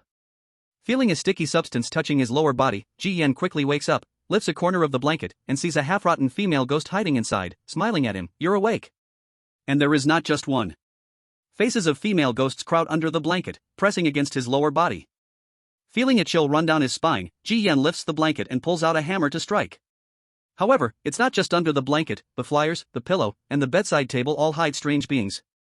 "Dr. Yang, we did not harm you, we saw you fainting from infection, so we laid you on the bed and treated you." These strange beings explain in haste. Ji Yan realizes the infection on him has disappeared. Looking at these eerie residents of room 444, Ji Yan suddenly understands. These strange beings are what's so-called mental drugs. No wonder the talent panel said room 444 is unusually lively. It turns out, besides himself, there were a room full of strange beings accompanying his daily routine. "Dr. Yang, there's still a little infection remaining on your lower body, you should lie down and close your eyes, we'll help get rid of it." The female ghost with hollow eyes speaks with resentment and grievance. She was smashed on the head by Ji Yan, leaving a dent but still respectful. Seeming very afraid that Ji Yan would refuse treatment, "Doctor, please lie down, we will be quick." "Yes, it's our duty, if we don't do well, we will be punished by the medical mentor." "Close your eyes, there won't be any discomfort, on the contrary, it might feel somewhat comfortable and relieve the stress." Ji Yan. No, the more he listens, the more it feels off. But Ji Yan still accepted the final treatment because these female ghosts meant no harm, and the sheep-headed doctor would see the infection was not cleared, which surely meant trouble. Lying in bed, closing his eyes, he accepted the filthy cleansing from the female ghosts. About 5 minutes later, the treatment ended. To be honest, there was indeed a kind of inexplicable comfort. The pressure wasn't as overwhelming anymore. Thank you, our treatment is over." The treatment took a bit long because the doctor's bathing treatment in the bathroom was too short. Clearly, that fat soap ghost in the bathroom was also part of the treatment process, but Ji Yan had run away midway, interrupting it. Seeing these strange beings obviously helping him with treatment yet continuously expressing thanks, Ji Yan felt a bit embarrassed. "Are you all afraid of my medical mentor?" Ji Yan asked. "If we don't treat your infection properly, we will lose our value. In this hospital, whether medical staff or patients, once they lose their value, they will be sent to the morgue." As she was about to say more, the female ghost quickly shut her mouth, not daring to speak further. It seemed like a terrifying forbidden land, one that couldn't even be mentioned. These female ghosts wore tattered medical uniforms. They were the lowest-ranking assistants, representing a humble status. "Dr. Yang, we will not disturb your rest. You sleep peacefully, we won't make noise to disrupt you." The female ghosts gradually returned to their quarters, some diving back into the walls, crawling under the bed, and others hiding back in the wardrobe. Ji Yan didn't want these female ghosts to leave so quickly. Clearly, these nurse NPCs held many secrets about the quest, and continuing the interaction might yield useful information. But before Ji Yan could speak, suddenly a crisp knock came from the door. Then, a chilling, hoarse voice slowly drifted in from outside. "Excuse me, is anyone in there? Excuse me, is anyone in there?" That voice sounded extremely hoarse. It felt like a long-standing phlegm stuck in the throat. Ji Yan glanced at the door but did not respond. At this time, who would have the free time to knock on the door? The trick of knocking had already been worn out in the last apartment copy. Ji Yan lay down, covered himself with the quilt, and fell asleep with his head buried. But the strange knocking outside persisted, not fast or slow, very regular, stopping for a moment after every 3 knocks. This knocking sound made one feel anxious, emotions stirred, and it was hard to sleep. Ji Yan frowned tightly. Where did this strange sound come from? It shouldn't target players for no reason. The female creature that had crawled under the bed suddenly emerged with a bloody head, making a shushing gesture to Ji Yan. "Dr. Yang, do not respond, and do not open the door. Otherwise, that knocking creature will be able to break in immediately. You just need to sleep quietly, any commotion outside the door will not affect you. Before you, the previous Dr. Yang would be entangled by this knocking creature every night, we have all gotten used to it." The other female creatures hiding in the corner also spoke up. They had already grown accustomed to it. However, the words of the strange caregivers caused Ji Yan's brows to twitch. According to this, the knocking creature targeting sheep players wasn't a coincidence. He turned over and stared at the door. Even with a door in between, his talent, omniscient understanding, was still triggered. Among the 12 zodiac signs, there are 3 that are antagonistic to sheep, but the most malicious towards sheep is the dog sign. Dog players can obtain wishing privileges at night, making it easier for them to carry out missions in the hospital. Dog players will always think of ways to take advantage of the night, maliciously entangling, even hunting down sheep players. This allows them to gain progress and rewards from medical tutorials, using their own methods against them. Now, as a sheep, how will you fight back? Ji Yan's eyes narrowed slightly. Clearly, this knocking creature was lured by dog players. Even if Ji Yan didn't trigger the door-breaking rules, with this knocking all night, he wouldn't be able to sleep, leading to a poor mental state that would affect the next day's mission. The methods may not be great, but they are indeed disgusting. If he were to strike back and even hunt a dog player, could that significantly advance the sheephead doctor's tutorial? Ji Yan's eyes sparkled with intensity. At once, he became eager. What he lacked the least of was ways to irritate others. What was one knocking creature worth? At this moment, as the knocking continued, the door began to corrode little by little, and the hoarse voice outside grew more anxious. Is anyone there? Is anyone there? Doctor, my head hurts so much, it feels like there are so many bugs inside, please help me? Ji Yan ignored the shaking door, trying to figure out how to deal with the knocking creature, when suddenly his scalp itched. The blood-colored paper figure, hidden in his hair, sprang out. The blood-colored paper figure jumped onto the quilt like a little person, vividly gesturing with its limbs at Ji Yan. Not knowing if it was his illusion, Ji Yan could somewhat understand the meaning expressed by the blood-colored paper figure. You can help me deal with the knocking creature outside? But, you want me to go out? The blood-colored paper figure nodded. What do you want me to go out for? Ji Yan questioned, perplexed by the paper figure's intentions. The blood-colored paper figure gestured vividly. Good thing. After gesturing, the blood-colored paper figure displayed the words greed, hatred, delusion on its body, finally stopping at the word delusion. Then, the blood color changed to black, and it darted towards the door. Ji Yan's eyes sparkled. He had always been curious about the abilities of the blood-colored paper figure. From the looks of it now, its strange abilities derived from the three words greed, hatred, delusion. The word greed, which Ji Yan had seen before, was purely hunger. But this hunger was very strange. Ji Yan had discovered that the things he ate would not cause any backlash or discomfort to his body. He could even convert what he consumed into bizarre power for himself. That time, Ji Yan obtained a prompt from the game panel. My own strange power has increased by a full 150 points. So, what is this weird ability called madness? The blood-colored paper figure dashed out, and the knocking on the door suddenly stopped.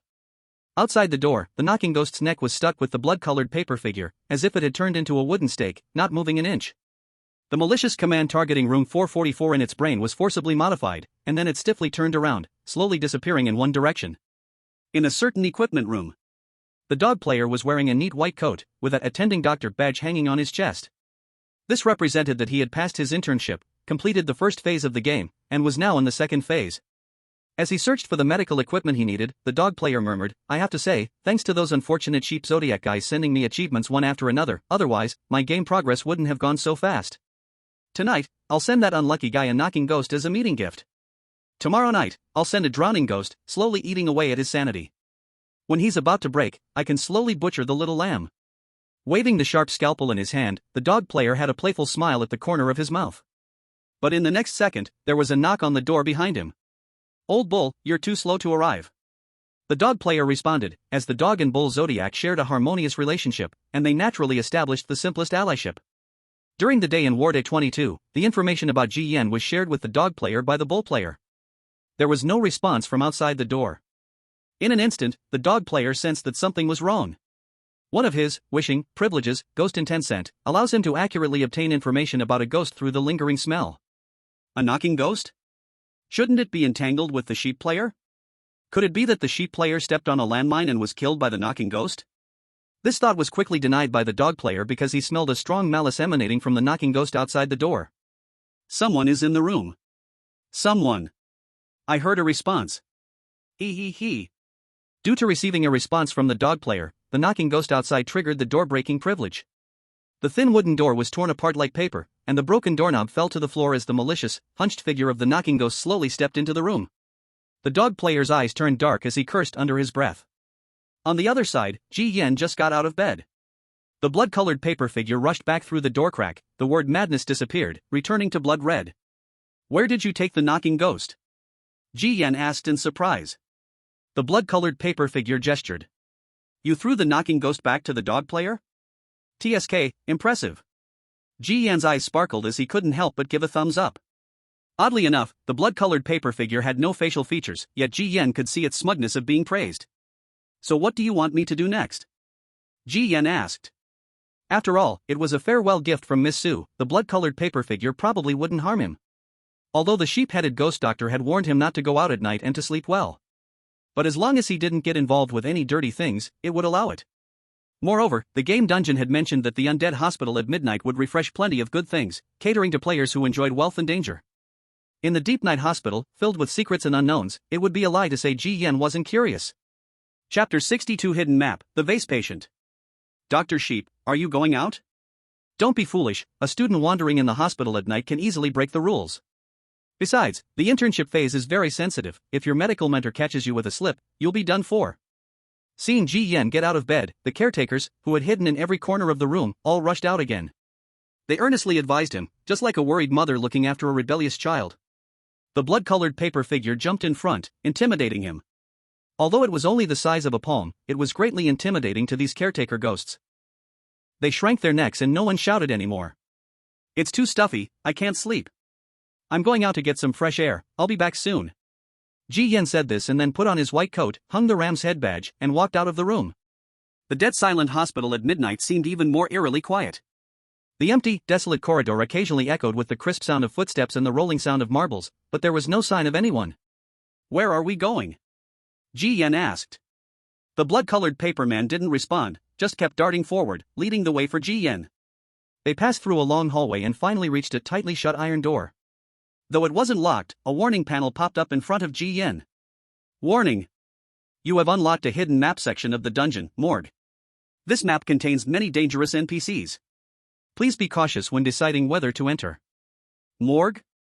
The caregiver woman had just mentioned this place. Ji Yan didn't expect it to be found so soon. According to their explanation, hospital staff who have lost their value, and patients who gave up treatment, are sent to the morgue. It's like a garbage disposal station for hospital staff and patients, much like a game dungeon. This place is terrifying in the real world, let alone in this eerie game. What's the blood-colored paper man in such a hurry to do here? For safety, whenever entering a dangerous place, Ji Yan would take out the Edward's human skin mask from the last dungeon to cover his player scent. The mask's bone spurs pierced into his flesh, sewing his face together. Ji Yan opened the door, and the blood-colored paper man immediately darted back into a crack, revealing not a passage but an elevator behind the door.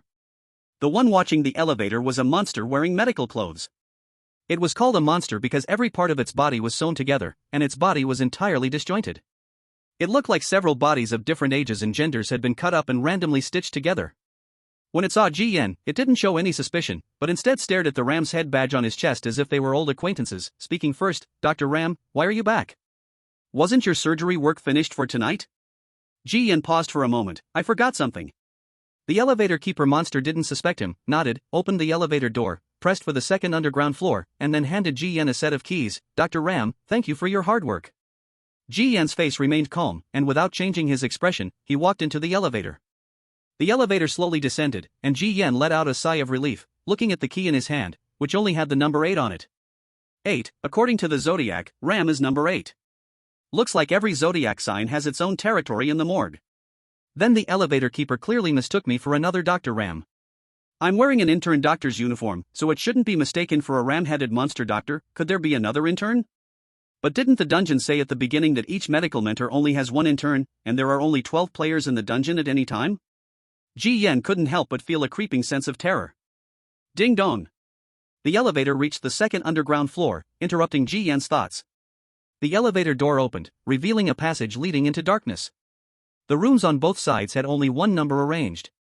Numbers 1 to 12 corresponded to the 12 Zodiac numbers. Ji Yan quickly stood in front of room number 8, turned the key, and heard the click of the door opening.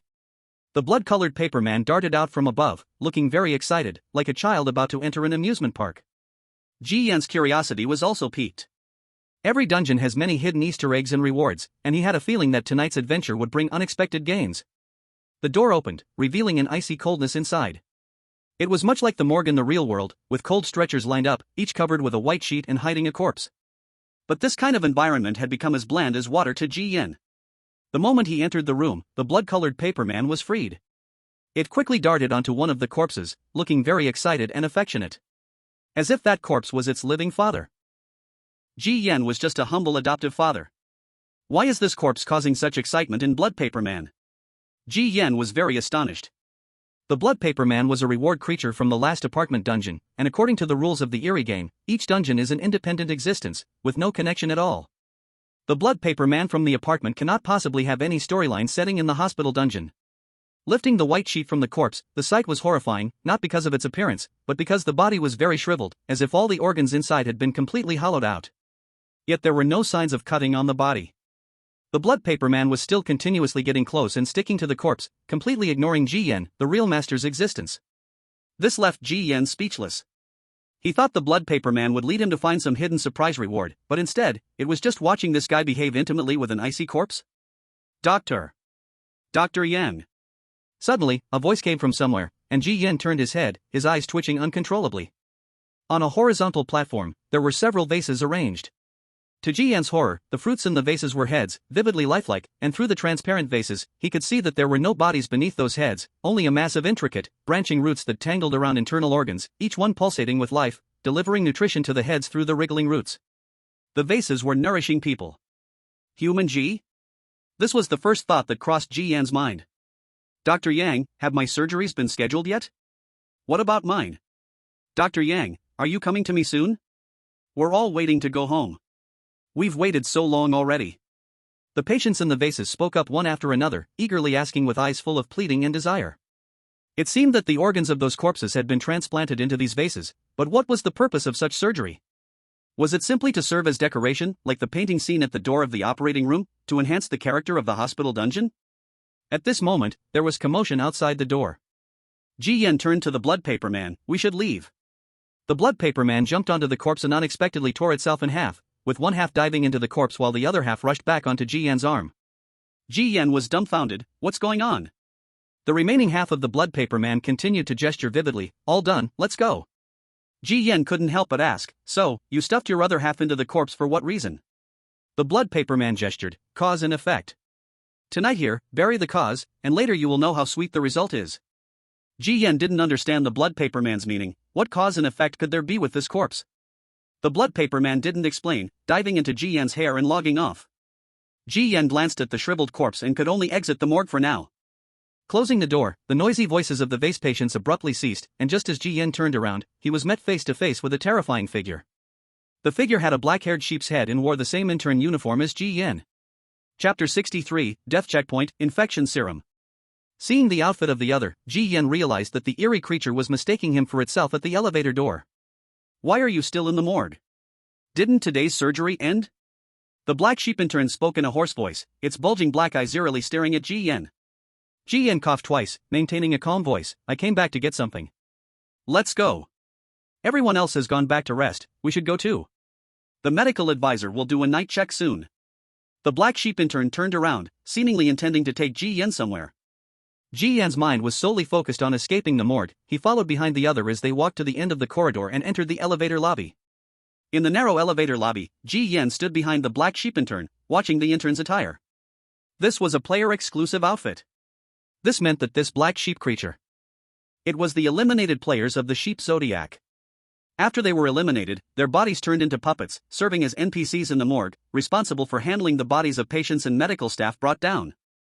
Ji Yan recalled the black hairs that had appeared on his arms and face when he was infected, and thought that this might also be his final fate, feeling a sense of dread. While he was deep in thought, he felt a sting on his face. He touched his face and found it covered in blood. Ji Yan froze for a moment, quickly realizing that the Edward face skin mask was about to fail. A faint smell of blood filled the elevator. Cold sweat seeped out of Ji Yan as he watched the slowly changing elevator numbers, and then looked at the strange black sheep creature with its back to him. "There is a strange smell." The black sheep creature suddenly spoke, and before Ji Yan could respond, it turned around violently and slammed him against the elevator wall. "You are not one of us. You are a white sheep. How did you find your way here? You cannot leave, you must get infected, and then become one of us." The face of the black sheep creature twisted in rage, and in that moment, a sharp surgical knife plunged into Ji Yan's chest. But Ji Yan was faster, already gripping the embroidery needle in his palm, and slashed out first. At that moment, the legendary quality of the embroidery needle was revealed. Silver light flashed, and the surgical knife broke like plastic, leaving a cut on the black sheep creature's chest as well. This cut quickly spread, tearing open the black sheep's surface like fabric, with its insides spilling out onto the bloody floor, like a slaughtered cow or sheep on a chopping block. Thick blood flowed like the stinking water of a rotten drain, putting off a terrible smell. Ji Yan took a deep breath, not expecting the black sheep creature to react so quickly, but he had anticipated it. Ding dong! At that moment, the elevator doors opened. The stitched guardian watching the elevator door suddenly froze, staring at the blood-soaked scene inside. Ji Yan tightened his grip on the embroidery needle hidden in his sleeve. "Dr. Sheep, why are you performing surgery in the elevator? It's so dirty, the nurse will have a hard time cleaning it." The elevator creature showed no surprise, as if it were a common occurrence, though slightly complaining. Ji Yan was slightly taken aback and feigned calm indifference. "That's their business." After saying that, he quickly left the morgue map area. Just as he stepped out, his intense heartbeat had yet to calm when he received a game panel notification. Ding! Congratulations to the player for successfully unlocking the morgue map section and obtaining Zodiac mainline information. Since the dungeon opened, a total of 18 sheep Zodiac players, but all have died or been eliminated, without exception. Guess why? This seems like a dead end. No matter how much the sheep players struggle, they ultimately succumb to the position of attending physician, becoming infected and sent to the morgue. No player has ever cleared the second phase dungeon storyline. They seem stuck in a death checkpoint, with no hope of passing. Sheep represents purity and kindness? This has been a lie from the start. Will you become the 19th unfortunate soul to be infected and die? If you wish to avoid that, how will you save yourself? Ding! Player enters the morgue, successfully kills a black sheep creature, and receives a night reward, Infection Plasma X1. Main line? Ji Yan did not expect the hidden map to also contain mainline information. However, after browsing through the mainline information, his expression turned grim. The information indicated that after being promoted to attending physician in the second phase dungeon storyline, there was a death checkpoint that had doomed all players. According to the dungeon setup, completing 30% of the sheephead monster strategy would finish the first phase of the dungeon storyline, promoting from intern doctor to attending physician. Completing 70% would finish the second phase dungeon storyline, promoting from attending physician to chief physician. In the 30% to 70% range, what kind of task checkpoint did the sheephead monster trigger that resulted in a 100% death rate? Ji Yan couldn't help but feel a cold sweat over him. It was like being told that he had late-stage cancer. The despair of waiting for death with only chemotherapy. Tonight, stepping out with the blood-colored paper figure, though I gain nothing beneficial, there is one main piece of information that is more important than any reward. Ji Yan took out a bottle of infected blood plasma as a reward. Taking a quick glance at the introduction, it was very simple. This is a bottle of infected blood plasma. It can be lethal to you, but it can also save your life. The information was puzzling. Even the talent all-knowing and all-understanding couldn't obtain other hidden information. Ji Yan could only give up. Anyway, the death mission was a task after becoming a regular. For now, let's focus on passing the probation period. Rubbing his temples, it was getting late, and Ji Yan was ready to return to his room for rest. But when he turned around, a sudden sharp pain gripped his heart. Looking down, he saw his chest already soaked with blood. Lifting his shirt, he discovered a bloody hole pierced right in the middle of his chest. Was it from the surgical knife of that black sheep in the elevator? At that moment, the situation was critical, and adrenaline surged, making Ji Yan completely unaware. Warning! You have been wounded by a contaminated surgical knife, causing infection. Please find an antidote to inject within 30 minutes, or the infection will spread throughout your body, requiring treatment by a medical instructor. Tip: this infection is a bodily infection and cannot be cured by mental treatment. This is the risk of going out at night. Even a small wound comes with a deadly infection. Ji Yan furrowed his brows. The wound avoided vital areas, so it wasn't fatal. The infection wouldn't be deadly either. But what's truly deadly is that sheep-headed strange doctor. It had warned Ji Yan during the day not to leave the room at night. Once infected, there would be no treatment, but simply a direct failure of the probation period, cultivating the next intern. So, Ji Yan could only rely on himself to solve the infection problem. Talent all-knowing and all-understanding successfully triggered. There's a hidden reward antidote in room 104 on the first floor, but besides the antidote, there are other surprises. Other surprises? Ji Yan raised an eyebrow. Does it mean there are more hidden rewards? As they say, the talent is reliable, always helping him find a way out in critical moments. The wound on his chest had stopped bleeding, but visibly, the flesh around the wound was slowly turning black and rotting. Without pausing, Ji Yan made his way directly down the hallway to the first-floor dormitory. Room 104 looked like a storage room, the entrance covered in dust. Just as Ji Yan was about to push the door open, an eye suddenly appeared behind the door, its pupil vertical, making him shudder. What do you want? Ji Yan hesitated for a moment, then said, I came to borrow something. The other party's gaze landed on the infected wound on Ji Yan's chest, clearly understanding. The antidote? Yes, you. Ji Yan hadn't finished speaking when the door slammed shut with a bang, leaving him with a cold sentence, not lending, go away. Ji Yan was puzzled but faintly sensed the other party's malice. There must be a reason, right? You sheep have a foul smell, just looking at you makes me sick. So, go away. Chapter 64, Mouse-type players, trust no one. Ji Yan looked at the tightly closed door, his eyes narrowing. He thought about whether to take out a hammer and force the door open. But just then, the closed door suddenly opened again, and the eye inside slowly spoke. However, we can make a deal. If I remember correctly, you sheep have a treasure. Ji Yan, what treasure? A non-bladed surgical knife. I know you have it. The other party's golden pupils clearly revealed greed. They were eyeing the ethereal surgical knife, but how did they know about his strange reward? Ji Yan didn't rush to agree. Why should I trust you? As soon as he finished speaking, the door slowly opened, revealing a hunchbacked old lady, leaning on a cane, with her position tag hanging on her chest, dorm supervisor. Ji Yan's expression changed slightly. Previously, there had been an introduction about this NPC in the game panel. She held great privileges and managed the entire dormitory building, equivalent to the landlord of Scarborough apartment. It could be said that most tasks involving the dormitory had to be triggered through her. This storage room hides all my treasures. If you want the serum, fine, it's an equal exchange. The strange landlady turned around, her figure trembled. She returned to the room, which was filled with shelves and cluttered with boxes of various sizes. Ji Yan followed her in, looking around, feeling that something was wrong, and couldn't help but stare at the landlady sitting in the chair. You don't have much time, and neither do I. Make your plans quickly, the landlady urged, looking impatient. Ji Yan fell silent for a moment, showing a troubled expression. Lady, that scalpel is very important to me. No matter how important, is it more important than your life? Look at the infection on your chest. In 10 minutes, this deal will be meaningless. Tomorrow morning, you can only wait to die. The landlady spoke calmly, not hurried, holding Ji Yan in check. Ji Yan frowned, his expression fluctuating before finally making a firm decision, showing a heart-wrenching look. Lady, I want to see the serum first. The landlady snorted coldly. It's already your greatest honor that I am willing to trade. Don't try to bargain with me. Helpless, Ji Yan could only take out the otherworldly scalpel. Like all scalpels, the only difference is that both sides are the backs of the blades, with no edges. Hand it over. As your landlady, I won't go back on my word. Without a certain level of trust, I wouldn't hold this position. The landlady commanded, and Ji Yan stepped forward, handing it over. At the moment when those bony hands, covered in corpse spots, reached out to seize it, Ji Yan suddenly rose forcefully, pressing forward. The otherworldly scalpel in his hand instantly turned into a needle, stabbing fiercely into her throat, slicing from the throat bone directly to her abdomen. You little lamb, how dare you? The landlady roared in anger. She quickly stepped back, but her outer skin had already been cut open, revealing no blood or organs, as if her skin only wrapped a skeleton. Ji Yan changed his expression. Stop pretending. You aren't the landlady, you're just wearing her skin, disguising yourself as her. You want to take advantage of her reputation and scare me? Your plan is well thought out. Ji Yan spoke calmly. From the moment he entered, Ji Yan began to suspect.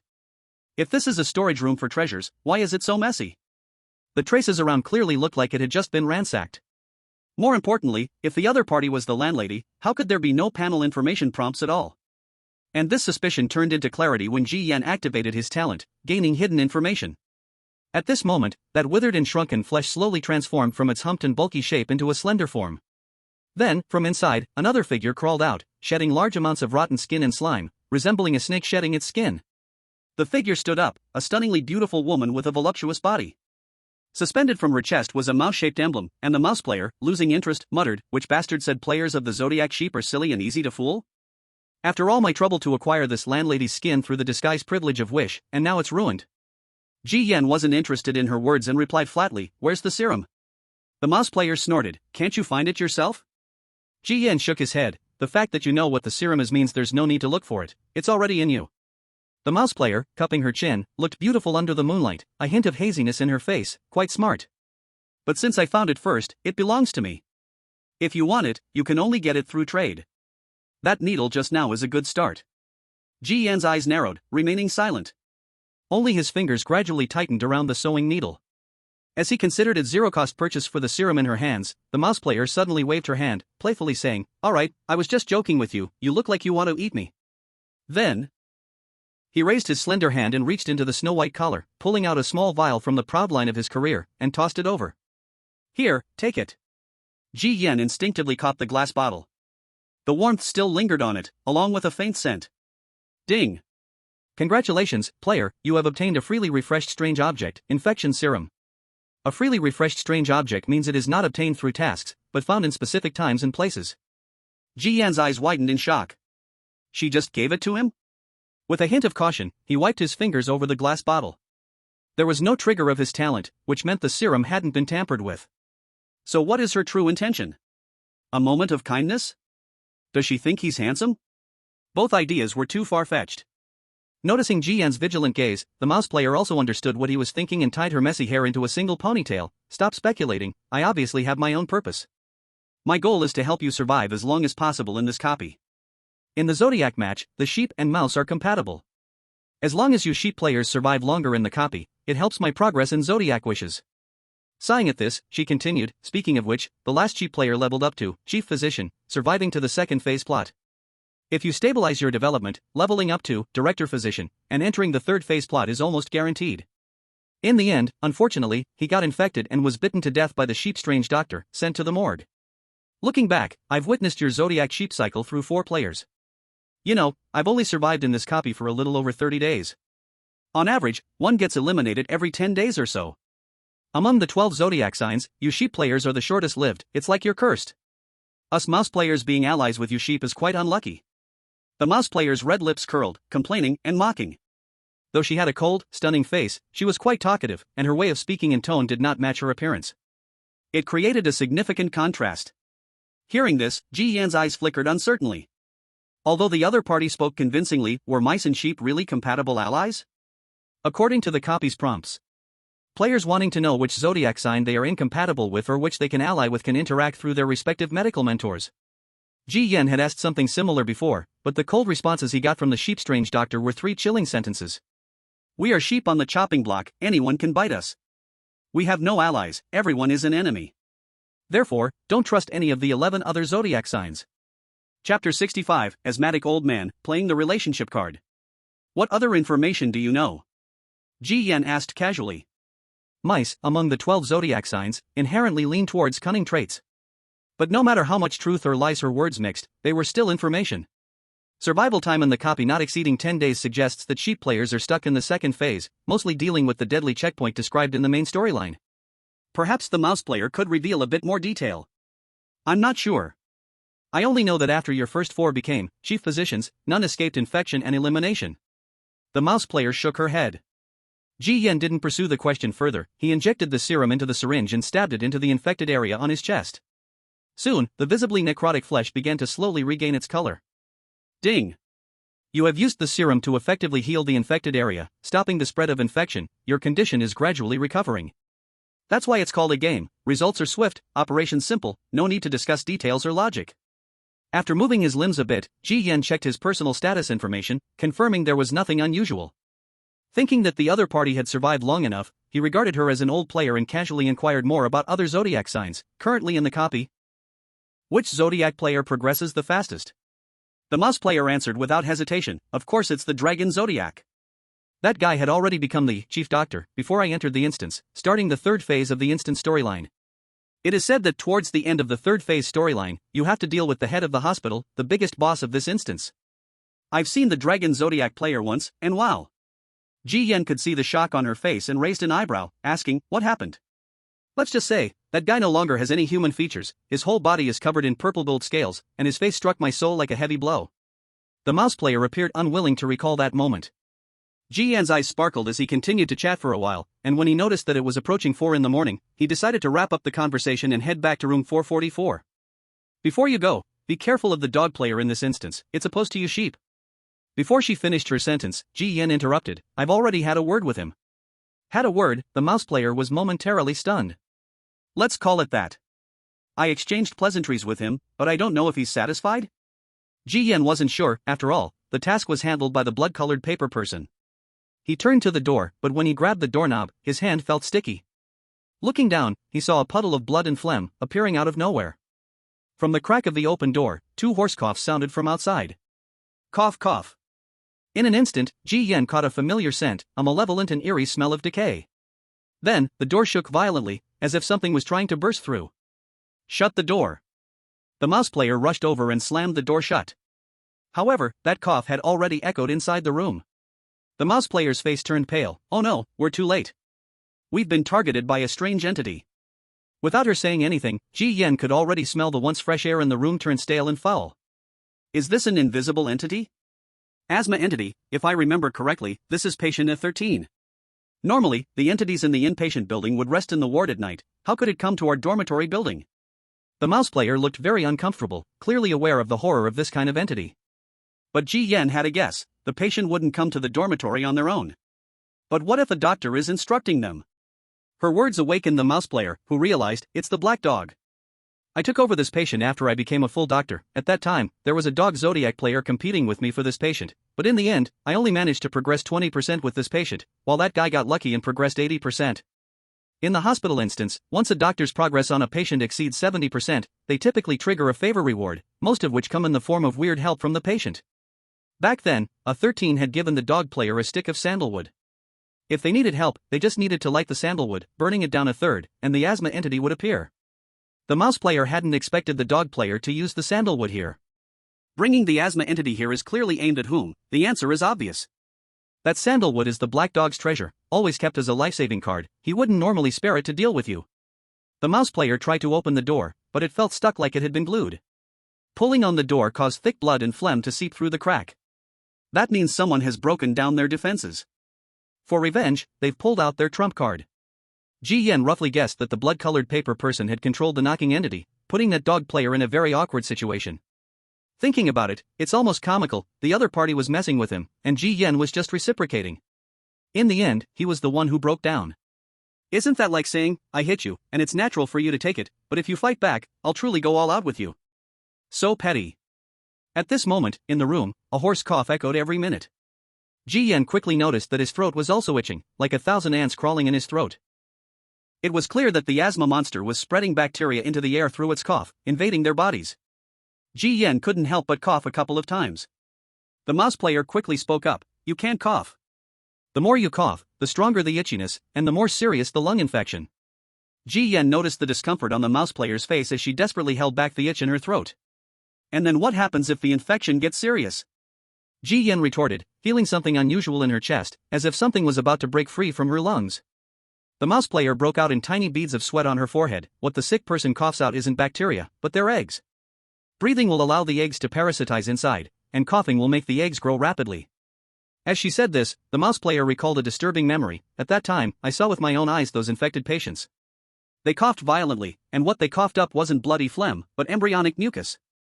In the end, I saw that the patient's throat was as thick as a head, and their mouth was stretched open like a snake's. A baby the size of a soccer ball crawled out. Ji Yan's mouth twitched upon hearing this. The mouse player would rather bite through her own skin than cough. She absolutely did not want a baby to crawl out of her throat. This way of dying was too disgusting. Ji Yan instinctively coughed twice again, as if confirming the truth of the words, coughing up a puddle of transparent mucus. Doctor, I feel so uncomfortable, I can't catch my breath from coughing. Do you have any medicine? Please save me. In the room, the sound of the asthma monster echoed. It seemed to be calling for help from Ji Yan, but in reality, it was just a random set of words aimed at him. I have medicine, how about you stick your head out first, and I'll take a look. Ji Yan responded, but the asthma monster continued repeating its lines as if it couldn't hear her, coughing more frequently and violently. This old bastard. Ji Yan's face darkened slightly. Old man, do you remember me? At this moment, the mouse player suddenly spoke up. You are the mouse doctor who came to the ward with the dog doctor that day. Why are you here too? Hearing the response, the mouse player felt a burst of joy. She glanced at Ji Yan and said, Old man, you were looking for the goat doctor. I just happened to pass by. Can you? The air fell silent for a moment, then the asthma monster's voice echoed slowly, yes. Mouse doctor, you can leave. I'm only looking for the goat doctor after all, the medicine is with him. At this, the mouse player secretly breathed a sigh of relief. It seemed her 20% favorability with the asthma monster was still useful. She looked at Ji Yan, her expression not showing any embarrassment. This trouble is your responsibility, even though we are allies in the Zodiac. But you need to know, in this bizarre dungeon, allies are as fragile as paper. This challenge depends on you surviving. Ji Yan glanced at her, I didn't stop you from leaving. The mouse player was slightly taken aback and couldn't help but ask, how will you deal with it? At this rate, within 10 minutes, the monster baby in your lungs will mature and force its way out. Ji Yan clutched her chest and coughed lightly as she spoke. That black dog has its own patient, and coincidentally, I have one too.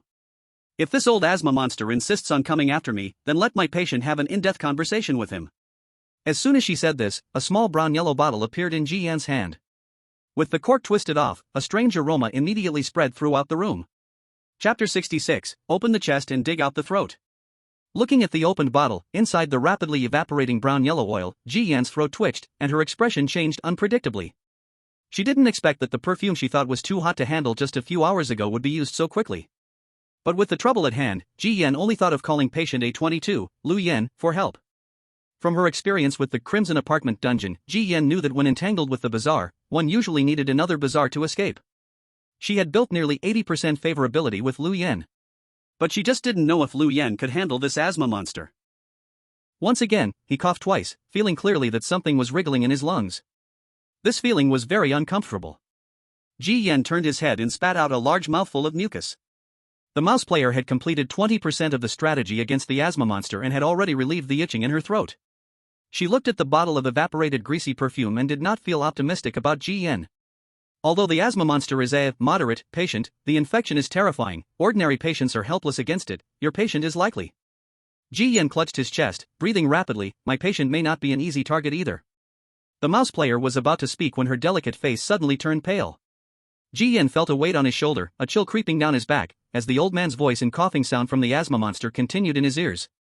From the mouse player's perspective, one could see a horrific, deformed old man, currently faintly hovering on Ji Yan's back. Perhaps sensing something was wrong with the greasy perfume, the asthma monster accelerated its contagious coughing.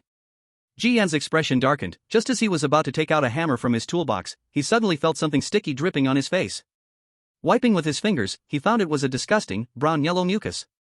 But Ji Yan recognized at a glance that this was grease. Greasy oil also dripped from the mouse player. When she looked up, her pupils contracted, as the entire ceiling seemed to melt, with a large amount of body grease dripping down. Then, a giant face slowly emerged from above. Dr. Yang. I haven't been able to sleep tonight. I had a feeling you would call for me late at night, but I never expected the feeling to come true. The mouse player was so frightened that she sat down on the ground. It was not her fault, it was just that the face on the ceiling was too terrifying, with its entire visage seeming to melt like cheese, its features ready to dissolve at any moment. Ji Yan was also startled, not expecting Zhang Yan to appear like this, her whole face pressing straight down from the ceiling. At this moment, the walls of the entire room were permeated with a layer of grease, and the goods shelves had collapsed, as if the storage room had turned into a cream room. Ji Yan painfully clutched his chest, struggling to speak. Lu Yan, I didn't call you for. Before Ji Yan could finish speaking, he heard Lu Yan's haunting voice. Dr. Yang, you look very uncomfortable. Also, who is the old man on your back? Why does he keep lying on you? Ji Yan could not see the asthma monster old man, but he could clearly hear the old monster's heavy breathing and coughing in his ears. Enduring the pain in his throat and lungs, Ji Yan forced himself to raise his head, gritting his teeth as he spoke. It's not something that can be explained in a few sentences. You have to find a way to stop the old man on my back from coughing. If he keeps coughing, my life is finished. This is not a request, it's an order. Use any method you have. Ji Yan knew that he absolutely could not show weakness when facing Lu Yan. Her twisted psychology only responded to strong humiliation. Sure enough, upon hearing that cold command, Lu Yan smiled instead of getting angry, obediently and simply responding with one word, okay. The next second, Ji Yan felt the piercing coldness on his back disappear. When he raised his head, he saw a deformed hand reaching down, grabbing in the darkness. Immediately after, a sharp, furious roar from the asthma monster patient came. What freaks are you? Mind your own business, or I'll take care of you too. Then, a piercing roar and the horrifying sound of bodily collisions came from the darkness above the ceiling. Two monster patients began to fight, but Ji Yan couldn't care about that. He felt as if his chest was going to explode. Although the asthma old man didn't worsen the infection, the monster in his lungs had already formed, likely about to force its way out of his mouth. Thinking about his mouth and head being torn open together, Ji Yan felt a shiver run down his spine. The mouse player approached to check briefly, her brow furrowing. The embryo is formed, you must kill it before it comes out. Because of the compatibility of the Zodiac, I can interact with my medical mentor to perform surgery on you, let's. But in this case, you owe a favor to the mouse doctor, and it will trigger a mandatory task from him. Ji Yan spat out a mouthful of mucus. Gasping, he said, I don't like owing favors. He got into trouble one after another in the Crimson apartment because of such favors. I can perform the surgery myself. The mouse player seemed to hear something extremely absurd. At the moment the scalpel cuts open your chest, blood will spurt out, and your life will vanish in less than a minute. Your medicine box is only of fine rare quality, even lacking hemostatic drugs, blood replenishing agents, and sutures. Don't be stubborn, only the cunning doctor can save you now. Ji Yan shook his head. I really don't have a good medicine box. But I have a special scalpel. No matter how special it is, it's just a scalpel. As soon as the mouse player finished speaking, he saw a scalpel without a blade appear in Ji Yan's hand. He unbuttoned his medical coat and made a cut at the collarbone. Without a blade, it easily opened a wound. And no blood flowed, clearly revealing the pulsating organs beneath the ribs and the writhing mass of black substance in the lungs. The mouse player's eyes widened. The other side scalpel, a knife that does not kill but saves life. Any living thing cut open will retain its original vitality, even if it were to decapitate or extract a heart. Miss Mouse, could you do me a favor? Ji Yan looked at her. The mouse player looked slightly astonished. At that moment, a huge noise came from the darkness above, where two struggling patients were fighting. It seemed like there was a result. Ji Yan raised his eyes. He didn't know Lu Yan's specific combat power, he just hoped she would entangle the asthma creature for a moment to free himself. But what made Ji Yan's heart drop was the voice of the old asthmatic man coming from above. Ha, freaky girl. Then, a face of an old man full of despair emerged from the darkness, staring unblinkingly at Ji Yan. As despair spread in his heart, the asthma creature was reduced to just a head, rolling onto the floor. A deformed hand reached inside its neck, pulling out the thyroid bone from the throat, leaving a bloody scene all around. With a surge of grease, Lu Yan's massive, fleshy body emerged from the darkness, her bloated face thrust in front of Ji Yan and the mouse player. Holding a pile of bloody minced flesh, she handed it over. Lu Yan smiled, as if seeking praise from Ji Yan, full of admiration and reverence. Dr. Yang, is this good enough? I told you to stop that old boy from coughing, and you. Lu Yan nodded with a smile, I took out its entire throat, it won't cough forever now. Ji Yan. Mouse Player.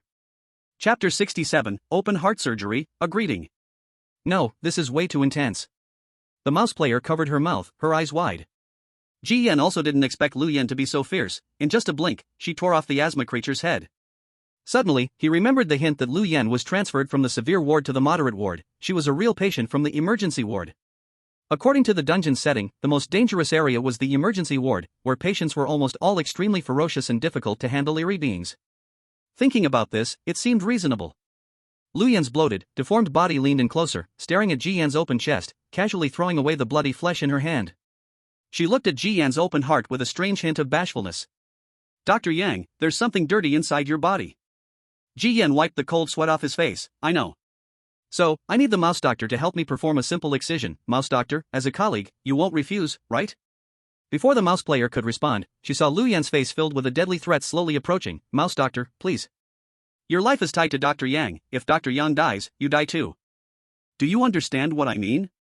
Looking at that warm smile, the mouse player suddenly felt an immense pressure and could only grit her teeth and agree. She took the surgical knife from the other side, looking at the blood-red insides that had been cut open, and performed the so-called surgery. The strange baby parasitizing in the body was supposed to open its eyes and prepare to crawl out of the body, but as soon as its eyes opened, it was taken out by a hand wearing a disinfected glove. Just as the strange baby was about to explode in anger, a deformed hand grasped it, crushing its head as if Lu Yan were popping a pimple. With the source of illness eliminated, Ji Yan's chest, which had been cut open, was slowly stitched back together by the mouse player using thread and needle taken from her medical kit. When the thread was cut, it was miraculous to see those stitches disappear, the flesh and blood heal back together, and even no scar left behind. A chest surgery was absurdly completed like this. The mouse player felt a pang of pain. The seamless stitch was a strange object she had never wanted to waste. As long as the stitched flesh bled, it could heal perfectly, even ruptured organs could be sewn back to life. But now it was wasted on an outsider like this. Touching her chest, Ji Yan noticed the mouse player's distress and comforted her. You said it yourself, we are allies, the longer I live, the more help it is for your game. Consider it an investment. The mouse player. Lu Yan leaned down, her massive body cramped in the tiny storage room. She gazed at Ji Yan obsessively and then looked towards the door. Dr. Yang, there's a pair of eyes outside watching you. Do you want me to help you deal with it? She sensed that the pair of eyes also had a strong hostility towards Ji Yan. The mouse player raised an eyebrow and spoke. It's the black dog. He has the privilege of Zodiac signs at night, his sense of smell is extremely sharp, and any hostility approaching him will be detected. Moreover, that black dog is very sneaky and cautious. If you want revenge, it might be a bit difficult. Lu Yan was displeased by this and coldly stared at the mouse player. As long as Dr. Yang wants, I can deliver his head to Dr. Yang in 5 minutes. The mouse player could see Lu Yan wanted to prove her worth in front of Ji Yan, constantly trying to please her. She couldn't help but wonder, was this a 22 patient conquered by Ji Yan or corrupted? It's too licking, isn't it? Ji Yan, on the contrary, asked about something unrelated. What is the wish of the Zodiac dog? The mouse player thought for a moment. Loyalty. The more loyal he is towards the dog-god doctor, the more powerful the wish privilege becomes. There is a significant distinction between the wish and the wish privilege. A wish is a manifestation of some characteristic between a player and the Zodiac medical mentor. Only with a stronger wish can one obtain a more powerful wish privilege. For example, Ji Yan's wish is sincerity. But the wish privilege is a lie sheepskin scroll. The more sincere he is towards the sheep-odd doctor, the stronger the privilege of the sheepskin scroll can become. But to use the sheepskin scroll, he must lie, which is contrary to sincerity, hence Ji Yan was once greatly puzzled. Loyalty. Ji Yan's eyes sparkled, suddenly having a murderous and heart-wrenching revenge idea. So what happens if the dog doctor discovers that his medical student is disloyal, even betrays him? The mouse player shook her head, unless that black dog has lost his mind. Betrayal means death, how could he jump into the fire pit himself? Ji Yan revealed a meaningful smile. He won't jump himself. But I will give him a push. The mouse player looked at Ji Yan with confusion. Ji Yan said no more and buttoned his white coat. Lu Yan looked at Ji Yan's charming smile, her deformed hands cradling her massive face, her eyes filled with intoxicated admiration. So good. I like it so much. In an inconspicuous room. The dog player suddenly turned his head. He saw the sandalwood he had ignited, which was not yet burnt out, but strangely extinguished, rising in wisps of blue smoke. This made his pupils shrink to pinholes. His tone was filled with disbelief. How is that possible? That's an A13 patient. That little white sheep, on its first day in the dungeon, what means could it have to kill that asthmatic monster? He had seen the terror of the asthmatic monster. Invisible to the naked eye, when the target heard the coughing, they were already sentenced to death. Not even knowing what the monster looked like. He racked his brain but couldn't figure out how Ji Yan could escape such a dead end. He covered his blinded eye, which was still pouring out. He had dealt with the knocking monster, but had also lost one of his eyeballs. The dog player also couldn't understand how Ji Yan used some means to turn his knocking monster against him, shifting its hatred onto him, its master. Knocking monster. Asthmatic monster. Having lost 2 powerful cards in a row, the black dog began to sweat heavily. The revenge-filled fury that had burned in him was extinguished. He could see that this new little white sheep was completely different from the previous cowardly ones. It was a sharp character with thorns. Forget it. Just consider it a silent loss for me. Damn, thinking about it really makes me unwilling. Sensing that there was no ill will in the surrounding eerie atmosphere, the dog player stood up, ready to return to his room. However, just as he opened the door, he found a shadow silently standing outside. You. Before the black dog could react, a cold glint shot straight at his throat. He quickly stepped back, but his throat was still sliced open. Pressing tightly on the blood that gushed from his throat, the black dog fixed his gaze on the other. Who are you? A sheep. The moonlight poured down, reflecting half of Ji Yan's face. The black dog held his breath, all the hairs on his body standing on end, staring warily at Ji Yan at the door. Wiping the black dog's blood from his hands, Ji Yan smiled warmly. Don't be nervous. I just came to say hello. After all, you've taken care of me twice tonight, we should meet. The black dog's gaze darkened, one hand secretly hidden behind his back. White sheep. You took one of my eyes, we're even now. If you want a fight to the death, I can assure you, I'll definitely drag you down with me. Ji Yan didn't care whether the black dog's harsh words were true or false, only smiling faintly. This scalpel I got from the morgue, according to the panel info, it's seriously contaminated. As long as it stabs a player, within half an hour, the infection spreads through the body, with black wool growing all over, horns sprouting from the head, turning into a mindless black sheep monster. Hearing this, the dog player couldn't help but laugh out loud. Ha, who would believe such nonsense? If you're going to lie, at least make it reasonable. If I really got infected, why wouldn't my prompt panel give me any hints? This kind of scare tactics for kids, I can't believe you even thought of it? Ji Yan showed no sign of being caught. Instead, he smiled knowingly. Not all airy objects have prompts. Do you think I believe it? The dog player sneered. Whether you believe it or not, in 10 minutes, you'll find your answer. What you should worry about now is what will happen when your medical mentor sees that your dog has grown wool and horns. Leaving this remark, Ji Yan put away the scalpel and turned to leave. The dog player was stunned. He just walked away like that? Chapter 68, Lies Become Reality, The Thief of Rats. Step. Listening to the retreating footsteps, the dog player confirmed that Ji Yan indeed just left, but still couldn't believe it. He really just left? Or was it? His fingers traced the wound on his throat. The scalpel had made a shallow cut, missing the trachea. Looking at the blood on his fingers, a hint of panic appeared on the dog's face. But the next second, he shook his head vigorously, denying this absurd thought. No way, absolutely no way. He must be trying to scare me. How could he have unlocked the morgue map on his first day in the dungeon? And this ridiculous scalpel, I've never even heard of it. He checked his personal status panel. All stats were completely normal. This further confirmed that Ji Yan's words were false. Humph, a trick to scare children. The dog player chuckled softly, simply bandaging the wound on his throat, and then returned to his room. But on the way back, he subconsciously touched the wound on his throat, inexplicably feeling a bit itchy. 20 minutes later. Lying in bed, the dog player tossed and turned, always feeling uncomfortable all over his body. Gradually, his heart grew increasingly anxious and restless. Suddenly, he sat up straight and quickly went to the mirror, pulling down his collar to check the wound. The open wound had already scabbed over, but the dog player felt even more that something was wrong. He repeatedly checked the status panel, finding nothing abnormal, but why did he feel so terrible? Knock.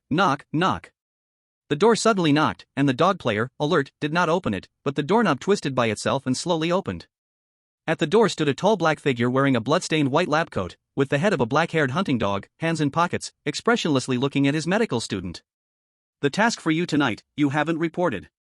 The dog player suddenly remembered that tonight he had triggered a late-night task from the dog doctor, and the task was to successfully affect the personal state of the sheep player.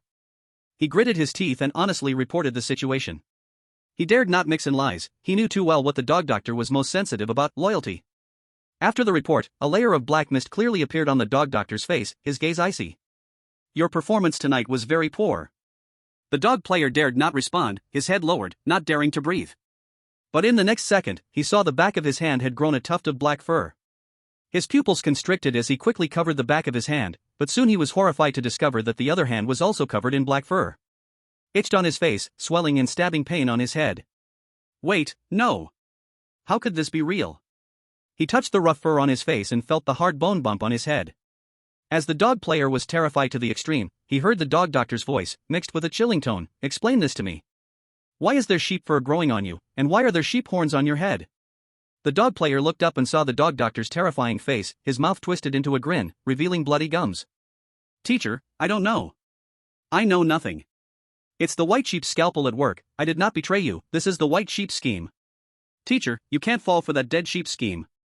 The dog player begged, his voice mixed with roars as he felt black sheep wool growing all over his body, his forehead skin splitting open, and sharp sheep horns drilling out. The dog doctor looked at his medical student. His gaze grew increasingly cold. He shook his head, as if helpless, yet also regretful. "Of course, I can tell this is the sheep scheme. But this is not the white sheep scheme, it is the black sheep scheme. Whether you are loyal or have betrayed is no longer important, you have already been infected. And I do not need infected students, they will taint the scalpel, and the infected Zodiac will eventually be sent to the morgue." The dog player took a half step back, in his shrinking pupils, the dog doctor's black-furred claw continued to enlarge. "Warning!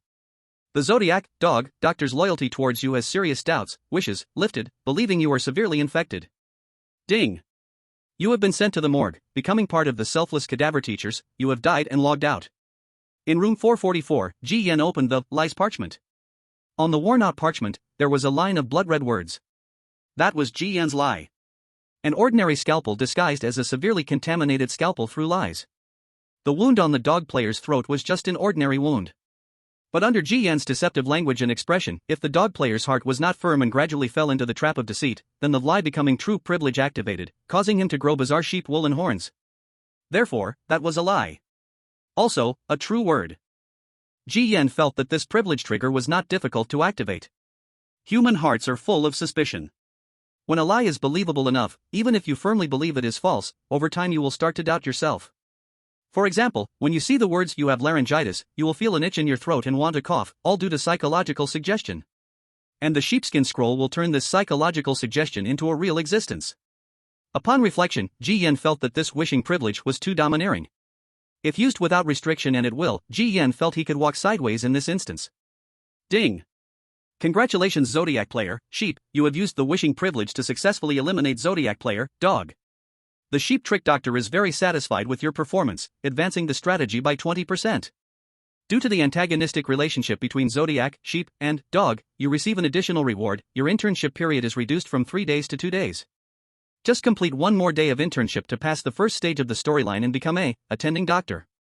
You have received a strategy reward, Sheep Trick Doctor's Tear Mask. As the game's broadcast sound rang out, Ji Yan let out a small sigh of relief. The black dog had repeatedly set traps in vain, while he only needed one strike to be fatal.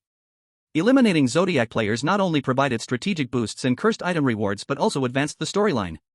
No wonder all 12 players were plotting against each other, trying to eliminate one another.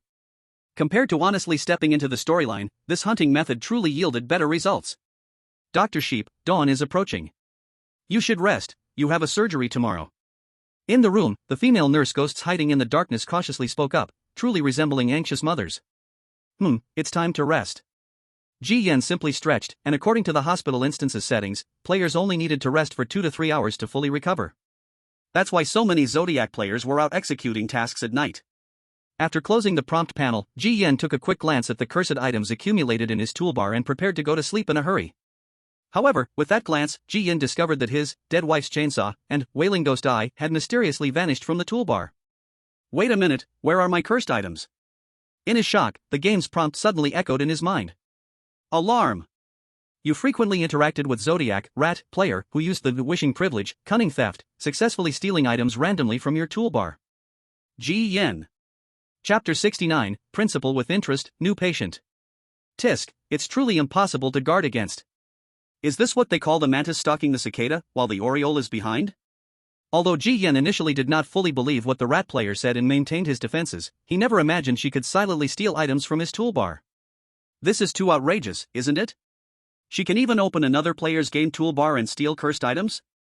Ji Yan thought this, and then recalled that his own, sheepskin scroll, also seemed even more outrageous, so he did not react too strongly. He didn't care much about the eye, but the chainsaw was a good item.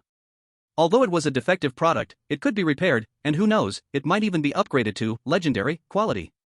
Cunning, stealing, this really fits the characteristics of this Zodiac.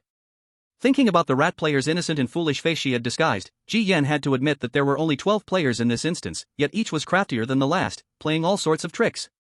He also pulled out a note that the rat player had slipped into his pocket without him noticing.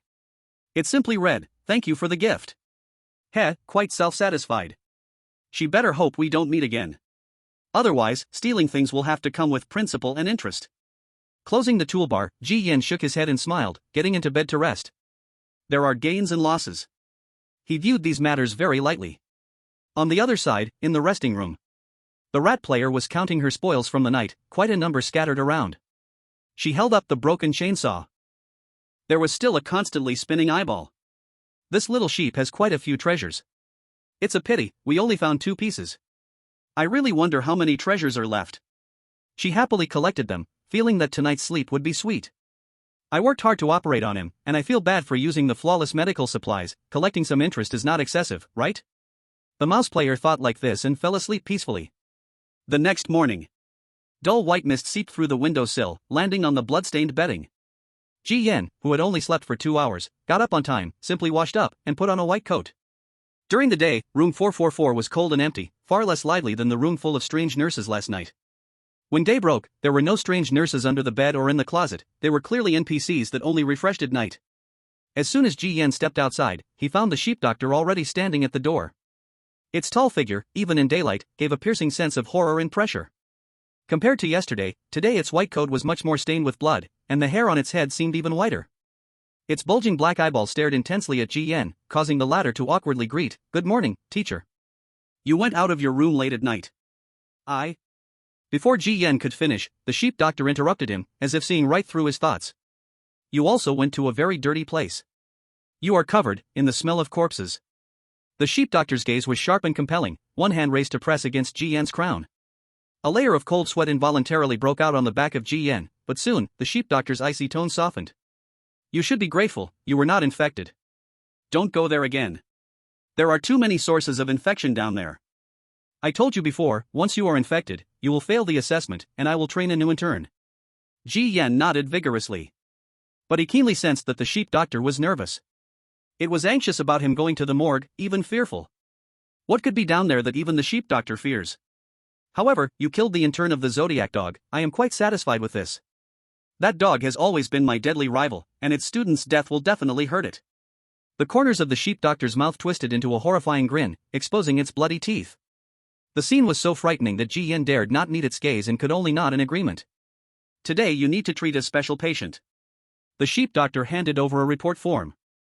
Ji Yan glanced at patient A44, with a condition listed as critical, being transferred from the emergency department due to improvement. Another patient transferred from the emergency room, still critical. Seeing the glaring words on the patient report, Ji Yan thought to himself that it was truly a death buff piled high. The internship period was down to its last day, but this sheep doctor seemed afraid he would survive. "This patient is very important to the hospital, their condition has been worsening recently. It might potentially lead to a situation of uncontrollable illness, but as long as you are careful, it will be fine." Upon hearing this, Ji Yan felt uneasy. If the words might and potentially came from the sheep doctor's mouth, this patient was certainly dangerous. "You will also be treating alongside another player. That day, the one who passed the C-section interview with you, that Zodiac is not conflicting with a sheep, nor is it antagonistic. However, don't let it steal the spotlight, even on your final day of internship, you need to present a satisfactory answer." After saying this, the sheep doctor turned and left.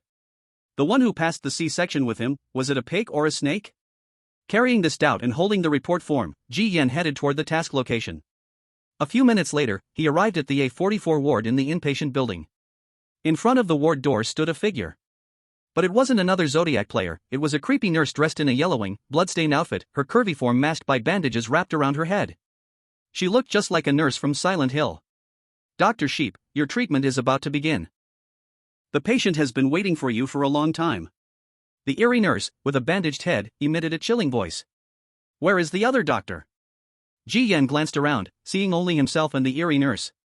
Dr. Pig has already entered the ward. Hearing that the other party had gone in first, Ji Yan was not afraid that they would steal a march on him. This A44 patient would definitely be more challenging than Lu Yan from A22, and he was looking forward to that pig helping him uncover a few landmines. After the eerie nurse opened the door, Ji Yan entered the ward. The dimness before him vanished, and the environment in the ward was surprisingly normal. There was no disgusting chaos. There was no bloody horror. On the contrary, everything was tidy and bright, and all the items were organized meticulously. By the window, there was a woman in a splendid black dress, her long hair like a black waterfall, sitting on a bay window. She was beautiful, with exquisite and flawless features. At this moment, she looked out the window, her eyes hollow and devoid of life. Ji Yan looked around but did not see any sign of the pig player other than the patient. Where is he? At this moment, the woman by the window slowly turned her head to look at Ji Yan, and softly spoke, "The pig just left, the sheep has come." Ji Yan touched his nose and interacted in the usual manner, "Hello, I am the Dr. Sheep in charge of your treatment. Where did the other doctor go?" In response to Ji Yan's question, the female patient raised her head and looked at the empty ceiling. She spoke softly, "Dr. Pig? My child does not like this doctor. He is already in their stomachs. Dr. Sheep, don't mind these meaningless things, please start your treatment." The female patient's glass-like black eyes stared at Ji Yan, with no sadness, no joy, completely devoid of emotional luster. Chapter 70 Mental Delusions? Gu Meng's self-report. Don't mind these meaningless things. Ji Yan's mouth twitched as he looked at the empty ceiling, feeling a sense of unease while guessing the patient's condition. Mental delusions? Split personality? If the child she spoke of was something she imagined herself, then where did the pig player go? The room was completely empty, such a big player could not just vanish. Ji Yan found a chair, sat down, took out the report form, and asked as he forced a description, "Can you tell me specifically, is it you or your child that has the problem?" The female patient picked up a marker and began drawing something on a sketchpad, her eyes filled with a sense of sorrow and melancholy. "Just call me Gu Meng. My child has no problem. It just accompanied me to the hospital, afraid that this mother would be too lonely." The brush dipped in dye, coloring the white hospital gown with vibrant hues. "My illness is simple, it's a heart ailment. The heart ailment has become a disease, I have been trapped in one thing and cannot get out, so I keep receiving treatment." Gu Meng's elongated eyes glanced at Ji Yan. "Today's worsening of my condition is because I dreamed of my heart ailment again last night, so I lost control a bit." Ji Yan pretended to fill out the report form, raising an eyebrow and instinctively asking, "How did you lose control?" While drawing, Gu Meng spoke apologetically, "The caregiver and nurses who took care of me were torn apart and fed to the child. They were all good, it was I who could not control my emotions." Ji Yan. At this point, Gu Meng's tone shifted, tinged with coldness, "But this is also their own doing. They shouldn't keep brushing me off, leading to the aggravation of my condition. My lover died in this hospital, yet they refused to let me see my deceased lover. Such a simple request, they either deceive me with other corpses or find ways to delay and avoid. You can't believe that I cannot sleep all night, when I close my eyes, it's my lover, begging me to see him one last time." As she spoke, the brush in her hand turned to powder. The coldness on her face flashed away, replaced by a gentle smile towards Ji Yan as she said, "Dr. Sheep, you are a good doctor. Can you take me to see my lover? As long as you take me to the morgue, you don't have to care about anything else. I saw my lover's corpse, my heart can finally be at peace, and your task is complete. This is a win-win ending, isn't it?" Ji Yan listened in silence for a moment. The morgue was the hidden map section he unlocked last night. Using the healing privilege to take the patient to the morgue wouldn't break any rules. But, if simply taking her to see her lover meant the task was complete, how could so many players end up dead? According to the sheep doctor, patient A44 had half of the Zodiac players take over her treatment, with no exceptions, all ended in failure. Moreover, many players ended up dying tragically offline. Just like pig players. There was definitely a fatal trap hidden here. At this moment, Ji Yan suddenly felt a warm sensation on top of his head, followed by something sticky sliding down his face. Then he heard Gu Meng scold, "Little Gu Meng, Dr. Sheep hasn't refused yet. Put your tongue back." Ji Yan's scalp tingled. Wait, this isn't a mental illusion. There really was an invisible weirdness above his head. And it was licking him with its tongue. Gu Meng's words were akin to offering Ji Yan a choice, either take her to the morgue, find her lover, and lift the mental torment, or, like the pig players, be swallowed by her invisible child. "Miss Gu, if we find your lover, it will help your condition. Of course, I will do my best to help." Ji Yan's smile was dry and strained. "Really? Thank you, Dr. Sheep. I just hope you won't treat me like those other doctors, brushing me off with other patients." Gu Meng's face showed joy, yet she still held reservations. This made Ji Yan find his point of confusion. Why were those players willing to brush her off by finding a corpse instead of letting Gu Meng see her lover? Was her lover some forbidden NPC that players couldn't touch, treated by Gu Meng as a mere trick, which caused her to blacken and ultimately be killed and eliminated? Dr. Sheep, come, let me show you our family of 3. This is a family portrait I drew. Feeling better, Gu Meng tore the drawing off the paper and handed it to Ji Yan. As his gaze fell on the paper, Ji Yan's eyes couldn't help but twitch. In the drawing, Gu Meng sat elegantly in a chair, looking dignified and beautiful. Beside her leaned a tall man in a suit, but his face had no features at all.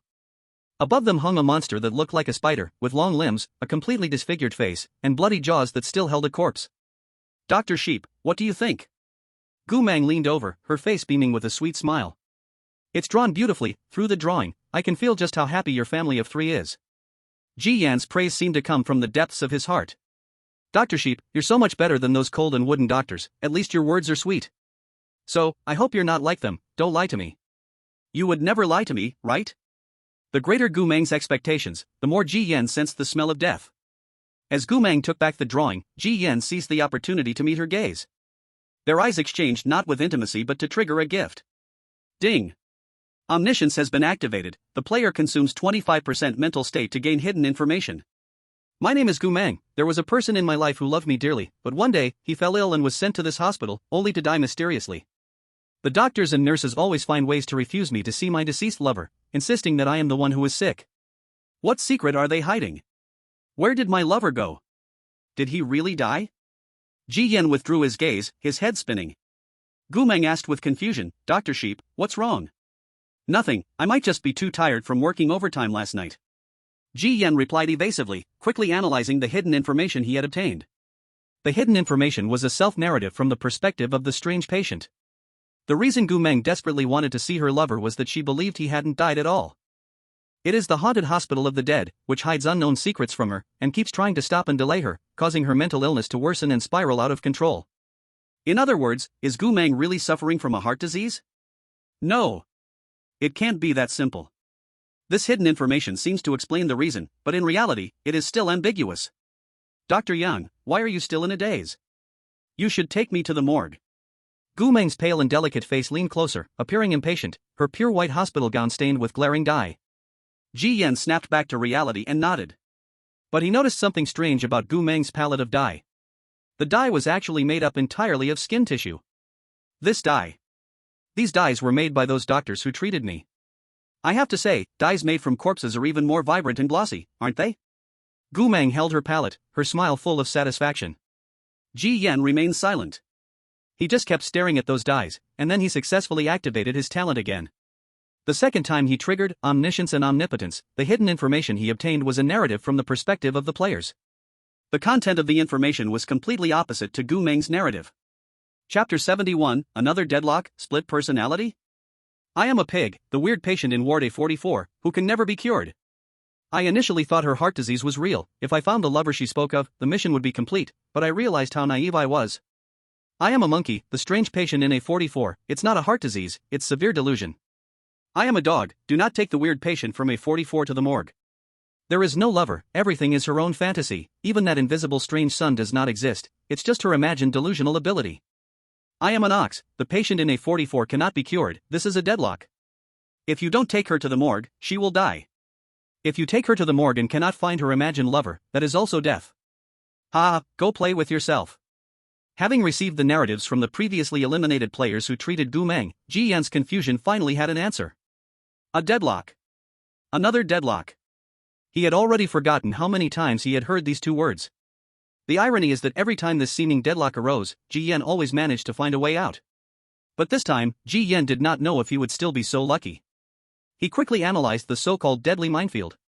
Players must help Gu Meng find her lover, otherwise, they would blacken and be killed. And that lover did not exist, it was all her delusion, so it was impossible to find. The deadlock lies here. When the previous Zodiac players realized this, some tried to find other corpses as substitutes, some desperately sought excuses to delay, and, without exception, all ended in failure, meeting a tragic death. And this also exacerbated Gu Meng's delusional disorder. She imagined that all the doctors in the haunted hospital were conspiring to hide a certain secret, that they were setting her up, and even firmly believed that her lover was not dead yet. Patients with delusions are self-centered. Even if you tell her, your lover does not exist, she will still blacken, and it will become even more serious. This made Ji Yan suddenly feel a headache. Find a non-existent NPC, if you can't find them, you die. How the hell are players supposed to play this? Dr. Yang, why are you still standing there?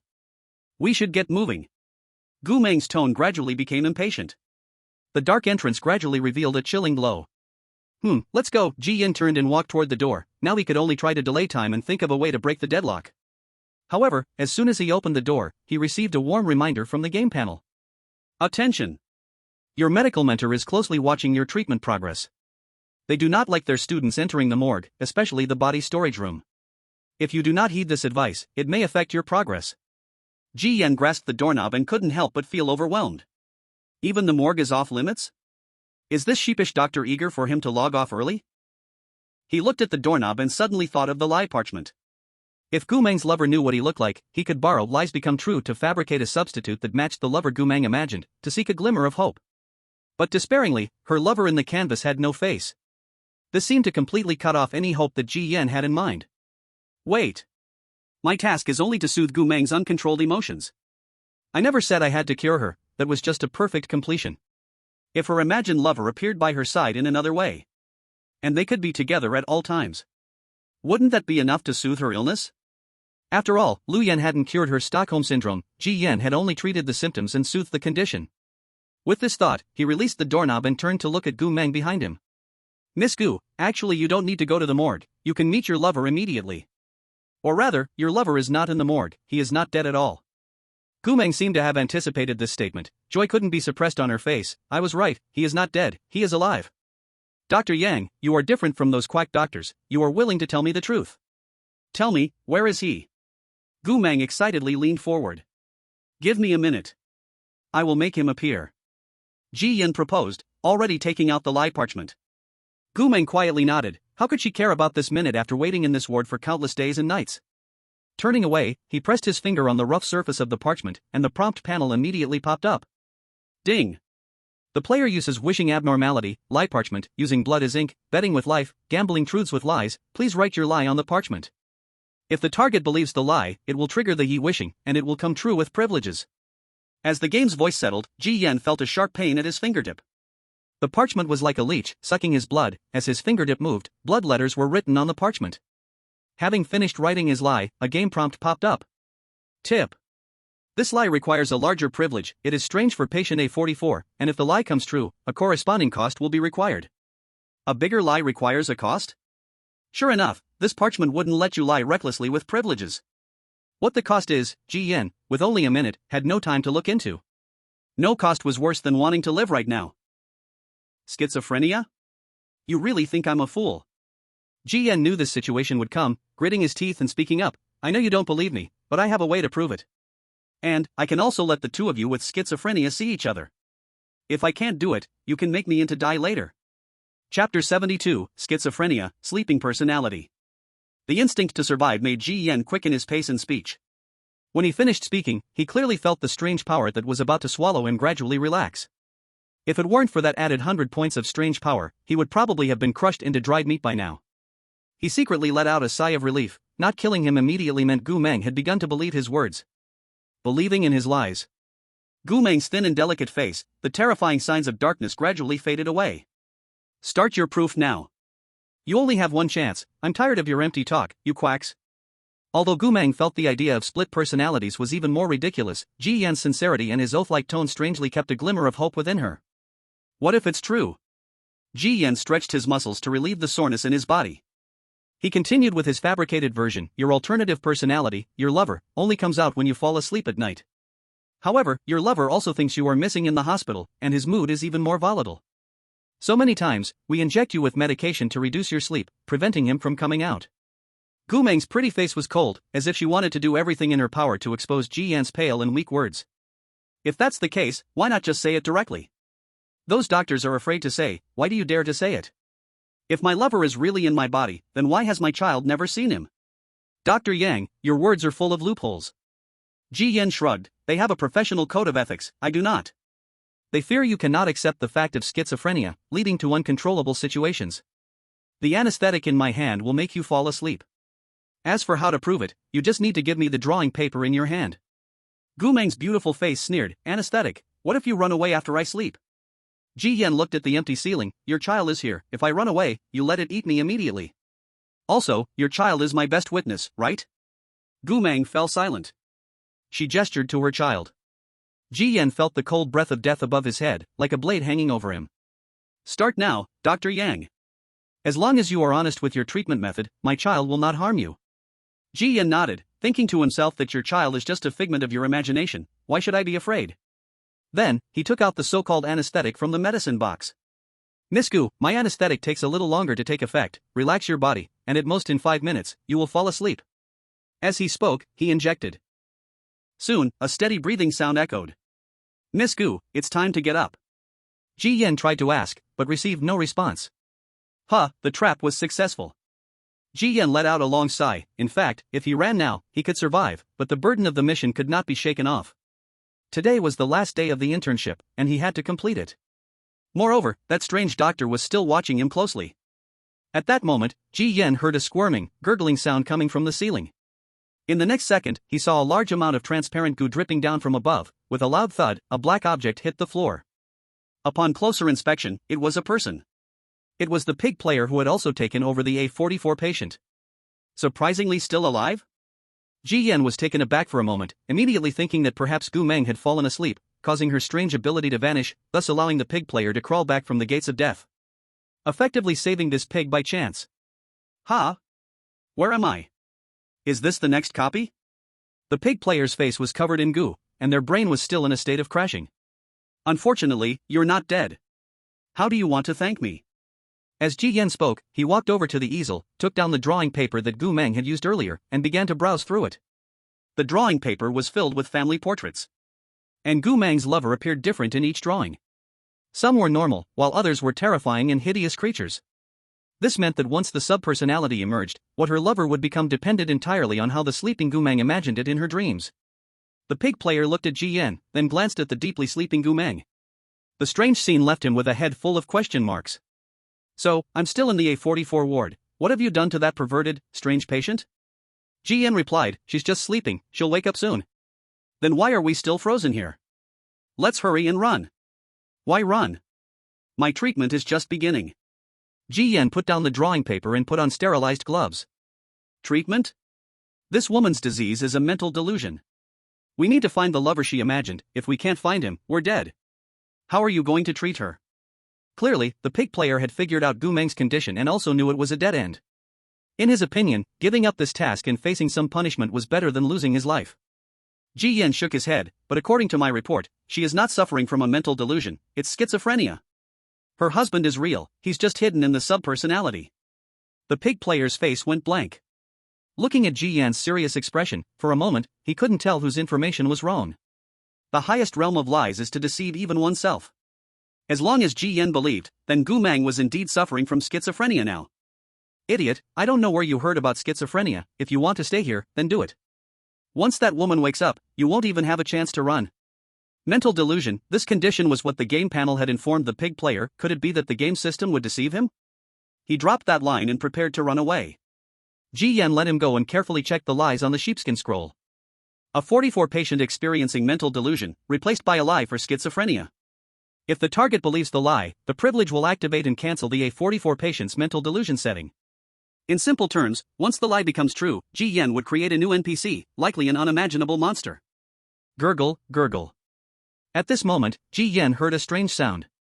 His nose caught a strong, eerie stench, but when he looked up, he saw Gu Meng's graceful body covered in a thick layer of black goo, her slender figure gradually expanding. A terrifying aura filled the ward. Ji Yan took a deep breath, it's coming. The pig player was also startled by the scene before him. What happened to her? Ji Yan looked at him, his tone heavy, didn't I say? The patient has schizophrenia. Now her other personality has awakened. This sentence completely baffled the pig player. It's truly a split mind. In this day and age, even game prompts are deceiving players? He turned to run, but the door was locked as if it were fortified. Over there, black slime wrapped around Gu Meng's body and fell from the chair to the floor, spreading outward. Ji Yan watched the scene, rubbing his hair vigorously with both hands. He wanted to summon the blood-colored paper figure. Once the subpersonality lost control, perhaps it could physically soothe the situation. Although that paper figure was already missing half of its form. But the blood-colored paper figure was very rebellious. The more Ji Yan wanted it to come out, the more it hid inside. It even tugged at Ji Yan's hair to show its resistance. Helpless, Ji Yan had no choice but to give up. Then, as the black slime receded, Gu Meng opened her eyes again. To Ji Yan's surprise, Gu Meng did not transform into a monster. She changed little, except her hair had grown a lot, and her face wore an exquisite makeup, exuding an unpredictable charm. I am the doctor in charge of caring for you. How are you feeling now? Knowing a personality change had occurred, Ji Yan tried to interact. Where have you hidden her? The other party spoke, and Ji Yan froze. A woman. Gu Meng's lover is a woman. She is a lesbian? This was unexpected for Ji Yan. For a moment, the words he was about to say became too hot to speak. Regarding you and your partner, as a doctor, I must tell you something, which you may find hard to accept, but it is the truth. Ji Yan reiterated his version of the lie.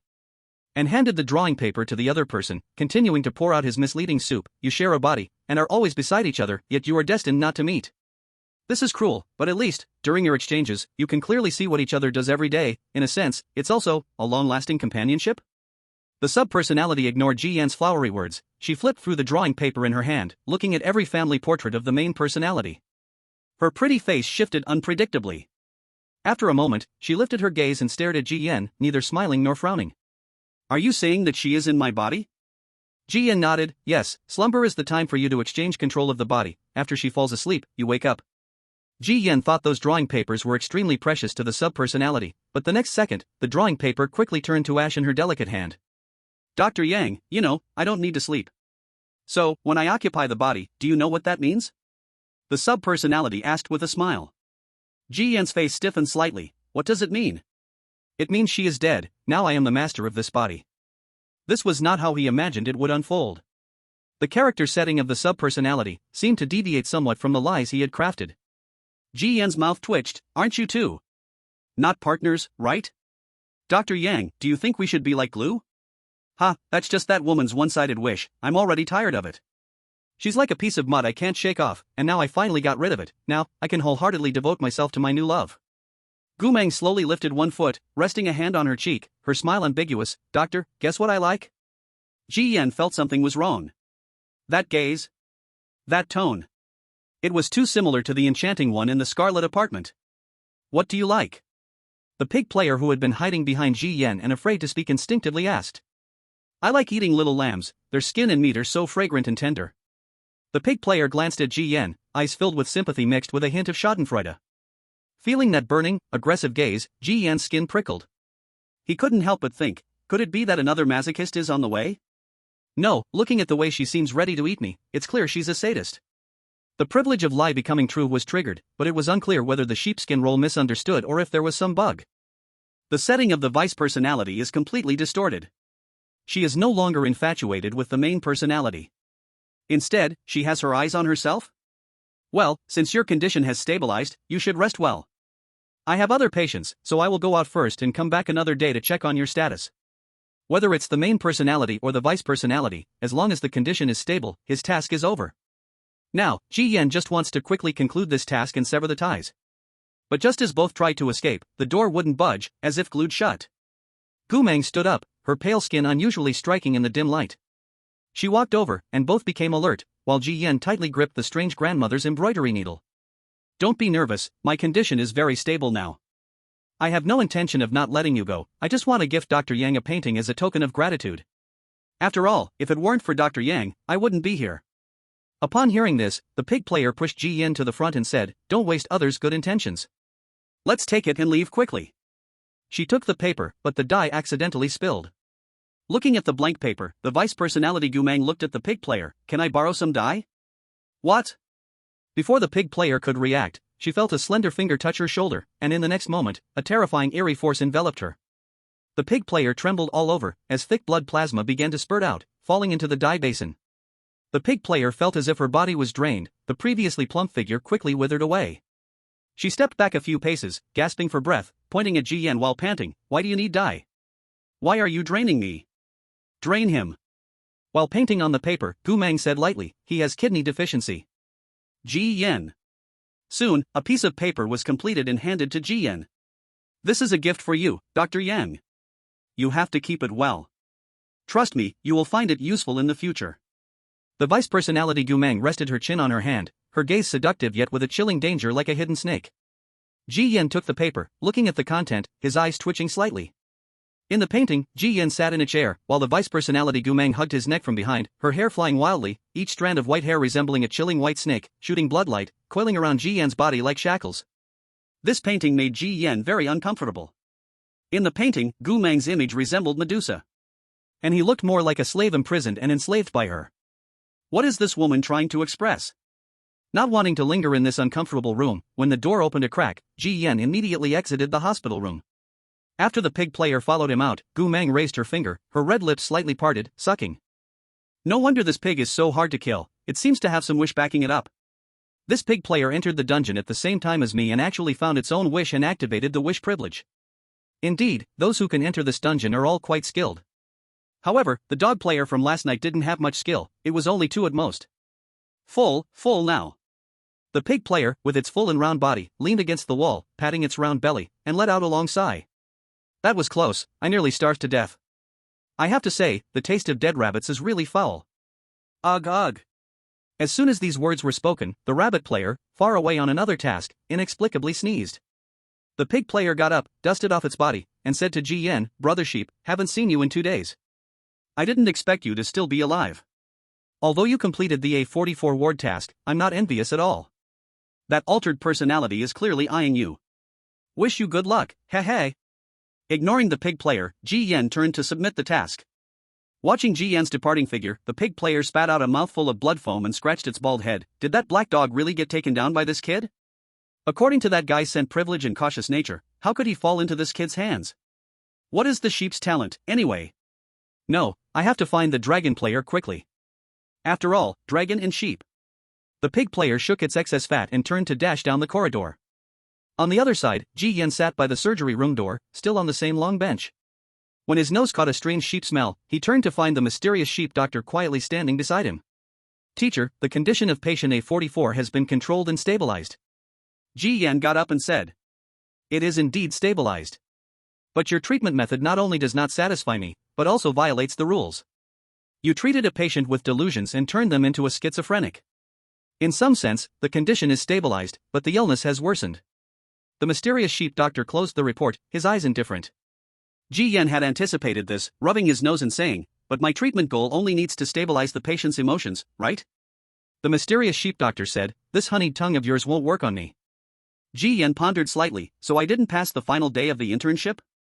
"Passed half." "Half? What does that mean?" The mysterious sheep doctor's hand reached out to Ji Yan, taking off his internship badge from his chest, then turned and left. "The other half is left for tonight. After midnight, come to this location. I will personally give you a surgical exam." Staring at the figure leaving, Ji Yan felt a wave of exhaustion wash over him. Another late night shift. Isn't this mysterious sheep doctor not allowing me out at night? For some reason, even though the mysterious sheep doctor is my medical mentor, Ji Yan always senses a chilling coldness in the other's eyes. It seems he doesn't see me as his student but as a fattened pig waiting to be slaughtered. As for the last exam of the night internship, Ji Yan could only hope it wasn't as bizarre as last time. After all, the last time it was a cesarean section in an animal's belly, which had already shattered some of his worldviews. Night gradually fell. Ji Yan returned to room 444, and as he opened the door, he found a female mysterious nurse in a nurse's outfit standing in the room, her face dark and bruised, with no whites in her eyes, all black. Ji Yan was startled. Why is there a mysterious female nurse in his room? He instinctively reached for his waist, but the nurse's expression was indifferent. "Don't be nervous, I'm just here to deliver dinner. Also, there's nothing in your room that attracts me. By the way, I've also cleared the blockage in the toilet and the hair in the drain for you." Ji Yan blinked, just about to say thank you, when the other person squeezed out of the room, leaving without looking back. Just like a beast rushing to clock out. Watching the figure leave, Ji Yan murmured a phrase and entered the room. She took off her clothes and entered the bathroom, not hurrying to wash but knocking on a cracked spot in the wall. A soapy ghost popped out, looking a bit flustered as it recognized Ji Yan. "Dr. Yang, do you need me today? You just stay in the wall, don't come out." No one likes a second man appearing in the bathroom while they are showering. The chubby ghost said sulkily, "But I'm a ghost." "It's the same." Ji Yan turned on the shower and began to wash away the dirt on her body. After washing and eating, today's infection came faster. Looking at the black hair growing on the back of her hand, Ji Yan always couldn't help but think about a question. If I don't get treated and let it infect my whole body, what would happen after fainting and waking up? Of course, such suicidal thoughts were just thoughts. After lying down on the bed, Ji Yan quickly fell into a deep sleep. In her dream, Ji Yan felt like she was lying in a world of cotton, her whole body wrapped in softness, a smooth feeling covering every corner. An indescribable comfort. She enjoyed it to the fullest, with a smile on her face. Gradually, a voice pulled Ji Yan out of her dream. Half asleep, she suddenly opened her eyes. In front of her was the pale face of a nurse ghost, a slight blush appearing on her face. Dr. Yang, your spiritual therapy has ended. Ji Yan sat up suddenly, seeing the nurse ghosts at the foot of the bed, who also had a blush and smiled, asking, Dr. Yang, how do you feel? Still comfortable? Thinking of that scene in her dream, and looking at her own body, Ji Yan felt tainted by the female ghosts, and there were several of them. But spiritual therapy was an unavoidable storyline, which was the most annoying part. Let's not talk about how I feel. You treat, but why is everyone blushing? We are happy for Dr. Yang. The nurse ghosts blushed even more after hearing this. This made Ji Yan's mouth twitch. Did these nurse ghosts really treat the infection properly? The nurse ghost at the head of the bed put away her smile and said seriously to Ji Yan, however, Dr. Yang. There was a problem with your spiritual therapy tonight. What do you mean, there was a problem with the treatment? Hearing this, Ji Yan immediately perked up. There is an infection on the back of your hand, our treatment has not worked. We are also puzzled, logically, our treatment should not have this kind of situation. A few nurse ghosts looked at each other, apologetically gazing at Ji Yan. Ji Yan flipped over her hand and saw a glaring patch of black wool. Immediately, she thought of the warning left for her by the lie sheep scroll during the day. If a lie becomes true, a certain price must be paid. Is this the price? Even the spiritual perspective can't eliminate this infection? Ji Yan suddenly felt a chill run down her spine. Tonight's final internship test required interaction with the sheep ghost doctor. If it discovered she had an untreated infection. Damn it! The price of this lie sheep scroll is way too high. Ji Yan sprang up from the bed. Her fingers tangled in her hair, looking extremely displeased. Dr. Yang, why don't we try again? The nurse ghost was startled by Ji Yan's expression and quickly spoke up. Ji Yan curiously asked, how do you treat it? One nurse ghost leaned in, took Ji Yan's hand, and extended a dark blue tongue, licking the infected spot. Ji Yan twitched at the corner of her eye. Is this how you treat it? Isn't the whole infection? Accompanied by the licking, the infection not only didn't heal but spread instead. New. You all go back to your spots. I'll figure it out myself. The mysterious caregivers could only retreat, filled with guilt. Ji Yan sometimes truly felt that these ghostly nurses were more like his maids. In this undead hospital side quest, the caregivers were indeed a bit too humble. Ji Yan looked at the infected area on his body, his mind racing to think of a solution to this trouble. At a glance, he unexpectedly triggered his talent. Player consumes 20% mental state, triggers talent, omniscience, gaining hidden information. For purity, this is an unbearable mark of shame. But for corruption, this is a ticket to see it. Lie sheepskin scroll grants you privilege and hope. Why do you despise and reject those things you use it for? It? Who does it refer to? Is it the sheep ghost doctor, or? Ji Yan frowned. The hidden information from the talent, though somewhat confusing, seemed to hold a vast amount of data. Moreover, the hidden content seemed to inadvertently tell him that this infection was not a bad thing. But if the sheep ghost doctor finds out tonight, it would mean death. Having used his talent, Ji Yan's mental state was somewhat lacking. He leaned against the headboard and took a short rest. If it weren't for the dinner that had replenished his state, after frequently using talent today, he didn't know if he could crawl out of room 444. Watching the time pass by, it was getting closer to midnight. After using the embroidered needle and other sure scalpel with no results, Ji Yan could only hope for a miracle, putting on disinfected gloves to cover the infection and walking out of room 444. In the dead of night, the hospital was cold and lifeless. Filled with an unprecedented anxiety, Ji Yan returned to the operation room door. He looked at the disinfected gloves on his hands, continuously asking himself if such a childish cover could really escape the sheep ghost doctor's eyes. It could precisely sniff out even the slightest smell of infection. Sweat dripped from his forehead onto the disinfected gloves.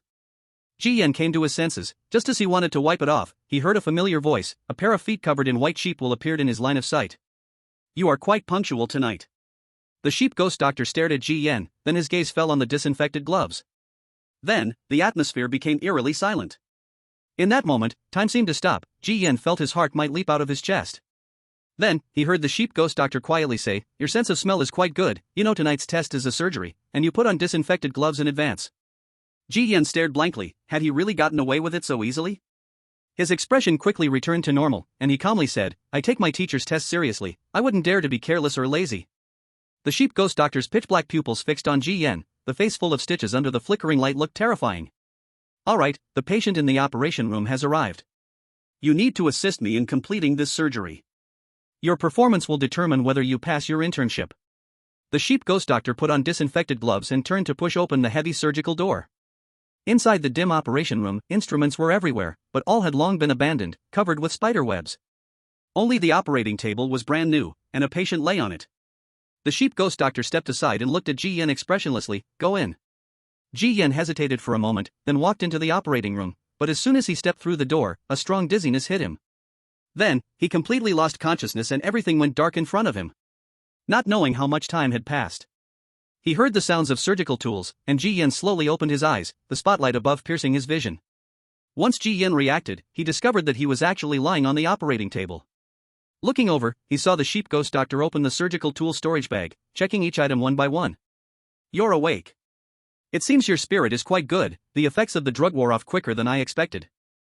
The strange doctor didn't look up, picking up a large surgical knife. Teacher, what does this mean? Ji Yan realized his limbs were tightly bound, the white coat and sterile gloves had been removed. He was like a lamb stripped of its wool, placed on a chopping block. The strange doctor raised his terrifying head, the corner of his mouth curling, revealing sharp, red teeth. Didn't I say? Tonight's surgery, you will do it with me. But you will be the patient, and I am the attending doctor. The strange doctor walked step by step towards him, holding a large surgical knife in one hand, and the other hand was a set of teeth. From Ji Yan's perspective, terror was magnified to its extreme. But my body is healthy, and I don't have. How can you say there isn't? That patch of infected black hair is your biggest problem.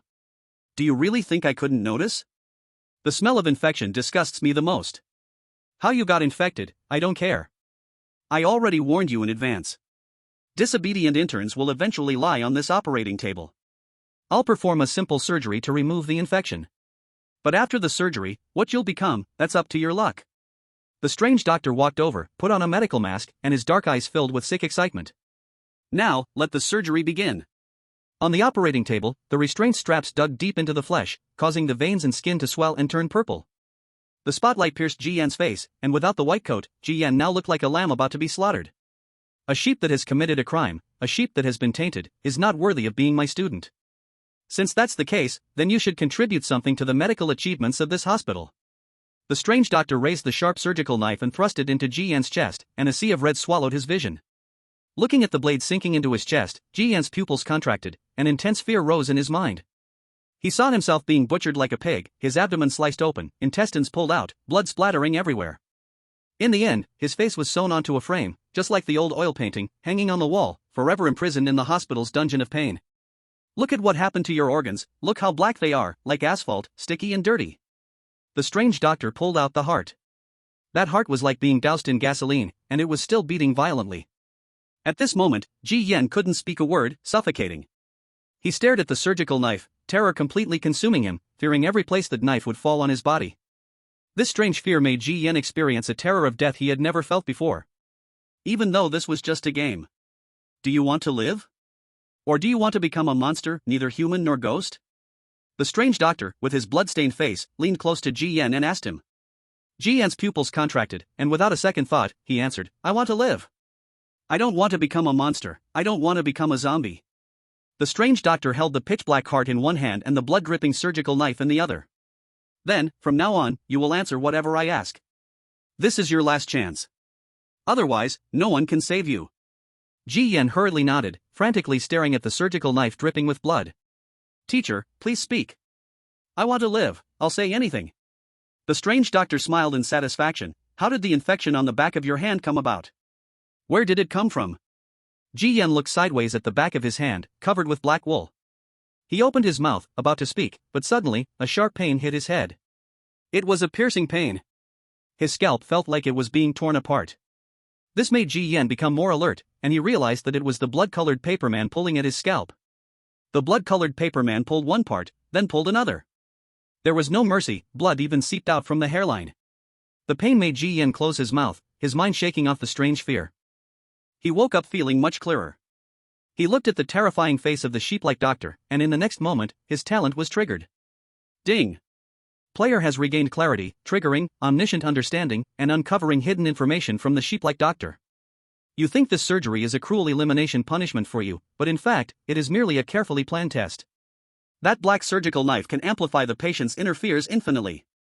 It sets a deadly trap for you through the truth sheepskin roll.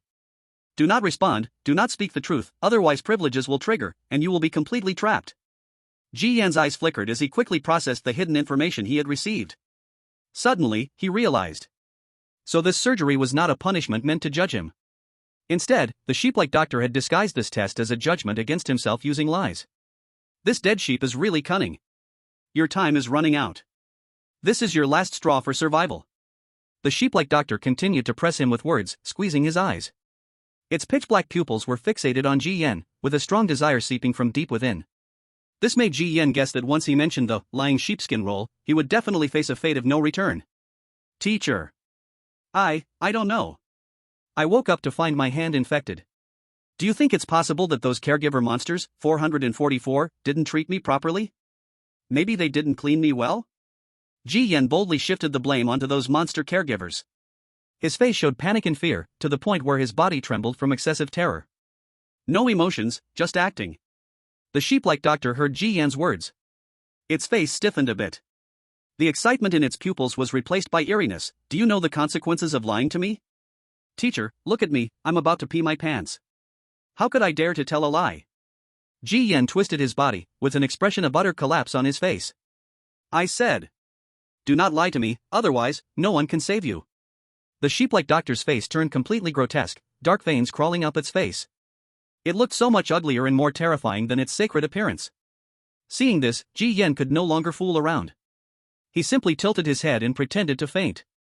The sheep-like doctor trembled all over, its dark transformation becoming more serious.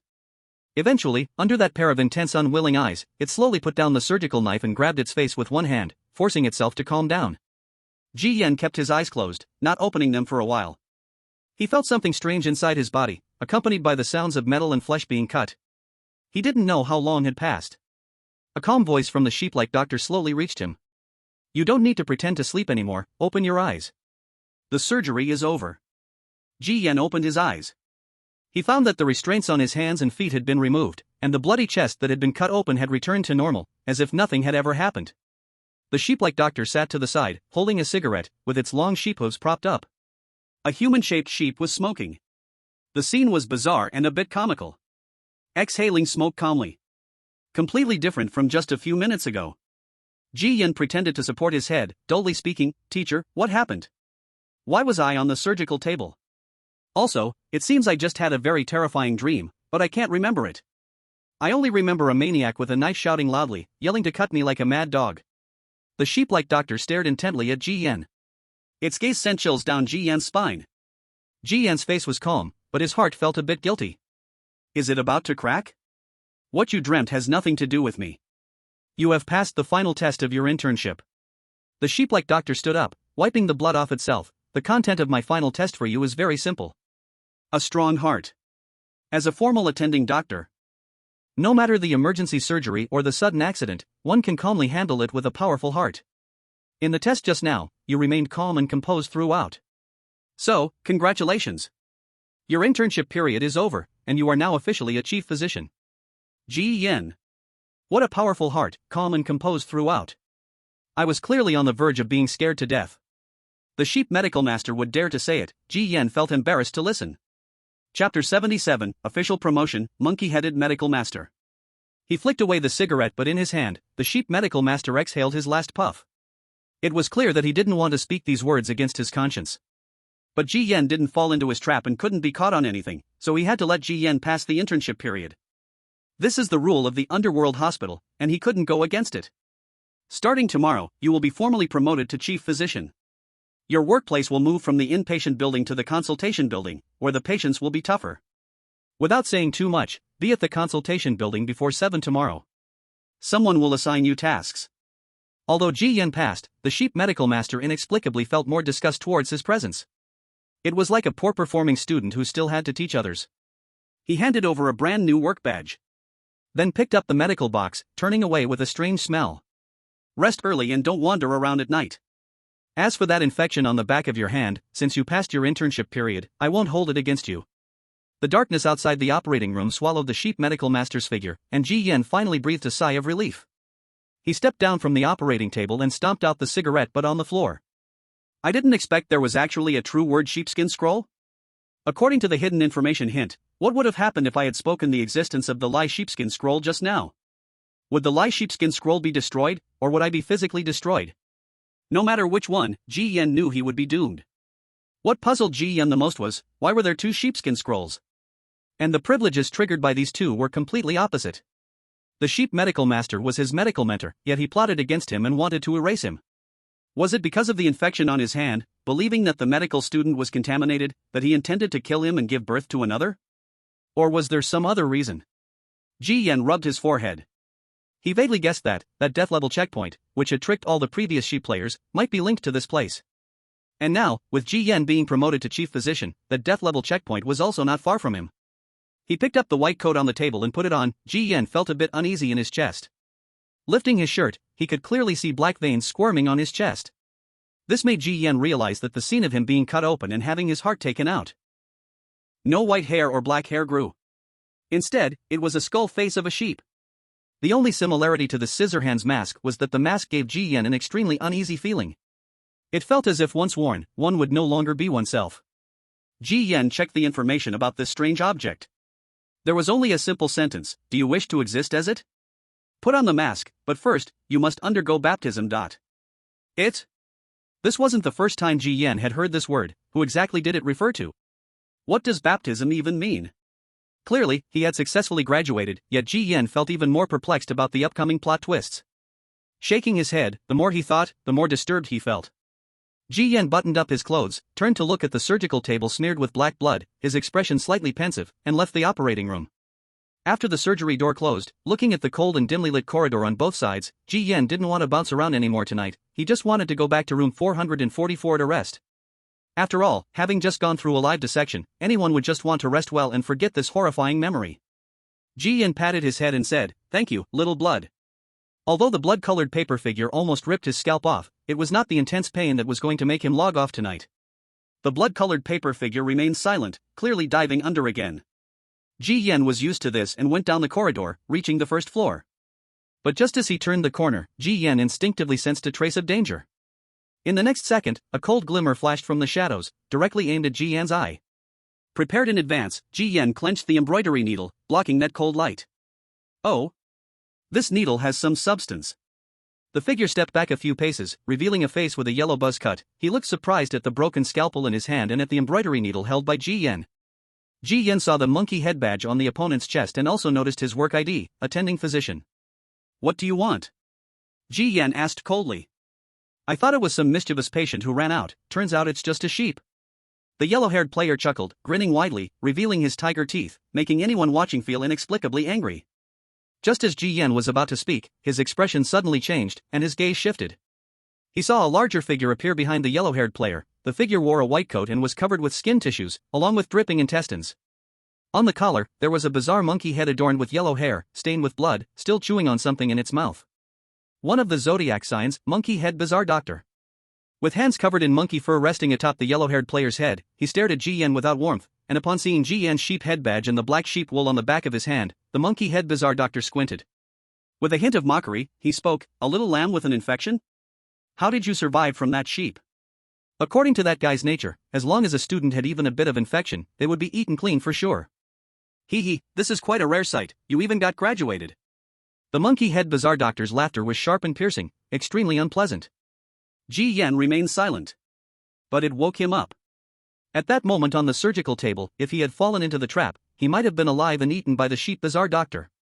The scalpel in his hand was a dinner knife, and the surgical table was a dining table. Chapter 78, Upset Stomach?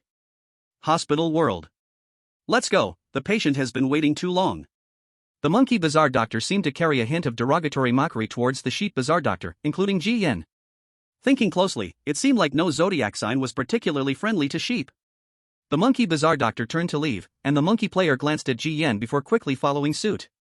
Tisk, why do the bizarre doctor and players have such a good relationship? As for my medical mentor, it's not enough that the relationship is terrible, why does he also want to eat his own students? Ji Yan sighed slightly. Living in the dark path is truly exhausting. Inside, I feel an inexplicable sense of my family falling apart, envying others for their happy families. Back in room 444. Those nurses popped their heads up, and when they saw Ji Yan, they all showed surprise. Wow, Dr. Yang, you've been promoted to attending physician. That's great. We can continue to stay in ward 444. For them, as long as Ji Yan is alive, they still have value, and they won't be fired by the hospital. Those fired NPCs are naturally treated as garbage and disposed of. Ji Yan said nothing and simply went to bed to sleep. They laughed happily. But the promoted Ji Yan had no joy at all. A night without words. The next morning, Ji Yan arrived early at the newly unlocked map area, the outpatient building. In the empty number 2 hall, besides Ji Yan, there were also a male and a female player who arrived early. The female player was very young, tall and slender, yet her face was not particularly in line with her pure and somewhat silly look. The Zodiac badge hanging on her chest was rabbit, and her job ID was attending physician. Strangely, the player had 2 rabbit ears on top of her head, and at first glance, one would think she was wearing a bunny girl headpiece. It looked quite adorable. The other player was not unfamiliar, it was the monkey player seen last night, with yellow hair and a messy, carefree look on his face. Sheep, monkey, and rabbit, the 3 were assigned to the number 2 outpatient hall, seemingly to take on the same task. Once again, 3 players were competing to treat a patient. In such a situation, Ji Yan had to deal with the pressure from the patient while staying alert to the 2 players who might stab her in the back. So tiring. A little lamb, a little white rabbit. Both are newcomers. It seems the competition for this task today is not intense. The monkey player lay back with his hands behind his head, yawning. The rabbit player frowned slightly, clearly disgusted by the monkey player next to her, and turned to Ji Yan. The Zodiac pig told me that you killed the player of the Zodiac dog? Ji Yan raised an eyebrow. How does he know? Not just the pig, all other Zodiac signs know.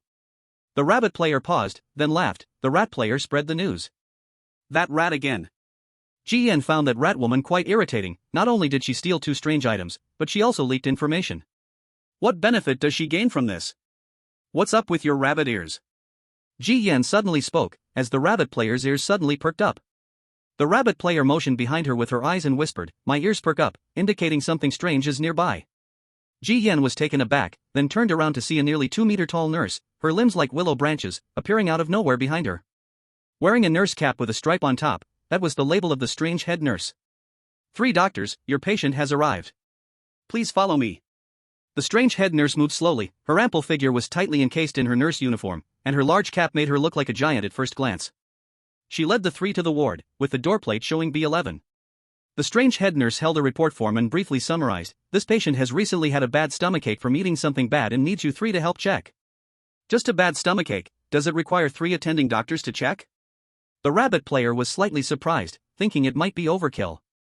The monkey player said nothing, but his carefree demeanor faded into thoughtfulness. Time for you 3 to treat is not limited. Because according to the tradition of Ward B11, if you can't cure the patient, there will be no chance to come out. The strange head nurse opened the door, revealing a pitch-black interior that silently invited them in. At the same time, the 3 players received a task notification. Ding! Player accepts a level task, complete the treatment in Ward B11, find the source of the patient's bad stomach and use medication to heal. Task failed, trapped in infinity.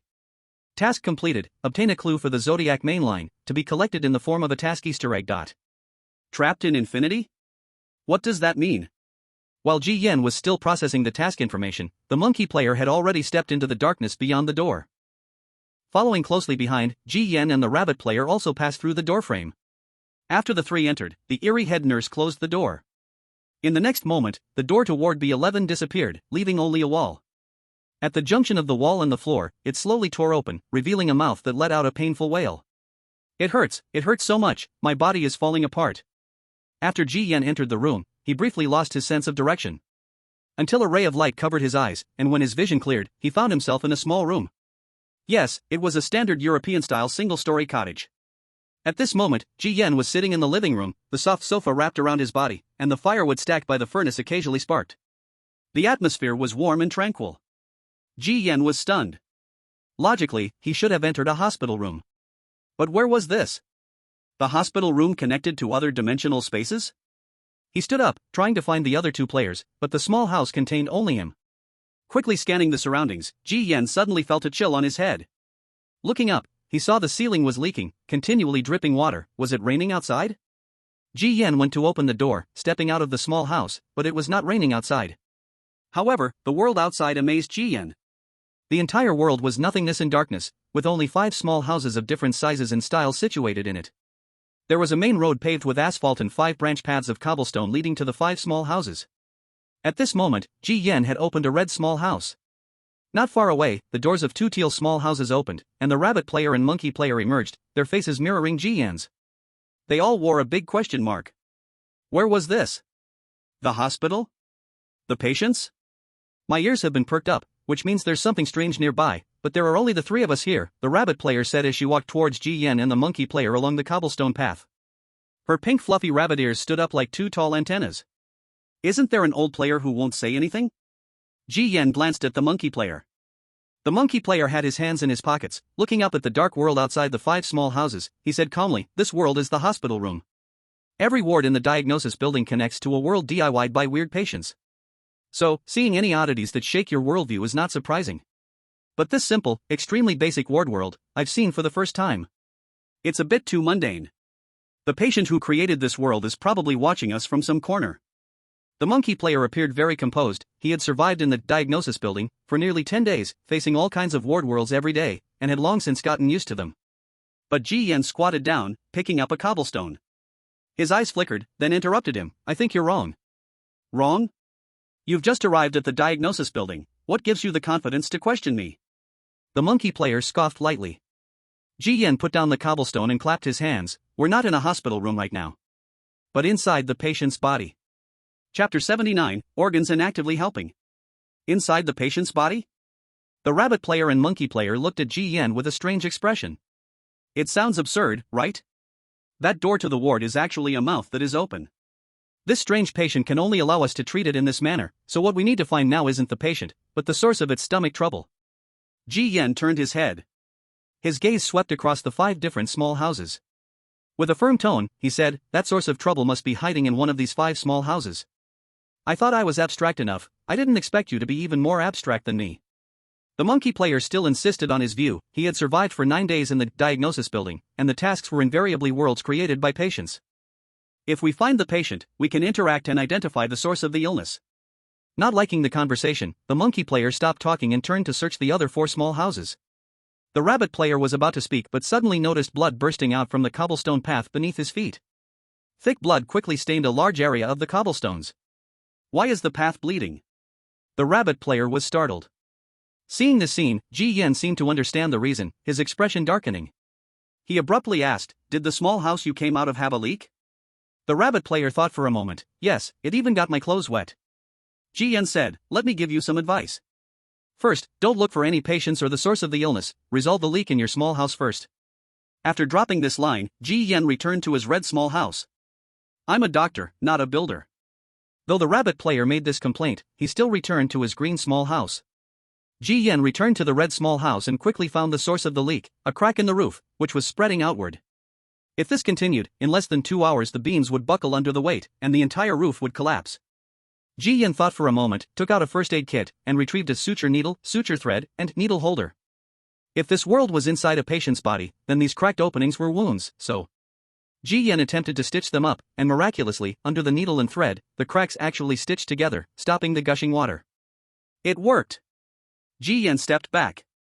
But although the wound was stitched, the cracks still spread across the ceiling, indicating that this remedy only treated the symptoms, not the root cause.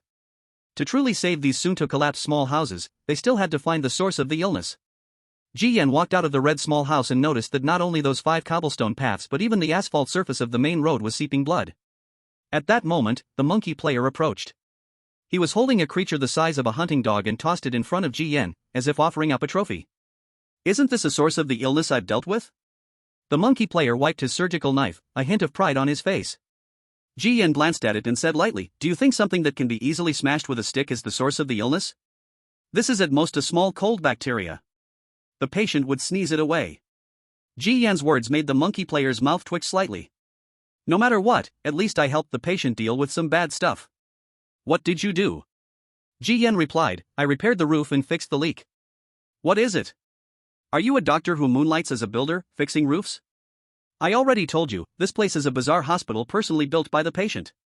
We are currently in a hospital. The monkey player felt like he was explaining this to a chunk of wood. Ji Yan glanced at the blue small house the monkey player came out of and said, "It's neither a hospital nor the patient's body." "Soon we will have our answer." The monkey player asked, "What do you mean?" Ji Yan pointed at the corner of the blue small house covered with cracks. "Your house is about to collapse." Almost as soon as Ji Yan finished speaking, a corner of that blue small house collapsed with a loud crash, sending up a cloud of dust. At almost the same time, the monkey player suddenly felt a numbness and weakness in his lower back. He knelt down, his face turned pale yellow, cold sweat pouring down as he vomited a large mass of waste. The rabbit player happened to come out and saw this scene. "What's wrong with him?" Ji Yan crouched down and poked the skin of the monkey player, who looked as if he had lost half his life, leaving a finger indent. "Kidney failure, coagulation dysfunction failure." The monkey player lay weakly on the ground, his face visibly yellow and covered in red pimples. "I'm not even a patient. Why are my kidneys failing?" Ji Yan shrugged. "I'm really curious. How did you become the chief doctor and survive for so many days? Haven't you figured it out yet? Why are there exactly 5 houses and 6 paths here? If this represents the patient's body, what does that mean?" As soon as the words were spoken, even the rabbit player and monkey player realized it. "The 5 internal organs?" Ji Yan clapped his hands. "The 5 houses represent the heart, liver, spleen, lungs, and kidneys, while the 6 paths represent the stomach, gallbladder, small intestine, large intestine, bladder, and triple burner. That weird patient swallowed us and entered the body, forcing us to treat it while binding our lives to the houses we walked out of." Ji Yan shifted his gaze, scanning the red, blue, and green houses. "If I'm right, if the red house completely collapses, I will die from heart failure. If the green house collapses, rabbit girl, you will die from lung failure. As for you, yellow-skinned monkey, you have experienced it before us." The rabbit player spoke with annoyance. "Can't you ask for permission before giving me a nickname?" Ji Yan turned to look at the 6 paths that were seeping blood and shook his head. "The situation is quite critical. The source of the illness must have sensed us and is accelerating the destruction of the patient's organs." Rabbit player, "But where is it hiding? My rabbit ears have never softened. This likely means that the source of the illness is everywhere." Just as Ji Yan was about to speak, the monkey player, lying on the ground with kidney failure, struggled to speak first. "Rabbit, help me." The rabbit player glanced at his wretched and ugly face. "What, do you want me to save you?" "Sorry, my medical kit only helps the weird, not humans." The monkey player's face was extremely pale, his skin was in bad condition, and he struggled to say, "I don't want to be saved. I want you to kill me. Do you have a scalpel? Stab my heart, damn, it's too painful, give me a break." The rabbit player was stunned. This guy has survived for so many days and now he's so pressed by one unexpected task that he can't hold on? He just wants to die? His psychological endurance is really too weak. Ji Yan squatted down but smiled and said, "Why not ask me for help? I am quite willing to help with a request like yours. After all, you stabbed me last night secretly, and I've been thinking about how to return the favor." The monkey player's face darkened, and just as he wanted to speak, he saw Ji Yan's scalpel already raised high. In the next moment, it stabbed deeply into his heart, blood gushing out. Chapter 80, Strange Cells, Ear Reaction. The blade pierced the chest cavity, blood staining the vision. In Ji Yan's sight, the knife steadily penetrated the heart. The monkey player's pupils contracted, staring fiercely at Ji Yan, from contraction to dilating. "No need to thank me. Helping others is something I have done a lot." Ji Yan returned a smile and pulled out the scalpel. Wiping the blood off the surgical knife, Ji Yan turned to look at the rabbit player. Now, before he could finish, he saw the rabbit player's lively eyes widen, looking at something behind Ji Yan as if seeing something horrifying. Ji Yan tilted his head and saw the monkey player lying on the ground suddenly burst with a large amount of red energy. In the next second, his body quickly shriveled down, followed by his head being torn apart like a balloon, with a hand reaching out from inside. Like a snake shedding its skin, a new monkey player emerged, covered in mucus and completely naked. "Ah!" The rabbit player's face quickly flushed with 2 shades of crimson as she turned away. The naked monkey player, under Ji Yan's gaze, appeared as if nothing had happened, taking out a set of doctor's clothing to put on. He looked at Ji Yan and huffed, "What's wrong? Got scared by my trick of transformation?" Ji Yan shook his head. "Transforming isn't anything special, actually, I was frightened by that little toothpick between your legs." The monkey player's face darkened. Ji Yan shrugged. "Everyone has their trump card for survival, right? Besides, your talent, golden cicada shedding its shell, can only be triggered once in each task. I'll stab you again, and you will still die." This time, it was the monkey player who widened his eyes in shock. He stammered, How do you know my talent?" Ji Yan smiled slightly. "Don't be nervous, I guessed randomly. Seeing your reaction, did I guess right?" The monkey player's expression changed, looking at Ji Yan as if to say, I don't believe you. Suddenly, the rabbit player turned pale, hurriedly turning to Ji Yan and said, forget about all that. The pathogen is what matters now. At that moment, a corner of her cyan hut also collapsed. It was as if confirming Ji Yan's words. The rabbit player immediately felt a wave of pain in her chest, and breathing became incredibly difficult. Her lungs were starting to fail. At the same time, the main road representing the 6 internal organs shook violently, cracks spreading, and plasma gushing out. The entire 5 viscera were wilting and on the brink of collapse.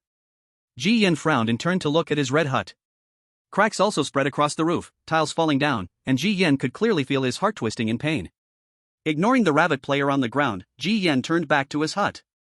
As soon as he entered, he saw numerous bizarre creatures that looked like leeches writhing inside the house. They ate away at the wooden beams, steel, and concrete like termites. Are these the source of the disease? Ji Yan frowned, enduring the pain in his heart, took out a hammer, and began to eliminate these gnawing monsters.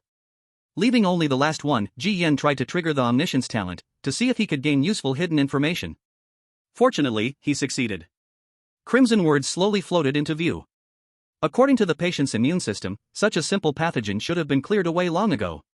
But a puppet is controlling the pathogen, symbolizing life and reproduction. It turned the pathogen into a mother bug, overwhelming the immune system through mass reproduction. As a result, the patient's 5 viscera are gradually heading toward failure. The patient has consumed you, you play the role of medicine.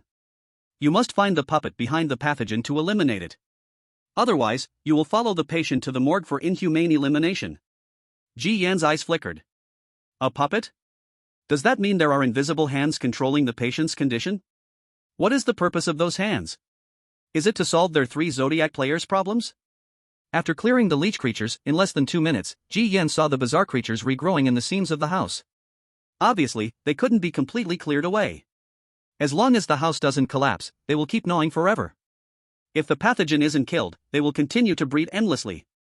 Just as Ji Yan was in despair, he heard a noise coming from behind the sofa. He raised the hammer and went over, pulling aside the curtain. In the corner was a curled-up bizarre creature.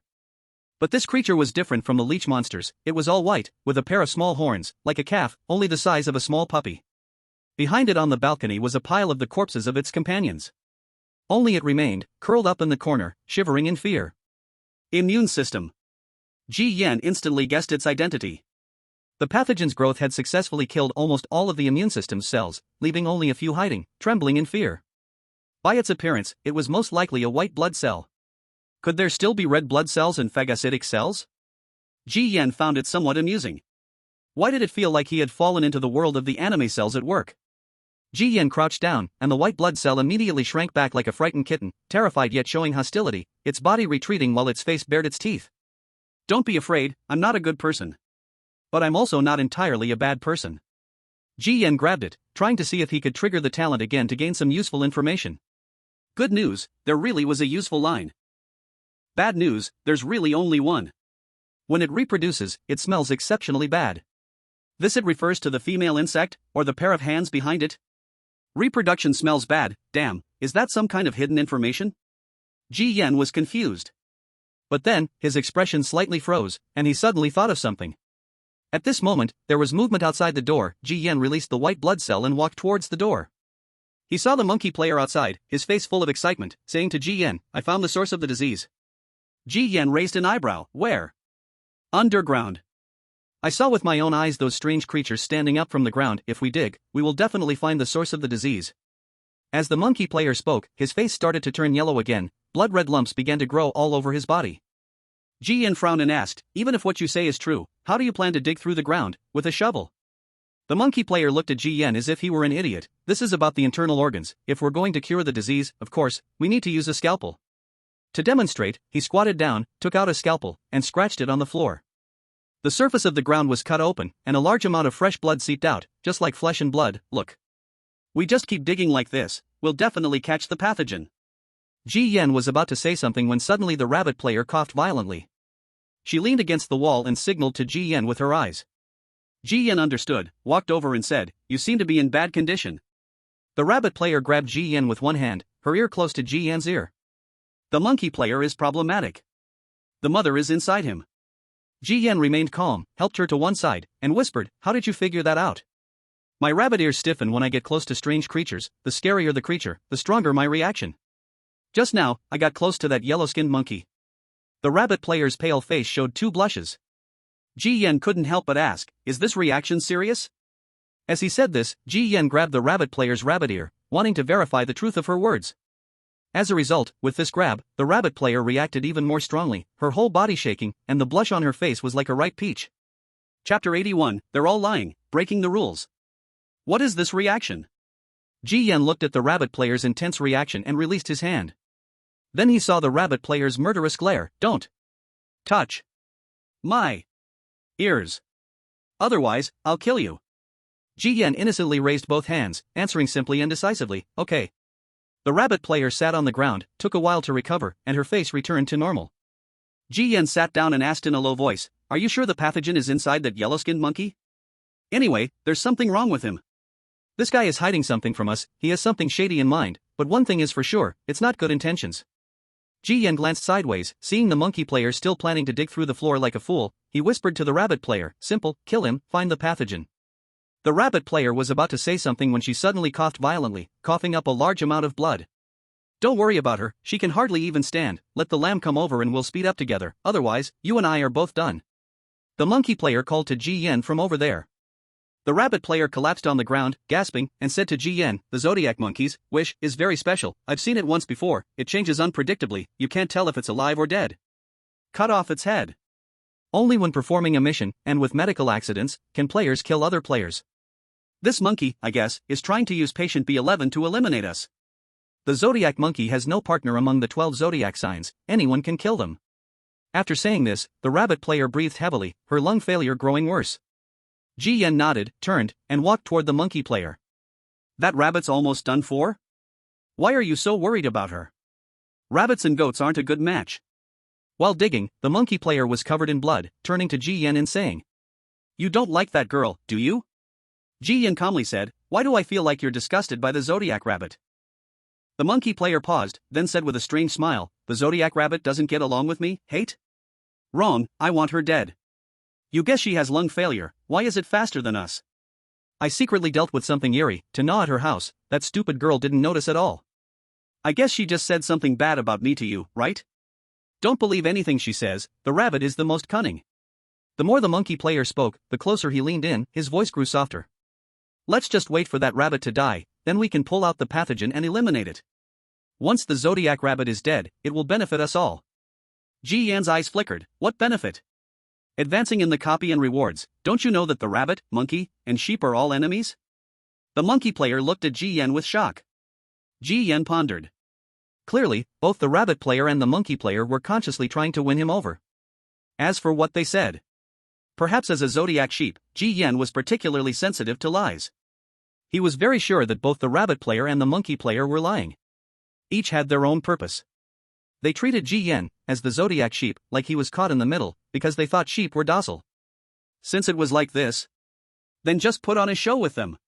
Ji Yan also leaned into the monkey player's ear, whispering, the rabbit player didn't speak ill of you, she just wanted. As soon as his words fell, the monkey player's pupils suddenly constricted, he violently tried to grab his scalpel. But before he could make a move, Ji Yan's scalpel was even faster, stabbing into the monkey player's throat. Then, he forcefully swung his hand, cutting off the entire head of the opponent.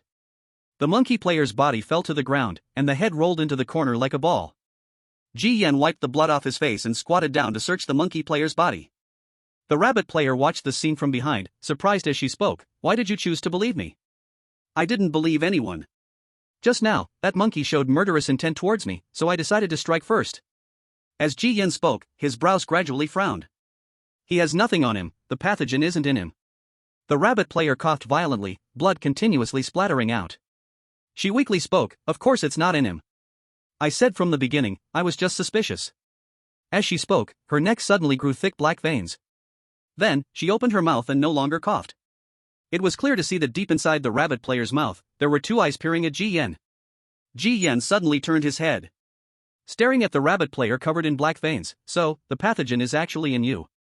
The rabbit player closed her mouth, wiping the blood from her lips. You didn't fully believe my words, did you? Ji Yan held the scalpel. You're almost dead, yet you still keep trying to get me to kill the monkey. Only a fool would believe that. Since the pathogen is in you, then this is easy. Ji Yan swung the blood off his scalpel. I'll cut you open and take the pathogen out to kill it. But the rabbit player laughed. The weak look of just having lung failure was long gone, a hint of color returning to her face. It seems you really don't understand the copy setting. In the Undead Hospital copy, during working hours, players cannot directly kill other players, only through two methods. Either by using eerie patience or after midnight. You directly killed that yellow-skinned monkey, which already violated Rule 13 of the copy. According to the punishment, you will cancel your current task and be sent to the morgue for punishment. If you don't die from the punishment, you can continue the copy task. If you die, you'll go on to the next copy. It's like having to play a resurrection match. And if you kill me now, you've directly killed two players, the punishment will worsen, leading to immediate physical elimination. The rabbit player held her charming chin, smiling lightly. So, now, do you want to kill me? As she spoke, her rabbit ears drooped. Also, my ears are not near the eerie. It becomes sensitive and stiffly stands up. As long as the rabbit ears stand up, allowing me to enter the playing dead state, what lung failure is there? That's just a performance for you. The rabbit player's face was filled with pride.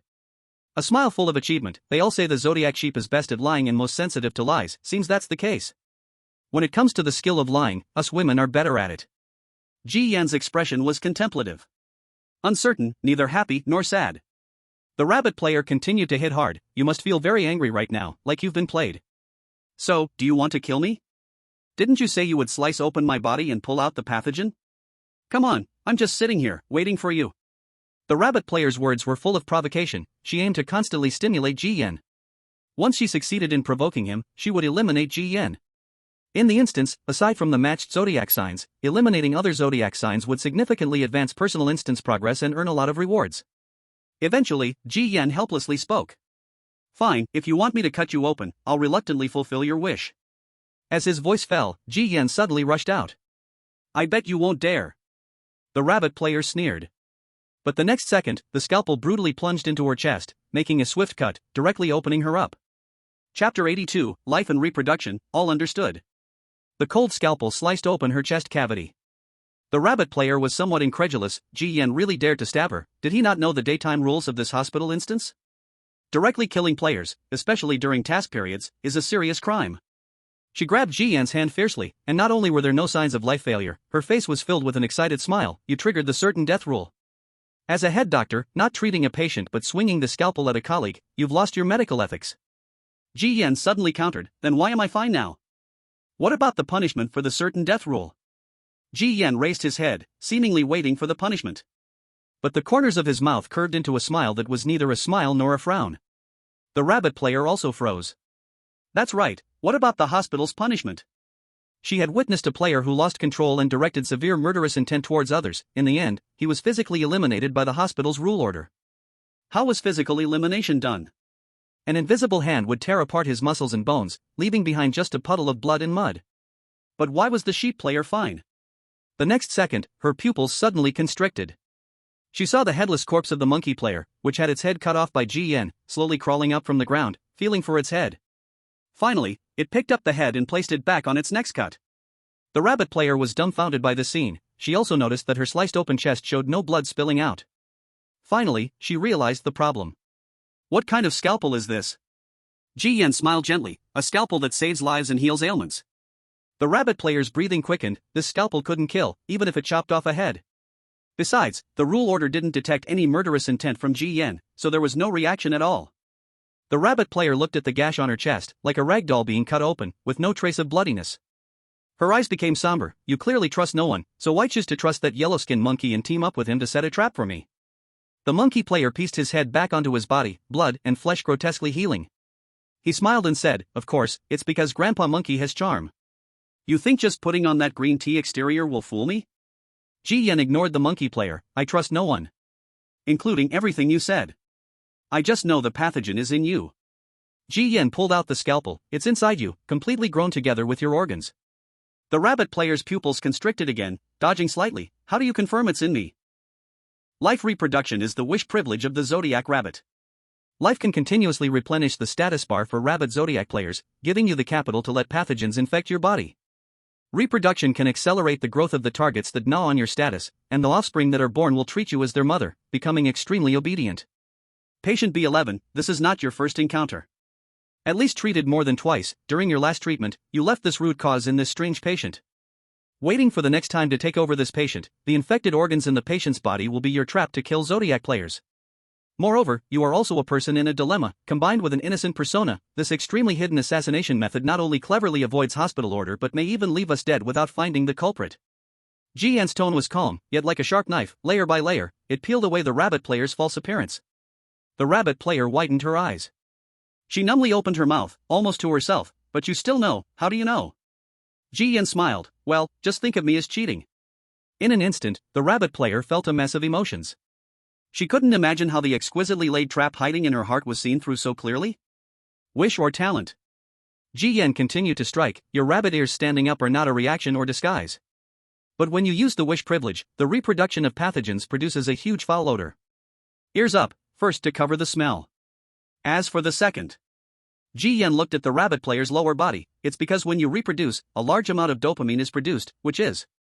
Shut up. Shut your mouth.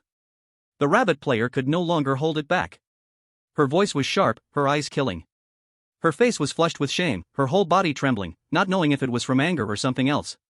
The rabbit player felt completely exposed, all her secrets and shame laid bare to Ji Yan's understanding. Damn, Brother Yang, you know all this, you must be cheating. The monkey player behind was enjoying the show.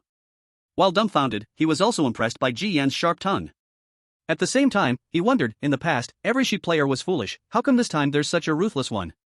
Thinking about how Ji Yan had clearly been infected last night but still survived under the hands of the cunning sheep doctor, the monkey player realized that this sheep player was definitely a tough character. Some small calculations started running in his heart. Over there, the rabbit player's chest slowly stitched together, her innocent and pure face replaced with a cold and sinister expression. It seems I underestimated the Zodiac sheep. But now, the pathogen has completely grown together with my organs.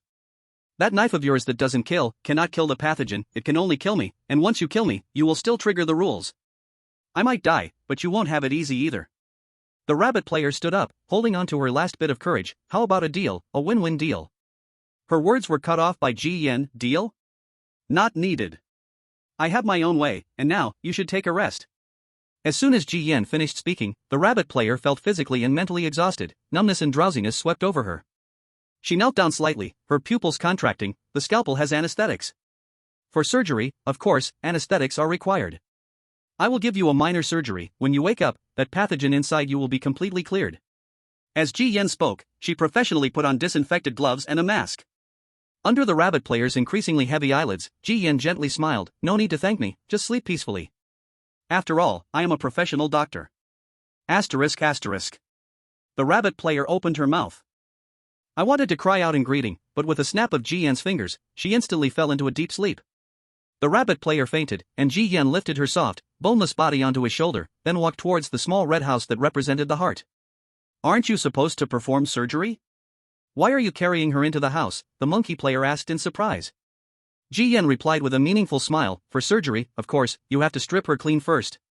Chapter 83, Immunotherapy, task completed. The door of the small red house, representing the heart, opened. Ji Yan placed the fainted rabbit player on the table, his gaze sweeping over her delicate, graceful figure and her flawless, pale skin. Then, he began to loosen her clothing. The bright white skin came into view, yet Ji Yan's eyes were as calm as still water. At this moment, the rabbit player was just a patient in his eyes.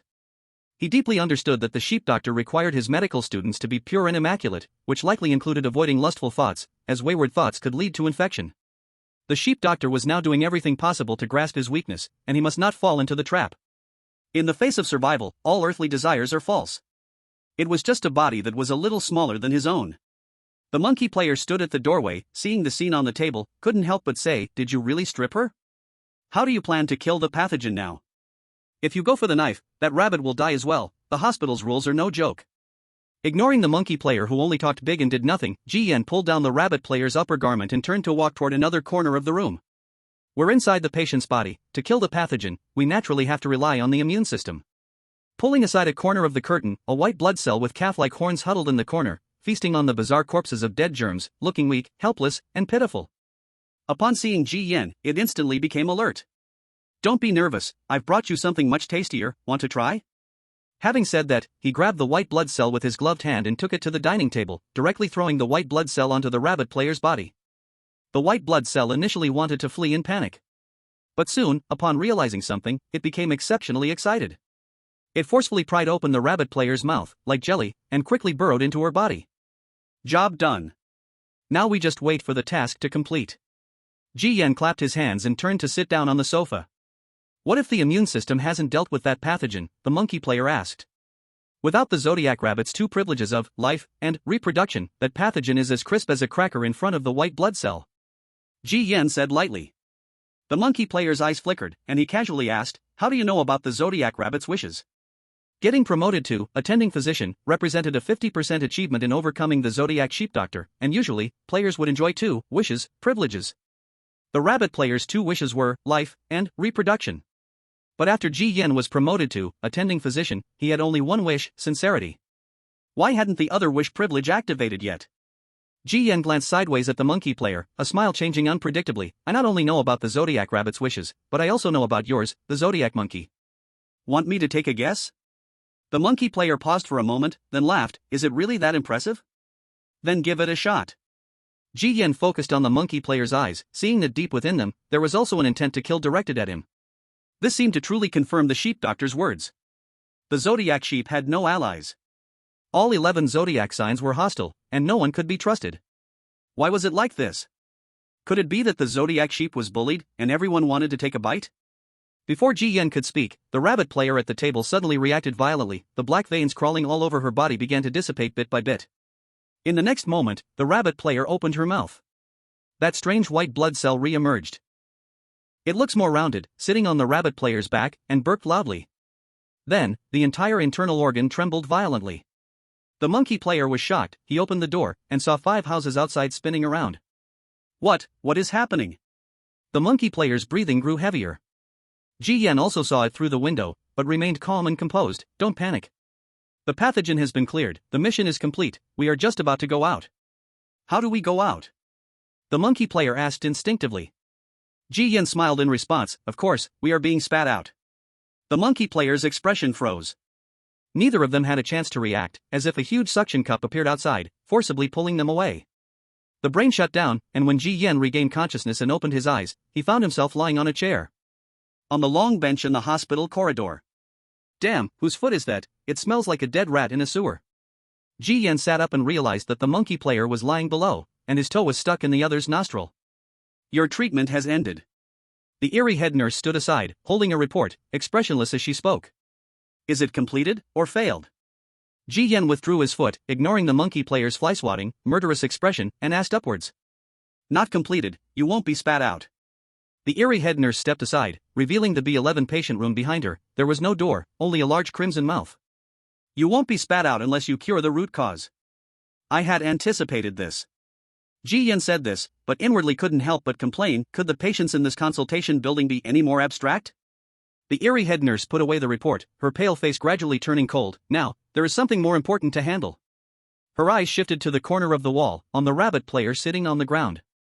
At this moment, the rabbit player was shivering, as if she knew what she was about to face. As the attending physician, you deliberately did not cure the patient, but instead nurtured the pathogen, tortured the patient, and intentionally harmed your colleagues. These 3 offenses combined have already violated serious regulations. You will have your work ID and position revoked. As for how to deal with it, it will be handled by the morgue below. The eerie head nurse spoke without any expression. The rabbit player still wanted to argue her case, but upon seeing the eerie head nurse's cold and ghastly face, she knew any defense would be futile. The eerie head nurse removed her medical gloves, her hand covered in sores, and reached out toward the rabbit player. Knowing that her progress in the undead hospital had come to an end, at the last moment of her elimination, the rabbit player suddenly turned her fierce expression toward Ji Yan. Dead sheep. I, Cheng Fang, will remember this grudge. Tell me your name. Ji Yan. The rabbit player's eyes were crawling with bloodshot veins. Tell me. Ji Yan responded, what do you want my name for? Do you want to hit on me? Sorry, I'm a bit shy and prefer to warm up slowly. Don't let me run into you in another instance. As the eerie head nurse's hand came down, the rabbit player's angry voice suddenly stopped. The rabbit player's entire body rapidly shrank, her flesh closing together. As the eerie head nurse squeezed, she turned into a doll-sized figure, hanging at the nurse's waist. The eerie head nurse put on disinfectant gloves while turning to Ji Yan. Your surgery today is over. Next is your free time.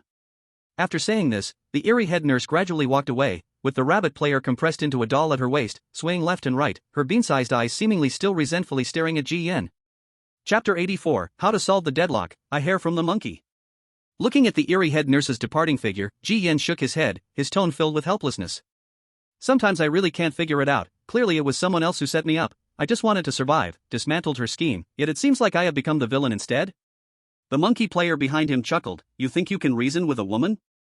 Don't be ridiculous, whatever a woman does is right. Ji Yan didn't say a word because the task settlement panel for B11 popped up. Ding! Congratulations player on successfully curing patient B11. You have gained 120 points of eerie power, and received a rare quality eerie item, Candle of the Midnight Undead. You have obtained a clue from the patient in Ward B11 regarding the Zodiac mainline, but the reward is a bit shabby. Ji Yan was not very satisfied with the reward. This was a patient from the consultation building, and after curing them, there were only a couple of lines of rewards. Maybe the expectations were too high. Ji Yan turned to look at the monkey player beside him, who looked as if he just had a painful debate. What was your reward? A consolation prize?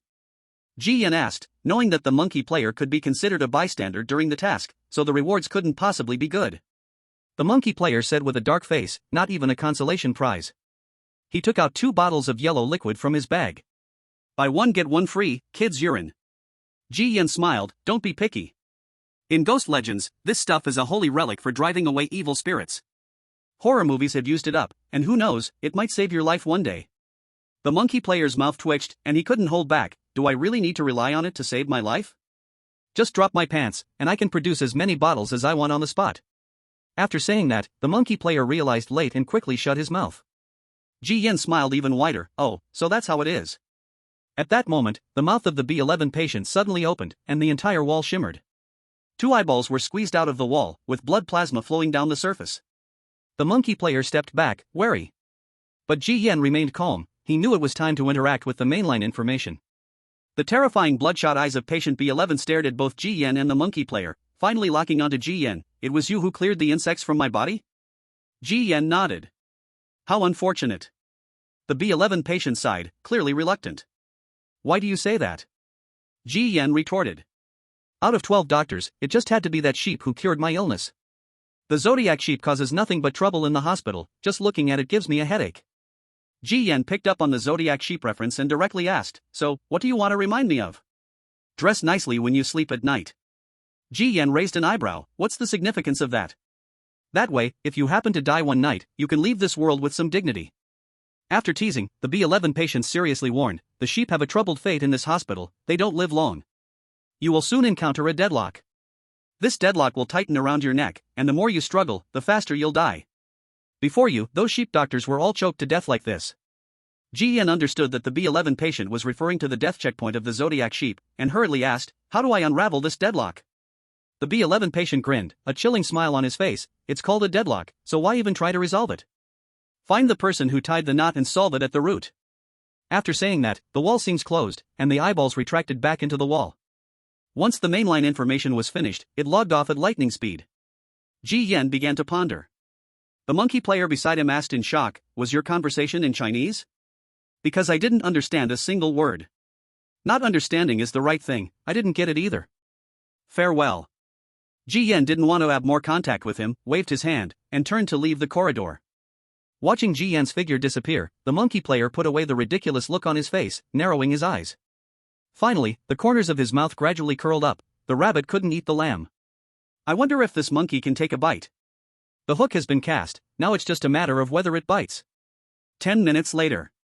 In front of the operating room door, the same old bench. Ji Yan held the report in his hands, still analyzing the hints that B11 had given him. He caught a strange smell at the tip of his nose and looked to see a set of deformed sheep hooves on the floor. Looking up, he saw the sheep ghost doctor standing right in front of him. Ji Yan hurriedly stood up and submitted the report in his hand. Teacher, this is the illness report for B11. The head nurse has already informed me. You've done well. I am very pleased. Compared to the previous students who died prematurely, your performance is far better than theirs. On the face of the strangely doctor, a terrifying expression squeezed out human emotions, making it even more disgusting and horrifying. You flatter me, teacher, Ji Yan said with a humble smile. But he saw the cold killing intent hidden behind the strangely doctor's look of comfort. The trap set for him last night didn't kill him, it was likely that the strangely doctor hated him to the core. The strangely doctor placed a hand on Ji Yan's shoulder, his mouth curling up. Go to bed early tonight, tomorrow, a special patient might arrive. This will be a great test of your abilities, so make sure to rest well tonight. Hearing the word special, Ji Yan's heart jolted, and he immediately became alert. After finishing his words, the strangely doctor planned to leave. But as he withdrew his hand, the strangely doctor seemed to have noticed something. His eyes narrowed. You have a smell on you. What smell? Ji Yan asked, puzzled, sniffing his sleeve. The smell of a stinky monkey. When you go to bed tonight, make sure the door is locked. Leaving this sentence, the strangely doctor turned and left. After 6 o'clock, darkness gradually descended. Ji Yan returned to Ward 444. Having finished showering early, he rejected the wall's eerily suggestion of picking up the soap, lying on the bed, enjoying the whole-body massage from the nurses. Dr. Yang, your black fur is increasing. The nurse reminded him, and Ji Yan also noticed that his other hand had been infected. The nurses had no way to handle this infection at all. As Ji Yan's fingers brushed over the infected area, just as he was about to speak, an eerie nurse suddenly screamed, "Ah! Why is there this hair on Dr. Yang?" Ji Yan calmly said, "What's the big deal about a single hair? Dr. Yang, this is not your hair. This is a monkey hair," the eerie nurse said in fear. Monkey hair? Ji Yan pinched the golden hair, thinking it must have accidentally stuck to him from a monkey player. Dr. Yang, don't sleep too deeply tonight. The eerie nurse looked at the hair with particular fear, trembling as she reminded Ji Yan. Ji Yan immediately paid attention. What do you know? We don't know anything, Dr. Yang, your treatment is over, and we are going back. As soon as they finished speaking, the eerie nurses scattered in a rush. This made Ji Yan frown deeply. He recalled what the strangely doctor said about him having the stench of a monkey and reminding him to lock the door at night. Clearly, something was going to happen tonight. Indeed, that monkey Zodiac player has no good intentions. But leaving a piece of monkey hair on me, what was that guy planning? Ji Yan pinched the monkey hair, murmuring to himself. Chapter 85, The Plague Spreads, The Pig's Gluttony. Whoosh! The toilet flushed, washing away the piece of monkey hair. Ji Yan stepped out of the bathroom, confirmed that the door was locked securely for the night, stretched lazily, and prepared to sleep deeply to restore his energy. But he had barely lain down for a few seconds when he felt discomfort in his lower body. He lifted the corner of the blanket and saw an eerie nurse lying at the foot of the bed, her hands reaching towards her ankle. Her hands were very unruly. Even her eyes had turned strangely. What are you doing? Ji Yan asked, and according to the eerie nurse's duty setting, she should be afraid to disturb his rest. Why was she acting this way now? Dr. Yang. I can't sleep. I'm hungry in the middle of the night and want something tasty. The eerie nurse twisted her head, muttering, and her hands were becoming bolder. If you're looking for food, why are you touching my leg? While Ji Yan asked, he quietly opened his toolkit. I don't know. I just feel so hungry. Dr. Yang, what delicious food do you have hidden? Why does it smell so good? Where is it hidden? Is it hidden inside your body? The eerie nurse's eyes were bloodshot. As her hands roamed, they suddenly jabbed into Ji Yan's chest.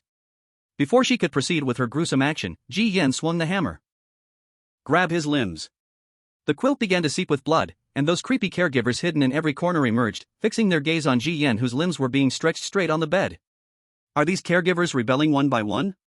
Ji Yan's mouth twitched, and he gathered all his strange power into his right hand, forcing himself to break free from those grabbing eerie hands, and then he punched the face of the attacking caregiver, deforming their entire features. At the same time, this punch triggered his talent, omniscient understanding, gaining hidden information. Zodiac, monkey, player, he has used the wish privilege on you, plague. Privilege analysis, after the privilege is triggered, plague, will infect all abnormalities in a certain area. After being infected, any abnormalities will generate intense malice and unconditionally attack players in the area. The plague triggered by that monkey hair? Ji Yan felt astonished, the infection speed was too rapid. But relying on a few eerie caregivers to kill him?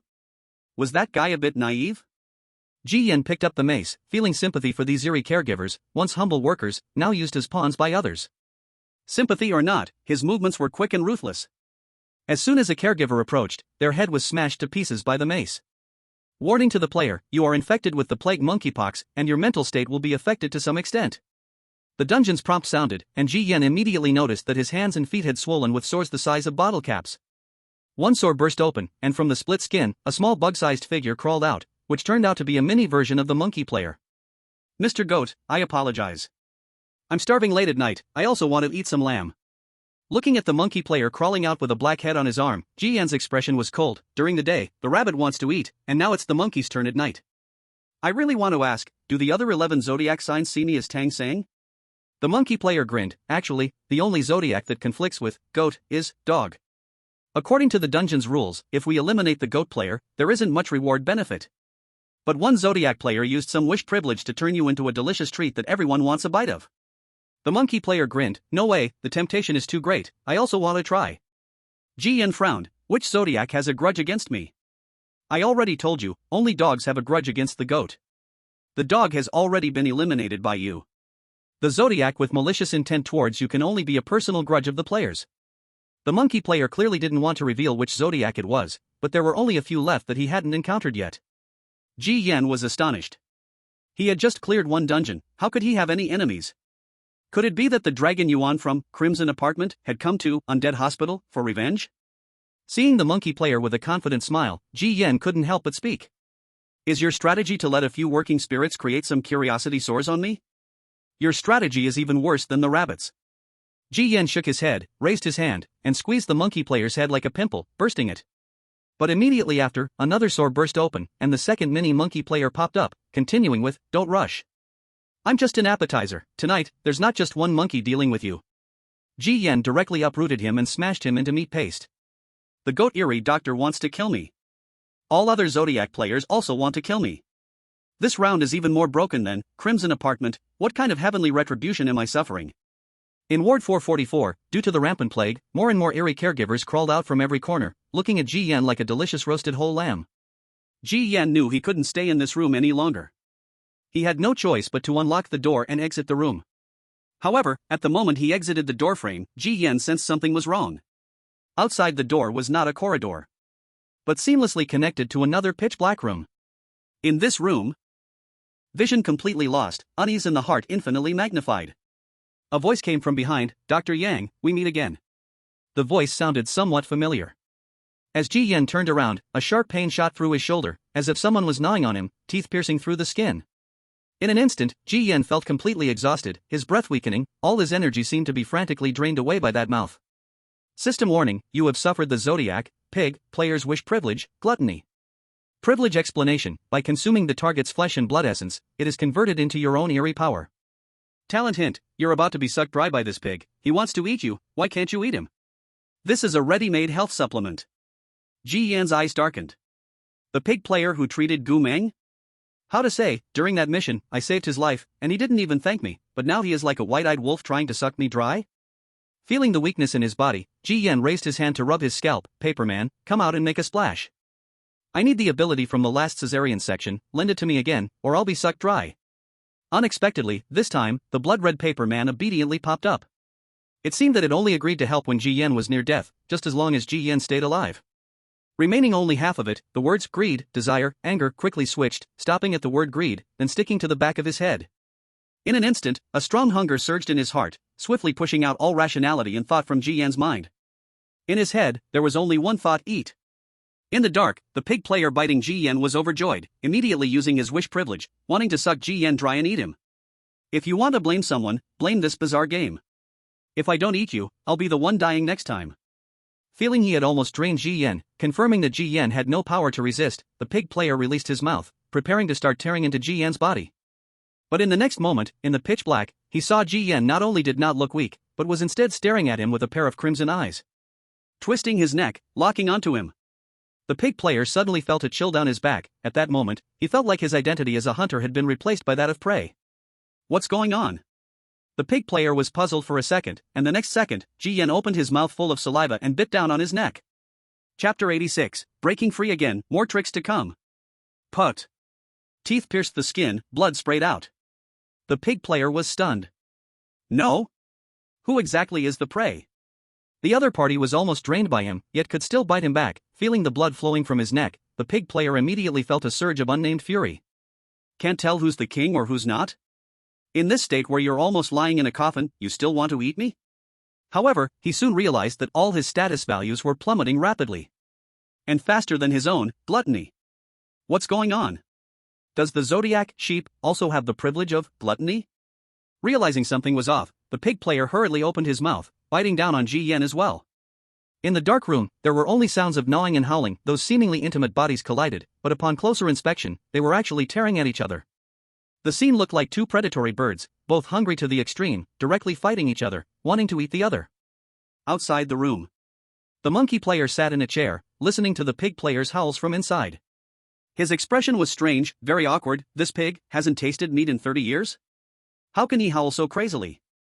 This was his joint scheme with the pig player. The monkey player was responsible for forcing Ji Yan to leave room 444, escaping the room protection rule, then letting the pig player handle the feast.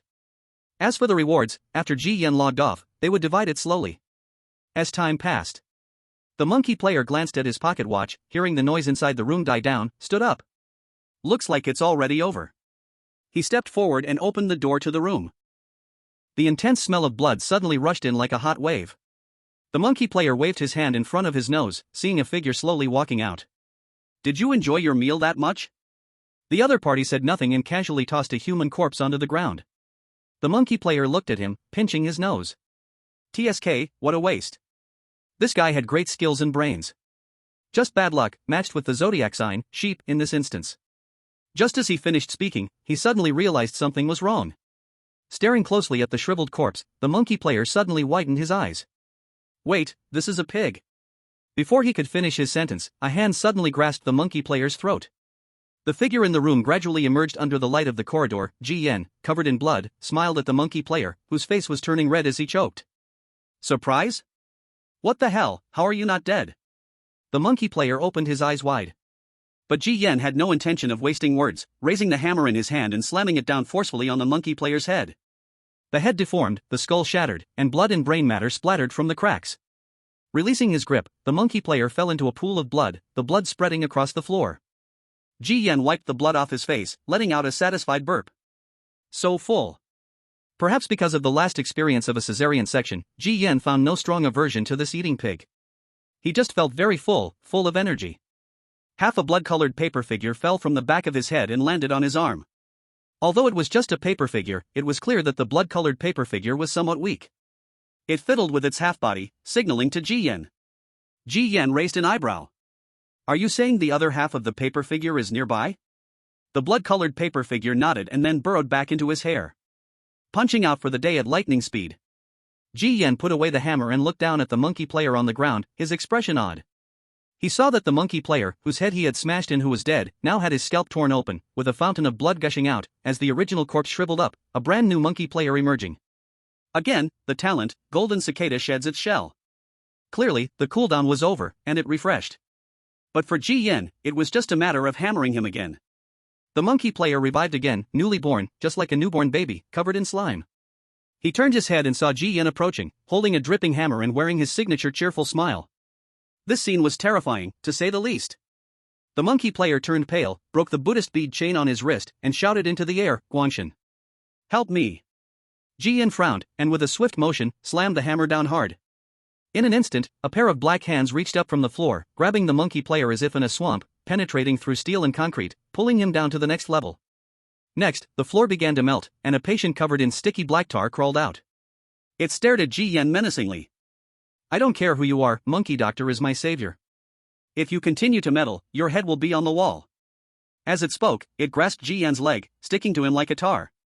Seeing the monkey player escape, Ji Yan's mood soured to the extreme. He looked at the tar creature that was entangling him, coldly speaking, bringing in reinforcements, looking for a backing? Who can't do that? Ji Yan took out the last half bottle of grease perfume and smashed it on the ground. The thick brownish-yellow liquid flowed out, a strange and somewhat nauseating smell filling the air. You can call whoever you want, it won't make a difference. They'll just end up with another head hanging on the wall. The tar creature slowly consumed Ji Yan's body, its mouth full of disdain and mockery.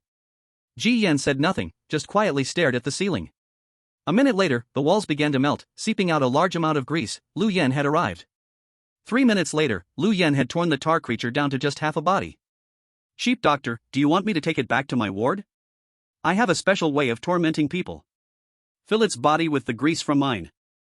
Then the fat inside its body would rapidly ferment and expand, and you must be very interested in that scene, hee hee.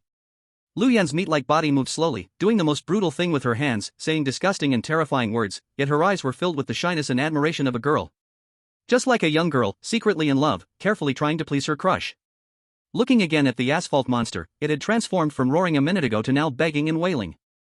Ji Yan looked at the creature that had only half a body left and smiled, asking, "What is your relationship with Dr. Monkey?" "Not familiar, no. I don't know him." "Dr. Sheep, please let me go. I had a momentary lapse of memory. I offended you, I beg you, spare me." The asphalt monster pleaded bitterly, trembling, as it saw Lu Yan's fierce gaze. "Don't know?" Ji Yan frowned, not satisfied with this answer. Seeing this, Lu Yan tore off half of the asphalt monster's ear. The asphalt creature hurriedly corrected itself. "Dr. Sheep, I know now. I will take you to find him. I know where he is." Only then did Ji Yan nod in satisfaction, signaling Lu Yan with his eyes. Lu Yan gripped the asphalt monster and said word by word, "If you lead us to the wrong place, you will be very miserable. And if you dare to run, you will be even more miserable." The asphalt monster lay on the ground, too afraid to be reckless, using its hands to support itself, dragging its lower half, and began to lead Ji Yan. On the other side, the monkey player did not run back to his lodging room, protected by the lodging safety rules of the night. Instead, he went to an organ storage room. Inside the room, various organs soaked, emitting a nauseating odor, and all the organs were pulsating with vigor. The monkey player walked in, took off his white coat, his eyes filled with dread. "This sheep actually ate the pig. What kind of monster is this? Fortunately, we still have a backup plan. If you dare to chase, don't think of leaving this room." As the monkey player spoke, he turned to look behind a piece of equipment, where a figure in a white coat slowly appeared. Chapter 87, Mysterious Patient, Terrifying Disarmament. In the dim corridor, the asphalt monster dragged its torn lower half, finally stopping in front of a room. This is the place he is hiding inside. If I lead you to him, you will let me go, right?" The asphalt monster looked at Lu Yan in fear, then pleadingly at Ji Yan. "Don't worry, I always keep my word." Ji Yan casually replied, raising his head to look at the sign on the organ storage room, his eyes slightly narrowing. That monkey player had an opportunity to escape, but instead of running back to the dormitory to take advantage of the lodging protection rules for safety, he ended up here?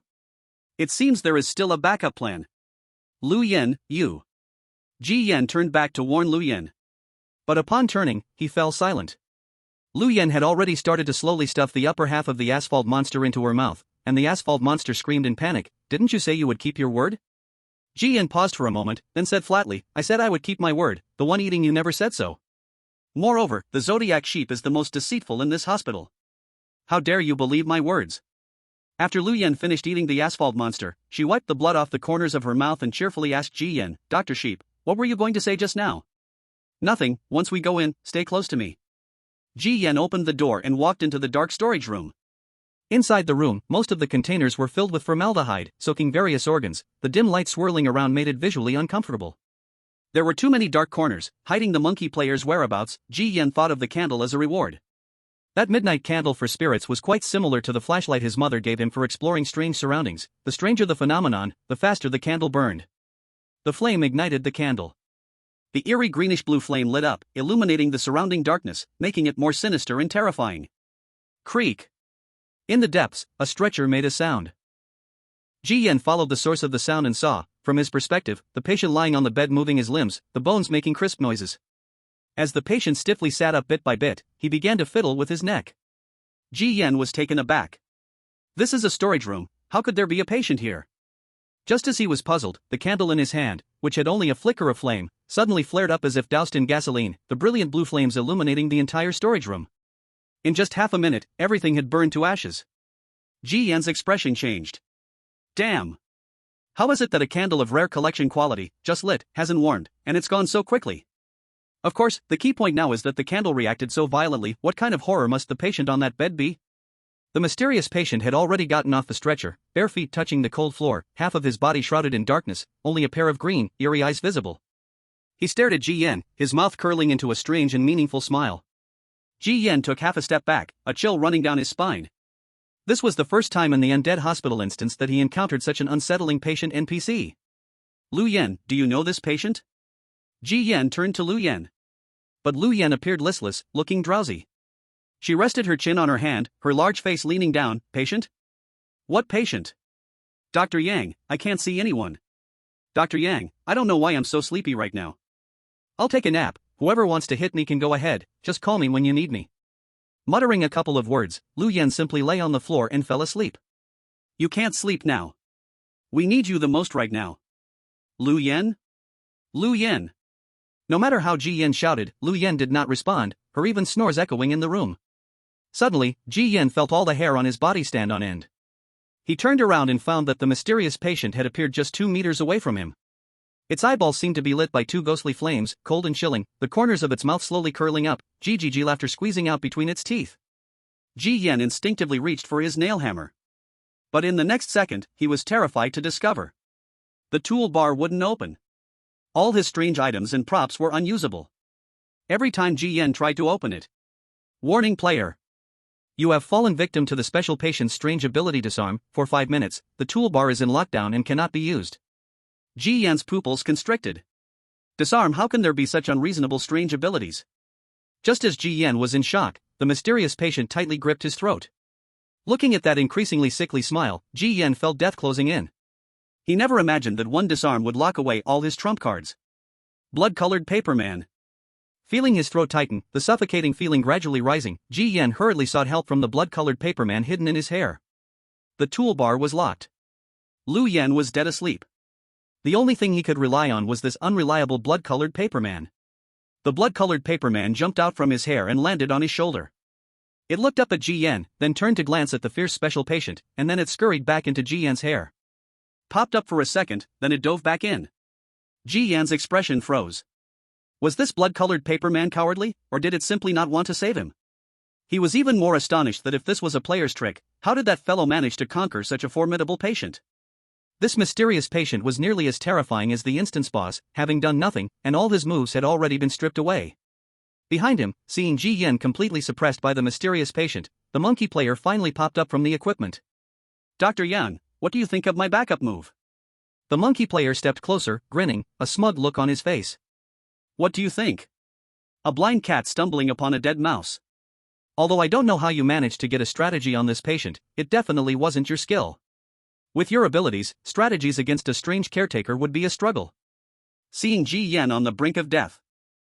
His mouth was full of words, and the monkey player's face suddenly turned dark. He turned to the mysterious patient and said, "Crush his throat. Let's see how he can still be tough with that mouth." The mysterious patient did not rush to act.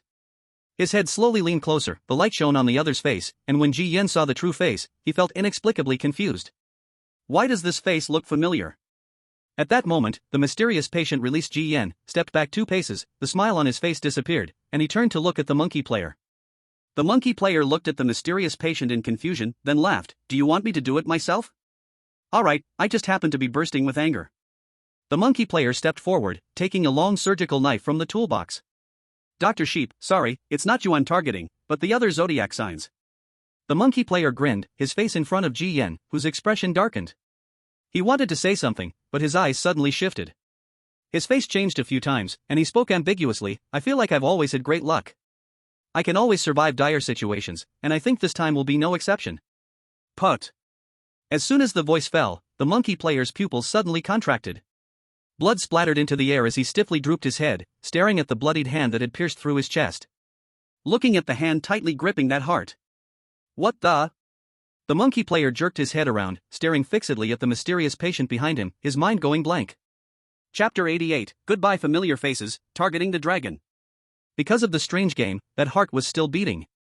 The monkey player's face was flushed, veins bulging on his skin. He stared fiercely at the mysterious patient who had dug into his heart. Damn, what's happening? He clearly had a strategy for this NPC. Why was he harmed at the command of a player? According to the strange game's design, if a player had a strategy progress with an NPC in a dungeon and gave a matching command, the NPC would obey unconditionally. Let alone, there should never be a situation where the main character would be harmed. The mysterious patient pulled out the bloody hand, tilting his head to look at the heart. The monkey player coughed up blood, his voice torn and hoarse. Damn, this doesn't make sense. As the heart was crushed into a pulp, the monkey player collapsed to the ground, immediately disqualified and logged out. Ji Yan stood up, wiping the warm blood from his face, and looked at the mysterious patient. I've remembered your face. That night in the morgue, the bloody paper figure left half of itself on that corpse of yours. To Ji Yan's surprise, how could that corpse turn into such a terrifying NPC in the dungeon? Could it be that he had found some hidden Easter egg in this dungeon for himself? The bloody paper figure jumped out from his hair at that moment. The other half of the bloody paper figure was spat out from the mysterious patient's mouth. The bloody paper figure merged back together once again. It gestured to Ji Yan with its limbs, as if saying, "Didn't I tell you? The seeds planted earlier have now borne fruit." Don't ask how Ji Yan understood the bloody paper figure's meaning. It was something incapable of words, only to be comprehended. But he couldn't understand it. At that time, he had no progress whatsoever with this patient, so why did it turn around and kill the monkey player? At that moment, the mysterious patient approached again. Its figure was not tall, but it exuded a terrifying aura that made people shiver. Ji Yan's heart was cautious, yet his feet felt as if they were glued to the ground, unable to move. That hand, still warm with the monkey player's residual warmth, lifted and fell on Ji Yan's head. When the latter felt the deathly chill rise up through his skull, the mysterious patient's pale face leaned closer. Although her hair was messy and covered in blood, her features were exquisite. She was simply too pale, a female patient. Then she curled her lips into a smile at Ji Yan. That smile made Ji Yan first freeze in shock, and then his face changed dramatically as he pointed at her. You are Miss Su? The female patient brushed aside the strands of hair stuck together with blood. A slight smile. Oh? Even in this shape, you can still recognize me. How come when I smile, you know it's me? Could it be my smile is too charming? Ji Yan fell into a strange silence. He wanted to say her smile was not charming at all. The reason he recognized her was purely because her smile made Ji Yan feel so inexplicably uneasy, so piercing to his soul. Now he understood why the blood-colored paper figure didn't save him. It turned out it was the real owner. But why could you come to this instance? Ji Yan was astonished. Su Xian was not a player, she was an NPC, which was strange. Yet she could break free from the rules and order of the Crimson Apartment, and jump to the undead hospital. This level of absurdity was like, your game character suddenly jumps out of the screen and slaps you hard.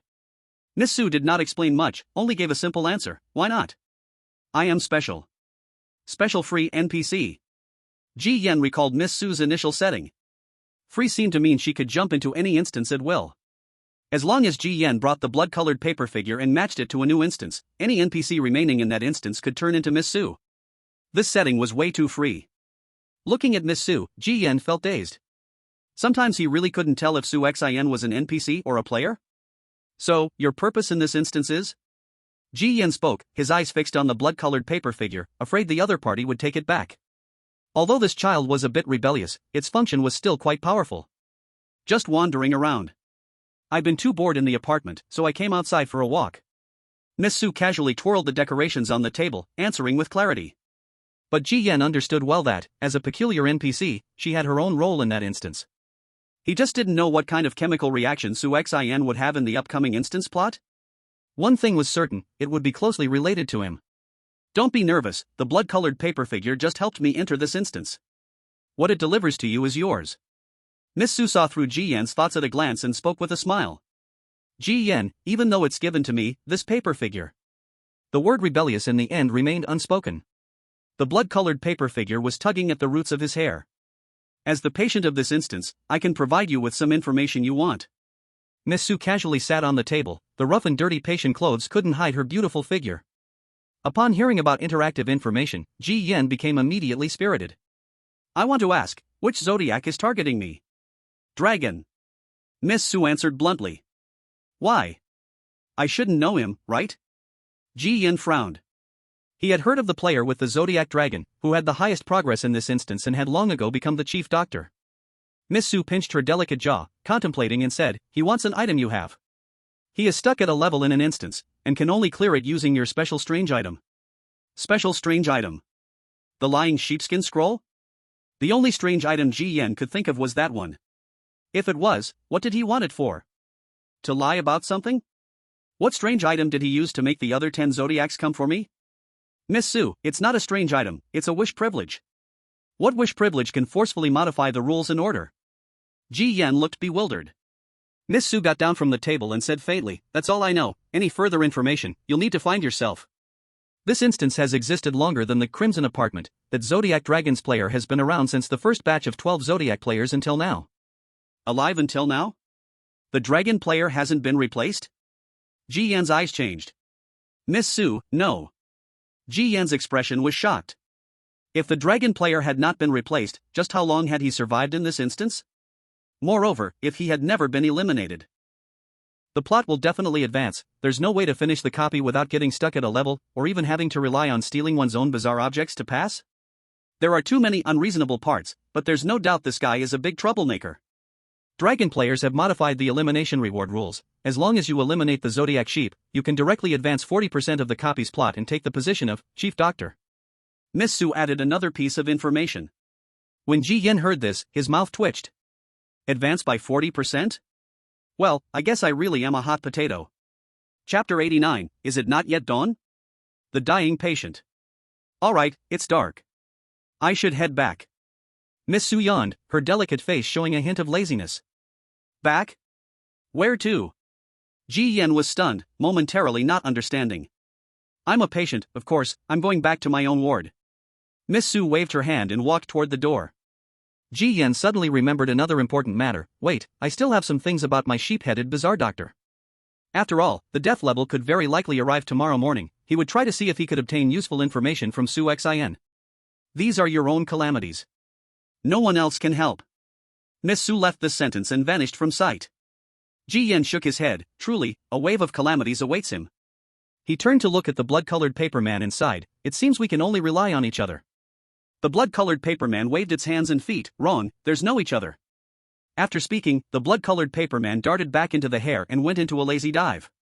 Ji Yen didn't linger any longer, quickly returning to room 444. If he stayed any longer, who knows if other Zodiac players would come in and play tricks on him. When Ji Yen returned to room 444, the Ji Plague was eliminated due to the monkey player's elimination, and the remaining bizarre guardians returned to normal. Exhaustion spread through Ji Yen's body and mind. He didn't care about anything else, closed the door, and directly fell asleep. This sleep felt very long. As if a century had passed. When Ji Yen woke up, the window outside was still dark, with not a hint of daylight coming in. What's going on? It should be bright by now. Ji Yen knew his biological clock well. If he woke up naturally, it should indeed be morning. He got up and observed the sky outside, his eyes squinting slightly. Could it be that other Zodiac players are causing trouble again? He wanted to find a bizarre guardian to inquire about the situation, but after looking around, he found that all the bizarre guardians in room 444 had disappeared. Knock, knock, knock. At that moment, someone knocked on the door. The crisp knocking sound jolted Ji Yen's nerves, and he tensed up instantly. He took out a nail hammer, not intending to open the door. The knocking stopped, and then the doorknob was turned, and the door opened directly. Seeing the figure outside the door, Ji Yen put away the nail hammer, but his nerves remained tense. Teacher, why are you here? Isn't it still dark? Ji Yen interacted briefly. It's already bright, and it's time for today's surgery. I'm here to take you. The sheep bizarre doctor said expressionlessly. It's bright? Ji Yen stared at the dark sky outside. This is the consequence of your infection, where day and night are indistinguishable, leaving you in a muddled state, like a walking corpse. If it weren't for your decent work ability, you should have. The sheep bizarre doctor's gaze was cold and chilling. Not finishing this sentence, his eyes filled with disgust and contempt for Ji Yen. Ji Yen raised his hand and saw the black fur growing halfway up his arm. This black fur made him feel exhausted and uncomfortable, as if symbolizing misfortune and disaster. Ji Yen hurriedly rolled down his sleeve to cover the spot with the black fur. The patient for today has already arrived. You will complete the surgery alone. This is a test of your capability. When the time is up, I will come to check the results and give a score. This is the operating room where the patient is located. The sheep bizarre doctor handed over a key, and Ji Yen took the card, but in the next second, his hand was grabbed by the other party, causing his knuckles to hurt. When Ji Yen looked up, he saw the sheep bizarre doctor's eyes filled with chilling darkness, his voice filled with warning. Remember. Do not infect again. This is your last chance, and my final limit of tolerance. Otherwise, no matter how good your work ability and performance are, I will devour you completely, nurturing the next student. As the words fell, the strange sheep doctor turned and left. Ji Yen looked at his dark red hand, and the next second, the task panel popped up. Ding! Congratulations, player, you have received the latest task, Level A. Please go to Ward B44 to treat the patient. Standard completion, bring the patient's critical condition back from the brink of danger. Perfect completion, completely cure the patient's critical condition, bringing them back to life. B44? Again, that unlucky number. Ji Yen is particularly sensitive to the number 4 now. His unease is justified, as the task panel follows up with a warning prompt. Reminder to players, the elimination rate for this task is too high, or there may be considerable danger. Please proceed with caution. There's no escape. This must be the deadly checkpoint that eliminated all the previous sheep players. Though he was prepared, facing it now still made Ji Yen's heart race. Because after so long, the information he had gathered about this deadly checkpoint was still a blank slate. Blank as it was. Limited time left no room for Ji Yen to think too much. He immediately changed into a white coat and headed for the operating room. 4th floor, operating room number 4. The hallway was empty, not even a strange nurse changeover or any hints. The key turned, the operating room door slowly opened, and inside was very tidy, with a quiet atmosphere, no hint of horror. The patient lying on the operating table was motionless. No sinister grotesquerie. No bloody terror. Everything was normal enough to leave Ji Yin stunned. Stunned yet increasingly uneasy. Stepping into the operating room, the patient's body was charred black, as if just rescued from a fire. But there was no trace of smoke, nor any burnt smell. Ji Yin examined the patient, his eyes twitching. He was sure the patient had no signs of life left. Already dead. What was sent over was a dead person. How could he bring them back to life? How could he complete the task? Ji Yin was a bit confused. His medical skills weren't good enough to resurrect dead patients anyway. But this task being rated as A-level likely hid many secrets. He raised his hand and placed it on the charred patient, quickly triggering the talent, omniscient understanding, gaining hidden information. The definition of life and death in a doctor's eyes depends on different patients. Are you sure it's really dead? Are you sure you're saving it? This surgery seems to save others but is actually saving yourself. Pick up the scalpel in your hand, trust your judgment, only then can you officially become a qualified doctor. There were 3 pieces of hidden information. And these 3 pieces seemed to be hinting at something for Ji Yin. Saving others but actually saving oneself? Ji Yin frowned. What relation did this patient have to him? Ji Yin took a deep breath, opened the surgical box, and took out the necessary surgical tools. Since the hidden information told him to trust his judgment, then he would go under the knife. The glistening scalpel cut through the charred skin, bright red blood flowing out. Ji Yin used both hands, combining big knives and small knives, and quickly opened the chest cavity. His gaze swept across the blood-red organs inside. Not only was the heart stopped, all the organs had ceased functioning. Like a car delivered, all the machines inside were destroyed, with no hope of repair. How on earth do I save this? This is completely a dead person. As Ji Yin felt troubled, his gaze shifted downwards, and he then saw something that made his scalp tingle even more. His hand holding the knife was covered in black hair, fingers horrifically devolving, turning into rough, hideous sheep hooves. Infection? Ji Yin's pupils constricted slightly. He took a step back, the scalpel clattering to the ground. His fingers touched the infected area, and it was indeed the black sheep infection. The very thing the strange sheep doctor hated, despised, and loathed. Just 10 minutes ago, the sheep doctor warned, word by word, that this was its final bottom line, and yet, in the blink of an eye, it had broken that very line. Turning to look at the patient on the bed, what on earth is this strange, infectious, and terrifying thing? This task's deadly point, could it be right here? Coming into contact with the patient will lead to infection, and ultimately, the sheep doctor will seize the opportunity to darken and devour, eliminating me. Ji Yin felt his head begin to throb painfully. He reached up, clearly feeling 2 stiff bone lumps growing on his forehead. His head, sharp and prominent? Warning, player. You are suffering from an infection. Your body is affected by the infection. Please leave the infected area quickly. A red warning panel popped up, making Ji Yin, who was already suffering from a headache, even more agitated. Leave? Where to? Go back to room 444 and sleep soundly? Leaving means giving up the task. When the time is up, the sheep doctor will come to devour me. Staying in the operating room will worsen the infection, and when the time is up, the sheep doctor will come and devour me anyway. What's even more painful is that this is a dead patient. There's no possibility of completing this task at all. Save others to save yourself, trust your own judgment. Where exactly is the slim chance of survival in this task? Ji Yin muttered to himself, feeling his eyeballs swelling. His fingers brushed over his skin, covered in blood. Picking up the scalpel again, Ji Yin moved forward and continued cutting into the patient's skin. The bloody contact once again triggered his talent. There was a new hidden hint. In the morgue's B12 room, there is a hidden profession NPC, forensic doctor, who once took over this patient. They have a cure for this patient. But, do you dare to take the patient out of the operating room? While this is not against the rules, it will accelerate the sheep doctor's darkening process. The morgue map block is not open during the day, and players are prohibited from entering. Those not in the doctor profession are also not allowed to enter. How will you break in? The second hidden information triggered, with considerable value. Yet, it threw 2 soul-searching questions at Ji Yin. Do I dare? Half my body is already stuck in the mire. If I don't complete it, I die. Who cares about that darkening thing? In the crimson apartment, with the can spirit trick, I dug through the apartment building's walls. I dare to do that, and I'm not afraid anymore. If you're not bold, opportunities won't fall into your hands.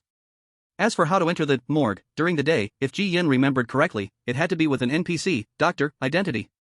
Ji Yin thought of the trick sheep mask he was rewarded with before. This mask had one more tag than the scissorhand mask, that is, it allowed the wearer to become an NPC and acquire the identity of a trick doctor. But the trick object introduction said that to use the mask, I must first undergo a baptism. What is this baptism? He took out the mask. The terrifying sheepskull mask, even inlaid with blood and mud. Ji Yin tried to wear it, and the next second, the mask sewed the flesh around his face, perfectly fitting onto him. Congratulations, player. You have successfully completed the baptism, unlocked the trick object usage, and the trick sheep mask takes effect. Your identity has changed to trick doctor and you have gained the privilege wailing for the dead. Trick object effect duration, 30 minutes. Already completed the baptism? Ji Yen was stunned for a moment, then suddenly realized. So, the baptism refers to the infection. Damn, the condition to use this trick object is too casual. With the mask now in effect, Ji Yen didn't hesitate and quickly got to work. He took out the embroidery needle and also retrieved some supplies from the medical kit, performing a simple suture on the patient. He opened the operating room door, pushed the stretcher, and took the patient out of the basement, heading toward the morgue. When Ji Yan's figure disappeared at the end of the corridor, at the other end, the sheep doctor, hiding around the corner, witnessed everything. The coldness in its dark eyes grew even stronger. Soon, they arrived at the entrance of the morgue. At the elevator entrance, there was still the same elevator guard from that night. It was dozing off when it suddenly saw a doctor wearing a terrifying sheepskull head mask, pushing a stretcher coming toward it. Its face changed dramatically, and it immediately spoke in awe, "Dr. Sheep.